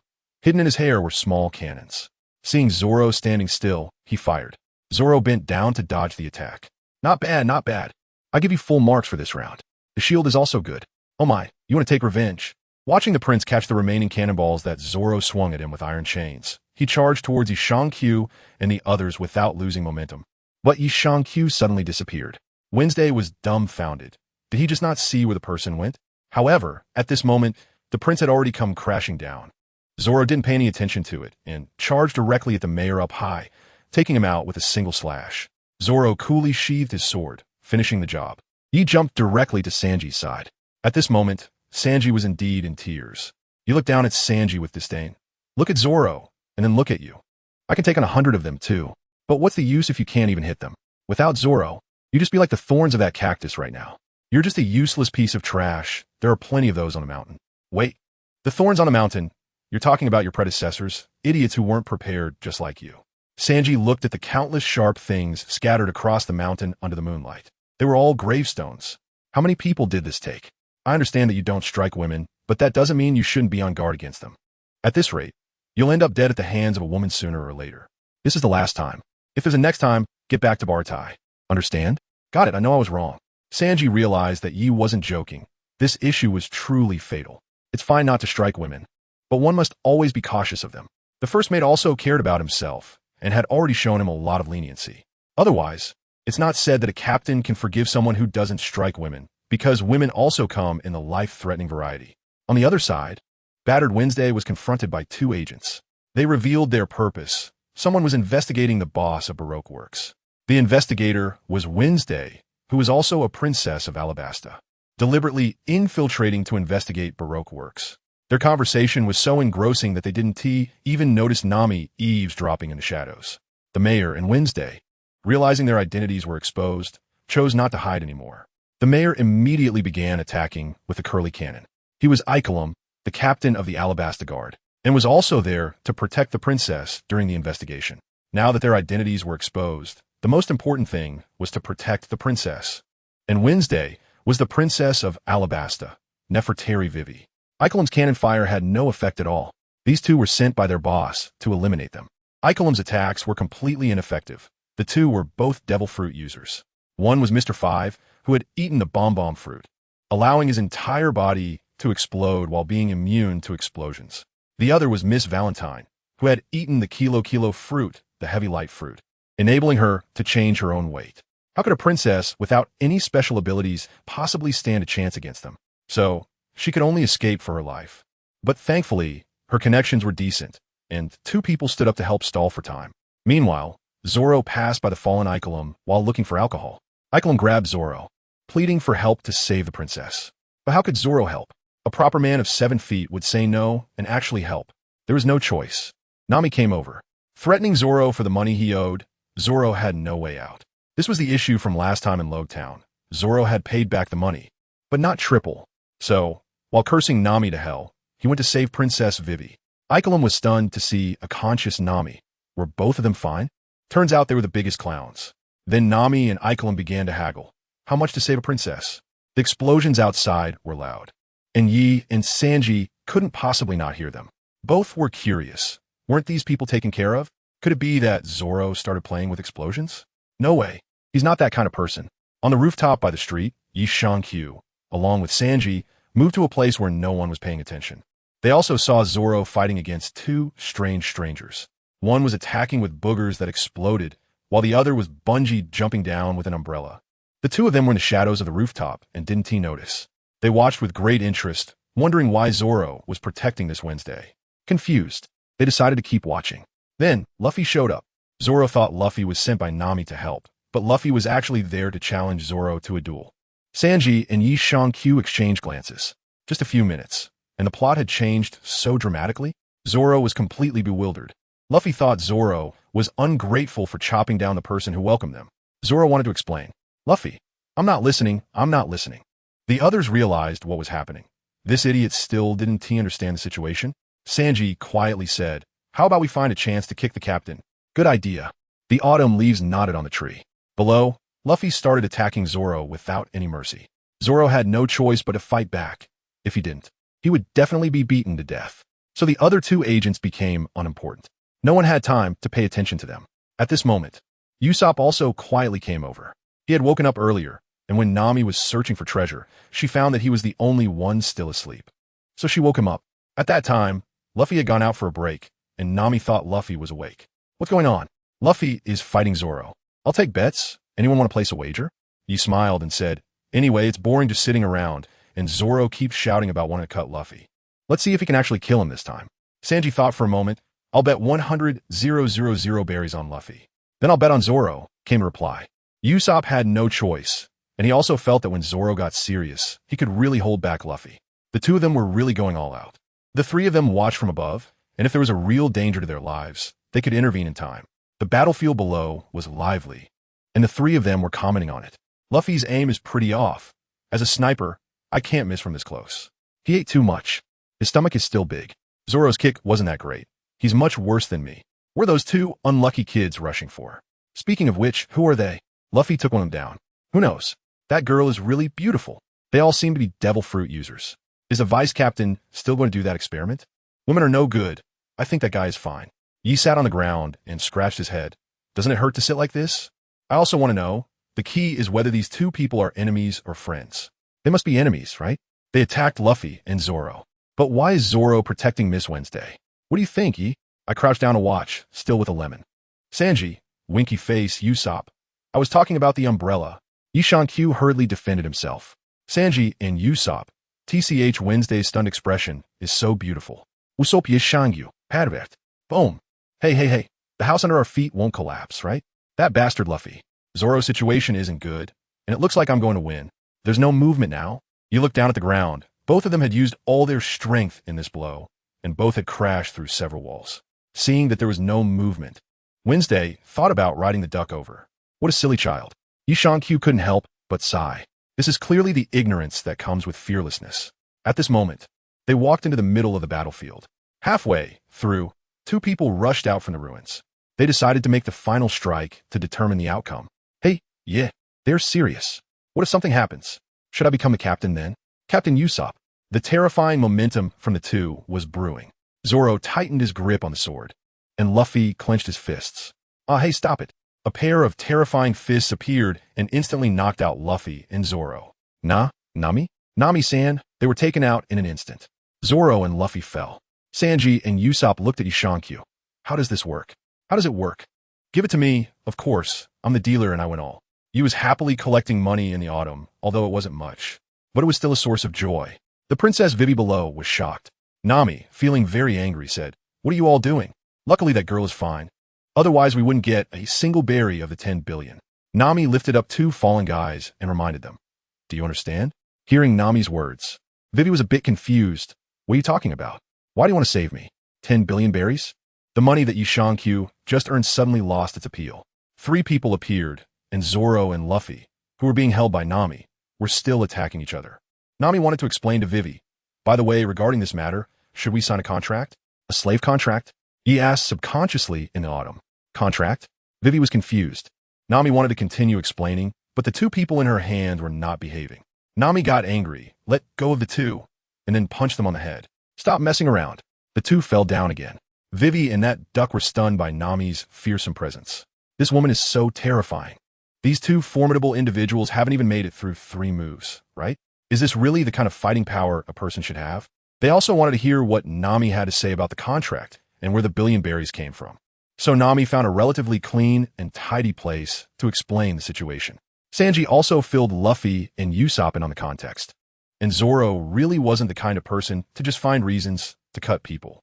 Zoro didn't want to bother with Luffy at all. Nami explained that she could protect her until they got back to Alabasta, but they needed to give her a billion berries first. This was because Ikaram couldn't make the decision to save Vivy. Vivy also detailed her family situation, stating that she couldn't produce any money. She had some pocket money, but it was only 500,000. Nami nearly went crazy when she heard that number. This wasn't a matter of discount. This was a serious discount. Nami immediately became unhappy. But Vivy accidentally revealed that the boss behind Baroque Works was one of the 7 warlords of the sea, Crocodile. Upon hearing 7 warlords of the sea, Nami realized the situation was dire. I'm sorry, even though it was a short time, I've enjoyed our time together, and I appreciate your care. Nami turned to leave. However, after just a few steps, she spotted a strange sea otter and a vulture, with the sea otter holding Nami's sketch. It was drawn really well.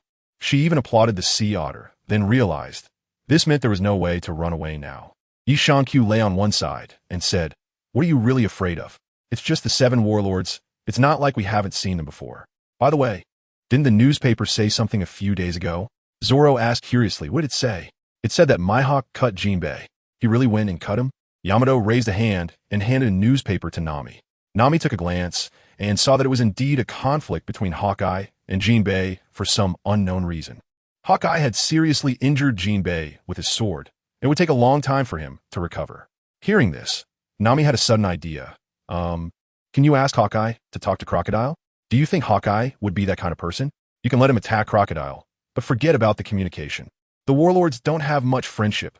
Many are enemies. Can you call Hawkeye over? Nami was still not at ease. No way, if I could, I wouldn't even consider it. My goal is to be the strongest, you idiot. Yamato was very angry. Nami was going too far, calling for help before even fighting. Do you know any other warlords? Or just my Hawk? Vivy looked at the group in shock. They had drunk together before. He's a really impressive guy. Luffy gave a simple and straightforward evaluation of Mihawk. He said in the autumn, I'll beat him up sooner or later. This guy is even more pretentious than me. Nami was at a loss as well. After all, there was a vice captain on board who wanted to earn the title of the strongest. Zoro simply stated, in any case, I'm now on Baroque Works bounty list too. Johnny and Joseph have been on it for a while. Like you, they not only dealt with the messenger, but even started cleaning up Baroque Works people in the East Blue. The bounty hunters in the East Blue had taken some action before, but they were all dealt with by them. He said lightly, the bounty hunters in the East Sea are not very skilled to begin with. Now with Johnny and Joseph, they're truly well-armed and equipped. Those guys are no match for them. Many areas in the East Sea have slowly begun to restore order. These places are generally non-member states, and they don't care if something goes wrong. Moreover, these non-member states are somewhat poor, so the order is quite chaotic. With the two of them leading the fleet to restore order, these countries are more than willing. As for possibly paying some price or something, they're eager to do so, and their fees are really not high. The local populace has no complaints. Being able to develop peacefully and pay a little tax is only right. Otherwise, how would those maintaining order survive? The benefits brought by order are that once most places enter into order, the remaining areas will definitely want to join as well.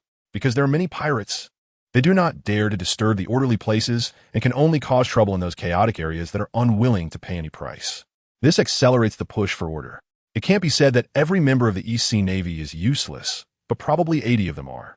Since Johnny and the others are protecting some areas, those pirates naturally head towards the useless navy. If the local navy cannot protect the populace, then the populace will naturally want Johnny and the others to come over.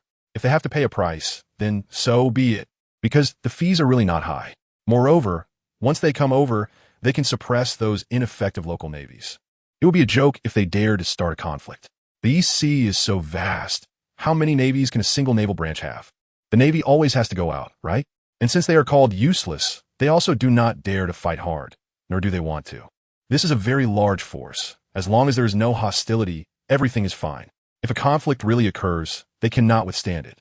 No one wants to be the first to die, so they can only be more honest. It is not strange for a few rogue Navy members to disappear quietly. Moreover, according to the tacit understanding between both sides, as long as you are not openly robbing or attacking the Navy, the East Sea Navy will pretend not to see it. Johnny and the others also do not attack the nobles of member states. There is no reason to find, and the Navy does not want to cause conflict. Gradually, a virtuous cycle has formed. As for the naval headquarters, their firepower has been attracted by the Revolutionary Army. Johnny and the others are following the strategy of surrounding cities from the countryside. First, there are the unprotected small islands. Then some islands that are beyond the management of certain countries, and these islands have no navy. Only later do they deal with the larger islands, which do have navies. But their inaction is also ineffective. They claim to be establishing branches of bounty guilds. In simple terms, it is something like an adventurer's guild. There is absolutely nothing illegal about it. There is even a small country with only a few places. Now the king's orders cannot reach outside the city. If someone disobeys, they let pirates in. An interesting practice is that if the nobles do not obey or want to take action, the bounty guild will deliberately let the incoming pirates go, even driving them to the nobles' territory. Protect them? Bounty hunters have no such obligation. They are paid for their work. Pay them? Sorry, they won't take the job, and the Navy cannot order them. Who the bounty hunters kill is their own business. They are not interested in wasting effort on pirates with low bounties. The Navy? Sorry, they are not a match. The pirate groups they let in are all powerful, and you could even say that several pirate groups have united together. They also care about the common people, so when pirate groups come, they will protect the populace, and the pirates do not want to conflict with them. Otherwise, they would face the entire Bounty Hunters Guild of the East Sea pursuing them. Moreover, the common people do not have much money. Of course, it is the nobles who have money. What can a few hundred or 800 berries do in a fight against bounty hunters? Once the nobles are taken down, The local populace will organize, pay the bounty, and invite bounty hunters to come protect the area and establish a patrol team. This patrol team operates under the guise of a long-term bounty mission. The daily pay is not much, but it is relatively safe, and the work is not tiring. Over time, it becomes a considerable income. This move has left the Navy quite alarmed. The occupied areas can establish commercial think tanks that directly set up shop. They come up with the best development plans in the shortest time. The common people now have money, and the bounty hunters will earn even more. The adventure system in the East Sea is now on the rise. They're already on the kill list in the East Sea, and we're just getting started. This head start has allowed our little brothers to surpass us. However, this did not make Nami happy. Her mood dropped significantly. Vivy could only go over to comfort Nami, willing to take out her pocket money for her. At this moment, Icolum, dressed like Vivy and styled similarly, came over. Don't worry, no. Cough, cough, cough, there's no problem. I have a plan. Icolum, holding a few puppets, started speaking in her own voice, but later realized something was off and tried to match Vivy's way of speaking. Yi Shangqiu almost vomited when he saw the cross-dressing big shot. Icolum decided to be the bait and then lead the pursuers away. Yi Shangqiu couldn't listen any longer and wave his hand at a few people. I'm going to prepare something on the boat. After saying that, Yi Shangqiu turned around and left. Yi Shangqiu wanted to see if there was anything usable. In his opinion, it was surprising that a country could be reduced to this state by a warlord of the sea. The country seemed quite weak, but there was nothing that could be done about it. Yi Shangqiu found some information about this country and looked at it for a while. He realized that there really isn't much to say about this country. It's a desert nation, and doesn't it know the problems it faces? It has been established for hundreds of years, has always been a desert nation, and surprisingly hasn't thought of any solutions to its national dilemmas. That's quite strange. As a person from a country obsessed with construction, it's hard to understand this way of thinking. Faced with the problems brought by the desert, their approach is, ignore it. Don't look, don't act, don't change. The desert in this country looks the same as it did 100 years ago, or rather, it has expanded significantly. The country collects taxes from the people, but has never considered any solutions. Military power doesn't work, and technology doesn't work either. Don't you realize the problems you are facing? What have you done with the people's money? Although the national taxation is unreasonable, at least you should have something to do, right? Isn't it better to research ways to address certain issues? Agriculture has never considered any solutions, and the military has never thought of any solutions, remaining unchanged. I'm not asking you to plant trees in the desert. Shouldn't you at least study how to conserve water resources to irrigate more economic crops? The answer is no. The people are left to their fate when it comes to growing food. Every so often, there will be severe droughts, and each time there are riots. Yet after each riot is quelled, no lessons are learned. The king can still brazenly say, rain is a matter for the heavens. It's a drought sent by the heavens, and he, as king, cannot resolve it. I'm not asking you to develop technology for artificial rainfall. Can't you invest a few $100 million, $1 billion or more, to find a suitable devil fruit? As king, are you telling me you don't know the powers of the fruits? Even if you don't have the rain fruit, finding the snow fruit would work too. After all, the temperature in the desert is high during the day, and snow would quickly melt into water, right? If a place experiences continuous snowfall for 3 years, even if it can't grow a forest, shouldn't it at least become an oasis or a pond? If there's water, can't you solve the planting problem? Yi Shangqiu finished reading the materials and thought, maybe this country would be better off with a different king. Pushing the door open, Yi Shangqiu's mind was in chaos. The clothes were nice, a style I like. Don't wear Luffy's hat. It comes with a curse. Yi Shangqiu didn't look carefully at all. As he walked to the side, he saw something by the boat. A beautiful turtle. Where did it come from? When Yi turned around in the autumn, he found Nami standing in the center of the deck, looking at him with a wary expression. Nami was below. So who was the charming figure he saw from this side? Yi Shangqiu shifted his gaze and saw a tall, long-haired woman sitting on the railing. Ah, thank you for the compliment. The woman turned her head, resting one hand on her chin, and smiled slightly at Yi Shangqiu. Yi Shangqiu was slightly taken aback, then regained his composure, pointing at the turtle by the side of the boat. Yours? Yi Shangqiu looked at the tense and guarded expressions below. He turned and approached the woman, reaching out a hand to rest on her shoulder. Just at that moment, 2 hands suddenly sprouted from Yi Shangqiu's body. A fruit ability user? A good ability, but what a pity. Yi Shangqiu didn't care at all, and his 2 hands couldn't budge Yi Shangqiu's body at all. He took Luffy's straw hat and patted his shoulder. Good ability, but unfortunately the fruit isn't unbeatable. Saying this, she tossed the hat back to Luffy. The woman seemed to be a bit nervous. Yi Shangqiu took 2 steps back and said, Can I take a look at that turtle? Don't worry, I won't harm it. I'm just a bit curious. As she spoke, Yi Shankyu turned and stepped onto the turtle's back, which felt quite comfortable. There was even a sofa and a sunshade placed there. After glancing at the back of the turtle, a smile appeared on Yi Shankyu's face. Then she returned to the boat and said, "So, this beautiful lady, what are you doing here? You can continue, don't mind me. Be careful, Mr. First Officer. She's an agent from the Baroque Working Society and the boss's partner. I track her down to find the boss. And she was the one who revealed my information to him," Vivy exclaimed angrily. Yi Shankyu fell silent for a moment, then nodded. Oh, is that it? What kind of attitude is this?" Nami was going crazy below. Yi Shankyu tilted his head, thought for a moment, and gave that woman a thumbs up. "Well done." Then he looked down at the others. "Is this enough?" "Hee, interesting, Vice Captain." The beautiful woman also gave Yi Shankyu an evaluation. Vivy immediately became anxious. "What is your purpose?" "Who knows, I just thought you were too serious. So, I accidentally helped you," the beauty said in the same cheerful tone, with little change in her actions. However, her gaze inadvertently swept over Yi Shankyu. Seeing Yi Shankyu not making any moves, even teasing his big turtle with food, she immediately knew he wouldn't take action. So she continued, "Seeing the princess wanting to save the country by opposing the Baroque Works is truly foolish." Upon hearing this, and thinking of the recently sacrificed Icolum, Vivy finally got angry. "Don't underestimate me. Sanji and Usopp were also ready for battle. All right, don't be so anxious. I have no intention of attacking you," the woman said. "Not to mention, the unluckiest is your record pointer indicating the route ahead. The next island is called Little Garden." As she spoke, Nami looked at the record pointer in her hand, and now the magnetic force had been stored, pointing towards the next island. "You guys, even if I don't take action, you won't reach Alabasta and will definitely be wiped out. Isn't it foolish to watch yourself walk towards destruction?" the woman said as she threw a permanent pointer to Vivy. Vivy looked at the permanent pointer in her hand in confusion. It pointed directly to Alabasta. "With this, you can bypass Little Garden and head straight for Alabasta. This pointer indicates an empty island just a step away from Alabasta. Because it's a route that even our company's staff doesn't know, there won't be any pursuers." Nami stared at the woman in disbelief and muttered to herself, "Nanny? Is she a good person?" Just as everyone was hesitating if there was some conspiracy, Luffy walked over to Vivy, directly snatched the permanent pointer, and crushed it in his hand. Nami reacted and kicked him. "Are you an idiot? What if this woman is a good person?" Luffy lay on the ground, looking proudly at the woman, and said, "Don't decide the course of this ship." Yi Shankyu nodded. "Nami, Luffy is right. Only Luffy can decide the course of this ship. No one else can. He wants to go to the sky and the sea, and all we need to do is find a way. The rest is not up to us." Robin looked at Luffy and then at Yi Shankyu. "Is that so?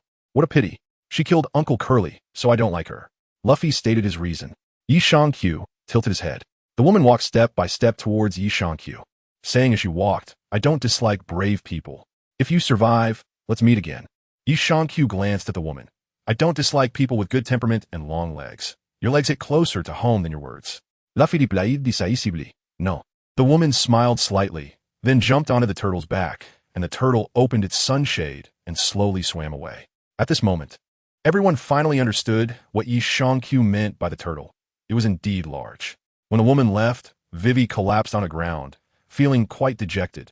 That woman. I completely don't understand what she was thinking. Nami looked up at Yi Shankyu, who was still watching the woman leave. "Yi, you could have caught her just now. Why didn't you? It would have been good to ask her about her intentions. The leaves blink in the autumn.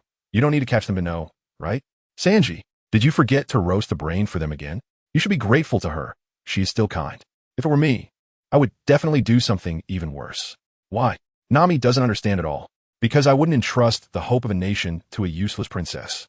The biggest taboo in military operations is not having a general who is a warrior, but having a warrior who knows he is one and still gives foolish commands. Such commands lead the army to greater sacrifices. The same goes for the common people. Rather than letting them suffer for no reason, it's better to just let them continue as they are." Yi Shankyu looked down at Vivy and said, "I acknowledge your courage and your attitude of serving the country and its people, but my evaluation of your king and nobles is this. A mud on the throne produces the same effect. Whether you are here or not, it makes no difference. The citizens won't live any worse, nor will things get significantly better." "Hey, yeah."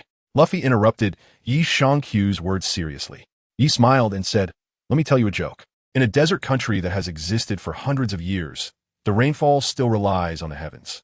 The only thing that is admirable is that it hasn't changed at all in hundreds of years. It was the same back then as it is now. Sanji, feeling unconvinced, replied, I believe Vivy-chan is a kind princess who cares about her people. Is being kind and caring enough? Aren't there rulers who cared about their people and still lost their countries? Why can't it be Alabasta? There has been no thought of change.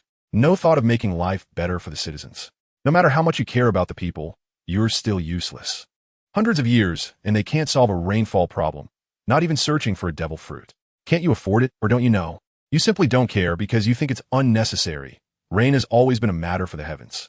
After all, it's not the royal family that will starve. Why spend that money to seek such power? What if they lead a rebellion? The roar of autumn on the leaves left Sanji speechless.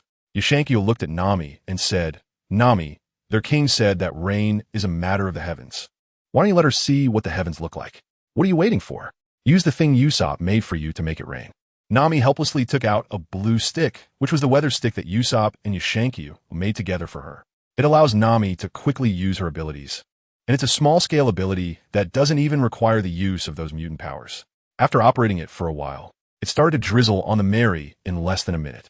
As for the heavens, let your king come and meet them. My comment is that next time he should tie a dog to the throne. Having useless people in high positions is the greatest harm to the people. Kindness? Heh. After Yashankyo finished speaking, he closed the door and returned to his room. The ship was silent, and Nami's light rain had not stopped. Usopp thought for a moment. If Yashankyo could provide him with a little inspiration, he could create a weather stick like that. Were there not as many people in Alabasta as there were in his own company? Did they not have this technology? Perhaps they had never even thought of it? Usopp turned around and left the deck. Nami wanted to comfort Vivy, but was stopped by Zoro. Nami, the vice captain is right. Let her think about it on her own. The most important thing about this conspiracy is not how to calm it down, but how to move forward in the future.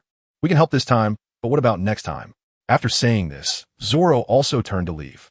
Sanji, smoking a cigarette, blew out a smoke ring. I'll go prepare some food. After all this commotion, everyone must be hungry. So only Nami and Luffy stayed with Vivy. Luffy patted Vivy's shoulder. It's okay. We'll just knock them away when the time comes.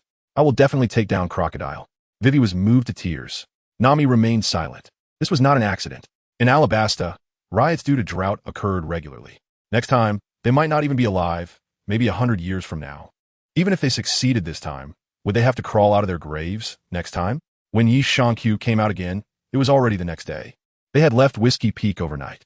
Outside, Vivy was standing at the bow of the ship, hesitating as she looked at everyone. Can I really board the ship? Will I be a burden to everyone?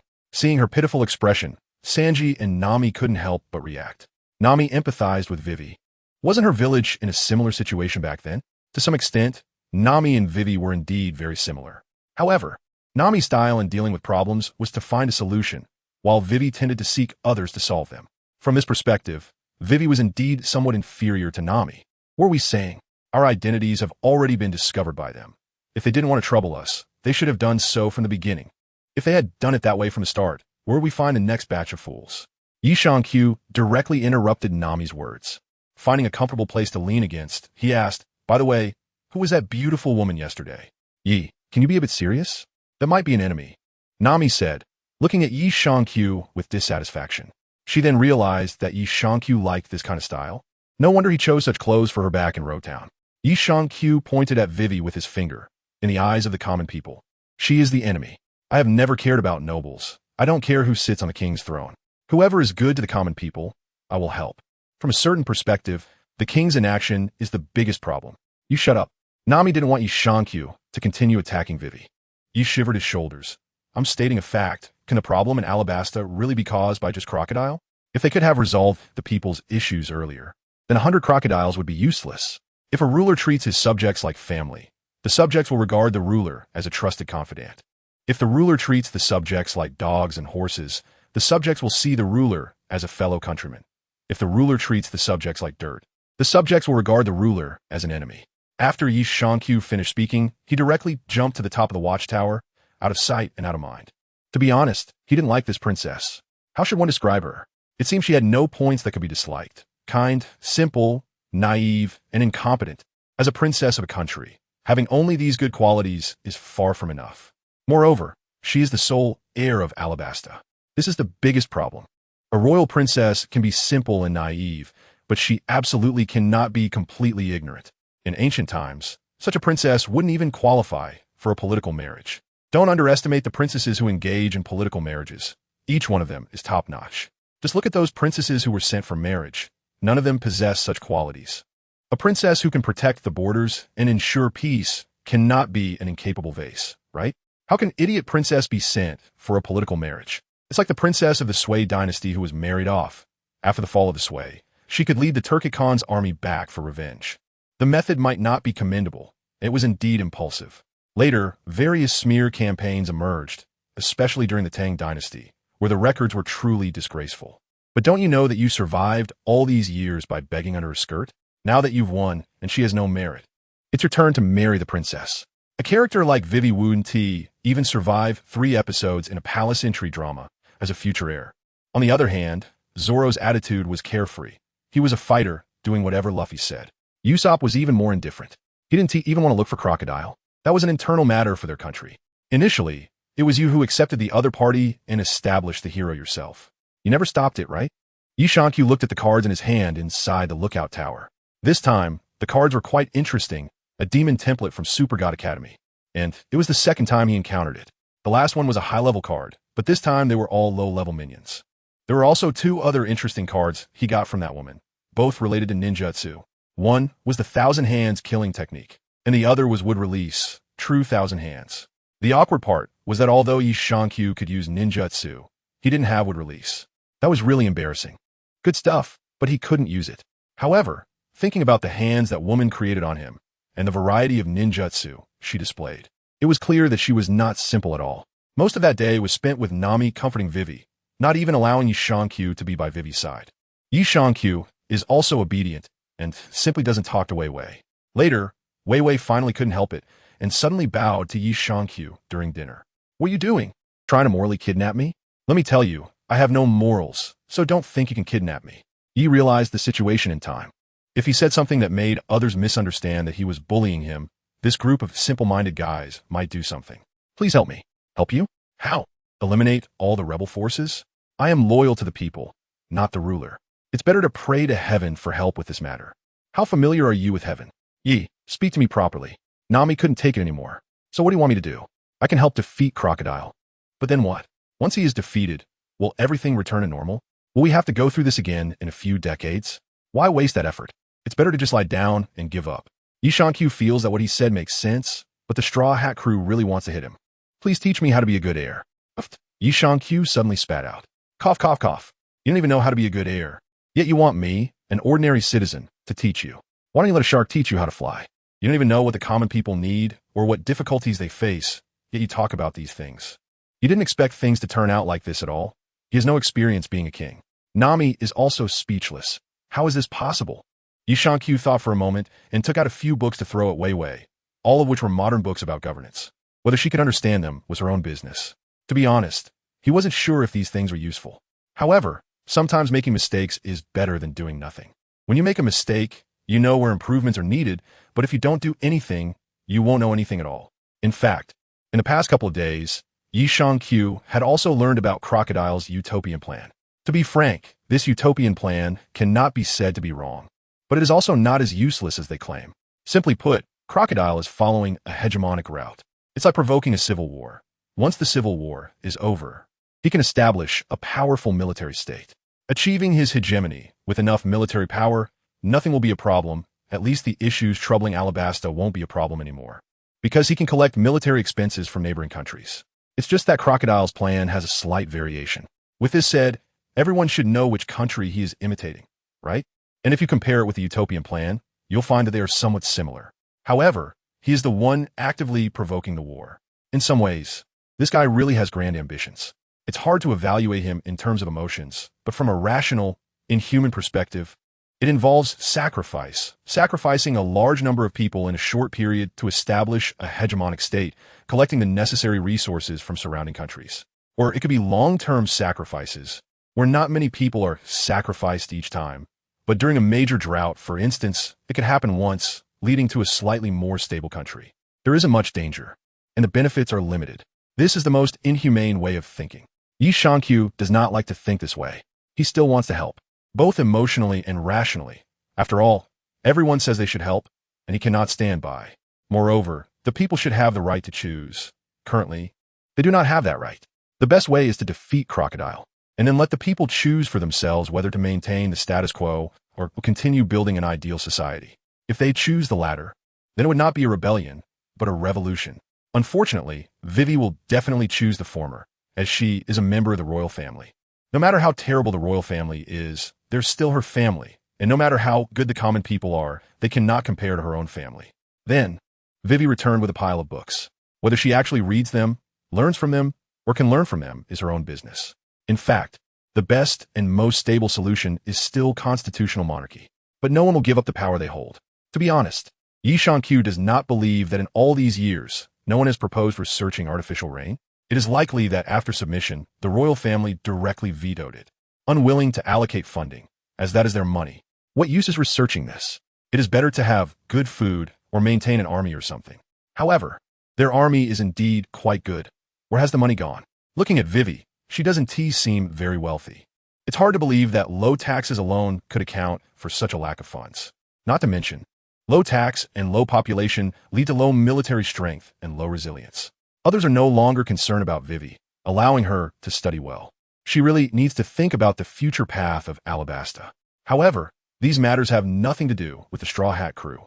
Yi Qiu stood on the lookout tower, gazing into the distance. He seemed to want to see what the little garden the woman mentioned was like, and why it felt so dangerous. It seemed wise to be a little cautious. Meanwhile, Luffy and the others were carefree. They decided to go fishing, as there was nothing much to do on the ship anyway. Zoro was a workout fanatic. Usopp often fished because he liked to eat fish. Luffy, having nothing to do, also decided to fish, preparing some reserves for them. Before long, Sanji came over with a glutton. Hey, where did the fish bait go? Fish bait? Luffy glanced at the empty bucket. You mean what's inside? I ate it. Ate it? I can't believe you ate this, it's worms. Sanji was shocked, wondering how anyone could eat such a thing. Really? I think it tastes great, Luffy said nonchalantly. Yi Qiu explained. Don't let him see these things in the future. It's a habit he developed in the forest. But how can we fish without bait now? Before Luffy could come up with an idea, Yi Qiu threw out a bag of bait, unsure if the fish in the pirate world would like this ordinary bait. What is this? Luffy, taking advantage of his long arms, directly caught the bait and poured the entire bag into his mouth. This stuff tastes strange, but it's pretty good. Ah, damn it. What bait do we use now? Luffy thought for a moment and pointed to Karoo, the fast runner used this guy. Karoo, realizing the danger, immediately started to run away. Luffy chased after Karoo. Sanji chased after Luffy, and the three of them began to run in circles around the mast. In the process, they accidentally stepped on Zoro, who was sleeping, waking him up. He cursed, and then continued to rest. Nami couldn't stand it anymore. What are these guys doing? I said you all need to hurry up a bit. Seeing Nami angry, everyone quieted down. Luffy confused. What do we need to hurry for? Angry Nami is still beautiful. Ah, I'm so anxious, so anxious. Ah, you damn first mate, take this seriously. Do you think I'm a fool? Nami casually threw something nearby away. Yi lightly tilted her head and dodged it. My goodness, it turns out you're not a fool. That really scared me. Is it useful for us to be anxious? Yi Qiu lazily propped his chin on his hand, responding weakly. Nami was left speechless, feeling that it was of no use. However, this attitude was really infuriating. But Yi Qiu was clever. Every time he managed to provoke Nami, he was always at a distance where she couldn't reach him. It was truly frustrating. Nami had no way to deal with her vice-captain. Vivy watched the lively scene and Yi Qiu's lazy demeanor and said, It's hard to believe that he is a bounty target worth 35 million berries, and your captain has a bounty of 30 million, but why is the vice-captain more valuable? It didn't seem that fierce at all. Nami explained, he, back then, single-handedly wiped out a pirate crew with a captain worth 17 million berries, which is why his bounty is higher. One person? Well, no one under him lasted more than 3 minutes. Nami still remembered that after the fight, he didn't even get his clothes dirty. Nami felt proud talking about this and briefly introduced the achievements of these people, which could be said to be quite glorious, at least in her view. Vivy didn't know these details, but she did know the reputation of the weakest one, who was the axe-wielding Monka, and said he was a formidable naval colonel. Yi Qiu twitched his mouth, wondering what that glutton had to be proud of. They were almost forgetting about that person. During lunch, Nami picked up the newly bought newspaper and glanced at it, instantly becoming nervous, but no one else noticed. However, Luffy found something interesting in the newspaper. He saw a photo of Koby. They didn't expect that guy could arrive at the Grand Line so quickly. He smiled slightly, not saying anything. The content of that letter was probably known only to him and the old man, right? But the old man had a little follower by his side. I hope Koby can live happily. The next day, everyone was the same, as usual, scattered around the ship in boredom. Sanji came over with a tray of drinks. Brothers, do you want to try my special drink? As soon as Sanji finished speaking, the first to jump down was Karoo, followed by a few others. He jumped down without hesitation in the autumn. Is there Yangji Ganlu? When autumn comes, he asked. Yes, but there's none for you. Sanji usually tastes these new dishes himself first, then lets Nami try them, and only then does he serve the others. The next menu won't be for you. He murmured softly in the autumn. Then she casually picked up a cup of drink, and the others followed suit, grabbing a drink as well. Of course, there was a Karoo mixed in among them. But this duck was really amusing. After drinking several cups, perhaps because it tasted good, it gulped each one down completely and then fainted. Everyone watching was quite happy. This duck was very entertaining. Vivy looked a bit overwhelmed. Is this really okay? With them like this? Nami handed Vivy a cup of drink. Here, this is yours. Is it all right? If an assassin comes, they'll take it seriously. They don't want to die yet. Nami didn't think there was anything wrong with everyone having fun and goofing around when they were bored. Sailing was inherently boring, and if the atmosphere were any more oppressive, it would be a torment. Nami and Vivy chatted while a group of men chatted nearby. Hey guys, look quickly. It's a dolphin. Everyone gathered around to take a look. Nami also saw the dolphin. So cute. Don't you think this thing is a bit too big? He looked at the leaping dolphin and said, that dolphin jumping out of the water is truly magnificent. Our small boat is even smaller than its fin. The dolphin splashed back into the water, creating a huge wave. Luffy cheered happily, quick, escape. In an instant, everyone quickly took their positions, working together to maneuver the boat and avoid the massive splash. Then, they escaped by using the wave created by the dolphin to get away from it. Everything happened very quickly. Vivy couldn't find her position at all. She just stood there dumbfounded, and by the time she came to her senses, everyone had already escaped from the dolphin's area. Nami, is the direction right? After escaping, Luffy's first thing was to confirm the direction. Nami glanced at the log pointer. Full left. We're not going fast now. I'm going to play with the dolphin for a while, and we'll be back soon. After Shankyu finished speaking, he disappeared without a trace, and Nami didn't pay it any mind. Vivy looked at Nami in surprise. Are you playing with such a big dolphin? Don't worry about him. Our vice captain is quite strong, Nami said nonchalantly. Their vice captain was more interested in these things. The ship didn't stop, and everyone clearly had no intention of waiting for Shankyu. Not long after, about 10 minutes later, Shankyu returned, drenched in seawater. Sure enough, it's no fun when it's too big. I'm going to take a shower, he said as he headed to the shower room. The ship continued to move forward slowly, and in the distance, an island gradually became clearer. Nami confirmed that the location was indeed their next destination, Little Garden. The top of Little Garden was almost covered in clouds and mist, while the bottom was lush and green. Luffy returned to his designated seat, wanting to get a good look at the island. In less than an hour, everyone had reached the edge of the island. They slowly moved into the island strait.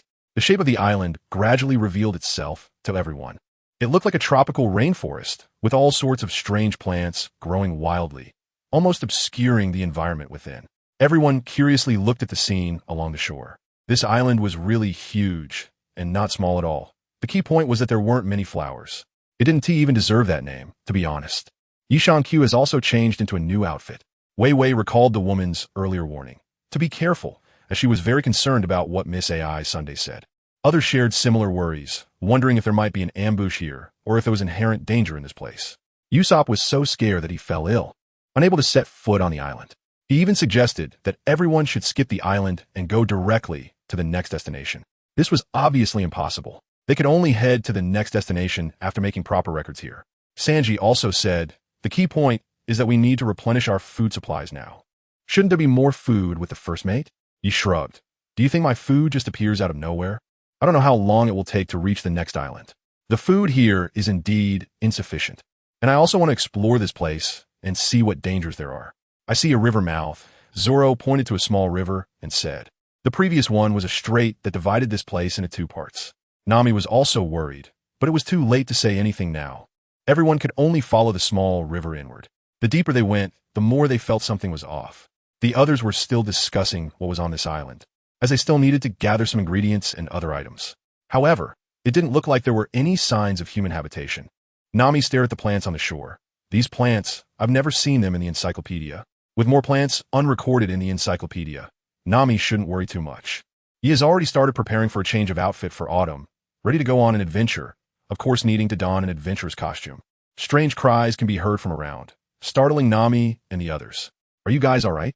He felt a deep sense of helplessness in the autumn, and then saw a strange bird flying behind Sanji. Sanji had not yet noticed, lost in the beauty of Nami's worried expression. Yi Shankyu discovered that the bird dared to dive down. What else is there to say? He jumped up and delivered a punch.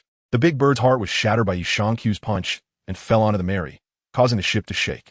Nami and Usopp let out terrified screams, but Yi Shankyu and the others didn't pay any attention to it at all. Yi and Zoro are observing this big bird together. This bird has never been seen before. Can it be eaten? Sanji, I want to eat this. This seems to be an Archaeopteryx from the dinosaur era. On the leaf, Chio noticed that this bird, although it had a bird's body, had a head that resembled a dinosaur. Sanji turned to look at the big bird when he heard Luffy calling him to cook. He observed carefully, oh, unfamiliar ingredients. I'll try to make a pot of dragon soup for everyone later. Boom! At that moment, a strange explosion sound echoed across the island. Everyone's attention was once again diverted. Nami had a cold sweat on her face. Is this the kind of sound you would hear in an ordinary forest? Definitely not. It must be the sound of a volcanic eruption. Yi Shankyu didn't know when he had arrived at the lookout tower, but he faintly saw volcanic ash rising into the sky. A roar echoed from the shore, and then a gigantic tiger slowly emerged from the forest, facing the Mary. Its body was larger than the front deck of the Mary, and a few people in front of it were no bigger than one of its legs. The tiger seemed to regard them as prey, slowly advancing alongside the Mary. Yi Shankyu pointed at the tiger and said, Sanji, can we use this to make steamed tiger meat? Sanji naturally knew what Yi Shankyu was referring to, exhaled a puff of smoke, and said, it's still a tiger, so it should be possible, right? We'll find out when we try it. Do you want to eat it? It seems like it already considers us as food. Nami and Usopp couldn't help but comment, and at this moment, the two of them were almost paralyzed with fear. Just then, the tiger let out another long roar. But this time it sprayed blood from its mouth and collapsed, revealing a huge wound on its abdomen. Not fresh anymore, right? Can we still make it? Yi Shankyu didn't care about such things at all, or rather, he wished for it. Why? No one knew that Yi Shankyu's energy had always been at a critical state. Simply put, he was not getting enough to eat. He had the body of a super soldier, which meant his divine body required a massive amount of energy. Strictly speaking, this was not something that could be sustained by a single planet's resources. At least, the ordinary ingredients of this planet were insufficient. Therefore, Yi Shankyu tried his best to avoid consuming too much energy. However, entering the Grand Line, there would definitely be numerous battles ahead, and he needed vast amounts of energy. Nami and Usopp didn't want to listen to Yi Shankyu at all. The two of them had already entered their own world. First, Usopp announced, I've decided not to land on this island. Let's just quietly wait on the ship for the magnetic records to stabilize, and then leave this island as soon as possible. Nami also showed resistance. He tapped his forehead with his hand and said, sometimes I wonder what the abilities I gave you are really for. I shouldn't have any expectations of you. I realized that, since you can't make use of them anyway, I won't give them to you next time. However, the two of them ignored everyone else, and the others didn't listen to them either. Finding a suitable spot, Zoro directly dropped the anchor. Luffy was smiling and waiting. Yi Shankyu was the first to stand up. Is there anyone willing to go on an adventure with me? Luffy, I want Sanji to prepare me a pirate lunch first before I go, so I'll go ahead. Yi Shankyu flashed directly to the shore, and the large bird and tiger had already been put away.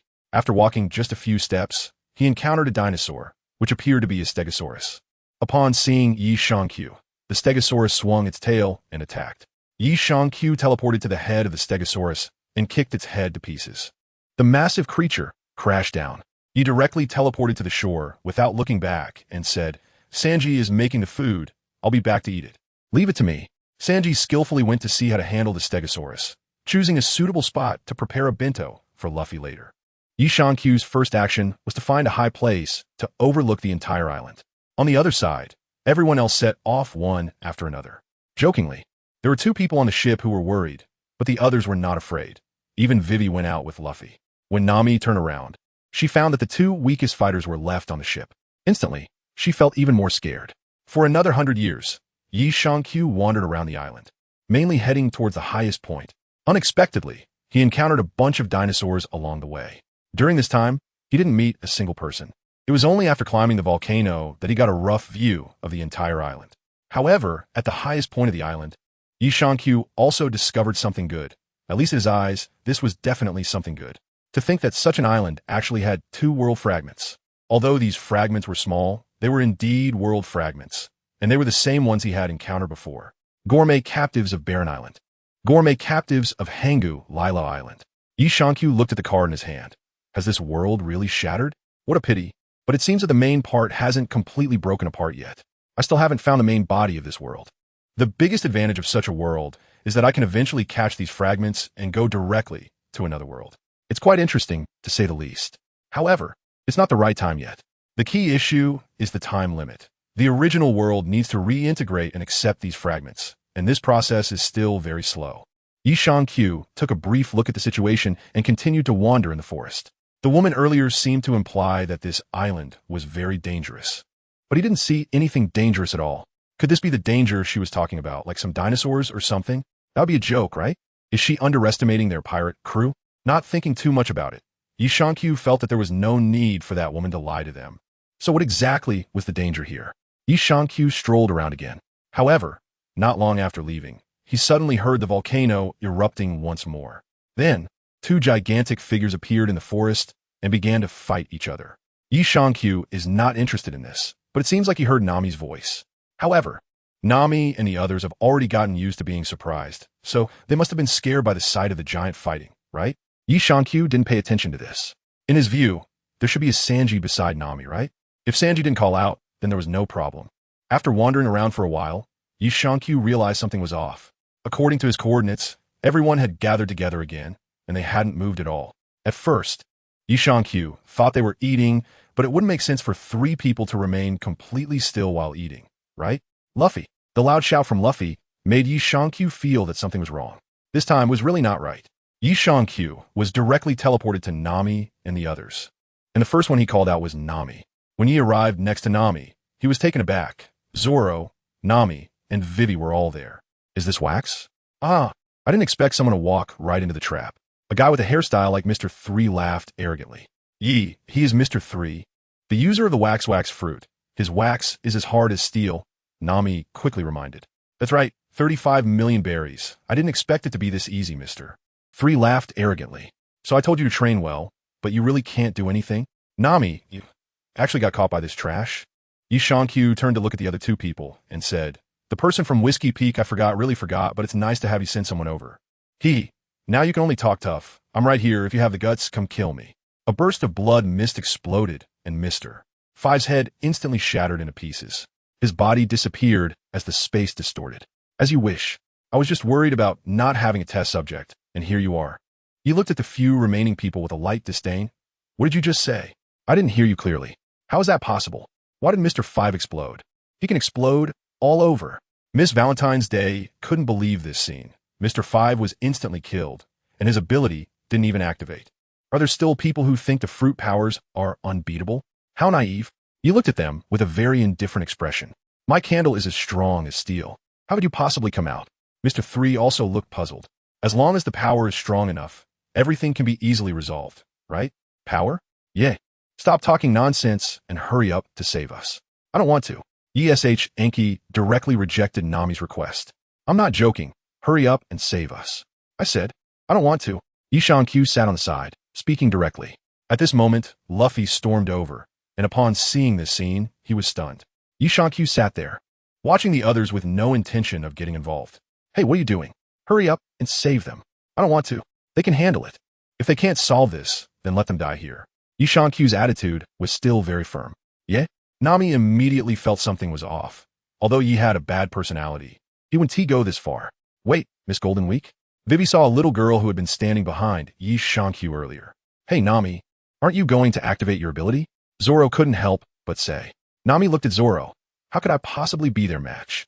Besides, I'm trapped right now. You have to believe in the vice captain's ability. He said you could handle it yourself. How long are you going to be scared? Zoro was genuinely a bit angry. At this moment, Nami still showed no fighting spirit. At this time, Luffy had already started battling the opponent, and they were afraid to let Yi Shankyu take action. After all, Mr. 5 had been taken out in an instant. But it wasn't long before Luffy's condition was similar to Yi Shankyu's. They realized this was Miss Golden Week's ability. Fortunately, Usopp figured it out and quickly resolved the issue with Ishankyu. On the leaves, Autumn showed no significant signs. Slowly, she stood up and looked at them. Usopp turned his head and resolved Luffy's problem again, while Miss Golden Week was about to take action once more, attacking with the paint in her hands. In the distance, a tornado gradually formed on the sea surface. When Ishankyu saw Miss Golden Week waving her brush and the paint flying out, he directly transferred the paint to the back of Miss Golden Week, causing her to become completely dispirited. Great, come save us quickly. Ishankyu heard the shaking of heads again. No, you come on your own. These few are nothing but trash on the Grand Line. If you can't even handle trash, then forget it. I've given you so many things and taught you so many methods, yet you haven't used any of them? I gave you the hockey manual, right? Who has succeeded in their training? With your attitude, you'll die sooner or later. It's just a matter of time. And you talk about helping others save their country. You're really good at bragging. You looked at Miss Golden Week in the autumn. Little sister, do you want to become my subordinate? You've seen my strength. I can make your painting hypnosis directly transform into illusion magic. The kind of real illusion where you can do whatever you want as long as you draw it out. Your potential is much greater than those above. Don't joke around, we're companions, right? Nami couldn't help but was on the verge of crying. Yes, that's why I'm like this. It's much more comfortable to feel sad early than to feel deeply sad later. Besides, haven't I already restrained an enemy? Yi Shang-Q continued, don't worry. I won't let you die. Before everyone could breathe a sigh of relief, they heard the next words, but by that time, you should return to the East China Sea. Nami, the power I gave you may not be able to destroy a world, but it can definitely destroy a nation, right? The others are about the same. If you want it, just say it, and I can take it back. Miss Golden Week watched as Usopp and Luffy were joyfully battling two ability users. However, she knew that if the man in front of her made a move, the fate of the three of them would only end in a swift defeat. The patterns on his body had long been cleared. All right, let my companion go, and I'll follow you. Which companion? Male or female? Male, let him go. Miss Golden Week gave Miss Valentine an apologetic look. However, the other two did not have the same awareness, especially Miss Valentine, who was sitting on Usopp. As long as she increased gravity, that guy would be crushed.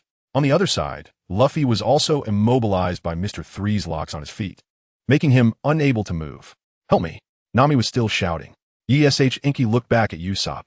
It seems I won't need to step in. Usopp is the MVP this time. Huh. A burst of flames shot from Usopp's palm, landing on a candelabra where Nami and the others were trapped. The fire spread instantly. Candles fear flames, which Usopp had known all along. He leaned in closer, and the reason he got so near was that his launching device was newly made, leaving him little time for testing. He was afraid it might fly off to other places. So he endured the risk of being hit by Miss Valentine and moved in. But this distance was enough for Usopp. The huge flames ignited the candelabra, causing it to melt quickly. Nami and the others on top also began to catch fire. At that moment, a tornado approached from a distance. The tornado swiftly swept through the candelabra. Damn it, you underestimate us too much. Mr. 3, furious, charged directly at ESH Inky. His whole body was wrapped in candles, resembling a giant machine. In the blink of an eye, he was in front of ESH Inky. Even Luffy couldn't react in time. As he watched the opponent approach with a punch, ESH Inky lightly raised a fist to meet it. My candles are not something you can withstand. You must have just escaped using spatial means. Bang! Mr. 3 spun in the air and flew out, his arm's candle armor shattered completely. Ye help! Usopp, unable to move at that moment, shouted, as Miss Valentine was about to land on him. Snap! With a snap of his fingers, ESH Inky made Usopp disappear from his spot. Valentine fell back to the ground. Why do I say again? Heh, I am saved. Usopp sighed in relief. Yi Shang-Q patted Usopp on the shoulder. At this moment, Nami, Vivy, and Zoro were also free. The three rushed out and directly attacked Miss Valentine, and without hesitation, they took her down instantly. Nami, not caring that she wasn't wearing a coat, charged towards Yi Shang-Q. Duong, bastard, why didn't you save us? He sat on the ground, rubbing his head. Why? If you can't even handle this kind of trash, how can you talk about the Grand Line? Go home and take care of your kids. Don't tell me they're all capable people. Don't you have abilities? Did you really have no ability to resist before you were captured? Have you ever used your own abilities? It's not that you lack combat skills. It's that you lack the reason to fight. This time I'll tell you. The reason to fight in the Grand Line is simply to survive. If you don't fight, no one will sympathize with you when you're dead, because you deserve it. Yi Shang-Q stood up and pointed at the slowly disappearing tornado, saying, And where do you think this thing comes from? I was worried when I first came here, so I prepared this before coming over. Yishankyu looked at everyone. You have really disappointed me. Apart from Usopp, my evaluation of all of you is the same. Weaklings. I have helped Usopp the least, but he has provided the most value. If you have this attitude, don't blame me if you die. I can save you this time. But what about next time? There are some enemies I don't even dare to underestimate, yet you all seem to be having a great time. Autumn has passed on the leaves, and a grasp of the defenseless Miss Valentine's Day. Do you know what this is on the Great Route? This is the bottom, the very bottom of society. She has the ability to rely on some Baroque. She would have long become a captain or a higher-up, and wouldn't even know who her own boss is. This kind of person is a consumable in any power structure, the kind that wouldn't be cared about even if they died. On the leaves of autumn, I let go of Valentine's Day, using a very annoying expression to imitate a few people's looks. Save me, hurry, and save me. Save the country. Do you think this is just playing house? Yishankyu looked at Nami and Vivy and imitated, don't worry, we will definitely help you. We are very strong. I will protect my country and stop Crocodile's conspiracy. How do we do that? Can you guys, with your pig-like brains and chicken-like combat power, outsmart the opponent? Change your mindset. You idiots, this is the grand line. More people die here every day than you have ever seen before. After saying that, Yishankyu looked at Usopp and said, Usopp, come over here with me in a bit. The rest of you, use your walnut-sized brains and think carefully. After that, Yishankyu jumped onto the giant's back and asked, why are you crying? Buggy cried out loudly, Dory is dead. He jumped onto another giant and said, you mean this? He is alive. When I came, I observed everyone's life force. He just fainted. You mean Dongli is alive? If he is called Dongli, then he is indeed alive. The leaves gnawed in the autumn. Yishankyu looked at everyone and said, can someone explain to me what exactly is going on with these two big guys? At this moment, it was Usopp who roughly explained. These two giants can be considered the natives here, as they have been here for 100 years. Other villagers have left before, so it's not an exaggeration to call them natives. The two of them were once captains of the giant pirate crew, and they forgot why they started fighting here to determine who was the strongest. This battle has been going on for 100 years. They became friends with these two giants by accident. Then there was the incident where those people launched a surprise attack, and Yishankyu knew about the events that followed. That's about the situation. Yasuo looked at Usopp in the autumn leaves. Are you sure you won't be the sniper on the ship? Yes, I am the sniper.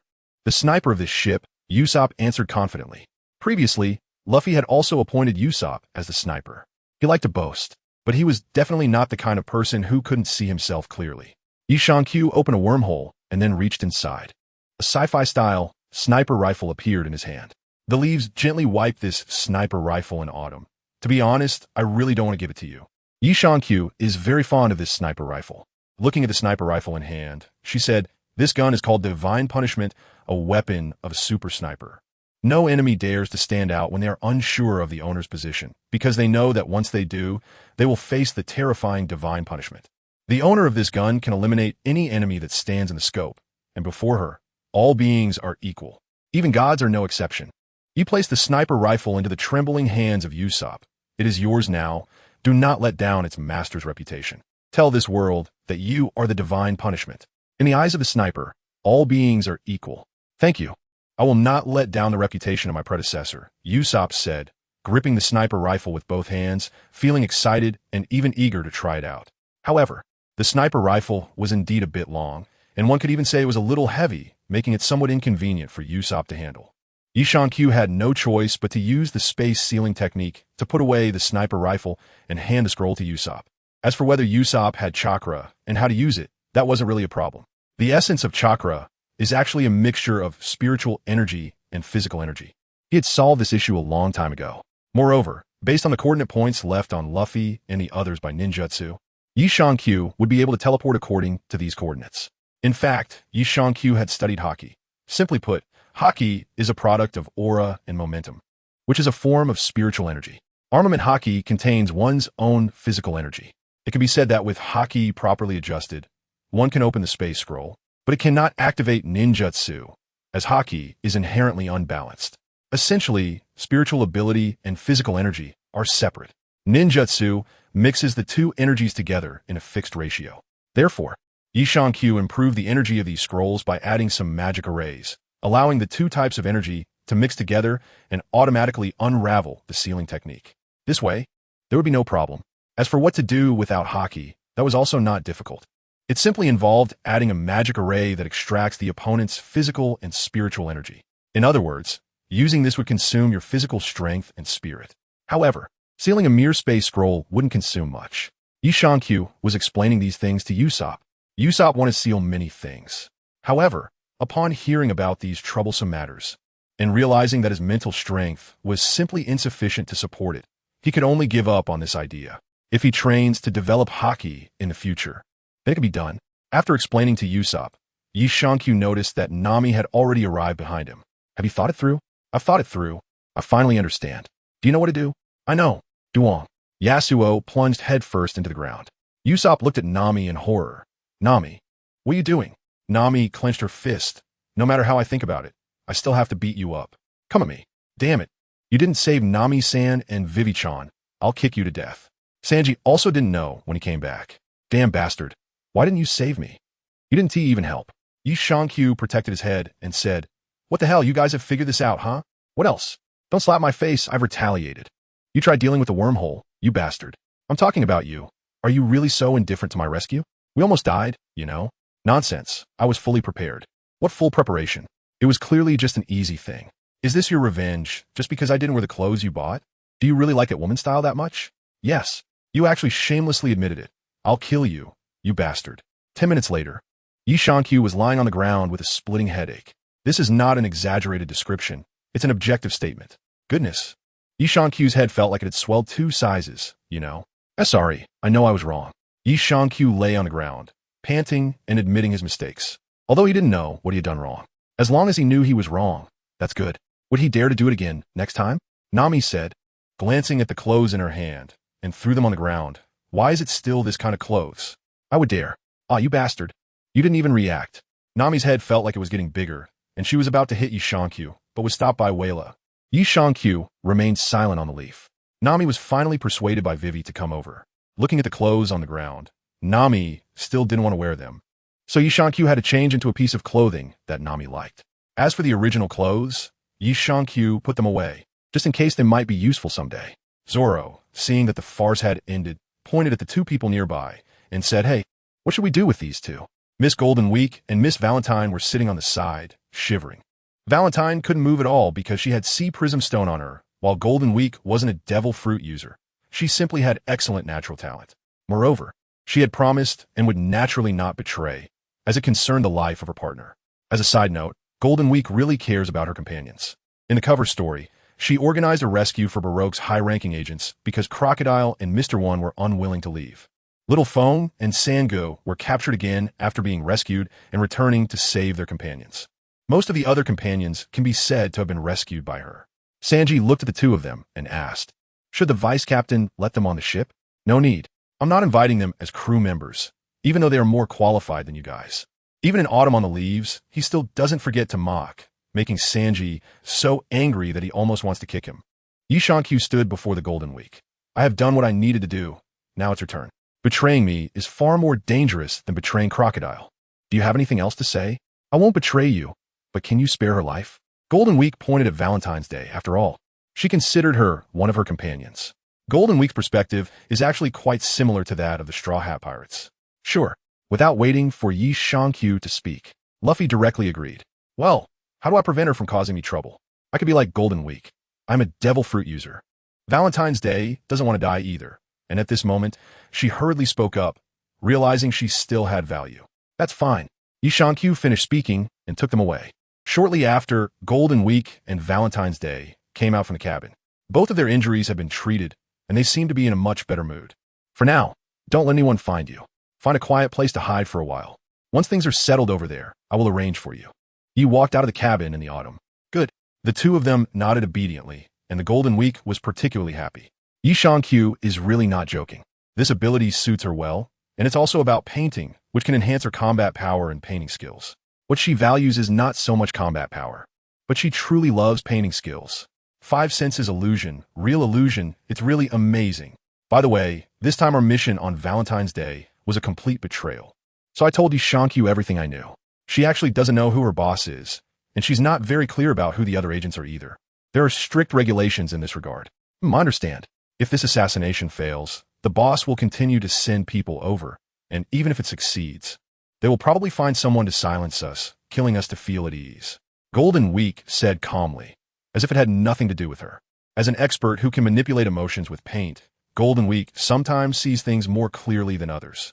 Sometimes she just doesn't want to care. I understand. The autumn leaves gnawed on the branches.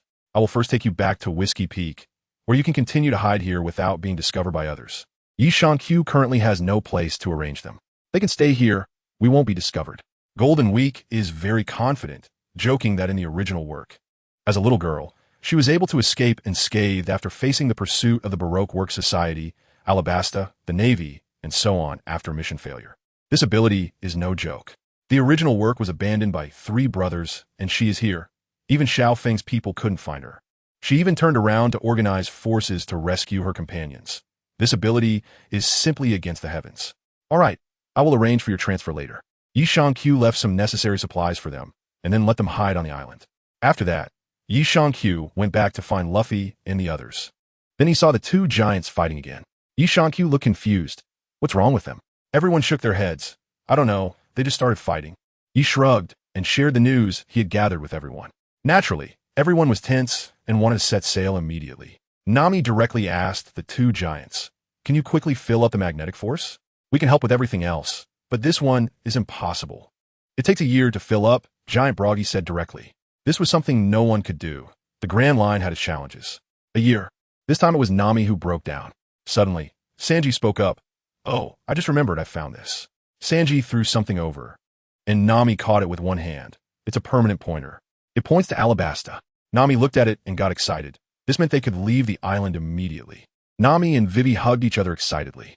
Yishan-Q did not ask anything, as he had roughly guessed. Usopp, however, curiously asked about it, and Sanji did not hide anything, explaining the situation with the unlucky duo. As for that unlucky duo, Sanji pointed behind him and said they should still be lying there. In the autumn darkness on the leaves, tell the 2 people during the Golden Week to control the 2 guys and not let them relay the message back. Yishan-Q and Usopp are fighting over the Sunbae left by Golden Week. However, Golden Week didn't carry too many of them. Watching the 2 of them shouting about wanting to hold a Sunbae party, there are only 3 Sunbae left now. Yishan-Q took out some to share with everyone, at least one for each person. As for the 2 giants, they hadn't had a drink in a long time and expressed that they wanted to drink. Luffy was also very generous and asked Yishan-Q to give them some alcohol. The fragments of the Wine Hero Islands in the autumn on the leaves have begun to restore order, and they can produce some items, but they have not yet been recognized by the original world. In plain terms, they're currently doing paternity tests over there, so we need to wait a bit on this side. I brought out several large barrels of alcohol for the 2 giants and asked them to help hide things for the Golden Week and Valentine's Day. The 2 giants readily agreed. It's a simple task. If someone comes looking, they can just hide them in their hats. Nami took a bite of the rice cracker and suddenly threw it down. Damn it, this is not the time for a banquet. Hurry up and replenish supplies. Then we're setting off. What a waste. Usopp went to pick up the rice cracker, but Luffy was quicker and snatched it away, putting it in his mouth to eat. Hey, that's too much. You guys already ate and drank enough, and I haven't had anything. After Yishan-Q finished speaking, he looked up and saw Nami's lower abdomen. What happened here? It's so red. I got bitten by a mosquito. It's nothing. A mosquito? Really? It's just a small thing. Who hasn't been bitten by a mosquito before? Luffy also raised his hand. Yishan-Q really hadn't been bitten in the world of pirates. Wait, that's not the point. This is the ancient island. Do you know how dangerous the mosquitoes here are? Yishan-Q suddenly realized that they had heard about this in their previous life, right? The melting glaciers revealing the corpses of ancient creatures carrying something on them. Isn't that also mosquitoes? Big sister, the mosquitoes here are from the ancient times. They might carry ancient viruses that humans have no antibodies against. At least modern humans have no antibodies against them. Yishan-Q was anxious this time. This was no joke. What if this virus was really dangerous? What if it was contagious? Dong Li also said, this pirate brother is right. Many pirates who came to this island died for unknown reasons. This is no joke. You guys better check it out. It's fine. The important thing now is Alabasta. Vivy needs to return there as soon as possible. Besides, this isn't a definite situation, Nami said casually. Now let's prepare supplies and set off immediately. With that, Yishan-Q was no longer worried. The physical condition of people in the pirate world was extraordinary. What if it really was as Nami said? Let's wait and see for a few days. Everyone followed Nami's instructions and chose to resupply on the spot. So everyone began to take action, mainly Yishan-Q. who didn't want his stamina to always be in the red. He started capturing the dinosaurs here, and the two giants chose to help, even though they still had injuries. But this was about the same difficulty as catching chickens for them. An hour later, everyone finally finished resupplying. Nami directed everyone to board the ship. Sanji and Zoro were still competing over the size of their catches, arguing endlessly. Just then, Yishankyu returned, dragging a huge brachiosaurus. He glanced disdainfully at Zoro's Triceratops and Sanji's Tyrannosaurus Rex. Oof, is it a dessert to fill the gaps? Bastard, this is our competition, Sanji said without holding back. Nami, can you see whose catch is bigger? Zoro thought Nami was fair. Isn't it about a tie? No way, this is a competition. Both Sanji and Zoro were dissatisfied with that answer. Yishankyu activated his taunting skill. Don't make things difficult for Nami. Sand and dust are pretty much the same. It looks normal. You all move faster. Watching Nami transform into her sharp-toothed self once again, the three of them moved quickly.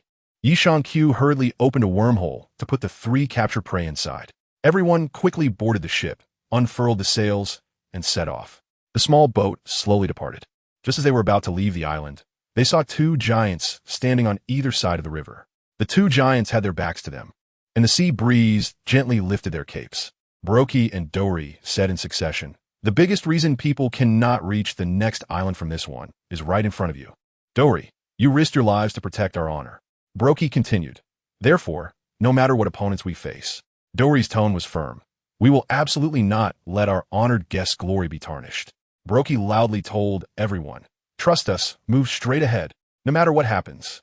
Do not change direction." Hearing their words, Luffy's spirit jolted. "I understand." "What do you understand?" Usopp couldn't help but ask. "No matter what happens, we must move straight ahead." Everyone fell silent again, wondering what this really meant. Nami looked at Yishankyu, who nodded in response. The small boat slowly passed by the two giants. The two giants bid farewell. "Goodbye. May we meet again by fate. That day will surely come." Not far away on the sea surface, the water suddenly swelled up. Nami was the first to notice the problem. "Look ahead." A giant golden fish slowly appeared there. This golden fish was larger than an island. Dory and Baroque didn't seem surprised. Dory whispered, "Here it comes, the food island monster." Baroque stared at the food island monster and quietly said to the ship, "Let's clear the way for you," wagering the name of Elbaf. The two giants raised their weapons to face the food island monster. The green gas surged on Dory's giant sword. Red gas swirled around Baroque's giant axe. The two men held their weapons, gazing at the enormous food island monster. You look back at the two people's weapons, which were emitting colored aura. Is this the origin of the blue and red demons? At this moment, the gigantic sea island monster had fully appeared right in front of them. Their small boat was even smaller than one of its teeth. The monster has appeared. Only Luffy remained calm. "What is this, a goldfish?" He looked at the autumn leaves curiously and said, "It should be. I wonder how big a fish tank is needed to raise it."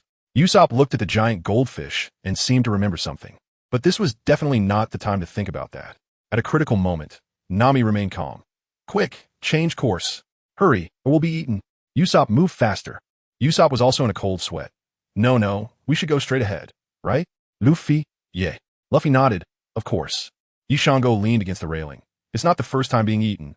Why are you all so nervous?" "I'm still here, really making a big fuss over nothing." "Stop talking nonsense. This time is different from the last. It's all about being eaten. What's the difference?" "Did you know them before they were eaten?" Yishankyu said as he took out a pot of tea. "Got it. Stop making noise. I'll give you the last senbei." Then Luffy threw the senbei to Nami and sat at the bow of the ship drinking tea with Yishankyu. "I don't want it," Nami said, but still caught the senbei. The food island monster had already opened its mouth wide, and they had dived into the monster's mouth. "Nami, give it up," Zoro also advised. Nami, having given up struggling, took a bite of the senbei. At this moment, Sanji was already nervous because the food island monster's mouth was slowly closing. "Luffy, can we really trust them?" "Yeah. Are you serious?" Vivy began to worry. "Are we really going to rush into that monster's mouth?" "Vice Captain, say something. I will never betray my friends before they betray me." Ye's tone was very firm. "No, it's too late." Nami completely broke down in tears. A few seconds later, they had been completely swallowed, and the food island monster had begun to slowly sink. At this moment, Luffy was also nervous, and Usopp didn't need to say anything. But they still believed in the two giants continuously shouting, "Go straight ahead, go straight ahead. Yi, hurry up and teleport." Nami finally couldn't hold back any longer. He turned back slightly in the autumn. "No need." "Haki." At that moment, Two giant roars echoed from outside. Then, a massive and terrifying energy pierced through the darkness behind them, the light's momentum unabated, as if a sharp spear was driving away the darkness ahead of them. The Mary, propelled by the airflow generated by the terrifying energy, sped forward rapidly. In the blink of an eye, the ship flew out of the belly of the Sea King. "We're out!" Luffy cheered at the bow of the ship, even tossing away his teacup. The others looked on in shock or excitement at the scene. "Little pirates, what you are using is the Hawkeye I told you about. If you want to sail on the Grand Line, this is essential," Q explained to them. "Oh, can it really be done to this extent?" Zoro also didn't expect this. He indeed hadn't practiced Hawkeye much. Luffy didn't hear this. "Charge. Move straight ahead." How terrifying. The sea has been split apart. Vivy was already so shocked that she couldn't speak. Listening to Usopp, she could only nod in agreement. The others had various expressions, completely not expecting it to reach this level. The country bumpkin had no experience. Q is savoring tea in the autumn. This flower tea is simply exquisite, truly a product of the culinary world. Just now, in such a big scene, Q didn't spill a drop. "Who do you say is a bumpkin?"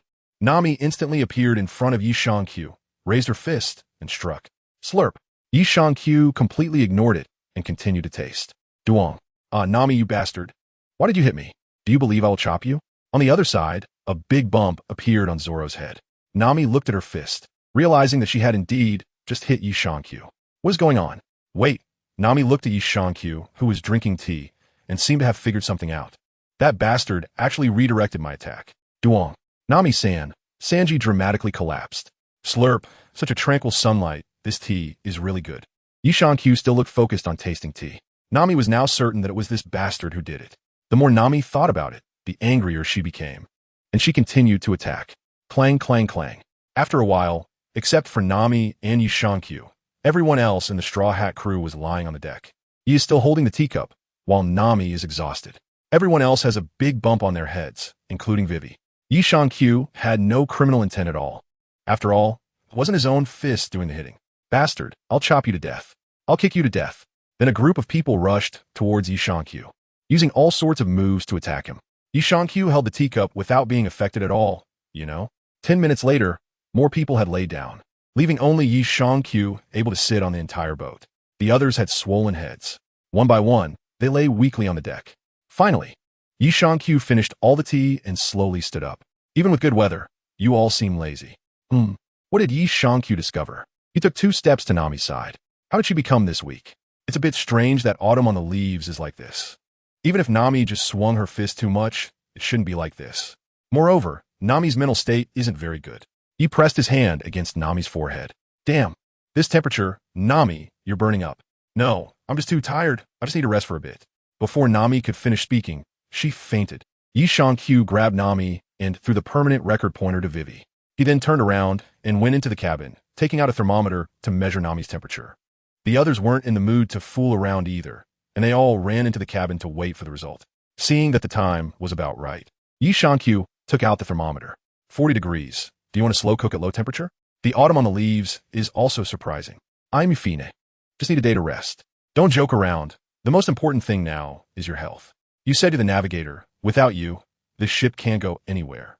Q immediately retorted, "No, we need to go to Alabasta as soon as possible. I have a newspaper in my drawer. Vivy, go get it." Nami forcefully straightened her body and sat up. Vivy obediently went to get the newspaper. Following Nami's instructions, Vivy opened the newspaper. The moment she opened it, her expression changed. Nami looked at Q and said, "You know as well, we must go to Alabasta quickly." "I know, and then what? Why can a war in Alabasta be ended with just a slogan, even at the cost of your life? You need to understand, we have nothing to do with Alabasta. I said we want to go, and no one else should think about going either." Yamato pressed Nami back down with one hand and tucked her in. Sanji looked at Vivy, whose face suddenly darkened. What happened? Vivy looked at the newspaper in her hand. 300,000 of the King's army have defected to the rebel forces. It was originally a suppression battle of 600,000 King's army against 400,000 rebels. But now the situation has changed immediately. Nami, lying down, said, "The uprising in Alabasta has finally reached its climax. This is already a newspaper from 3 days ago." "Yamato, do you understand?" "I understand it better than anyone. But what I don't understand is why 300,000 of the King's army defected. Half of them turned against the king. Can this really be decided by a word from a warlord? Nami, have you forgotten why your villagers took up arms in the first place? Weren't you under Arlong's rule? Tell me, why did you rebel against Arlong? Yi Shangqiu really can't understand. In just a few days, half of the troops sent over have defected. This isn't defeat. It's a direct military salute of betrayal. Without even fighting a battle, half of the people have defected. Is the rule of this country really so unstable that it can be shaken by a single person? If that's the case, it only shows that there is a problem. A very big problem in this country. Nami no longer pays attention to Yi Shangqiu and turns to look at Luffy, the one who truly makes the decisions on this ship. Luffy, do you understand? Luffy tilts his head. I feel like it's really serious. Nami, you're smarter than I imagined. That's really great. Yi Shangqiu no longer spoke, just turned to look at Luffy. Are you sure? Luffy fell silent. Go find a doctor. Luffy said directly. No. Thank you for your concern. Anyway, let's stick to the plan and head straight to Alabasta, Nami said as she stood up, preparing to go to her room to rest. After taking a few steps, Yi Shangqiu suddenly spoke up. Get off the ship. Everyone was stunned. The scene fell silent. What the hell did you just say? A group of people suddenly became agitated. Bang! An overwhelming aura surged from Yi Shangqiu. A few trembling bodies could barely stand. Only Luffy gritted his teeth and held on, while the others fell one by one. I am the vice captain of this ship. I have the duty to protect the crew, and I won't let our crew risk their lives to save unrelated people, especially at the cost of everyone on board. Since your heart is not on this ship, go suffer alongside the people of Alabasta. Hey, yeah, Nami. Thud. Sanji collapsed completely on the ground, his consciousness starting to fade. How could this happen? Why is this happening? Sanji completely fainted. Luffy. Usopp turned to look at Luffy. Luffy stepped forward, revealing a big, innocent face. I've decided to go find the ship's doctor. Is that okay? Yi Shangqiu slowly stood up, and his imposing presence gradually faded away. He walked away step by step, and the sound of his footsteps seemed to resonate in everyone's hearts. After Yi Shangqiu left, Usopp finally spoke. Luffy is Hawkeye. Luffy didn't quite understand this yet. Sanji slowly woke up and looked at Vivy beside him. Vivy-chan? At this rate, soon the country will be flooded with blood. War is about to break out, and if we can't stop this from happening, the Alabasta kingdom will be finished. Crocodile will take the country. I can't wait any longer. I must return home safely. We need to hurry back. Everyone looked at Vivy, but she continued to speak to herself. If we return too late, 1,000,000 citizens will start meaningless infighting. 1,000,000 people? Luffy was surprised this time. At that moment, Zoro pushed the door open and said, Hey, the first mate wants you all to come out. Everyone was confused and walked out of the cabin one by one. Then Yi Shangqiu pointed to a nearby ship. If you can't wait to play the Saint in Alabasta, go ahead. It's not like there aren't any ships. The autumn leaf revealed a small boat, but it was sufficient, roughly the same size as the Mary. It was a small boat obtained by accident. The supplies on board were enough, so don't say I'm being unreasonable. Some people could go ahead first, and I'll directly teleport the rest over later, which will be faster. Go ahead. Yi Shangqiu finished speaking and turned to leave. Yi Shangqiu returned to the cabin and entered Nami's room, where Nami looked at Yi Shangqiu weakly. Yi Shangqiu coldly laid her down on the sofa and covered her with a blanket. Save Alabasta. Nami tugged at Yi Shangqiu's sleeve. You can definitely defeat Crocodile. No, I want to talk about the Dreamland plan. If the people can live better, I don't care whether the one on the throne is from the royal family or a dog. You, the next island, get off the ship. Saying this, Yi Shangqiu took the log pose from Nami's hand, and with a wave, the silver little thing that had been on Nami's head also left. Nami, it was a pleasure spending time with you. Thank you for taking care of me during this time, the silver little thing said with a smile. Yi Shangqiu also said, At that time, I will seal your abilities. There's nothing wrong with being an ordinary person. Have you forgotten the persecution you suffered in the beginning? After Yi Shangqiu left, he threw the recording pointer to Usopp, who can still navigate. The atmosphere among everyone is quite low. In the evening, Yi Shangqiu is on the lookout tower. Soon, 2 people came up, while the others were asleep. Hey, first mate, are you willing to? Sanji said, and Zoro replied, Not really. I guess it's just a warning and a lesson. I agree with the first mate's approach. We are not playing a pirate game. If the first mate wanted, he would have probably sent them back to Whiskey Peak already. Can you see that? Your act is terrible. Who can't see it except those 3 fools? Sanji said with a hint of a smile while smoking. Well, anyway, the crew is important. Although I sympathize with Alabasta, Nami is a bit more important. When we land, cooperate with me in acting. Yes, sir. Don't go too far. They can't handle it. Zoro reminded. He actually doesn't have a very good impression of this princess who only knows how to cry. Sanji suddenly spoke up. Hey, when the time comes, Nami will definitely need time to heal. How about Vivy and I leave first? That works. Yi Shankyu did not refuse either. It's really tough, Vice Captain, carrying too much on his shoulders. Zoro noticed that Yi Shankyu was truly shouldering the entire ship, but many crew members couldn't see it clearly. After all, he's his own brother. What can be done? On the leaf, a smile appeared on Chio's face. She turned to Zoro and asked, after becoming the #1 swordsman, will you come with me? Zoro replied, oh, that sounds interesting, but I'll wait until Luffy becomes king. I'm very interested in your grand plan. Are there many strong fighters? Chio responded, yes, so many they can't be counted. Your perspective is too narrow. One day, you'll witness what cosmic-level combat power truly means. The kind of battles that could destroy countless planets. Zoro asked, what about me? Yamato glanced at Sanji and then looked down. Sorry, being honest and ruling here isn't bad. At least it's safe, right? Oh, not qualified, forget it. Let's talk about it later.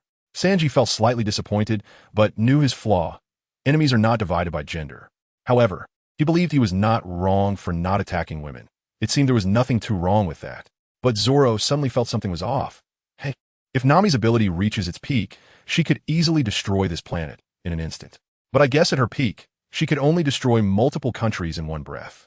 Yi Shankyu did not lie. Many people have probably guessed Nami's abilities. She's a top-tier mutant, like Storm. At her peak, Storm can summon cosmic elemental storms that can destroy planets in an instant. However, Nami's abilities are fragmented, and she is not good at developing them.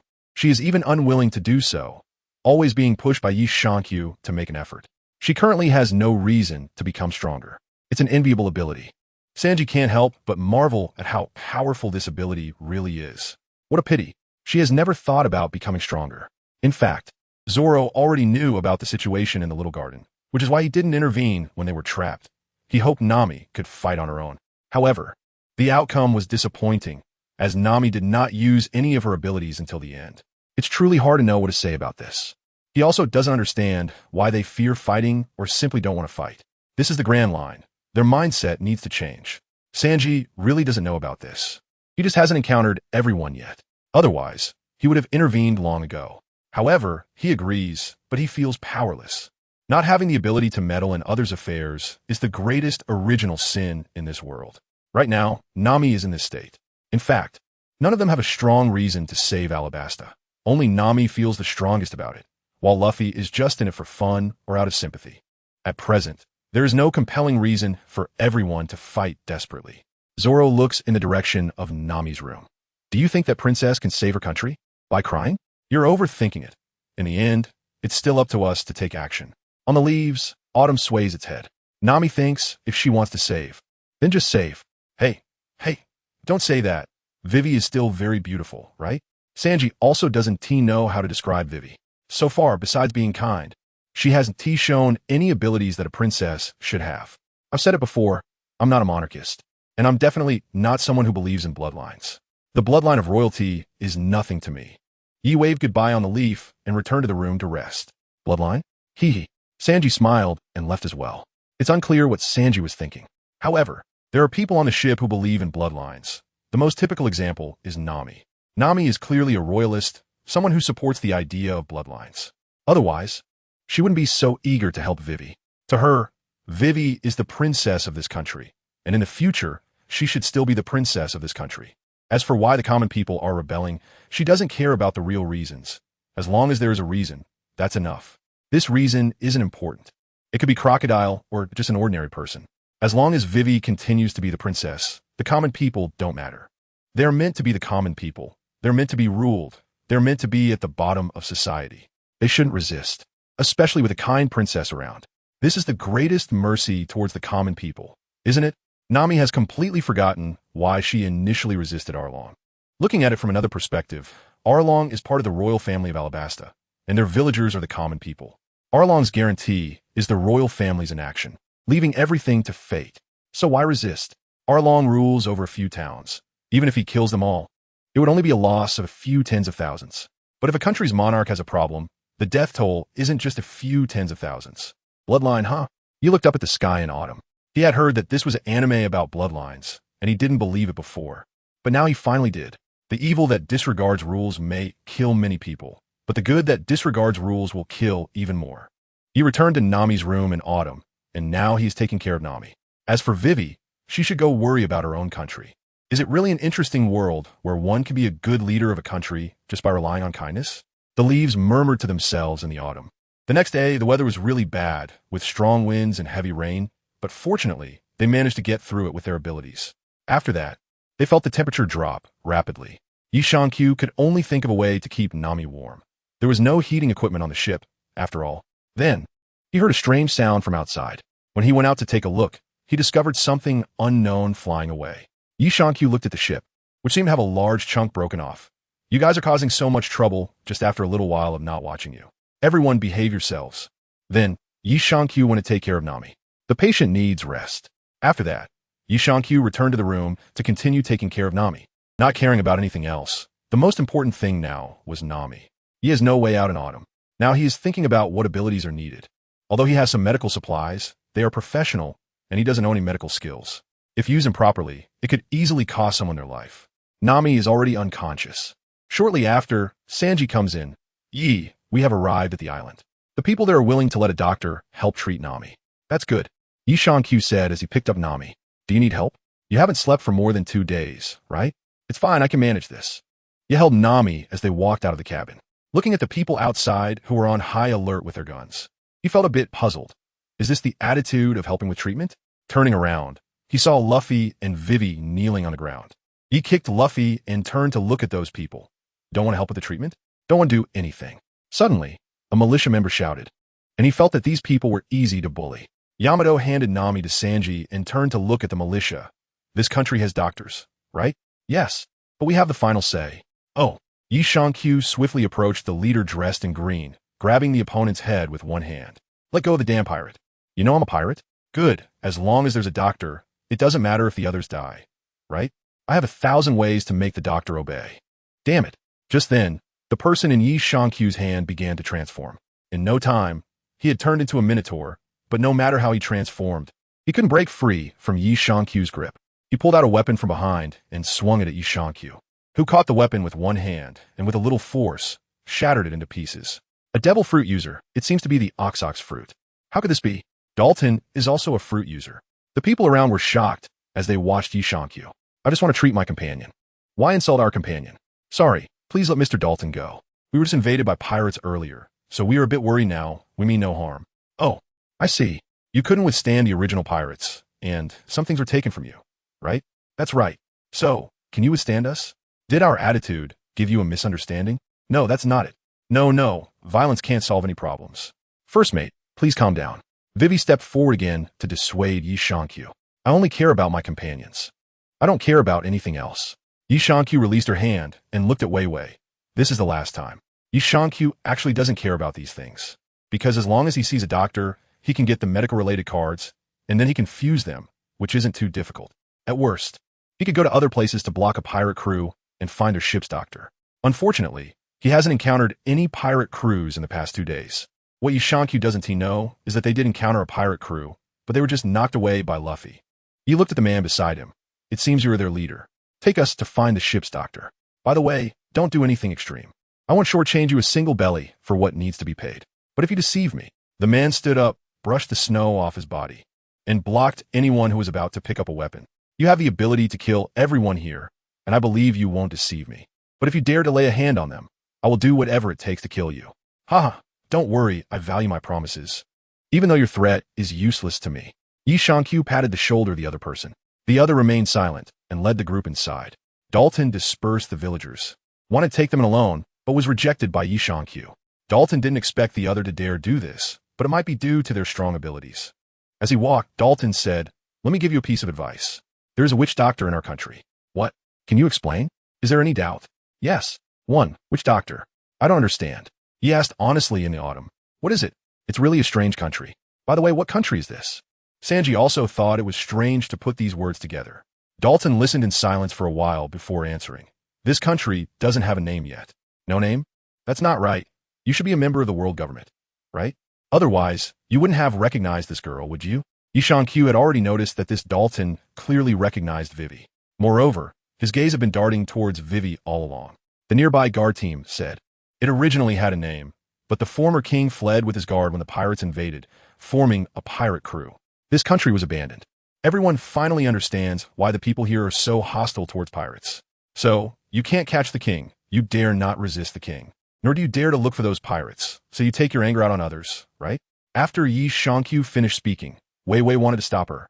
But Yi Shankyu continued to speak to herself. Since that's the case, why not establish a new kingdom? Elect a new king. They really admire you, Dalton. Is it because you think you can't protect them, or that you don't have so-called noble royal blood? No, I'm just atoning for my sins. Dalton shook his head. He had never thought about being a king. Yes, Dalton, why don't you become a king? The members of the guard team next to them suddenly realized. It seems that you still think about bloodlines, so you never considered changing the king or anything like that. Dalton, now you have guns and cannons. As long as you raise your arm and call out, who would stop you? If you are afraid of not doing well, then form a reliable team. If you think your abilities are lacking, then let everyone elect a new king. You said calmly in the autumn, take turns being king? What a joke. Wei Wei immediately became anxious upon hearing this. Why not? If the king isn't capable, can't he be replaced? Besides, that king who stays on the throne will eventually die. Just think of these kings as short-lived, dying after a few years in power. Is there really a difference? Yi Shankyu looked at Wei Wei with confusion. He had never heard of this method. Wouldn't it lead to chaos? Sanji, on the other hand, was quite interested and started discussing it with Yi Shankyu. Wouldn't not changing the king lead to chaos?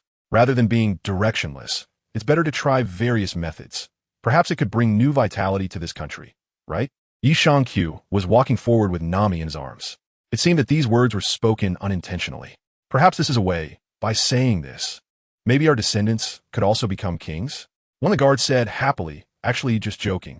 The others kept their distance. Surprised that someone with such thick eyebrows and big eyes would have this thought? I was just saying it casually, it's just a suggestion. Or you could simply give someone the honorary title of king, but this king cannot hold real power. No army cannot issue decrees. Just provide a little money each year to support him, treat him as a mascot, right? All the work can be handled by a top-notch team. Anyway, it's just a title. How much worse can you guys get with your behavior? Form a group and go out to be pirates? Yi Shankyu spoke to them with a teasing tone. However, Dalton and the guards fell into collective silence upon hearing this. Indeed, is there a better way out for this country? Even if things get worse, can it be worse than it is now? Dalton turned to Yi Shankyu and said, it seems you know a lot about this. Can you help us come up with a more detailed plan? Are you serious? You want a pirate to plan this for you? Aren't you afraid of turning into a nation of pirates? Dalton retorted. He rolled her eyes. I'm just strong in theory. You can't be serious, can you? Just like you said, this country can't get any worse, right? Whatever method, we won't know until we try. Dalton, on the other hand, was very calm. Sometimes it's simple once you think it through. When you can't figure it out, it feels so troublesome, like there's a chasm. But once someone gives you a little hint, it becomes clear. Yi Shankyu suddenly took out a wooden stick and hung it in his mouth. Then he borrowed a lighter from Sanji, lit one end of the stick, took a puff, and blew out a smoke ring.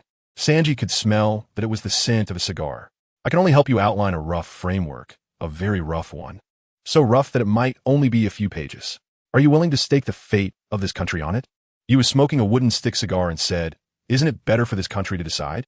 Dalton replied, anyway, the two methods you mentioned actually make no difference to the essence of the king. One doesn't exist, and the other is almost non-existent. All right, since that's the case, I won't be polite. After all, even if I write it, you may not use it, and I may not be able to formulate it anyway. You walked forward step by step with Nami in his arms.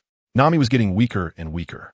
The guard beside them said, actually, we are also preparing for the election of a king. It's just that we don't know the future direction of this country. No wonder.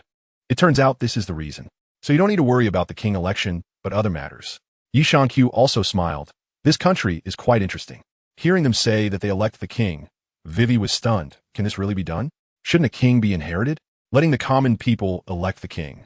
What do they know? A king needs to be cultivated from a young age, right? Only then can he govern this country well. After walking for a while, everyone finally arrived at the village, and Dalton led them into a warm room. He looked at Nami in his arms. There's no need to rush on this issue. Our companion's current temperature has already reached 42 degrees, and I need to know the location of a doctor. The which doctor? Dalton pointed to the almost straight mountains outside the window. You can see several mountains from this window, right? Yeah, they're ridiculously high. After Sanji finished speaking, he turned his head and saw that the window was already blocked by Luffy and Usopp building a snowman, the two of them happily playing in the snow. Bastards. Do you want me to kick you to death? Dalton said. Those peaks are called magnetic drum peaks. Can you see the castle on the highest mountain in the middle? Yi Shangqiu frowned and said, don't talk about the preliminaries, just get to the point. Dalton also knew that Yi Shangqiu was anxious, and probably the most anxious person on this ship. The one called a witch, the only doctor in this country. Dr. Kureha lives in the castle. What? Why is she so far away? Sanji looked at the mountain and felt it was a bit far. If they walked over, it would probably be dark by the time they arrived. Quick, call her over. We need to see a doctor. Even if we want to do that, we have no way to contact her. Can she even be considered a doctor like this? Sanji was genuinely angry this time. Yi patted Sanji's shoulder. I'll go over now. You all take good care of Nami here. Her body is too weak and can't withstand the cold wind outside. Okay, I'll make sure to protect Nami. Sanji hurriedly nodded. As for the other few people, Sanji didn't consider them as capable of helping at all. They weren't even considered human. Yi Shangqiu finished speaking and directly opened the door to go out. After stepping outside, Yi Shangqiu took out 2 pieces of yellow paper, gestured with them in his hands for a moment, and the next moment, he stuck them onto his body. Yi Shangqiu lifted his foot and rushed out like a snow dragon. In the blink of an eye, he disappeared without a trace, leaving the surrounding villagers startled, wondering what had just passed by. Yi Shangqiu had no choice. It was heart-wrenching. This kind of talisman was very precious. Even though Yi Shangqiu had collected so many cards, there were still less than 10 of these talismans from the world of one person below. Sanji felt a bit relieved. At this speed, they should be able to reach there soon. As for climbing the mountain, everyone had no way to do that. Yi Shangqiu moved very quickly. In less than 10 minutes, he had already reached the foot of the mountain. However, shortly after arriving, he was blocked by a group of enormous rabbits. Could you move aside for a moment? I don't have time to play with you. But the group of rabbits showed no intention of giving way and charged straight at him. I'm in a hurry. After saying that, Yi Shangqiu took down the rabbits one by one as they charged at him. In almost the blink of an eye, he broke through the encirclement of the large rabbits and reached the wall of the mountain. The energy was still insufficient, but it would have to do.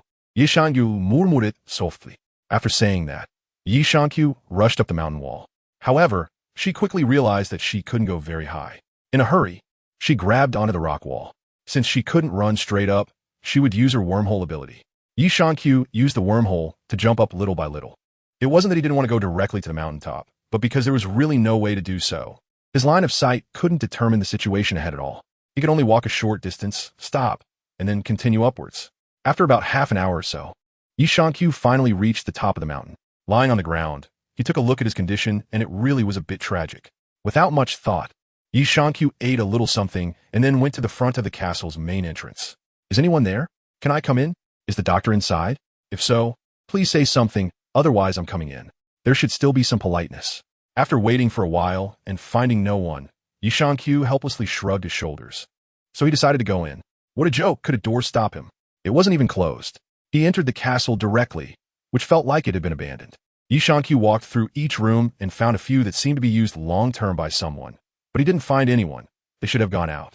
However, Yi Shangqiu didn't give up and decided to keep looking, just in case someone was sleeping somewhere. Wow. Yi Shangqiu entered the room and was startled. It was filled with military weapons and such. This is really quite a lot. It should be a national armory. Yi Shangqiu took a turn here and discovered something interesting. The armory of Eagle Sauce's family. It's a card deck containing many weapons, but there aren't too many heavy weapons, at most just a few cannons. Yi left here in autumn, turned to go to another room, and walked all the way to the top of the castle. There was something that looked like a multi-barrel machine gun, but the tubes were all nested with little birds. It was just so damn desolate. Yi Shangqiu had been waiting for a long time, and he found some medical supplies, but he didn't know how to use them. He didn't even know what illness Nami had. So how could he use these things? Helpless, Yi Shangqiu could only assume that the doctor had gone out. This country wasn't too big or too small. He could only wait here. The sky was getting dark, and the other party should be back soon. Moreover, if the other party wasn't here, they must be in the village. Perhaps he could wait there. He just needed to wait here, as one side would eventually find the other. Feeling bored while waiting wasn't an option, so Yi Shangqiu started thinking of ways to get up. He could manage to climb up, but how did that witch get up? Could it be that she was really a witch who could fly? If not, how did she get up? Yi Shangqiu began to look for traces in the autumn, and surprisingly, he really found them. There's actually a cable here to get up. Isn't this a joke? If I had known there was a cable, would I have climbed so hard? It seems that the witch relied on this cable to go up and down. Unfortunately, Yi Shangqiu did not find the cable car here. It should be below. With no other choice, Yi Shangqiu could only wait nearby. If the other party came up, This would be the best place to ensure he could meet them at the first moment. Down the mountain, Sanji and the others waited for a while. But they hadn't seen Yi Shang-Q open the wormhole, and they were anxious. Waiting like this wasn't going to work. Sanji was worried in his heart. On the other side, Luffy looked at the tall peak and suddenly patted the fainted Nami. Nami, can you hear me? Luffy, what do you want? Sanji was a bit anxious. Fortunately, Nami finally woke up and looked weakly at Luffy. Luffy said directly, listen to me, if we don't climb up, we want to find a doctor. So we need to go climb now. No, we have to wait for Yi Shang-Q's news. He must have gone up already. Sanji interrupted directly. Vivy also felt this was wrong. If we do that, her condition will definitely worsen. Exactly. So we have to get treatment, right? Luffy didn't think he had any problem. That said, we need to wait for news. Climbing up is impossible. Vivy felt that Yi Shang-Q was the most reliable on the ship, and the fact that he hadn't sent back news must mean he had his own plans. What if he gets hurt? Nami's body can't take it. Usopp was also trying to stop them. Look, it's all snow below. Even if you fall, it's still snow down there. Luffy actually thought it was fun. The few of them argued endlessly. At this moment, Nami, who had woken up, thought about the situation in Vivy's country and was very worried. So she could only weakly raise her hand. Please, Captain. Luffy immediately agreed. Sanji looked at the two of them and finally understood what Yi Shang-Q meant last night. They needed to learn a lesson. What he had previously disagreed with, he now had to agree to. But now, what he had to do was protect these two fools. All right, I'll go with you. So the three of them set off directly, ignoring Dalton's advice, choosing the most dangerous route up. Usopp and Vivy stayed behind, listening to Dalton tell stories about this country. However, they hadn't listened for long when the villagers informed them that the witch doctor had appeared in the neighboring village. They finally understood why Yi Shang-Q hadn't opened the wormhole to bring Nami over. The witch was not in the castle but below. What they should do was search below, or they might just encounter her. However, impulsive Luffy took Nami ahead without a word. The two prepared to go next door to find the witch doctor. Meanwhile, Yi Shang-Q also noticed something was off. The coordinates of Luffy, Sanji, and Nami were starting to move towards him. He looked down at the autumn leaves. Is this your choice? This time, I will definitely come at you hard. Otherwise, will you still face this great route with a child's play attitude? Yi Shang-Q soon noticed that Luffy and the other three were entangled and their positions had stopped moving. Usopp and Vivy's coordinates began to shift towards the neighboring village, which should be where the witch was located. However, they would have to wait until they found the witch. He was patiently waiting on the leaf. In less than 10 minutes, the sound of an avalanche came from below the mountain, clearly visible from above. An avalanche occurred down the mountain. Yi hurriedly opened a wormhole to teleport over. He saw Luffy, Sanji, and Nami buried in the snow. Yi Inky took out something and used a transformation technique to turn into Nami's appearance, then directly took Nami away. First, he settled Nami in what should be the infirmary of the castle. Not long after, he saw the coordinates of Usopp and Vivy come to a stop. Yi Shang-Q didn't care about the energy of the red line he already had and directly teleported to Usopp and Vivy's side. Where's the doctor? Just left. Missed him. Dalton replied. At that moment, a soldier covered in injuries rushed in, but Yi Shang-Q ignored them. He teleported back to the castle, and at this time, the other party should be returning to the castle. From the villagers, he learned that they were indeed preparing to return to the castle, as they had already received the treatment fee. On the other side, Luffy did not notice anything wrong with Nami. At this moment, Luffy was completely confused, digging himself out of the snow, then digging out the seriously injured Sanji and the unconscious Nami, and heading toward the mountain peak again. But he hadn't even reached the foot of the mountain yet. Fortunately, the big rabbit Raven, whom Luffy had rescued, was grateful and took the three of them to the foot of the mountain. Meanwhile, Nami, who had finally woken up, saw Yi Shang-Q changing her towel. Yi said expressionlessly, "Am I really not worth your trust?" Nami didn't respond and fell asleep again. Yamato has been keeping an eye on his companion's coordinates. It's quite energy-consuming, but is it really a worry? However, these coordinates are truly confusing. Usopp and Vivy have temporarily stopped. Luffy is climbing the mountain with Sanji, and what's that guy Zoro doing? This route is such a mess. He was supposed to be watching the ship, but now he's gone around in circles several times, even running into the sea. It's quite a distance to finally get back to the village. Zoro's been going in circles, several of them, in fact. Damn it. If he goes around one more time, he'll complete 5 rings, that idiot. He no longer helplessly pays attention to Sauron, so let him play by himself. Then she only focuses on Sanji and Luffy. Luffy dropped a bit in the middle, but fortunately stabilized, and it looks like he is about to reach the top of the mountain. Yi Shang-Q just left Nami's room and prepared to go outside to meet Luffy. As soon as he arrived, he saw that Luffy was completely exhausted and was about to fall down the mountain. Yi Q hurriedly wanted to open a wormhole. But before he had the chance, a reindeer quickly approached Luffy's side, transformed into human form, and grabbed Luffy, who was about to fall. Yi Q let out a sigh of relief and closed the wormhole, but the energy within him was no longer as simple as a red line. Nevertheless, he still managed to hold himself up. He turned to look at an old woman who was dressed very stylishly, wearing a crop top in the middle of winter. There are patients in the room. Save my companion. How much? I'll pay. After saying that, Yi Q sat down on the ground. He was completely exhausted. He hadn't eaten a decent meal in days. Haha, young man, your injury isn't light either. I just need to eat. I've only exhausted my strength. Damn it. I'm a doctor. Before the other person could finish speaking, Yi Q had already passed out. About 20 minutes later, Yi Q slowly opened his eyes, and the first thing he saw was the old woman. Doctor? That's right. Your body is quite interesting.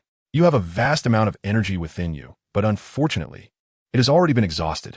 In other words, you have been in a state of depletion, and your body, it's the first time I've seen such a body. Although it has the essence of a human, it doesn't really resemble a human at all. You could say I'm an emotional machine, but what about my companion?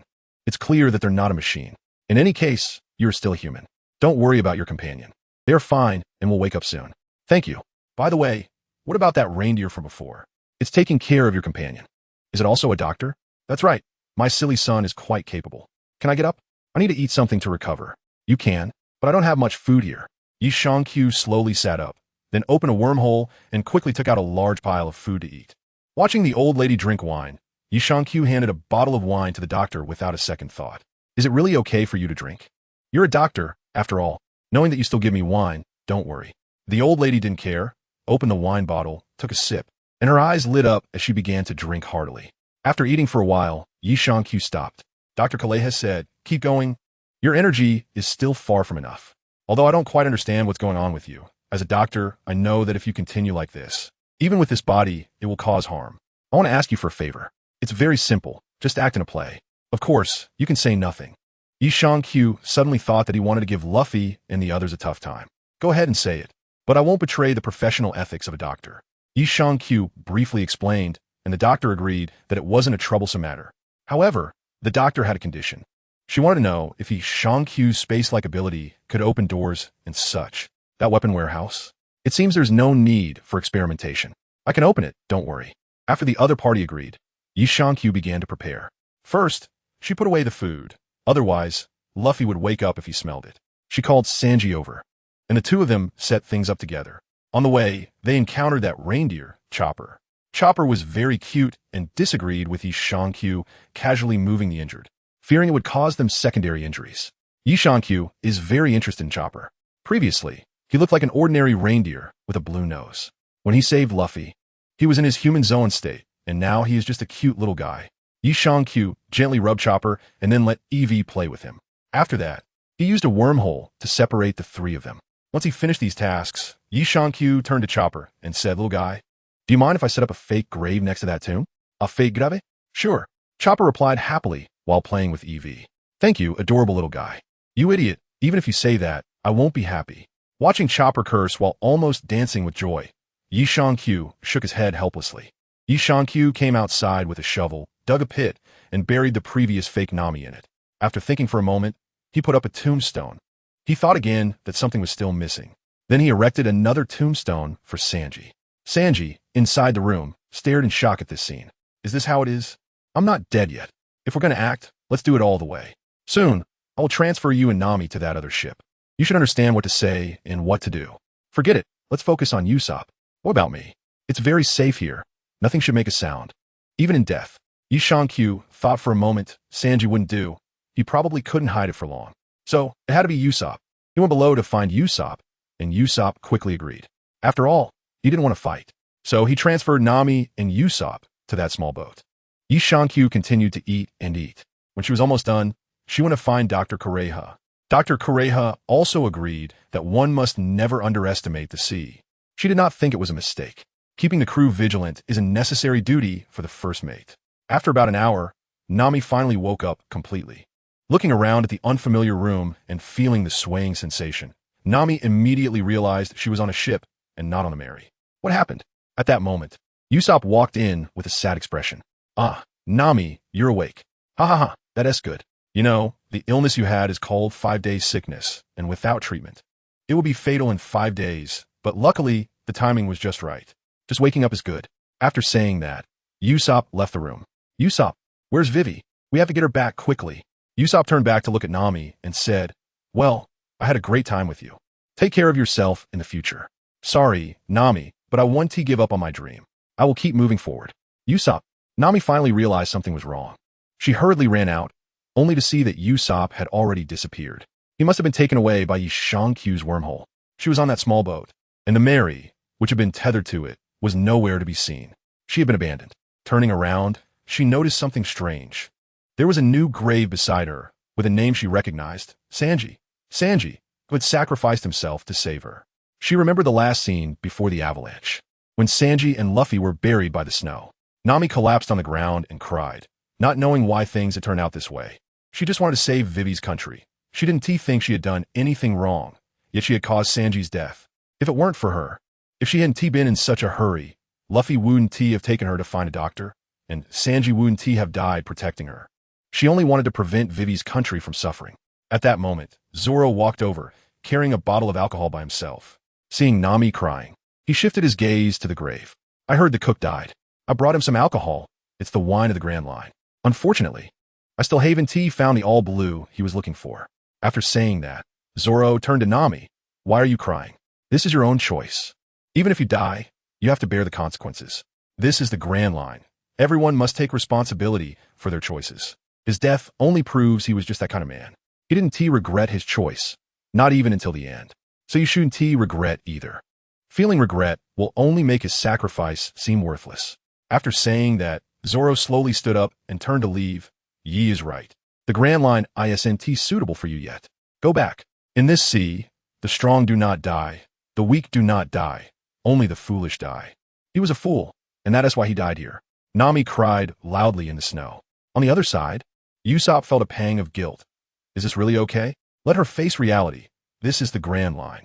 If she doesn't change her mindset now, the next time one be acting, maybe at LLBU or me lying in there. Usopp remained silent. This time was genuinely dangerous, just a little more. And in 2 days, no, in 1 day, Nami might not be saved. Ignoring Nami's loud cries, what good would it do once things really happened? Right now, she could still rely on everyone's shoulders, but who knows what the future holds? What if there's no shoulder to lean on then? Nami didn't believe Sanji would die, so she pulled out the gravestone and began digging up Sanji's grave. Meanwhile, the unconscious Luffy suddenly caught the smell of food and became alert. He sat up and saw Yi Shangqiu half lying on the bed nearby, drinking. She was taking small sips, her face filled with endless sadness. You're awake. I thought you should wake up now. Eat something. Yeah? Luffy sensed something was wrong. Yi Shangqiu never drank alone. The only time was. Luffy looked around and noticed an empty bed. Sanji, Nami? Luffy turned stiffly to look at Yi Shangqiu. Yi Shangqiu raised the wine bottle and waved it. They're right there. Don't be nervous. They haven't left. I didn't let them leave. Before Luffy could breathe a sigh of relief, he thought of something and turned his head to look in the direction Yi Shangqiu had just pointed with the wine bottle. There were 2 newly established graves there. The names Sanji and Nami were clearly visible on them. See? Don't worry, they can't leave. You can look at them anytime. How nice is that? He drank wine while saying, and then handed a piece of meat to Luffy. You're hungry, right? Have something to eat. Although it's not as delicious as what Sanji makes. Why is this happening? How could this happen? It's your choice, Captain. Yi Shangqiu suddenly got angry and threw a bottle out. So what if 2 people died? Why care so much? Which pirate crew doesn't lose members? It's just that it was our turn to lose too. What's the big deal? Aren't there still people? There's me, and Zoro, and Usopp too, it's fine. You're the captain. Being willful is your right. People are everywhere. If one dies, just find another. The Grand Line doesn't lack anything, just pirates. Are you afraid you can't find a cook and a navigator? It's just a small setback. Yi Shangqiu picked up the food again and handed it to Luffy. Don't cry. Come replenish your strength. Why are you crying? What's there to cry about? No, I just what? Don't distrust me. I'm useless. Climbing the mountain is fun. Falling down is fun too. As long as you're happy, it doesn't matter if 2 people die. Your happiness is what matters. If you're not happy, let's do it again. This time let Zoro and Usopp come. If that's still not enough, I'll bring Ace back. And the 2 of us will play with you. If it really doesn't work, we can find your grandpa. You say, Captain, you're the biggest. This pirate crew is yours. Play however you want. Don't worry about anything else. I'll block it for you, it's fine. No, no, Imsuri, Imsuri. No need to apologize, you are the captain. Your choices are never wrong. Remember, this is their choice. Even if they lie inside, they can't regret it. You are the captain, you especially can't regret it. The captain won't be wrong. For the crew, it will never be wrong. Let's eat, and then go find the navigator and the cook. Let's set off for Alabasta. After saying this, Yi Shang-Q shook his sleeves, stood up, and turned to leave the room. After walking a few steps down the corridor, Yi Shang-Q saw Chopper peeking outside. Chopper was accompanied by Evie. The two little cuties were sticking out their little heads, and Chopper seemed to be hiding by just concealing his front hooves. Yi Shang-Q smiled slightly and waved at the two little ones. The two little ones came to Yi Shang-Q's side, and Evie even rubbed against Yi Shang-Q's pant leg. He picked up the two little ones and then looked at Evie. Later, you just need to go to Nami's grave. Just pretend Nami is dead. Evie rolled its eyes cutely. Chopper, he seems very sad. And then, if we hadn't met you this time, you're a doctor, you know what the result would be, right? Chopper didn't say anything. He certainly knew that the final outcome would be that the woman would definitely die. This time they were lucky to have medicine here. It's not that there isn't any elsewhere, but at this distance, they wouldn't be able to reach Nami in time, and she would surely die. Sanji's best outcome would also be to end up permanently disabled and confined to a wheelchair. Yi released Evie in the autumn, and now it was time for it to make an appearance. Evie stepped out with a light and airy gait, soon arriving in front of Nami's fake grave. It slowly sat down in the snow and began to wail mournfully. This little guy is quite the actor. Yi Shang-Q didn't expect this little Evie to be so theatrical. At that moment, Luffy flew directly in front of the graves of Sanji and Nami. Then Evie immediately began to attack. Don't underestimate this little guy. Although Yi Shang-Q is not a trainer, he occasionally lets this little guy battle. It is now on the verge of evolution. But it seems he hasn't figured out how to evolve or what type it will evolve into.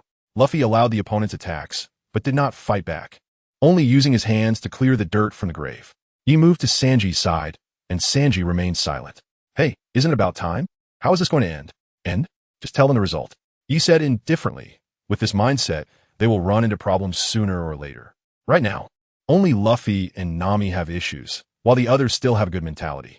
On the other side, Nami is also doing the same thing. It didn't take long before Luffy and Nami dug up their companions' corpses one after another.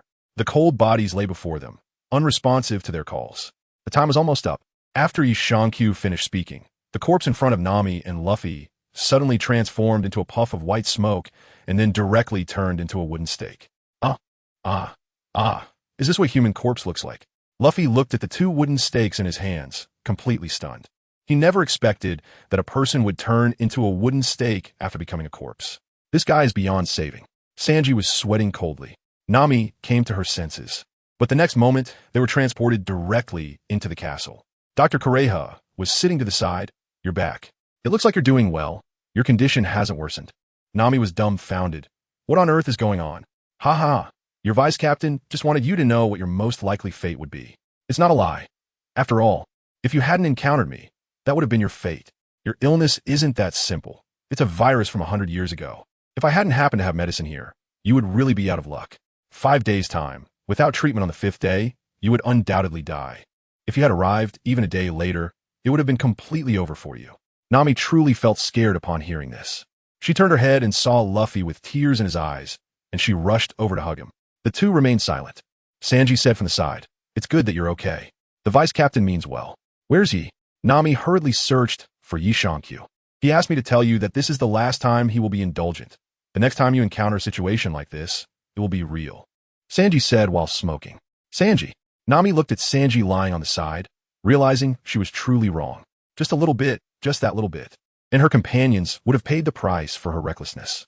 I'm sorry, I didn't know it would. Sanji raised his hand to interrupt them. You don't need to say sorry to me. Those words should be directed at our vice captain. He carries the heaviest burden on this ship. A reckless captain and a group of reckless crew members. Sometimes you should think about him. If this continues, the first to leave will be him. And the reason the three of us can sit here is that Ye's plan has already abandoned us. Although I don't know what the plan is, it doesn't involve us anyway. Sanji said it wasn't disappointing was a lie. After all, they had all become partners together. But now it seemed like the only one in sight was Zoro, and Usopp might also be in sight. They three considered themselves the best on the ship, but unfortunately, they were eliminated in the first round. It's okay, you won't abandon us. I'm sorry, Luffy, I will make you king, that's all. The rest, you can handle it yourselves, whether it's the sea charts or the all blue. If you don't find it before you become king, then you can go find it yourselves. Raftel, I can only accompany you there, after that we part ways. Yi Shankyu's tone in the autumn was not joking. To be honest, he didn't want to take these three people at all. Zoro still wanted to pursue a higher realm. Moreover, Zoro was relatively obedient and saw everything very clearly. He knew what he should do, but these three couldn't. Nami murmured something she wanted to say, but didn't speak up. She knew that this time you would really abandon them. They had been a bit willful. There was no helping it. Yi Shankyu might be heading to a place of cosmic-level combat power in the future. These three were indeed not suitable. What if something like this happened again? If they didn't follow orders during combat, do you know how much damage one mistake could cause? Got it, Luffy suddenly smiled. Luffy knew that he had once again disappointed Yi Shankyu, and this time it might be despair. Sabo had already left him. Now, would another brother not want him? Although this might be something that happens much later, the outcome was already determined. In a team, members can be weak, but they cannot lack ambition. Team members can be few, but they cannot lack organization. He looked at Dr. Kureha and said, please take care of these three. The mature little guy. Kureha chuckled, saying it was her duty as a doctor. She left Nami behind and kicked the other two into the adjacent room. Their bandages had not yet been removed, so they shouldn't move around. Although she said that, she still went ahead. Yi Shankyu went out for a while, partly to replenish his energy and partly to explore the country. He had not forgotten his promise to Dalton. Promises must be kept. Although he wasn't very knowledgeable about politics, he understood the general structure of the officials in a country and their responsibilities. He wrote these down and outlined the basic framework. The rest would be up to them to fill in according to the national conditions here. Yi Shankyu even provided a rough direction based on the national conditions. This used to be a medical powerhouse, and in his eyes, it was something very distinctive. It doesn't necessarily have to treat the injured, right? It can also offer some places for recuperation, building it into a nice spot for people to heal and relax. However, the weather here is indeed a bit too cold. Ordinary people probably wouldn't come here for recuperation.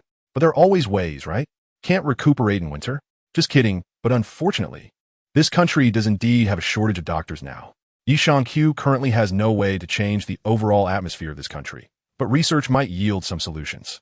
Winter can also be enjoyed happily. One more warning, devil fruit users can choose not to use their powers, but they cannot do without them. The same goes for other weapons. Defensive weapons must be sufficient. This is the nature of military power. You can choose not to use it, but you absolutely cannot be without it. The economy determines a country's lower limit, while military power determines its upper limit. In his view, this country is similar to Alabasta, with no upper limit and a low lower limit. These countries are all pathological states. Not long after returning to the castle, Yi Shankyu was writing when he heard a commotion inside. Then Chopper burst in, followed by Sanji and Luffy chasing after him. He couldn't contain her anger any longer. She rushed over and knocked them away with a punch each. Chopper had already run out. Sanji and Luffy immediately quieted down, not daring to approach the room, and went to look for Chopper elsewhere. Nami wanted to leave, but there was no choice. Without a doctor, if her condition worsened, the scene she had witnessed before would no longer be a joke. It would become reality, and she didn't want to end up like that. So she could only endure and find a way to recover. Autumn Leaf didn't know, but on the other side, Nami had learned about Chopper from Dr. Kureha. In fact, Dr. Kureha had always known what Chopper wanted. He wanted to go to the sea, but unfortunately, he lacked the ability and hadn't encountered a suitable pirate crew. Seeing the Straw Hat crew this time, she felt they were a good match. One captain who didn't care much about anything, a reliable first mate, and most importantly, several loving people on board. Although she had given them a lesson before, it was for their own good. The Grand Line is not that simple. So, she deliberately revealed information about Chopper to Nami. When Nami learned that Chopper was a doctor, she became even more interested. If they could trick Chopper onto the ship, they could leave quickly, and their future voyages would be safer with a dedicated doctor on board. The two of them were chatting, one with the intention of tricking Chopper away, and the other with the intention of sending him off. After Kureha's introduction, Nami had a rough idea of Chopper's situation. Chopper was a blue-nosed reindeer who became different from ordinary reindeer after accidentally eating a Zoan-type devil fruit. At that time, Chopper was still young, but because he had changed, the reindeer herd began to reject him. After being driven away, Chopper wanted to find his companions, so he transformed into his human form and went outside the village, hoping to befriend humans.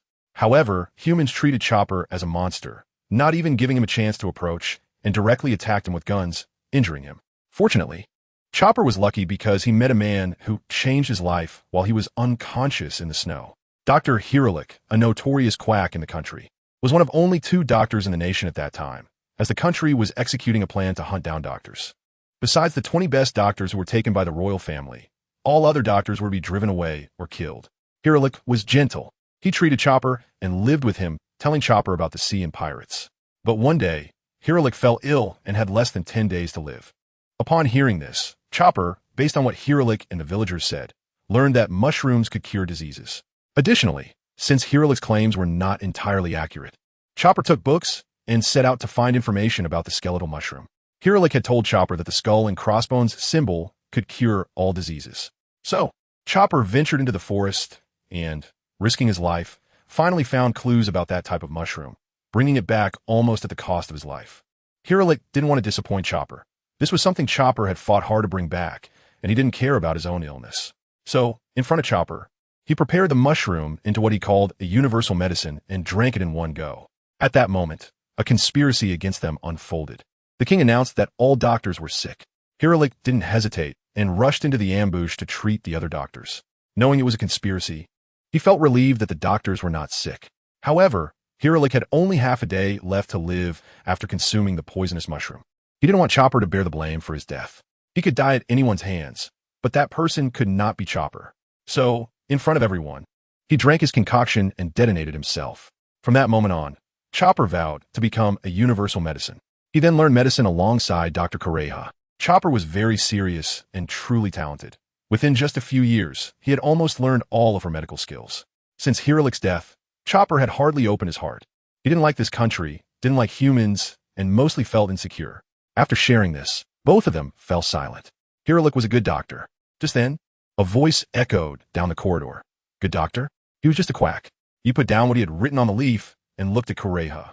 Small medicine heals the body, medium medicine heals the mind, and great medicine heals the nation. He has a gentle heart like a doctor. He handed the nearly finished document to Kureha. This is the plan Dalton wanted. Please take a look at it. After all, you have a right to know. I'm not sure if it's good or not. You could decide for yourself. Just then, Chopper burst in. It's bad. Dr. Kureha, Walpole is back. Upon hearing that name, Kureha instantly became serious. Yi Shang-Q tilted his head. It seems trouble has come. Do you need help? Kureha brought Chopper and Yi Shang-Q out, and as soon as they stepped outside, they noticed Sanji and Luffy were also there. Just as they reached the door, they saw Luffy knock a ball flying with a single move.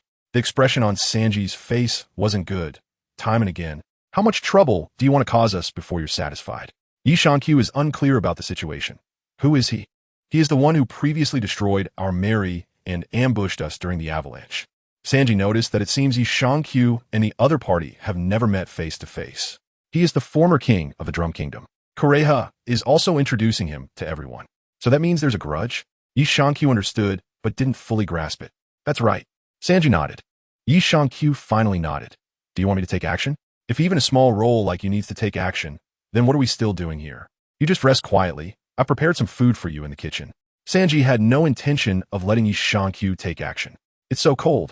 I'm going to find a piece of clothing. I'll be back soon. Luffy said and disappeared. Only Sanji and Chopper were left against 3. Wapple had already stood up, looking at the 4 people across from him. Now the only survivor of the doctor hunting and the Straw Hat crew are all in the castle. Once I kill you, no one in this country will dare to resist my arrogant self anymore. The 2 idiots beside him were still echoing. That's right. Today will be a day worth celebrating for the restoration of Drum Island. Yi Shang-Q looked and said, it might also be the festive day of the new country being born after the execution of the former king. Valbo did not hear Yi Shang-Q's words. Perhaps he didn't care at all. He turned his attention to Dr. Kureha. First, let's deal with you, Dr. Kureha. While we're not in the castle, you've actually put up a strange flag. It's truly unforgivable. Valbo seemed to be pronouncing judgment. Kureha calmly replied, I consider this castle to be the grave of Shiraluk. I have no interest in this broken castle. This reindeer insists on hanging Shiraluk's flag here. Chopper whispered. The doctor has always fought to save this country, holding that flag high. This is the doctor's grave. Ahaha. You say this is a grave, that idiot doctor's. Ahaha. Valbo laughed mockingly at Chopper. Yi Sh Ing Chi scratched his head. Can I take him down? His laughter is annoying.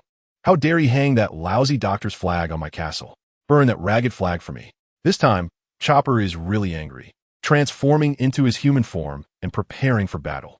I won't hold back this time. No need to hold back. Let's enter the city and kill all the guys here. Vabber doesn't care at all. In fact, including himself, there are only 3 of them now. With a useless person like you? Yi Shankyu looked at the opponent with a hint of sarcasm. Then the opponent attacked, launching an explosion of hair, but Sanji intercepted it. However, the hair couldn't be removed, as it was utilizing the principle of static electricity. Sanji couldn't dodge and got covered in several clumps. Another one shot a burning arrow that ignited the hairballs. Chopper seized the opportunity to use Sanji as bait and rushed straight for Walpo. Walpo opened his mouth and swallowed Chopper whole. He is a user of the munch fruit. Sanji quickly warned Yi Shankyu.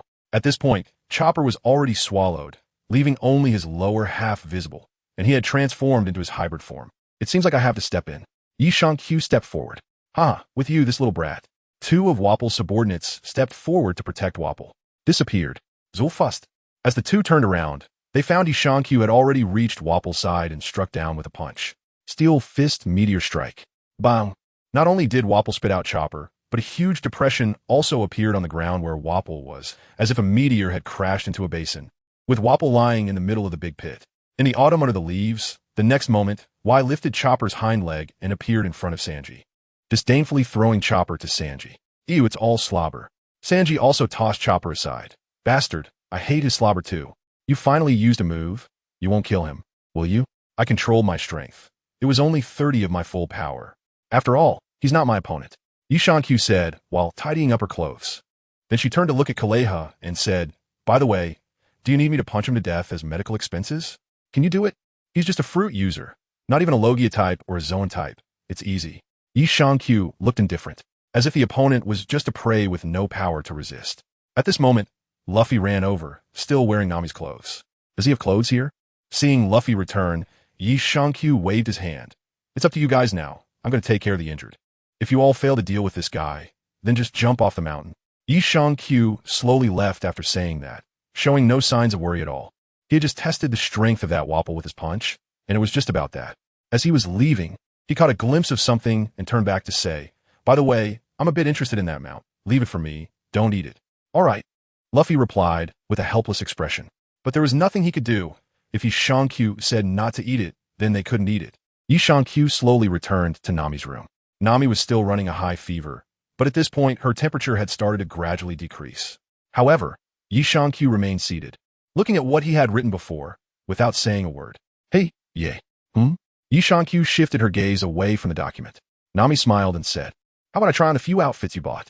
Looking at Nami up and down, Leaf said, forget it, your figure doesn't suit it. I'll just go find that beautiful woman later. I have no interest in girls under 20. Nami felt greatly insulted, especially since it was in person. It's as if he directly said she couldn't compare to that woman. What was so good about that woman? Why does Leaf like that type of woman? There have been plenty of beauties encountered along the way. Wait, it seems like I understand something. He likes this style? And the previous styles didn't seem to fit at all. So you like this style? What's the problem? Anyway, you could never have this style, so give up, you little scrawny girl. Yi Shankyu is speaking the truth. At this time, Nami definitely doesn't have a great figure.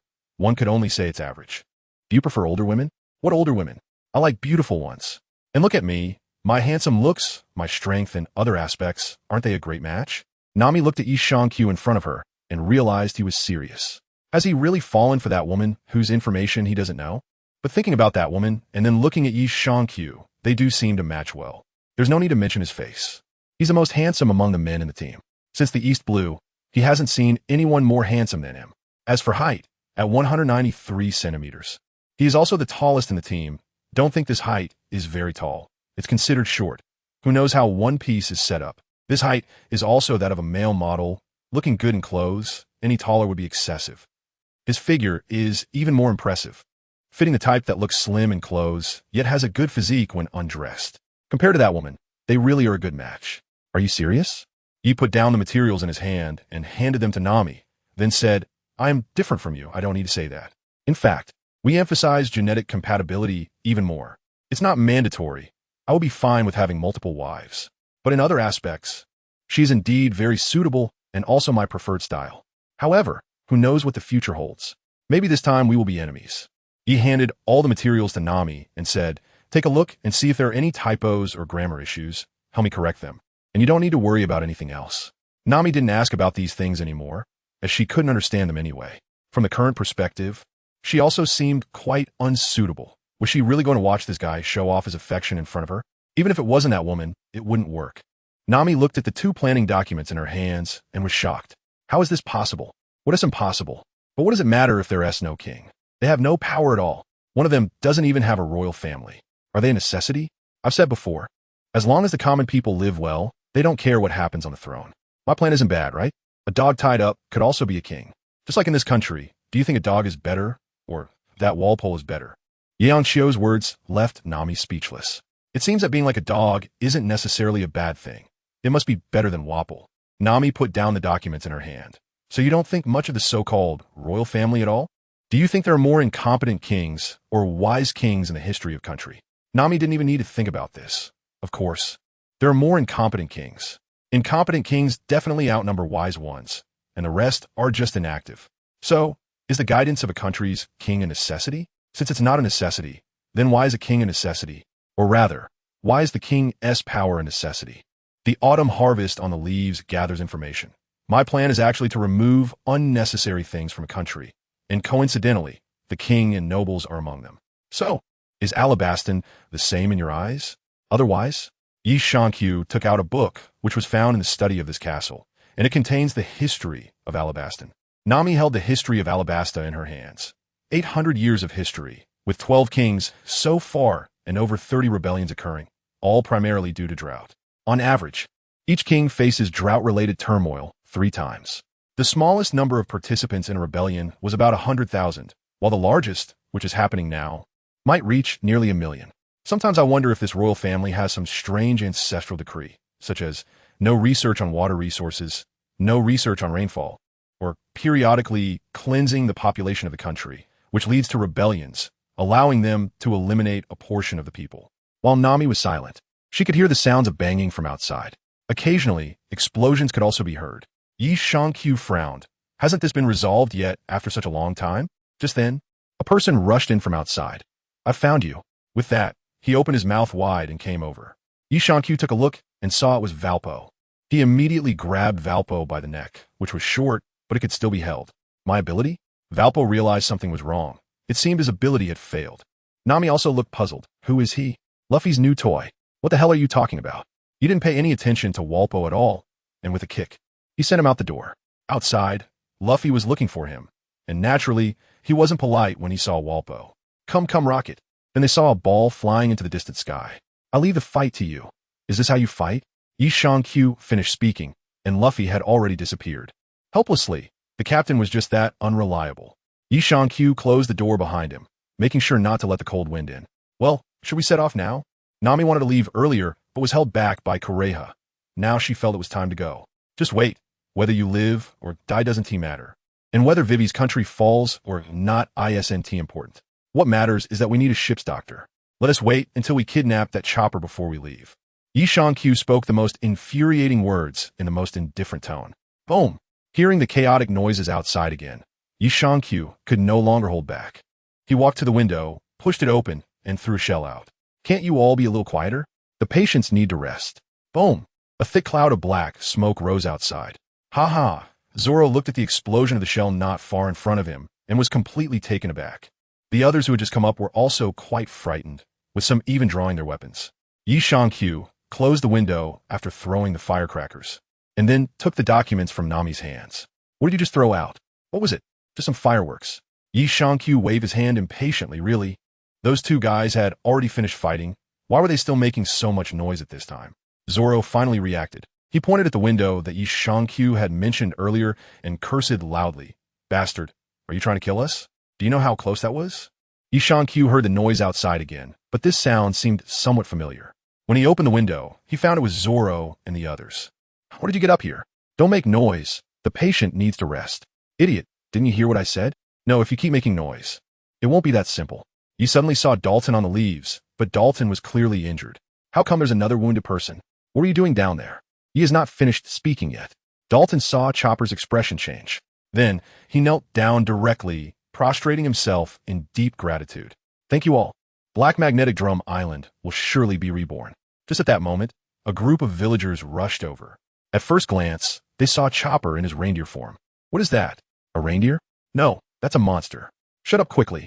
Dalton urged the villagers to be quiet. A monster? No, a Pokemon? Usopp did not stop talking.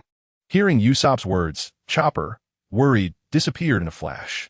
Luffy stepped up and threw a punch. Don't call him a monster. He is my new companion that I found. Right? Yeah? With a wave of his hand in the autumn leaves, Luffy, go. Okay, wait for the monster. Luffy didn't let Usopp call, so he went to call the monster himself, and the two ran into the forest. Yi smiled and shook his head. Chopper is so cute.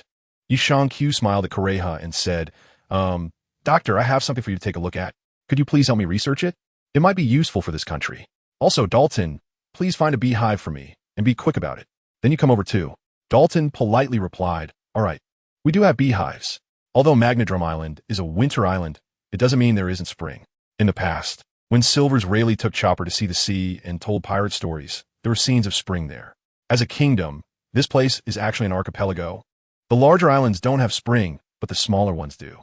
Dalton arranged for a few villagers to quickly fetch a beehive, preferably one with a colony and a queen. Then the two of them went to the room of Yi Shankyu and Nami. Yi took two people out in the autumn, claiming that the patient needed rest. Dr. Kureha said, Kid, can you help me open the armory now? Wapple was knocked away by you, and the key on him is also missing. Key. Nami took out a key. Is this it? I thought it was a treasure vault key. How did you find it? Yi Shankyu was quite puzzled, as he hadn't found anything. When you were holding him, I saw a bunch of keys and took them. Nami said casually, it's this. Kureha was also shocked, not expecting to find the keys. Nami was going to hand over the dying person to Dr. Kureha, since it wouldn't be of any use to her anyway. Now, they just had to wait for Chopper. Once Chopper successfully boarded the ship, they could set off, arriving at a room dedicated to organizing documents. Yi Shankyu handed over what he had written to the two of them. If they had any questions, they could ask him. Then a villager came over with a beehive, and Yi Shankyu picked up the beehive and temporarily left the two of them. He didn't know why, but most of the things obtained on this island were actually related to medicine and treatment, and the quantity was quite considerable. He only selected some rare and useful items. Ordinary things like bandages were not included, as they were of no use. About half an hour passed. Yi returned in the autumn once again, but with a strange little thing in hand. The two of them were looking at the documents in their hands with shocked expressions. The contents of these documents were indeed quite bold. Yi Shankyu came in holding a strange little object. Dr. Kureha immediately noticed it. The doctor's instinct told her that the little object was actually a medicine, or perhaps a drug. Yi looked at Dr. Kureha with a smile. It seems that Dr. Doriel has already figured it out. This is a medic bee from the gourmet captor world, which contains drugs that suppress various symptoms. I would like Dr. Doriel to test it. If possible, I want to cultivate my medical organisms here. Gurgle, gurgle, interesting stuff. Show me. Dr. Kureha quickly grabbed the small creature. Be careful, I used a special method to sedate it. This little thing can be quite fierce when it attacks. I can see that, Yi replied. After taking the medic bee, Dr. Kureha directly pricked Dalton with it. Dalton looked speechless. Why are you using me for an experiment? Besides, couldn't you have given me a heads up? Then Dr. Kureha examined Dalton. This is a pretty good little creature. You say it's called a medic bee? That means it's from an entire swarm, right? Dr. Kureha grasped the key point. The autumn leaves gnawed on the branches. I see that not far from this island is probably a small spring island, right? Sai, that's right. Although it's considered our territory, the area is really too small, and the villagers aren't used to the weather there, so they gave up on it. There aren't many people living there either. Dalton knows about that island. Actually, calling it an island is quite a stretch. It's simply a huge reef, and nothing can survive on it except for grass. If you want, I can raise these things for you there. After all, it wouldn't be a loss for us. Dalton also understands the other party's meaning. You need to protect these little things. I can let you use the medicine inside them, but they're not yours. Yi Shankyu is quite interested in this medicine. Is that okay? Consider it a reward, but to be honest, it's still a bit too small. It would be better if there were a larger spring island nearby. The small garden would be nice, but unfortunately, it's too far away. Dalton, upon hearing this, said, I actually know about this. There's an unclaimed spring island about half a day's journey away, but there aren't many living things on that island, and it's difficult to connect with it magnetically. After all, that island isn't very large, so the magnetic force isn't strong. To get there, you need to know the exact route. We discovered that spring island by accident. It's just that getting there is too troublesome. There are many such islands along the Grand Line, and the islands that can generate magnetic forces are generally quite large. It's hard to sense the magnetic force from very small islands. Dalton explained to him, there are indeed unclaimed islands. There are many such islands on the Grand Line. For example, there are other islands near the Small Garden. However, those islands are too small, and the magnetic force is insufficient. Magnetic Drum Island is large enough, so it has enough magnetic force. After the Small Garden is filled with magnetic force, it points to the next island with the strongest magnetic force. This is also why it is said that there are only 7 routes on the Grand Line, due to distance and magnetic force. Some small places can't sense the islands at all because the magnetic force is completely covered. There still isn't a good way to deal with this. If you don't follow the direction indicated by the records, you are very likely to get lost and drift aimlessly at sea. Therefore, finding such islands is difficult unless you have detailed nautical charts and reference points. The lookout's duty on the ship is also to discover these uncharted islands. These islands between 2 other islands allow the crew to stop and rest temporarily. The most obvious and common characteristic of such islands is no people. Most of them only have some flora and fauna. Can you find or even rule these islands? Finding them is not a problem. Ruling them is even less of a problem since there are originally no inhabitants. It's just that the distance makes development difficult, and generally, they have no development value. However, the advantage of such islands is safety. Even pirates find it hard to discover them, especially in the first half of the Grand Line. Everyone is reluctant to wander around carelessly, making such places even safer. Dalton still educated Yi Shankyu a bit. I have many of these creatures. Just leave them to me, and I guarantee to take good care of your things, as long as you give us the rights to use them. Okay, have you found a good excuse? Suddenly, so many strange medicines appeared. Haha, boy, are you looking down on me? This is a place famous for medicine. It's not surprising for us to take out any medical supplies. Dr. Kureha was very confident and joked that their country was famous for medicine on the Grand Line. And now it will be even more famous, as many doctors who were driven away have become ship doctors for pirates. Indeed, I guess I was overthinking it. Yi Shankyu smiled and nodded. The only task now was to kidnap Chopper. As long as they could take Chopper away, they would be able to set off smoothly. Having Chopper would also alleviate concerns for future battles. However, it wouldn't be for free. He could leave behind a few happiness eggs from the Pokemon world, as this island truly had a connection with healing. Hey, there's still many things. Let's take a look. Kureha directly asked Yi Shankyu to bring out everything. She also informed Kureha of the effects of the items. Kureha, whether intentionally or unintentionally, detailed what the Straw Hat Crew's injured members currently needed. The 2 of them seemed to have an unspoken understanding.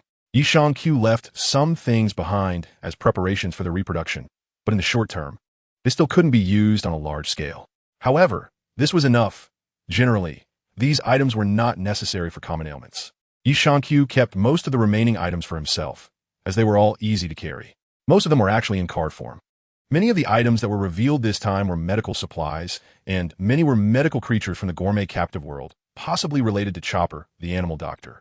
Fragments of the world were also revealed, but they were from a very small world, a fragment called something like Narnia, consisting entirely of pieces from a snowy region. Very small fragments, roughly the size of an island. Quite interesting. Seeing that the time was about right, Yi Shankyu also began to prepare. After all, Nami had been eagerly wanting to help Vivy save her country. He just didn't know how things were going with Chopper, or if the Pokeball could capture Chopper. When he returned to Nami's room, he found Nami getting dressed. Get out. TCH, there's nothing worth seeing anyway. Yi looked at it with a pout, glanced a couple of times, and then threw a set of clothes to Nami. She hurried, not knowing how things were going with Luffy.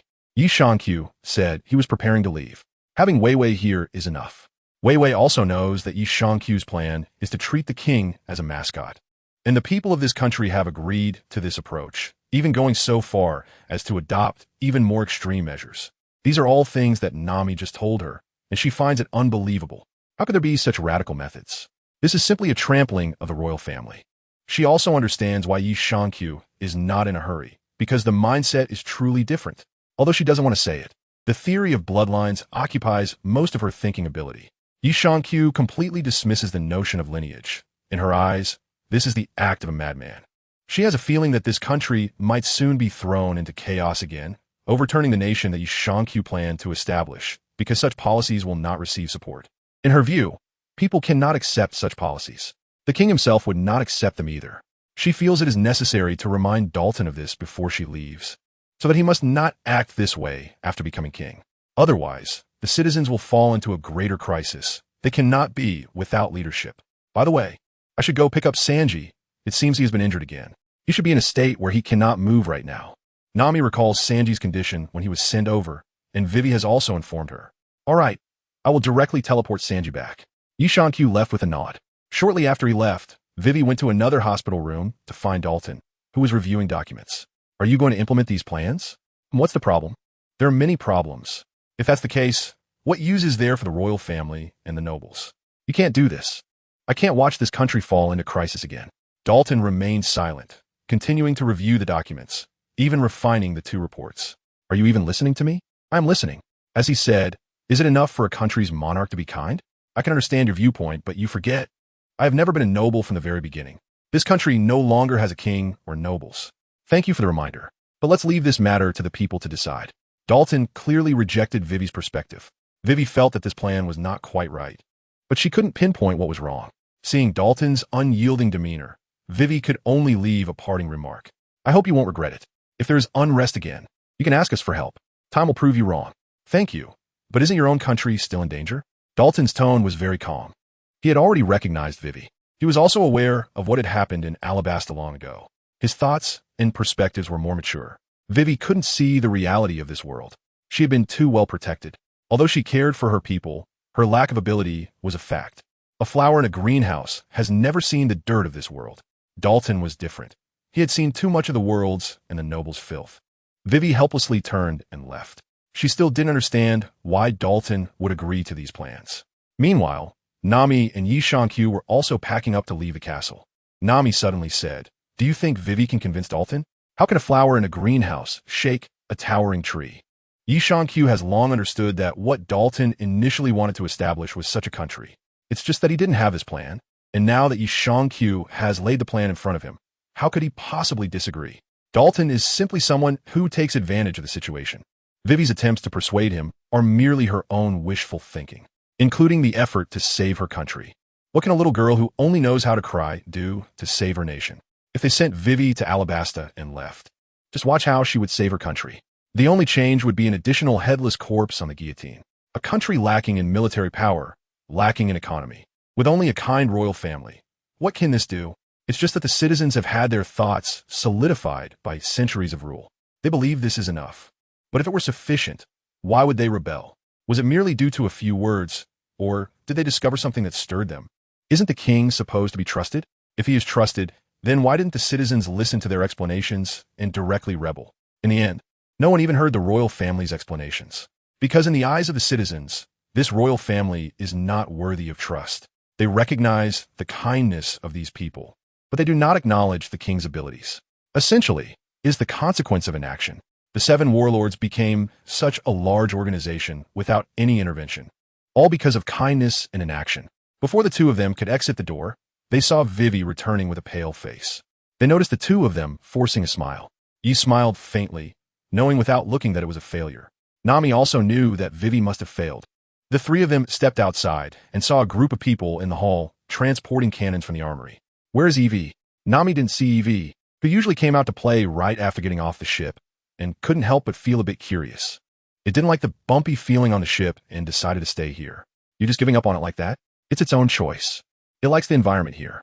What reason do I have to keep binding it? It's not a pet. It's a friend. Since it has made its decision, I certainly respect its thoughts. Q is also helpless. He still likes Ibu very much, but unfortunately, Ibu said it likes it here. It wants to stay here, and it doesn't want to be tossed on the boat. Q also thought that if they took Chopper away, leaving an EV for Kureha to keep her company wouldn't be bad. After all, Pokemon have very long lifespans. When the 3 of them reached the door, Luffy finally convinced Chopper to board the ship. However, it seemed that Chopper was still hesitating, but when Luffy said, "Become my partner," Chopper was finally persuaded.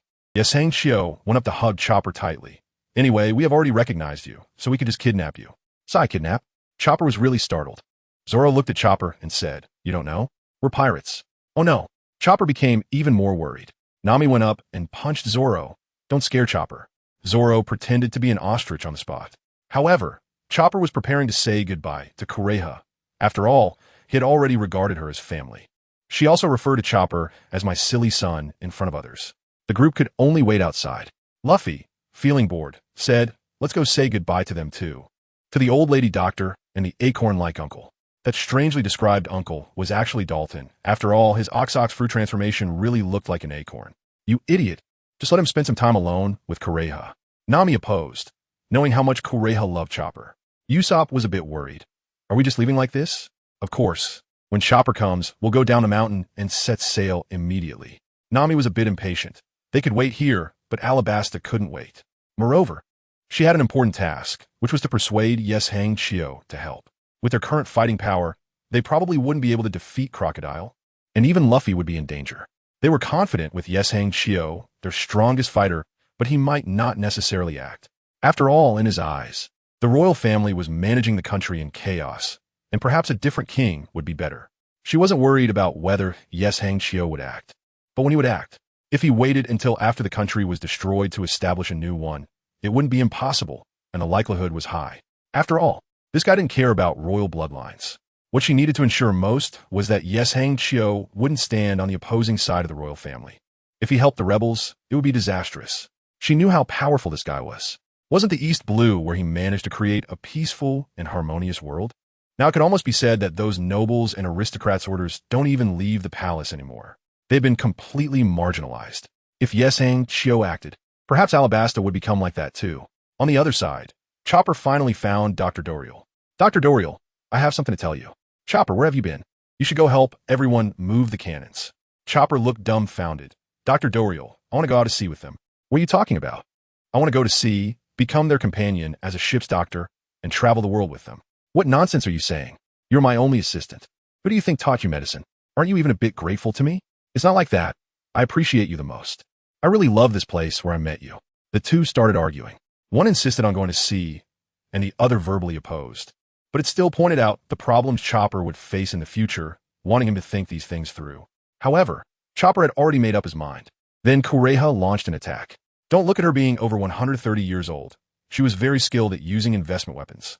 Chopper was running everywhere to avoid being hit. Kureha chased after him relentlessly, and the villagers nearby were quite unlucky. The few people waiting outside found it a bit strange. Chopper was dodging attacks with a serpentine movement while retreating towards the castle exit. What's going on? It's really noisy inside the castle. Zoro felt like there seemed to be a battle going on inside. Nami guessed the reason. Really clueless. Why can't this farewell night be a little quieter? Some things are better to bear alone. Why make others bear it together? One person being sad is enough. At least let there be one person smiling, right? Q was talking to the snowball while pushing it, and inside the snowball was wrapped a Luffy. At that moment, Chopper transformed into his reindeer form and rushed over, pulling a sled behind him. Get on the sled quickly. We are leaving soon.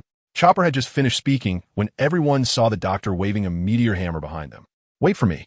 As she said this, the huge meteor hammer flew out straight towards the group. Nanny? Everyone hurriedly jumped onto the sled, and Q wanted to wave goodbye to the doctor, but was grabbed by Luffy. Chopper dragged the sled and raced along the cable, heading straight down the mountain. Q felt helpless as he was caught. These bastards always seemed to forget their abilities at critical moments. To the villagers below, they looked like Santa Claus being pulled by reindeer, flying through the sky. The white ropes in the night sky were completely invisible. On the other side, Kureha stood at the mountaintop, not pursuing any further. This was enough. Others might not have seen it, but Q was floating in the end, making Kureha's indescribable sadness very clear. To her, it felt like her foolish son was growing up and going out to sea. She couldn't hold him back, but she also couldn't be completely happy about it. However, she was tough, even when Dalton came to comfort her. She casually remarked that it was just a pet that someone had left here and was being adopted by others. Turning back, she punched Dalton. Let's go. When we set sail, we need to make a big show of it. The two directed the villagers to push all the cannons outside, with all the barrels facing the sky. Once everyone was ready, Kureha also shared with everyone the things that Shiraluk had entrusted to her. Q and the others finally stopped. Fire! With the command from the enemy, cannons roared one after another. After the cannon fire subsided, Q tugged at Chopper. This should be prepared for you by the other side, right? On the other side, Dr. Kureha instructed everyone to turn on lights. The sky was illuminated by countless lights, and the snowflakes in the sky reflected the brilliance across the entire nation. All the villagers had long been awakened by the previous cannon fire. When they stepped outside, they saw the sky filled with pink petals. It was as if a rain of cherry blossoms, which should not have happened, had fallen in this country. In that moment, it seemed that everyone's hearts were healed. Chopper finally couldn't hold back and burst into tears. The others did not disturb him. The mountain peak and a massive pink flower rain resembled a giant cherry blossom tree. No one interrupted Chopper. This was Dr. Hiliulik's research, and it had finally succeeded. He used his cherry blossom rain to heal everyone's hearts and the entire nation. After a while, when Chopper had no strength left, Yi Shankyu hugged him tightly. Come on, let's set sail. This is a special ceremony prepared for you by Dr. Kureha. As pirates, we can't let this all go to waste. Chopper wanted to be strong and hold back his tears, nodding vigorously. Chopper looked back with both hands raised high, facing everyone. We're setting sail? No, wait, guys. Jewel, let's set sail. A group of people hurriedly ran onto the ship. With everyone's cooperation, the ship quickly set sail amidst a shower of cherry blossoms. After the ship departed, Chopper continued to gaze at the pink sky. Seeing Chopper like this, everyone felt a bit worried. Usopp whispered, "Is that guy okay?" Nami replied, "Let him have some quiet time." Sanji said, "He's experiencing what it feels like for a man to embark on a journey." Vivy also whispered, "After all, he's leaving the place where he was born." Chopper quietly said his goodbyes. "I'm leaving, Dr. Kureha. It's finally started my adventure." Chopper is different from you all. He has people seeing him off as he sets sail, something you can't quite understand. Yi Shankyu didn't hesitate to mock. "What do you mean? What's wrong with us going out to sea?" Nami said, feeling unconvinced. "Do I even need to say it?" Yi Shankyu muttered quietly, "On this ship, there's a little thief cat navigator who was chased out by the villagers. A lying king sniper who is disliked by the villagers and no one knows he went to sea. There's a perverted chef who almost got beaten up when he left. A swordsman who got lost and couldn't find his way back, and a fallen princess who sneaked out. Can we compare with Chopper, the national hero and part-time mascot? What did you say? Did I say something wrong? Beat him up." And then the whole ship was in chaos, clanging and crashing together. In the midst of it all, Yi Shankyu suddenly ran out of the battle group, wiped his sweat in front of a stunned Chopper, and then ran back to the fray. Sanji even took a puff of his cigarette in the middle. 10 minutes later, everyone finally dispersed, and Chopper still had no idea what was going on. On the leaf, Xiaoba was brought over by the autumn breeze to rest. Xiaoba's little belly was soft and very comfortable. "Yo, Luo Duo Mo, let's have a feast," Luffy announced loudly. Actually, calling it a feast was just an excuse to drink. In just 3 minutes, the atmosphere of the party reached its peak. "Xiaoba, how much longer are you going to daze off?"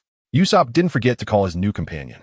Everyone also remembered to pass drinks to Xiaoba and invited him to sing. Luffy started his performance again, sticking chopsticks up his nose. Everyone watched happily.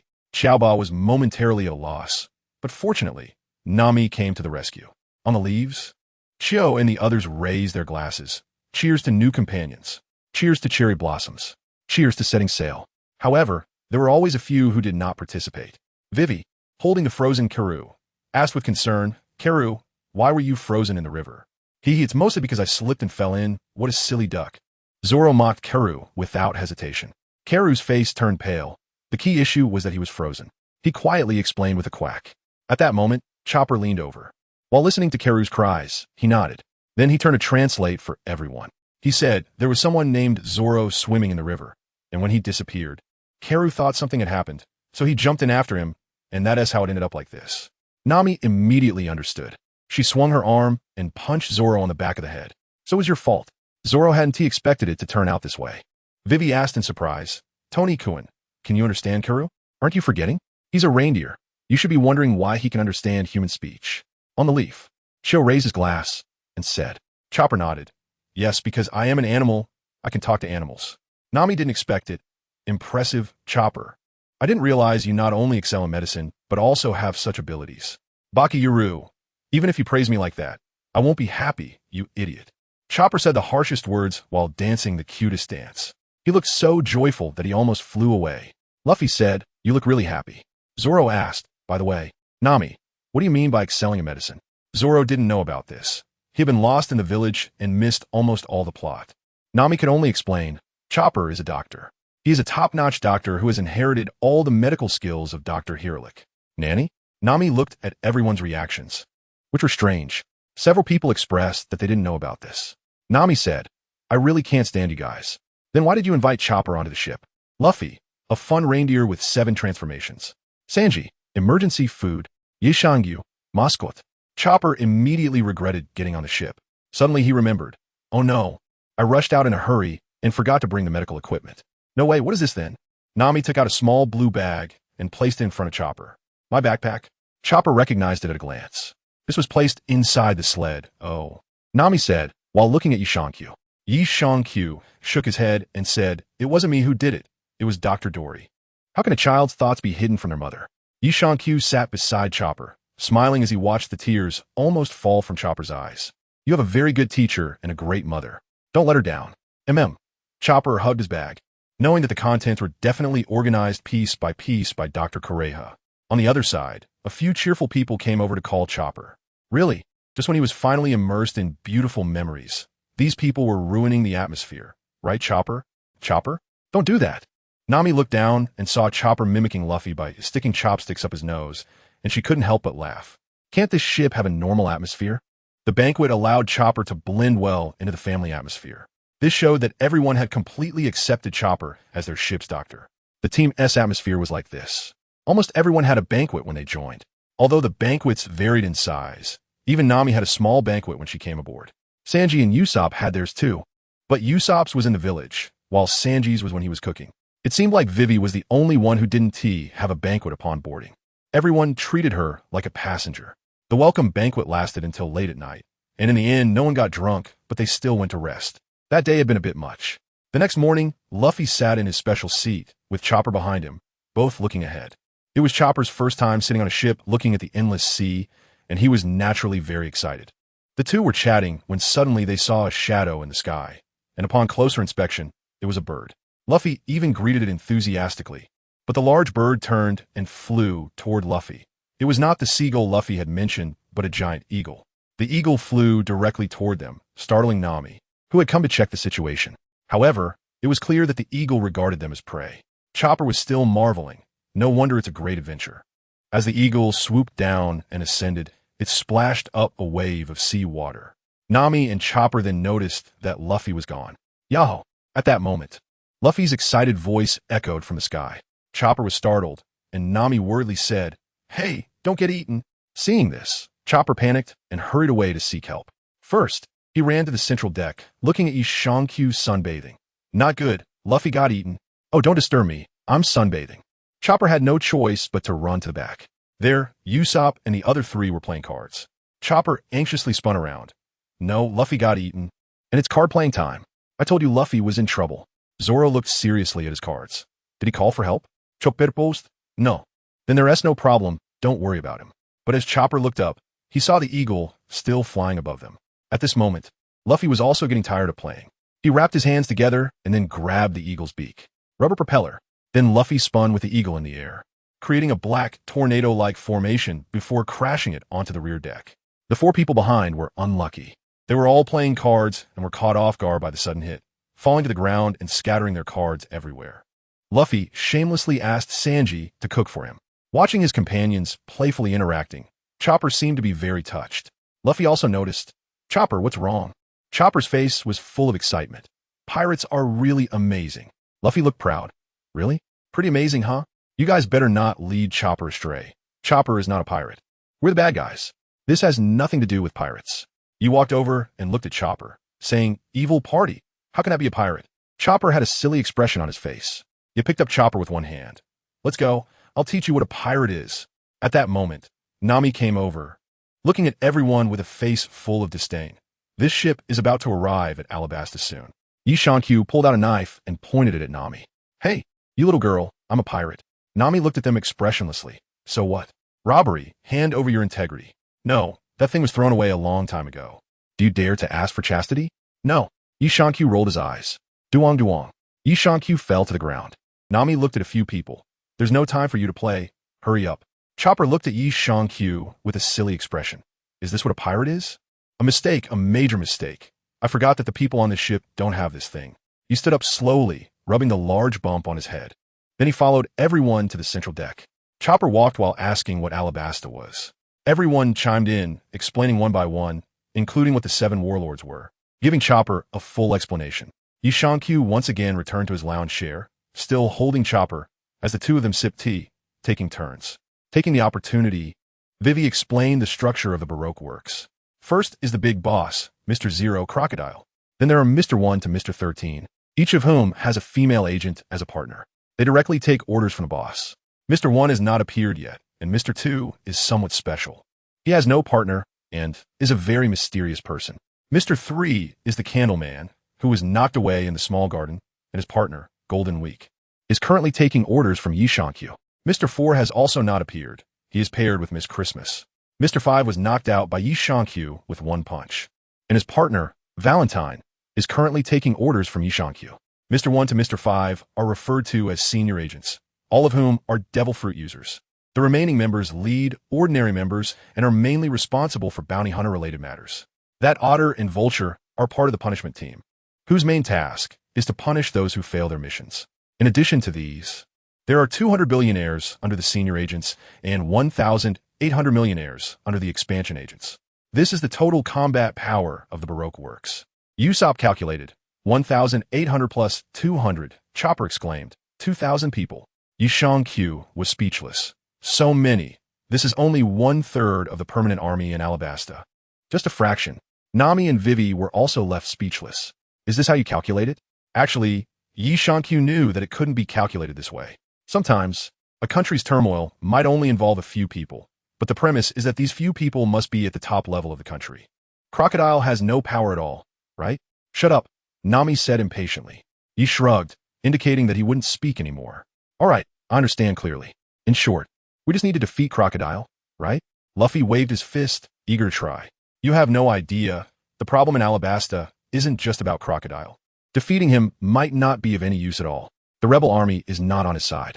On the side, Yezhong said that their current trouble was not as simple as Crocodile, nor was it just a matter of Baroque Works. They were now facing 700,000 rebel troops. Zoro also said with a smile, if Baroque Works' ultimate plan is to seize Alabasta.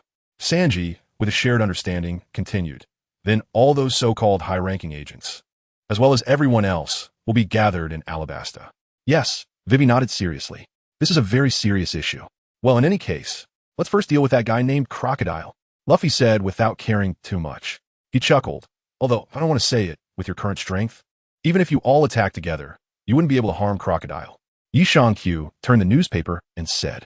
Nami suddenly turned back with a serious expression and looked at Yi Shankyu. Are you serious? Of course, he replied. I gathered some information about the other party beforehand. After all, the information about the warlords of the sea is not a secret. Many people know about it.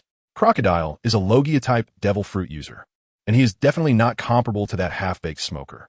To be honest, Crocodile can easily take on 5 or 6 smokers, and one smoker can wipe you all out. Don't be fooled by how Smoker seems powerless under my command. That's because I took advantage of the situation. The other party didn't know my abilities, which is why it turned out that way. In a real fight, Logia users are almost immune to all physical damage, and Smoker can be said to be one of the weakest among Logia users. Yi Shankyu was flipping through the newspaper while speaking. What? Zoro and Sanji certainly didn't think Yi Shankyu was joking. Could it be that everyone together couldn't inflict any damage on Crocodile? Such terrifying power? No way, first mate. Don't scare them. Sanji realized it. It should be that Yi Shankyu was tricking them. Scare you? You really think too highly of yourselves. What I'm saying is just the truth. After Yi Shankyu finished speaking, he put down the newspaper and drank tea. Oh, how does he compare to Hawkeye? Zoro is still very interested in the warlords of the sea. When it reaches that level, it's almost impossible to determine a winner in a short time. Without a few days and nights, or if both sides are fighting for their lives, there won't be a clear victor. In general, if the two were to fight, Crocodile might lose, but the highest probability is still that there would be no winner. Moreover, do you think Hawkeye used his full strength against you? Don't kid yourself. The strength he used against you is probably similar to what he uses to play with monkeys, not even 1,000th of his true power. Even among the warlords of the sea, Crocodile is not weak. Yi Shankyu is stating a fact. There is no one on this ship gathering intelligence. So matters on this side can only be handled by Yi Shankyu. To be honest, he really did manage to find out something. Is he really that strong? Sanji finds it hard to believe. Even my Hawk is that powerful, and now you're telling me that the opponent isn't even using their full strength? Moreover, Crocodile might be evenly matched with the opponent. The East Blue is called the weakest sea for a reason. Even now, our bounty is definitely not the highest among the new generation. There are many others from other seas who have bounties exceeding ours. Yi Shankyu took another sip of tea and said, although I don't want to say this, The fact is, if Crocodile chose to go to the East Blue like Arlong, his strength alone would be enough to flatten the entire East Blue, including all the Navy. To him, a vice admiral is probably just the same as that. I estimate they are not much different from ordinary people. Each of the 7 warlords, even the weakest, is likely much stronger than a vice admiral. Vice admiral? Nami looked at Yi Shankyu. You mentioned how powerful vice admirals are many times already. Yi Shankyu thought for a moment and raised 3 fingers. 3 minutes. Even if we run in different directions, 3 minutes is enough to wipe you all out. The vice admiral is the backbone of the Navy. There are many people like him. Does he really have no weaknesses? Vivy trembled and asked. Yi Shankyu was right. She knew this information. Generally, natural-type devil fruits don't have significant weaknesses, just the usual weaknesses of ordinary devil fruits. Users fear seawater and sea prism stones. To attack the body, you can only use this method. Haki. Unfortunately, I'm the only one on this ship who can use Haki, and even my Haki isn't particularly strong. Whether I can catch the opponent's body is still up in the air, unless we can find other weaknesses of his devil fruit ability. Otherwise, it's almost unsolvable. Is Haki really necessary? Sanji didn't understand, or perhaps his perspective was limited. It is necessary. The latter part of the Grand Line is almost all devil fruit users. Your attacks are hard to cause damage. Only Haki can inflict enough damage on devil fruit users. Without Haki, there's no need to go to the latter part. It would just be a death sentence anyway. He has learned about these things early in the autumn years.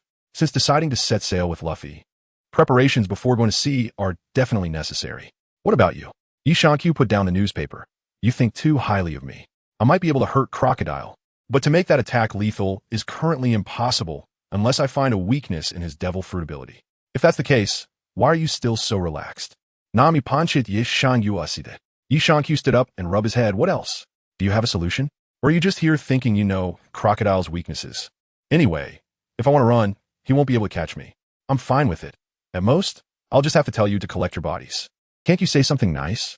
Sanji is also angry. Along the way, he has noticed that Yi Shankyu really looks down on their strength. However, their strength is indeed something that should be looked down upon. They almost got taken out on Drum Island. Even if you say that, training now is too late, right? Usopp is still very worried about this issue. Originally, there was still time, but some people waste time thinking about saving others every day, not working hard to improve themselves, trying to defeat the opponent with their words and cries. What can I do about that, right? He looked at everyone with her big, innocent eyes. Everyone's movements froze, becoming slack, really slack. No need to think about it. Just as I said, at worst, I'll take you all and run away. After all, you didn't genuinely want to help others through your own efforts. Just wash up and go to sleep. Yi Shankyu said while picking up Chopper. Let's go. You're probably the only one on this ship who can be saved. I'll teach you how to cultivate. Oh, great. Chopper had never been properly guided in cultivation before, so he was quite happy this time. Yi Shankyu left with Chopper. After a while, Zoro stood up and waved his hand, saying, I'm going to train too. My ambitions have not yet been realized, and I won't fall here. Sanji took a puff of smoke and said, I'm leaving as well. Usopp pulled out his sniper rifle to search for targets on the sea. Nami looked at everyone and understood. They were all affected by Yi Shankyu's words. Nami also wanted to train, but she didn't know what to train for. Her transformation device had been taken by Yi Shankyu. As for her other abilities, forget it. As long as they were strong enough, that was all that mattered. She would consider the other things later. Vivy watched as everyone dispersed, wondering what they were thinking. Was Crocodile really that strong? She had no concept of what it meant to be strong. To her, these people were already strong enough. But for such proud individuals to admit they were not Crocodile's match, how strong could Crocodile be? On the other side, Yi Shankyu led Chopper into the cabin, thinking about what abilities to give Chopper. Pokemon ability? Would Chopper still be Chopper then?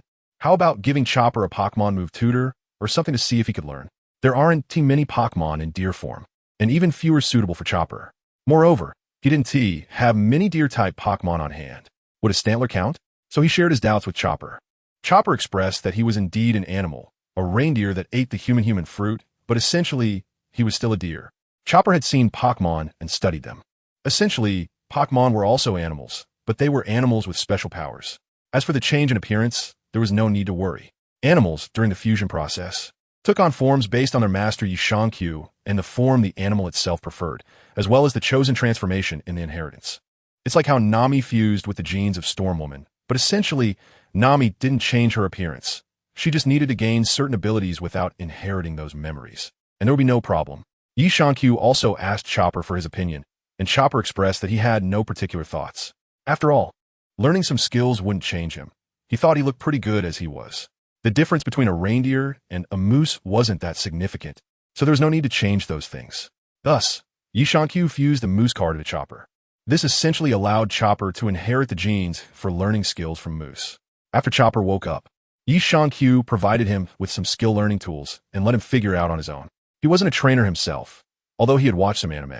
Ash didn't really train Pokemon that much either. As for games, his family was poor when he was young, and he didn't have time to play as he grew up. However, Chopper could train himself. Yi Shankyu also didn't forget about the others. But the most important thing right now was to learn hockey. Without hockey, everything else was pointless. So it was better not to give them certain things for the time being. Yi Shankyu knew the principle of not overreaching, which is why he didn't fuse too many extraordinary abilities for himself. The ship was smoothly heading towards Alabasta. Everyone was busy training, and Yi Shankyu took Chopper with a fishing rod to go fishing. While fishing, Yi Shankyu explained to Chopper, "This is observation hockey, which allows you to strongly sense the opponent's presence and strength. Once successfully trained, you can read the opponent's next move in an instant. The method of training is quite simple. You just need to blindfold your eyes and rely on your feelings to act, such as dodging the opponent's attacks." Yi Shankyu said as he shook the fishing rod, "There's a sea bream 5 meters deep down. I'll reel it up." Then he gently exerted his wrist, closed his eyes, and suddenly yanked hard, pulling a sea bream up. "Wow, that's amazing. I want to learn." Chopper watched the fish that Yi Shankyu caught with excitement. If he could master this, wouldn't that mean he could fish anytime? Sanji walked over to observe the sea bream. There was no bait on the hook. It was caught just like that. Can seeing, hearing, and sensing reach this level? It's easy. You wouldn't understand even if I told you. Yi Shankyu continued to swing his rod. Zoro seemed to remember something. Wasn't Hawkeye using this ability back then? He didn't even need to use this ability to deal with you. Do you think using observation hockey isn't tiring? Yi Shankyu rolled his eyes in annoyance and said, "Don't think too much about it. Hawkeye didn't even use any other abilities against you, so it's not worth wasting that energy." Sanji asked, "What about hockey? Haven't you seen it before?" "Seen it? When?" A few of them looked confused. When had they seen hockey? Except for that time, Yi Shankyu hit Luffy? But they didn't really see anything, it just hurt Luffy a little. As for those two giants, their hockey was one blue and one red, which probably is the origin of their nicknames. What, the kind that splits the sea is hockey? This time, both Sanji and Zoro were shocked. They had always thought that was just a giant's ability. It's hockey. Once you understand that move, it can actually be used by anyone, not just giants. Although their power isn't that great, because their hockey strength isn't very high. Plus, that move requires 2 people to work together. Yi Shankyu said as he swung out another fish. "This one will be for sour fish. I'm craving sour fish now." "Can you do that too?" Zoro asked curiously. "I can't do it. TCH, you guys don't understand anything. That thing requires a special way of using hockey, and I don't know that method. It should be unique to the giants, so of course, I can't do it." Sanji asked, "So how much can you actually do? What level?" Yi Shankyu glanced at Sanji. "Do you have a coin? I found a good prey." At that moment, Nami tossed out a coin. Yi Shankyu held it in his hand. "Let me show you a simple combat method with a 2-color dominance. First, identify your enemy." Yi Shankyu closed his eyes as he spoke. Then he determined his enemy's next move.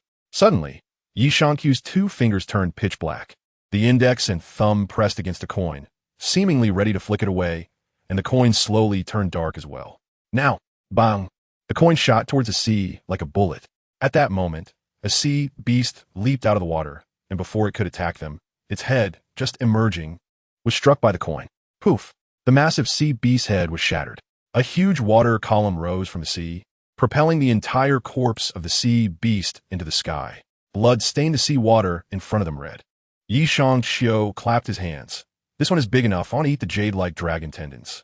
After saying that, the headless sea monster's corpse fell onto their deck. Are you talking about monsters? With this, crocodile isn't your match, right? Nami looked at the enormous corpse in shock. "Don't dream. Do you think the opponent won't have hockey? I hope they don't. But even if they don't, I'm afraid I'm not their match." Yi Shankyu finished speaking and sat back on the railing to continue fishing. So strong? Sanji finally felt a sense of crisis. Such great power from just a casual strike, and even with all his strength, he wasn't a match for Crocodile. Moreover, even if the opponent didn't use this move, Yi Shankyu wouldn't be his match either. How strong must the opponent be? "Hey, you bastard, keep an eye on the people. Be careful, or I'll chop you up." Zoro crawled out from under the sea beast's corpse, holding a knife and shouting at Yishankyu. Wait until you comprehend the iron-cutting and flying slash before you talk. Yi waved his hand on the leaf in autumn. Then with a flick of his wrist, another fish was caught and directly hit Zoro on the head. Bastard. Sorry, Zoro. You did that on purpose, didn't you? How could that be? Yishankyu continued to fish with his rod in the autumn. This time, the fish he caught weren't heading for Zoro, but for Usopp. After that, all the fish were aimed at Usopp. The continuous hits from the fish left Usopp's head hurting. Even after getting knocked out, Yishankyu was able to wake him up again. Usopp was completely furious and went straight to find Yishankyu, only to be knocked out by a punch from Yishankyu. He was then awakened again by a fish. With no other choice, Usopp could only retreat into the cabin, thinking that this way, the fish wouldn't be able to hit him anymore. Yishankyu was stunned for a moment, then suddenly thought of a solution. One after another, fish slammed down on Usopp's head. Usopp was completely dazed. How could he still get hit after hiding in the cabin? Looking up, he saw a dark hole above. It was that bastard's wormhole. Damn it, I'm coming for you. Usopp charged over directly. Then he was teleported into the room by Yishankyu. After that, fish began to fall again in succession. Usopp noticed that this time the fish were falling in a random manner. He hurriedly started to dodge. At first, he just needed to keep an eye on the wormhole. Later, Yishankyu also noticed this problem. So many wormholes, that bastard. Usopp suddenly panicked as several wormholes appeared, nearly covering the ceiling. Who knew from which position the fish would fall? So Usopp began to dodge desperately. He found that he seemed unable to resist at all. However, there was some progress. During that day, at first Usopp was getting hit constantly. Later, he began to dodge a bit, starting from one fish every hour. He slowly improved to dodging one fish that would have hit him every 10 minutes. By nighttime, Usopp was already able to dodge more than a third of the fish. But it seemed like he got stuck there, and after that, he couldn't improve anymore. Yishankyu really has no way around it. This thing can't be trained in just a day or two. That's right, Yishankyu is training Usopp's observation haki. This ability is almost essential for snipers in the second half of the Grand Line. Without this ability, one isn't qualified to be a sniper. However, it truly requires long-term training and long-term battles, those life-and-death kind of fights. This little fish can no longer instill fear in Usopp. Next time, let's change it up a knife. Wouldn't that end up killing Usopp? I don't even know if the ship's doctor can save him. In the autumn on the leaves, just a thought made Usopp and Chopper shiver. It felt as if a malevolent gaze was fixed on them. On the leaves, the autumn beauty is savoring the jade-like dragon tendons. Not to mention, Sanji's cooking skills are quite good. Sanji, you should study your cuisine a bit more. Yishankyu suddenly said. Sanji, who was preparing in the kitchen, was taken aback. Aren't you the one eating my cooking? That's not what I meant. Many chefs have their signature dishes or menus, and some dishes can even have special effects. If you could develop energy cuisine, maybe a single dish could fill everyone up, and you wouldn't have to work so hard. Oh, there's such cuisine? Yes. I once knew of a dish that was a bowl of noodles that could keep a person from feeling hungry for a whole day, but it used a special method. Tell me more, I want to study it. Sanji was quite interested in this. After all, feeding this big family was a significant issue. If there was energy cuisine, as Yishankyu mentioned, it would make things much easier for him. In fact, Yishankyu didn't know much about it either. He was just recalling some similar dishes he had seen in his previous life. Essentially, it involved marinating a chicken, air-drying it, grinding it into powder, mixing it into the flour, and then making noodles or something like that. Theoretically, the nutrition and energy from one chicken could sustain a person for a day. This method simply removes excess moisture through air drying. But Sanji needed a direction, and providing him with one was enough. So everyone continued with their own tasks. Nami comforted Vivy every day.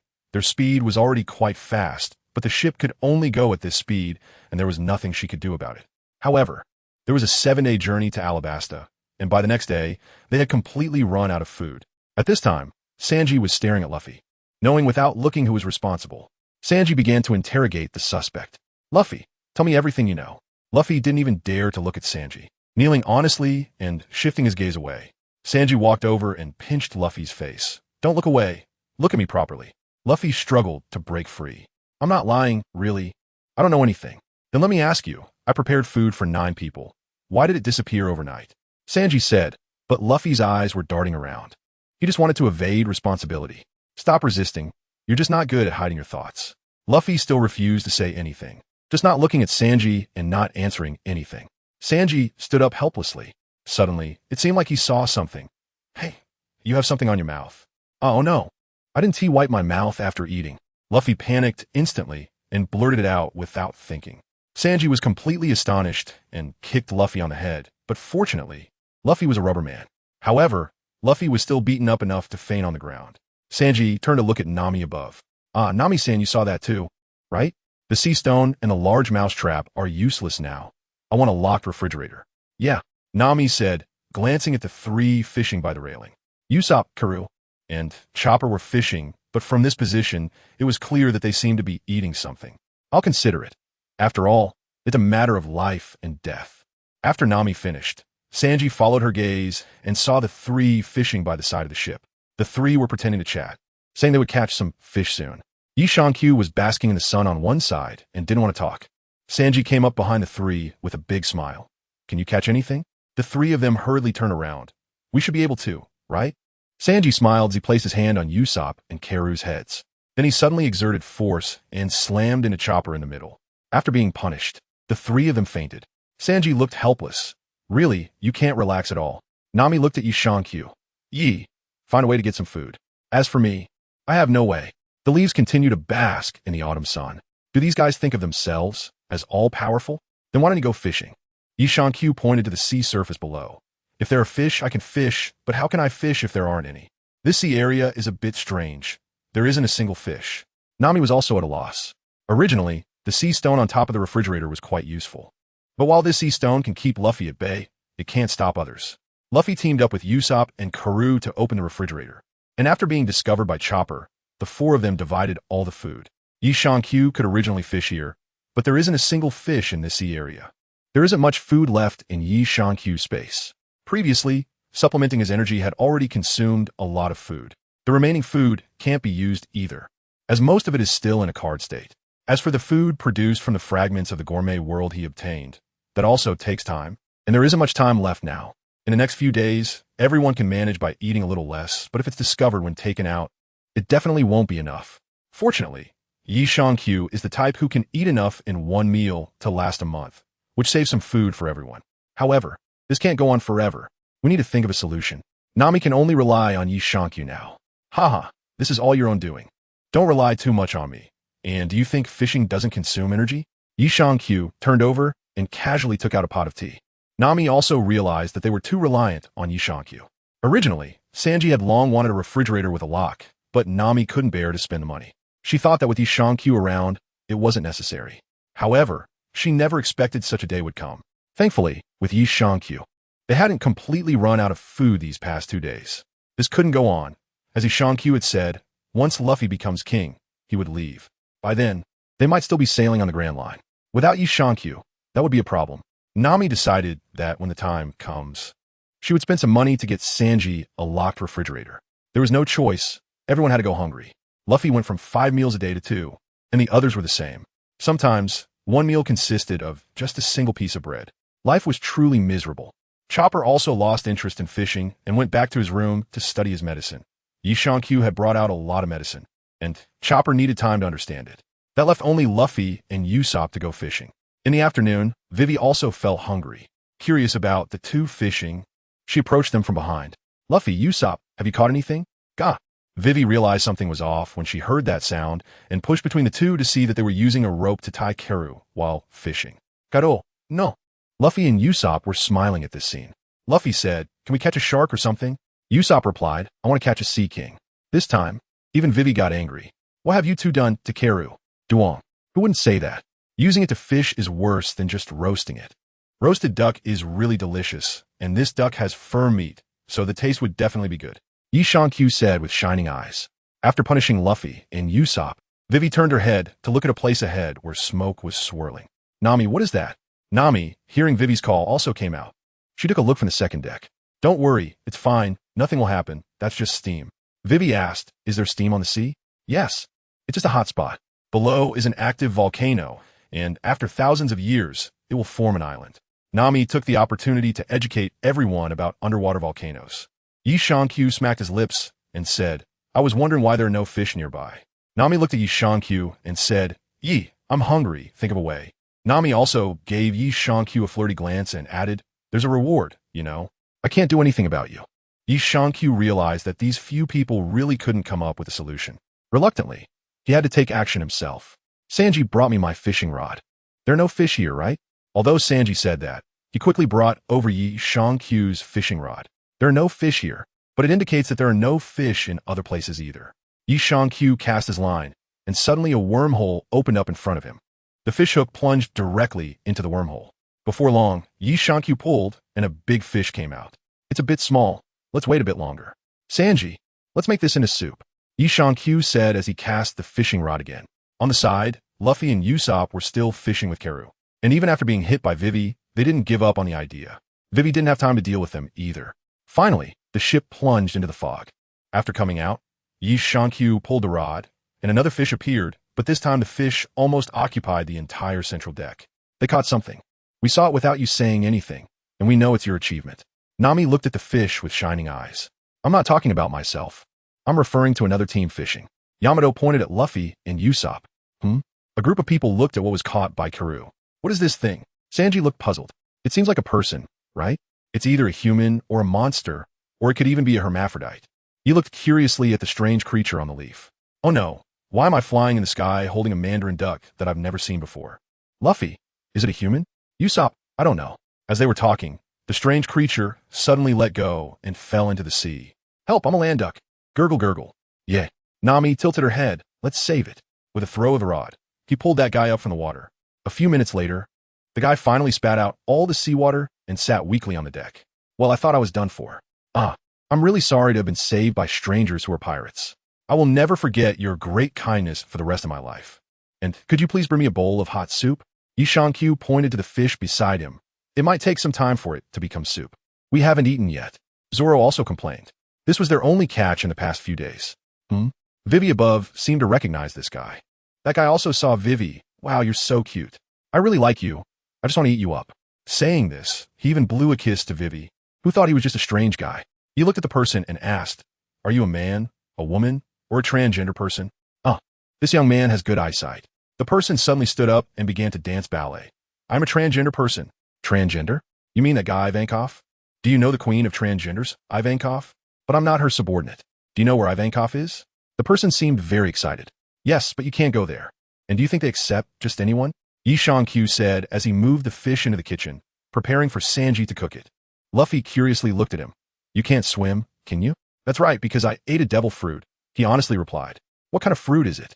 Usopp and the others were now quite interested in devil fruits, mainly in the abilities, but they weren't really interested in eating the fruits themselves. It seemed that the other party had formally recovered a bit, feeling much better than before. Well, since there's no use in being anxious before my ship arrives, how about I put on a show for everyone? Everyone was very happy. They were indeed interested in this aspect. This is my ability. Bam. Luffy was knocked flying with a slap. The few people on the ship immediately became tense. Zoro drew his sword, ready to fight. Wait. Didn't I say it was a performance? This was Luffy's voice coming from the other party's mouth. I'm not joking. The other party lowered his hand, and everyone saw that it was Luffy's face. Luffy also reacted. It's me. Were you scared? Were you scared? The other party made strange movements, seemingly cheering. He came to the other person's side in autumn, tugging at their arm with his hand. Surprised, right? Just a touch with the left hand. The other person's left hand lightly brushed against their face. See, it's back to normal. This is the ability of the imitation fruit that I have eaten. Yi Shangqiu said, can you only imitate sounds and appearances? All right, what about body shape? That's correct, but I have no need to hit you. Then, his hand touched the faces of others, and when it came to Yi Shangqiu, it was blocked. As he spoke, the other party's right hand touched their face, and various appearances emerged one after another. As long as you touched your face with your right hand, it could imitate anyone's appearance. In the end, it turned into Nami's appearance, even lifting up her clothes. Even the body can be imitated. Stop it. Unsurprisingly, Nami retaliated. Luffy and the other two squatted on the ground, looking at each other. Are you okay? It hurts. The other party was a bit tired, but Luffy and the other three were just too enthusiastic. The other party was a bit pleased with the compliments. It's hard to find such a good audience. So, they demonstrated their memory ability, saying that they could change into faces they had transformed into before. It seemed like a kind of save state. As long as it was a face they had changed into, they could transform at any time. However, when the other party was changing, Yi Shangqiu noticed that Vivy's expression suddenly changed when she saw one face. She seemed very nervous. Nami, however, was not in the mood for that and stood by the ship, lost in thought. On the other side, not far from Nami, Yi Shankyu also had a complex expression. Looking at the card in his hand that others couldn't see, Yi Shankyu felt completely overwhelmed. Big cousin, why are you here? You are the dream of every man. Why are you appearing on this guy? Yi Shankyu was speechless, wondering how he could face this card and its character in the future. The card featured a woman with blue skin, but she seemed to be slowly changing her appearance, her skin resembling scales that were reversing. That's right. This was the so-called woman of every man's dreams, a character from the Marvel Universe that drove audiences wild. Mystique. Why? Why was she appearing on this guy's card? Why was it you, big cousin? It would be understandable if you appeared on a woman's card, but why on a man's, and a transgender one at that? What should I do? Even if this card's ability were to merge with a beautiful woman, I still wouldn't know if I could face it. Yi Shankyu had a moment of impulse, wanting to rush over and take down that guy. Otherwise, he would have a psychological shadow. However, the other party hadn't done anything wrong, and their attitude was quite good. There's no way around it. He'll just have to wait and see. This card's ability must be used by a woman, definitely. Just when Yi Shankyu was feeling sad, a strange ship arrived outside, which looked like a swan. He jumped on board and said his goodbyes before leaving. However, as he was leaving, those underlings clearly shouted the other party's name, Mr. Tufong Kiliai. It wasn't until the other party's ship had left that they realized. Mr. Tufong Kiliai? At this moment, Yi Shankyu didn't have the mood to care about who the other person was. Feeling sad, he waved his hand at everyone and said, I'm going to calm down first. Don't call me. With that, Yi Shankyu directly returned to the cabin. Hey, didn't you hear he called you? Nami shouted at Yi Shankyu, but he left without looking up. There was no choice. Their strategist was gone, so they had to figure things out themselves. By the way, why did their vice captain just look so messed up? But the main business was urgent. A few of them began to discuss a plan, while Sanji prepared soup for everyone. From what he heard, everyone discussed the situation and decided that a mark would suffice. Yi Shankyu was tangled up, looking at the card in his hand. He didn't expect to be pulled out directly by everyone. Without saying a word, Chopper made in shape on the wrist of Yi Shankyu's left hand. Yi Shankyu came back to his senses and glanced over. What's going on? Is this unqualified for quarantine and not allowed to go on the market? What a mess. This is the mark of a companion. Nami stepped forward to explain to Yi Shankyu. Yi looked at them with disdain. Don't you have any concepts of design and innovation? Yi Shankyu finished speaking and took out a pen to draw a rotating black hole under his X. This represents me. The others saw this scene and thought it was useless, but they also drew their own unique symbols. Nami's was a windmill with an orange. Zoro's was a sword. Sanji's was a plate. Luffy's was a combination of bones and meat. Chopper's was a syringe. Usopp's was a slingshot. Vivy's was a crown. And Karu's was a water bottle. Then they wrapped it up with white bandages, effectively hiding it. Just after making this decision, Yi Shankyu suddenly looked at the back of the ship. Food was coming. Food. Luffy, Zoro, and Sanji rushed toward the stern of the ship. Soon, a sea cat broke through the water. It looked like a giant lucky cat. A monster. Chopper and Usopp were so scared their eyes were about to pop out. Yi Shankyu has instantly teleported to the head of the sea cat. Food. Zoro and Luffy are going crazy. Although Yi Shankyu just caught a fish, that little thing is definitely not enough to eat. The three of them have green eyes. With this, they can have a good meal. Meow the sea cat is a bit frightened and retreats because of their behavior. Zoro shouts while holding a knife. It's retreating? Luffy, the ship is retreating. Sanji, you two don't act rashly. Be careful not to ruin the meat and waste food. No. Vivy directly hits the three of them on the head with a broom. The unexpected sneak attack catches the three off guard, and they crash into the railing. The sea cat takes this opportunity to escape. At this moment, Luffy's face is not looking good. Vivy, what are you doing? You can't eat it. In Alabasta, the sea cat is a sacred animal, Vivy explains. Yi Shankyu was taken aback. So people can starve to death but can't kill a seagull? Isn't there food? This is my food. And it's not enough to make up for what I've just consumed. Vivy said, it's okay. Everyone don't worry. We can eat our fill soon. Everyone was excited this time. Luffy, really? Nami suddenly came over. Vivy, the wind direction and climate have stabilized completely. Only then did Vivy explain, yes, we have entered the climatic waters of Alabasta, and the appearance of the seagulls proves this. Zoro looked at the back of the ship. Those things we see behind the ship can prove it too, right?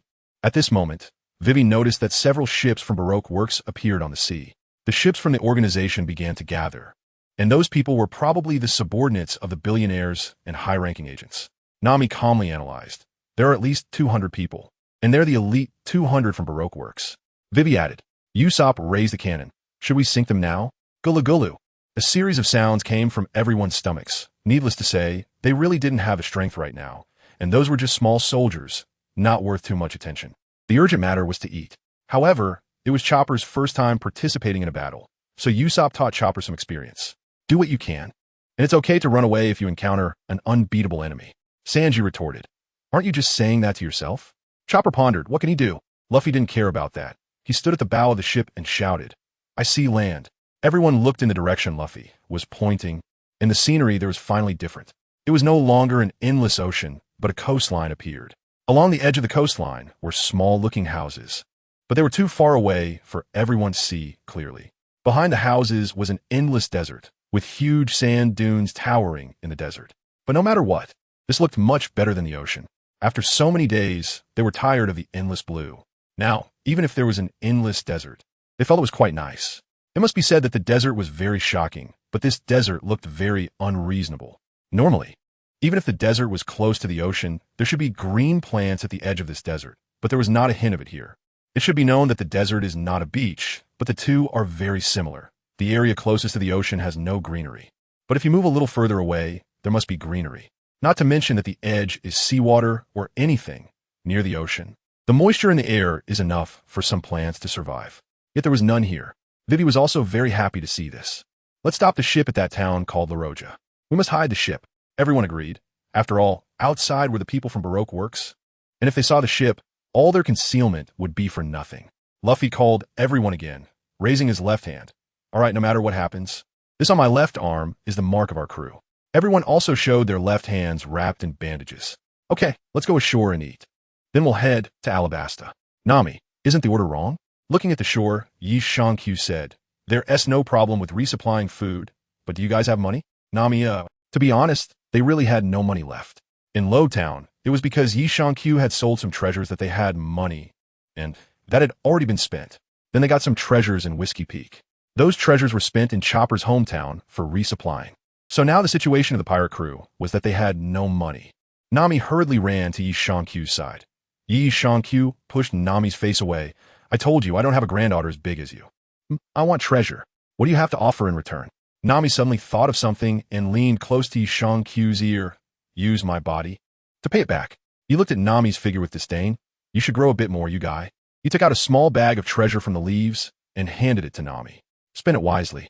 We can't always rely on my treasure for support. We need to find some time to make some money ourselves." Yamato felt quite helpless in autumn on this ship. It was just him and Nami who had to manage their expenses carefully. Yi Shankyu doesn't need to be frugal. After all, he has plenty of treasures. But he can't always be the one to take out money, right? Isn't it a bit pathetic for a pirate crew like theirs? Nami has noticed this too. She has been working hard to save and make money, but it still isn't enough. The group found a secluded spot to dock the ship. In the blink of an eye, they saw another ship. It was Mr. Three's ship. "He's here. He will recognize us." Just as Vivy finished speaking, they saw a guy quickly disembark and disappear. All that was left in the air was a cloud of dust and a single word, "Food." "Don't mind him. Wherever it's the liveliest is where he will be," Nami said helplessly. Sanji didn't respond to Luffy. He looked at Vivy and said, "Don't worry. I will buy what you need too. I have a plan." Usopp suddenly came up with an idea. "Just find a large piece of cloth to cover everyone up. And then we all go to town, find a secluded corner, and just wait." Sanji and Chopper are the only two who haven't been seen by Mr. Three, so they can move freely. Just as everyone was saying it was a good idea, they saw Yi Shankyu changing his outfit on the side. The disguise was simple, a piece of cloth on his head, declaring, "I am the richest in the world," but with a slight flick of the cloth. It covered his face too. This kind of disguise has a scientific reason. It's not just about looking good. People who have been to the desert usually buy a face mask to prevent sand from entering their mouth and nose. Even without wind, one should dress like this, as the dust kicked up while walking can enter the mouth and nose. Yi Shankyu has been to the desert and probably knows how to dress for it. Everyone looks at Yi Shankyu's outfit, and only her eyes are visible. "Let's go. Is there anything else?" Nami thinks this outfit is nice. Yi Shankyu took out a few sets of clothes, all of which were men's outfits, so they were not very suitable for Nami and Vivy. The two decided to make do for now. Thus, the group set off together. Before long, they found a hidden corner among the ruins of a wall in the town. Nami and the others found it quite inconvenient to move in those outfits. So, Yi Shankyu, Sanji, and Chopper went out to buy supplies while the others waited there. Yamato took the lead and went to exchange some treasures for berries, then handed them over to Sanji and Chopper. Yi Shankyu is as usual in autumn, going out to stroll around by himself. Everyone knows about Yi Shankyu's habit, and he won't get lost. This is better than most people on the boat. Before long, Yi Shankyu returned first, bringing some food for everyone. Everyone is starving, so let's eat something and drink some water first. Yi Shankyu threw a big bag of items on the ground. Let's eat something first to replenish our energy. Yi was still considerate. Wei Wei couldn't help but feel emotional. Out of the four of them, only Yi Shankyu was still thinking about them. Yeah, Nami suddenly spoke up. He looked down at Nami in the autumn. What's wrong? Give Vivy something to save her life. Something to save her life. Do you want a gun or a cannon? Otherwise, a bomb or a devil fruit? When thinking about autumn on the leaves, a wormhole opened. Speaking of devil fruits, I remember Mr. Fi's bomb fruit, and I wonder if it has appeared. Then I rummaged around, first pulling out the other party's corpse, and then directly transporting it to the sea. After that, I searched inside and found a strange fruit. This should be the bomb fruit. Who wants to eat it? Everyone shook their heads. No one wanted to eat this thing. The key is that they were all led astray by Mr. Five with talk of booger bombs and such, and they didn't want to do that. Not this one. Don't bring out such a disgusting fruit. Nami came up with a punch, thinking about the image of Vivy attacking by picking her nose. And Nami felt she couldn't accept that scene. Then what do you want? Vivy said, not quite understanding. I don't know. It would be great if I could enhance my weapon. Goodbye. Yi Shankyu remembered Vivy's weapon, a child's toy. He really didn't have that thing. He had whips, but that particular item was truly unavailable. Hey, Yi, I remember a while ago you took something out and asked me to help you improve it. The thing should be suitable for Vivy, right? Usopp thought of the strange water gun-like item that Yi Shankyu had asked him to modify a few days ago. The thing should be pretty good. Huh? Yi Shankyu also remembered. Inside the wormhole, 3 strange things were taken out, which really looked like water guns. 2 are worn on the wrist, and 1 is a colorful water gun. A battle perfume launcher? Yi Shankyu looked at the item in her hand, which was a weapon from a world of food wars. It had been damaged during battle, and since her weapon had been upgraded, she decided to discard it. This item was actually found on Vivy when she was kidnapped. However, it was broken, so she asked Usopp to repair it. She originally intended to give it to some Pokemon, as conflicts sometimes arise between them due to rivalry. After it was fixed, she didn't use it since she wasn't particularly interested in such toy-like items. She thought about finding a gentle girl who liked Pokemon to give it to, hoping she would help take care of them. Unexpectedly, Usopp brought up this item, the battle perfume sprayer. The battle perfume sprayer, which came from the world of food wars, seemed to be a discarded, outdated product. After receiving it, he didn't pay much attention to it, but now he decided to take it out. Nami also curiously looked at the 3 items. Well, it can also be called a pheromone sprayer. Yi Shankyu looked at Wei Wei and asked, "Do you understand these effects?" Wei Wei replied, Yes, I know the function of perfumes. I also have special effect perfumes. Wei Wei will really like them. Yi Shankyu said, "Then let us use them for you." Usopp, you can do this, right? Usopp replied confidently, "No problem. Once I open this thing, I'll know how to make it. I can make a few pairs for you later." He added, "I'll leave the perfume to Chopper then." Usopp was full of confidence. To him, this was not a technical challenge. As long as he had the materials and time, he could make it any time. Yi Shankyu said, "Then let her use it. I'll continue to browse around." After Yi Shankyu finished speaking, he waved his hand and left again. Well, this man who speaks one way, but means another. Nami smiled and said, as she knew he had been looking for Usopp to fix this thing for a long time. He had also mentioned that this item was suitable for Princess Vivy, and it could be said that it was specially prepared for her. It was just that he couldn't find the opportunity. Nami had just cooperated on purpose as well. Usopp had told Vivy how to use this item and warned her not to mix up the types of perfume. As for the perfumes used in battles, Chopper had already been tasked with making those. However, the quantity wasn't very large, and combined with Vivy's original perfumes, they were enough. Yi Shankyu still wasn't worried about Luffy, so she went to find him based on his location. As soon as she arrived, she noticed it was raining, and Luffy had just beaten someone up. That person was now trying to please Luffy, asking him not to tell anyone about the incident. "Yo, Yi," Luffy said. Seeing Luffy's expression, Yi Shankyu asked what happened. Luffy told Yi Shankyu about what he had experienced. As soon as he turned his head in autumn, he saw that there were bags and bags of dancing powder. The rain here is falling because Luffy just burned the dancing powder. He looked at the dancing powder on the leaf and gave a pat. Yi Shankyu took a quick step in front of the uncle after listening. "You better speak honestly, we are pirates. What is your identity? Whose man are you? Tell me, and you might live." The uncle, feeling scared and worried, then told Yi Shankyu the truth.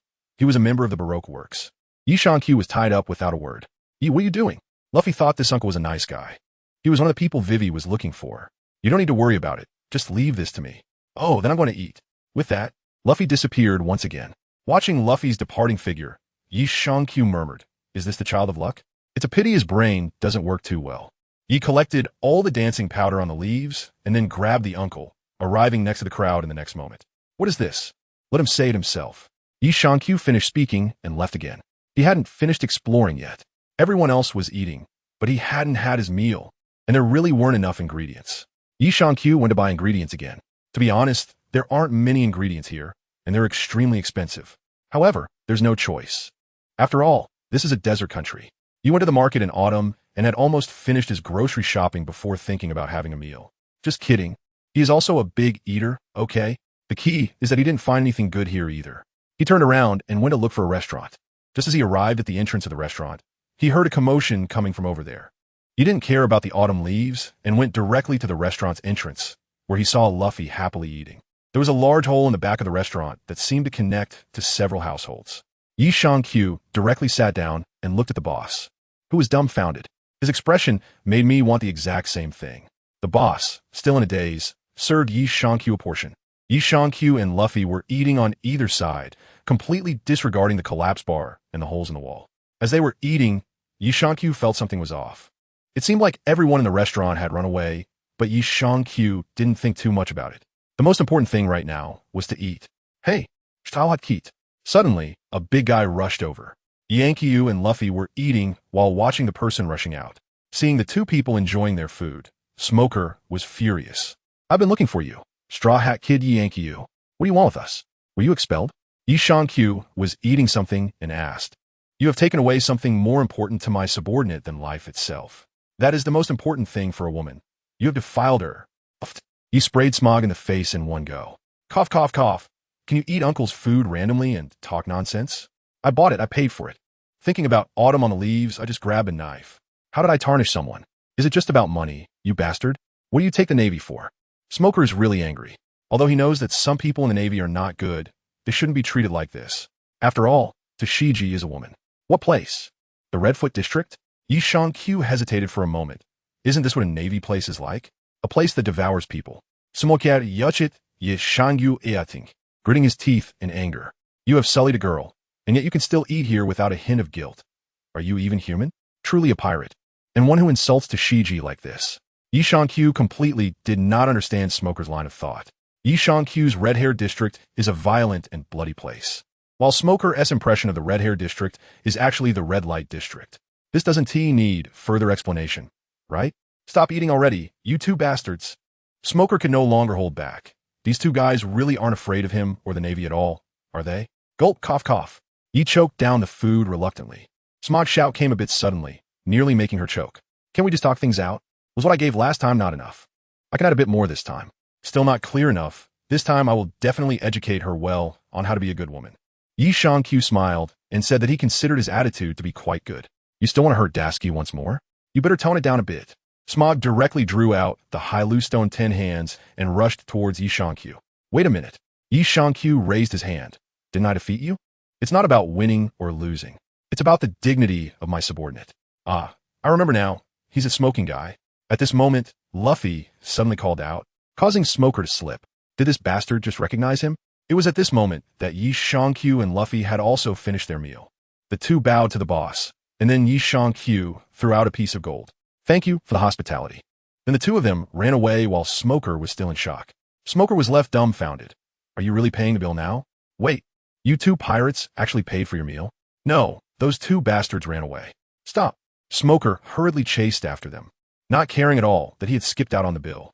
Yi Shangqiu and Luffy hurriedly ran forward. They vaguely heard someone calling them from behind, but Yi Shangqiu didn't pay much attention, thinking it might be Smoker. There was no need to give him face. Just because he called out didn't mean he had to stop. "Don't chase me, old man. You can't beat me anyway. And have you paid up, you Navy bastard? I've always paid my dues. You bully the common folks. If I catch you, I'll make you pay." On the way, Luffy suddenly disappeared, and Smoker, not knowing why, continued to chase after Yi Shangqiu. Yi Shangqiu didn't dare to go back to Nami directly. He wanted to first divert Smoker's attention and then move over himself. As he was running, Yi Shangqiu felt something was off. There were Navy soldiers ahead, And it was that girl from last time. She was here too. Tashigi. Before Yi Shankyu could figure things out, Smoker called out to Tashigi from behind. This woman was a bit out of it. Hey, what can I do for you? Vice Admiral Smoker? Do you need a towel? It's really hot here. Catch him, it's Yi Shankyu. Yi Shankyu, I'll take care of this. With that, Tashigi drew her sword and was about to strike. Yi Shankyu dodged and raised her hand to strike Daski's wrist with a knife hand, taking Daski as a hostage and running away. Oh, still can't hold a knife, huh? The skin hasn't improved much either. Do you want me to recommend some cosmetics? And this body is still so skinny. Yi grabbed Daski with one hand and ran, actually intending to lead the Navy away. He wanted to draw the Navy to the Baroque Works side, but he forgot about Luffy, who was also being chased by the Navy. Luffy wasn't thinking at all and was just running around chaotically. Bastard, let go of Daski. If you don't chase me, just let her go. If you don't run, I 1T chase. You must be kidding. Don't worry, I'll pay you, just don't stop. Or who knows what will happen to this girl in the future. Bastard, what are you going to do? Guess what? Make up for the previous price difference. Bastard, why did you come to this city? What is your purpose? Yi Shankyu said without turning back.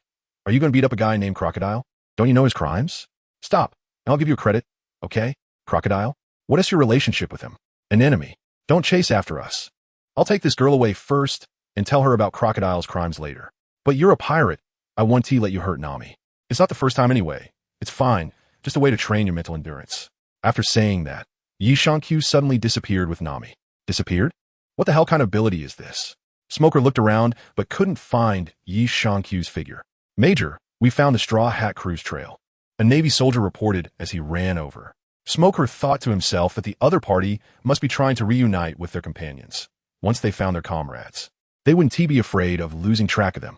Meanwhile, Yi Shankyu brought Nami to where Robin and the others were.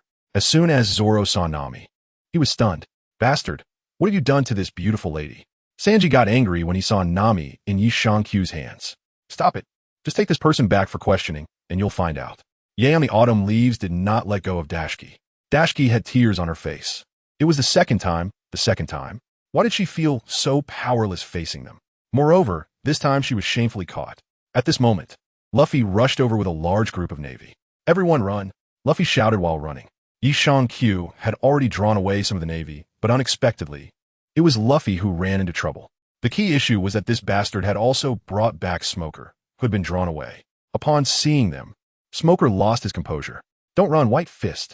Smoker transformed his lower body into smoke to rush over, and upon seeing Yi Shankyu and the others, he directly used his White Fist.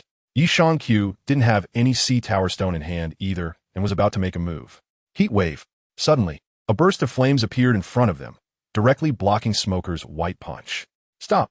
Everyone turned around and saw a bare-chested man appearing behind them, his body engulfed in flames. The man smiled at Smoker and said, although you are smoke, I am fire. You can't determine the winner just based on our abilities. Zoro, is that guy a devil fruit user? Usopp, who is he? Why is he helping us? Ace, it's Ace. Luffy was very excited. You all haven't changed at all. Ace turned to look at Yi Shankyu and Luffy. Did you eat a devil fruit? Luffy also noticed that Ace seemed to have eaten a devil fruit. Ace, yeah. I ate the flame fruit. You guys leave first. I'll catch up with you soon. Leave it to you. Yi Shankyu ran with Dashiki. While Zoro did not forget the uncle they had captured earlier, this guy still needed to be handed over to the Navy. A group of people rushed off together. After running for a while, Yi Shankyu said, you guys go ahead. I need to make some arrangements. After saying that, he also took the uncle off Zoro's shoulder. The leaves have shifted to nearby places in autumn. Then, let Daski and the uncle go. Let him tell you the specifics, and I'll leave you the evidence. What exactly do you pirates want to do? What do you want to do? Commit a crime. He kicked the uncle on the leg and said, speak what you know. The uncle then revealed everything he knew. Yi Shankyu then looked at Dashiki. I believe you already know. Speaking of which, you really have a poor memory. Yi Shankyu said as he took out a knife. The very knife he used to rob Dashiki. What are you going to do? Nothing. Yi Shankyu took out some money from Dakiki's pocket. This was originally my money, and now I am taking it back. I will also return this knife to you. Yi Shankyu had just thrown the knife to Daki, and Daki drew the knife and slashed. Yi Shankyu pinched the blade with 2 fingers. It's not a robbery now. This is my trophy. You attacked me at will, so it's only natural that I disarmed you. Saying this, he snatched the knife back again. Daski was almost in tears from anger, and Yi Shankyu couldn't bear to see her like that. So he took out some cosmetics and said, consider this compensation. It seems you won't be able to choose cosmetics yourself, so take these back and study them well. Become a beautiful woman. With that, Yi Shankyu teleported away once again. Before leaving, he didn't forget to mark this place well, making it easy for the Navy to spot. The next moment, Yi Shankyu reappeared on the ship, startling everyone with his sudden appearance. As he turned around in autumn, he saw Nami and Vivy's outfits. Do you still have this hobby? What do you know? This is called fashion. Nami proudly displayed her clothes. Nami and Vivy were wearing dancer costumes. Yi Shankyu walked up to Nami and lifted her chin with his finger. How about this 100,000 berries for a little something? If it's good, I might reward you. Bastard, let go of Nami-san. Sanji kicked over, and Yi Shankyu quickly turned to Vivy's side. You can too. I'll kick you to death. Let go of Vivy-chan. Yi Shankyu turned to avoid Sanji's attack. They dress like this themselves. Isn't this what they like? I'm just respecting that. I chose to buy it. Sanji said proudly. Good taste. That's right. Sanji finally gave up kicking Yi Shankyu. This is acknowledging my own aesthetic. Enough about that. Where's Luffy? Nami had already noticed someone was missing. She originally thought he was with Yi Shankyu, but now it seemed not. Moreover, they had already set sail. Yi Shankyu sensed something and said, "What about the shore?" Then they heard Luffy shouting, and a hand stretched out and flew over. "I'm here." Sanji and Chopper saw Luffy coming over, and the two of them didn't have time to dodge and were directly knocked over by Luffy. When will you learn to be more careful? Yi Shankyu was helpless. Then open a wormhole to bring Ace over. Everyone was focused on Luffy and Sanji, with Sanji warning Luffy that he shouldn't act like this in the future. They didn't even notice that Ace had arrived. Luffy thought Ace was still on the shore. The others also didn't see Ace behind Yi Shankyu. Ace stood silently on the railing, watching the whole ship of people. Was his goal really so unclear? Did it not matter to leave him alone?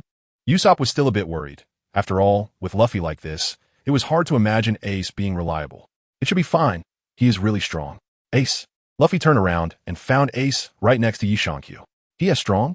Chopper didn't turn around. Luffy said, "This guy didn't eat the Mera know me before, but I'm not his match either. In any case, he is very strong." Nami was also surprised. Ace is strong? You've never won against him? Against a normal person? Yeah, Luffy said, but he is not a match for Yi. But right now, you definitely aren't my match. Haha. You say these things without any basis, right? I mean, who do you think you can beat? The others quickly turned around when they heard a voice behind them, and then saw Ace and Yi Shankyu sharing oranges. Ha ha ha. These are my friends. Luffy cheerfully introduced everyone. Ace quickly nodded and greeted everyone when he saw them turn around. This is really something. My brother has been taken care of by you all. No, not at all. Everyone answered together, also returning Ace's greeting at the same time. Ace shyly said, "These two brats have no upbringing.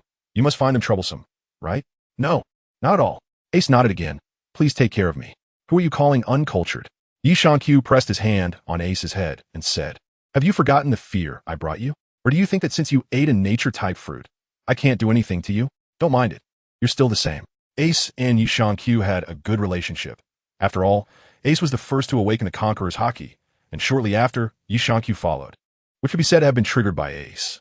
"What surprise. I thought you were going to be even more headstrong than Luffy," Usopp remarked, a bit taken aback, considering Luffy's personality wasn't great. "That's true." Everyone nodded in agreement. Nami covered her huge polar bear with both hands, looking quite frightened. "You're lying. How could such a sensible person be Luffy's brother?" "Nami, I can't just pretend I didn't hear that. Just because someone is sensible doesn't mean they can't be Luffy's brother." "What does that make me? Are you all meeting Luffy's brother for the first time?" Yi Shankyu didn't understand. He had been on the ship all along, right? However, no one paid attention to Yi Shankyu. Zoro, to think he cares so much for his brother, what a good person. Chopper, having a brother is really nice. Sanji, it's truly unpredictable. The sea is really incredible. Yi Shankyu, did you hear me talking? Wei Wei went up and hugged Yi Shankyu, who was about to rush forward. Don't be angry, don't be angry. Feeling Wei Wei's softness, Yi Shankyu immediately calmed down. Luffy happily looked at Ace. See, they're quite interesting, right? At that moment, several ships from Baroque Works came chasing after them. The people on board were clearly coming for Luffy and Ace, as they had never seen Yi Shankyu before. Luffy recognized them too. These were the billionaires from Baroque Works, who had previously attacked him and Ace. He didn't expect them to dare to chase after them again after being taught a lesson. Let's sink them then. Yi Shankyu stood up and said, "Let me do it. You should rest for a while." As he spoke, Ace jumped onto the small boat, which was the same boat Yi Shankyu had used to pick up Ace before, and it had been moved over. The others looked in surprise at Ace, who was rushing over on the small boat. Yi Shankyu said, "Take a good look at the power of the Logia type, and learn well. Zoro, let's see the abilities of a Logia user." We can also check out the techniques of the 2nd Division captain of the White-Beard Pirates. Ace might also want to show off his newly acquired abilities after all. He may have been suppressed by Yi Shankyu in the past. Therefore, this time Ace's attack was extremely fierce. He charged a small boat right in front of 5 large ships and took them all down with a single fire punch. The 5 large ships didn't even last 10 seconds before sinking completely. Amazing. This time, everyone had to admit the power of the Logia type. This is the attack of the Logia type. He smiled at the crowd in the autumn. No, that is not right. The other party is the 2nd Division captain of Whitebeard.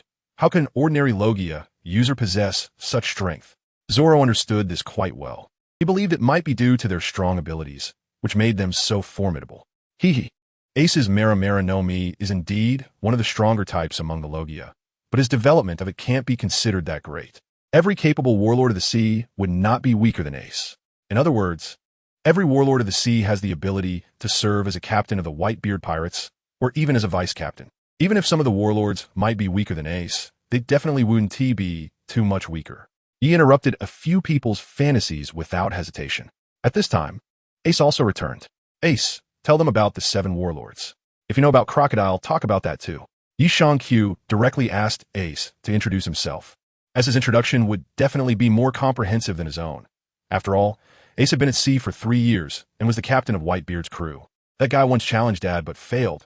The crew said he was really strong. I don't know much. I've only fought against Jinbei, one of the 7 warlords. Upon hearing that familiar name, Ace introduced himself to everyone. The crowd was curious and hurried over to listen. On the other side, Smoker and his team discovered Dashki while chasing the Straw Hat crew. Dashki was hiding behind a crumbling wall, hugging her knees and crying pitifully, her clothes in disarray, with shattered pieces scattered on the ground. Various strange scents wafted around. Dashki, are you okay? Smoker said, feeling tense. For the second time, I have no power to resist.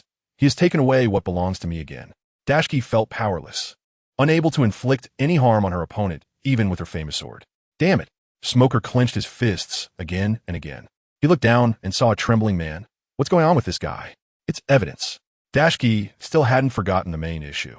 Take him away for questioning. Smoker wanted to keep Dashki from seeing it, so he ordered them to take him far away for questioning. The Navy learned the situation after interrogating him. They also asked Dashki what had happened. She confessed as well. After hearing everything, all the Navy personnel exchanged glances. Damn, so it was like this. But Dashki is really pitiful. Twice, her sword had been taken away by the enemy. The Navy took the interrogation records to report to Smoker. They also wanted to mention this matter. Smoker, Lieutenant Dashki. Don't say anything reckless. This matter shouldn't be spread. I will personally capture that bastard. Smoker interrupted. How can we talk about a girl's situation? The Navy felt Smoker misunderstood, but then thought about it and realized he had a point. Having their weapons taken by pirates twice is indeed not a good thing to say. Does the Navy not care about their reputation? Does Dashki not care about hers? They still liked Dashki, so it was better for everyone to keep this matter internal. Speaking about it would damage the Navy's authority. However, they didn't think Yi Shankyu was wrong. Dashki indeed needed to take better care of herself, especially considering the sun and wind exposure that had damaged her skin significantly. Dashki quickly composed herself and came over to report to Smoker. Smoker remembered the blue-haired girl he had seen before. She seemed to be the princess of this country. Moreover, she didn't seem to have been kidnapped. Would someone who was kidnapped run away with them? She should be a companion, but it was unclear. Initially, he had doubts about that person's testimony, but thinking of Vivy made him realize that person was telling the truth. This was indeed Crocodile's conspiracy. He reported it up, but the headquarters rejected it, believing it was an accusation against Crocodile, whose reputation in this country was still quite good, being called a hero and all. So they directly denied the request to arrest him on the spot, telling them not to create more trouble. Their current goal was to capture the Straw Hat crew and not to concern themselves with other matters, as the 7 warlords were an organization recognized by the government. To this, Smoker replied, "You can go to hell." Smoker was originally a person with a mind of his own. Meanwhile, Yi Shankyu and the others were celebrating. Usopp raised his glass. Cheers to Ace joining us. Cheers. Ace looked confused. Who said I was joining you? The crowd ignored Ace's words and continued drinking. Then cheers to fine wine. Nami couldn't bear to watch and said, "Don't mind them. They just need an excuse to toast." Yi Shankyu. Cheers for Nami's dance. Who said we were going to dance? Nami instantly turned into a sharp-tongued version of herself. She also noticed that Yi Shankyu really liked this outfit. In the past, he wouldn't even glance at himself, as if he had no charm at all. but now his eyes were almost glued to it. It seemed like she could use this outfit to keep Yi Shankyu in check later. At this moment, Luffy also didn't forget to ask Ace why he was here. Ace stated his purpose. He had come here by coincidence. He was chasing a criminal from the Whitebeard pirates who had killed his companion and escaped. So he took the initiative to come and capture him. After saying this, Ace glanced at Yi Shankyu. By the way, can you tell me about your abilities? The guy ate the dark fruit. I've heard it can create something like a black hole. I've encountered some victims. Dark fruit? Black hole ability? Yi Shankyu thought for a moment and began to introduce his ability to Ace. Although what he used was called wormhole ability, this ability itself had certain characteristics of a black hole. Ace listened attentively. After he finished speaking, Yi Shankyu said, "If you need help, feel free to ask me." "No need. This is an internal matter of our Whitebeard pirates." Ace politely declined Yi Shankyu's offer for assistance. Yi nodded in the autumn leaves, realizing that this was ultimately an internal matter for them, and it wouldn't be appropriate for him to interfere. Then Wei Wei took out a map and introduced their subsequent route. Ace's route was the same, so everyone could temporarily act together. Yi Shankyu was encountering a nature-type fruit user for the first time. He turned to Ace and asked, "By the way, you ability users are afraid of seawater, but are the things you create with your abilities also afraid of it?" Ace replied, "I'm not too sure. But as for my fire, it definitely fears seawater. That's a given. I don't know about the others, but most nature types actually create things from their own elements. So they should also fear seawater. However, there are some special cases where they can avoid contact with seawater." Ace didn't understand why Yi Shankyu was asking this question. Yu thought for a moment and took out a scroll. At this time, it was a magic scroll, and its purpose was to release high-pressure seawater. When using it, just tear it open, and you should keep it with you. However, once it's opened, you need to run as fast as you can. In any case, seawater will always be a disadvantage for those with abilities. Why don't we take something like this out sooner? This could have dealt with crocodile. Nami's eyes lit up as she looked at the scroll. Yi Shankyu glanced at Wei Wei and said, "Wei Wei, tell her how quickly the rain can dry up in the desert." Wei Wei felt quite embarrassed and explained that the desert basically cannot retain water. If it rains heavily, it might last a little longer, but if water is placed in a specific spot, it would be useless as it would seep away completely in no time, leaving no trace behind. If the sun were a bit stronger, it would dry up even faster. So this kind of thing is essentially useless. Everyone was not overly concerned about this matter. The ships continued to move along the predetermined route. He was lazily lying on the central deck, while Ace was wandering around, looking at everything.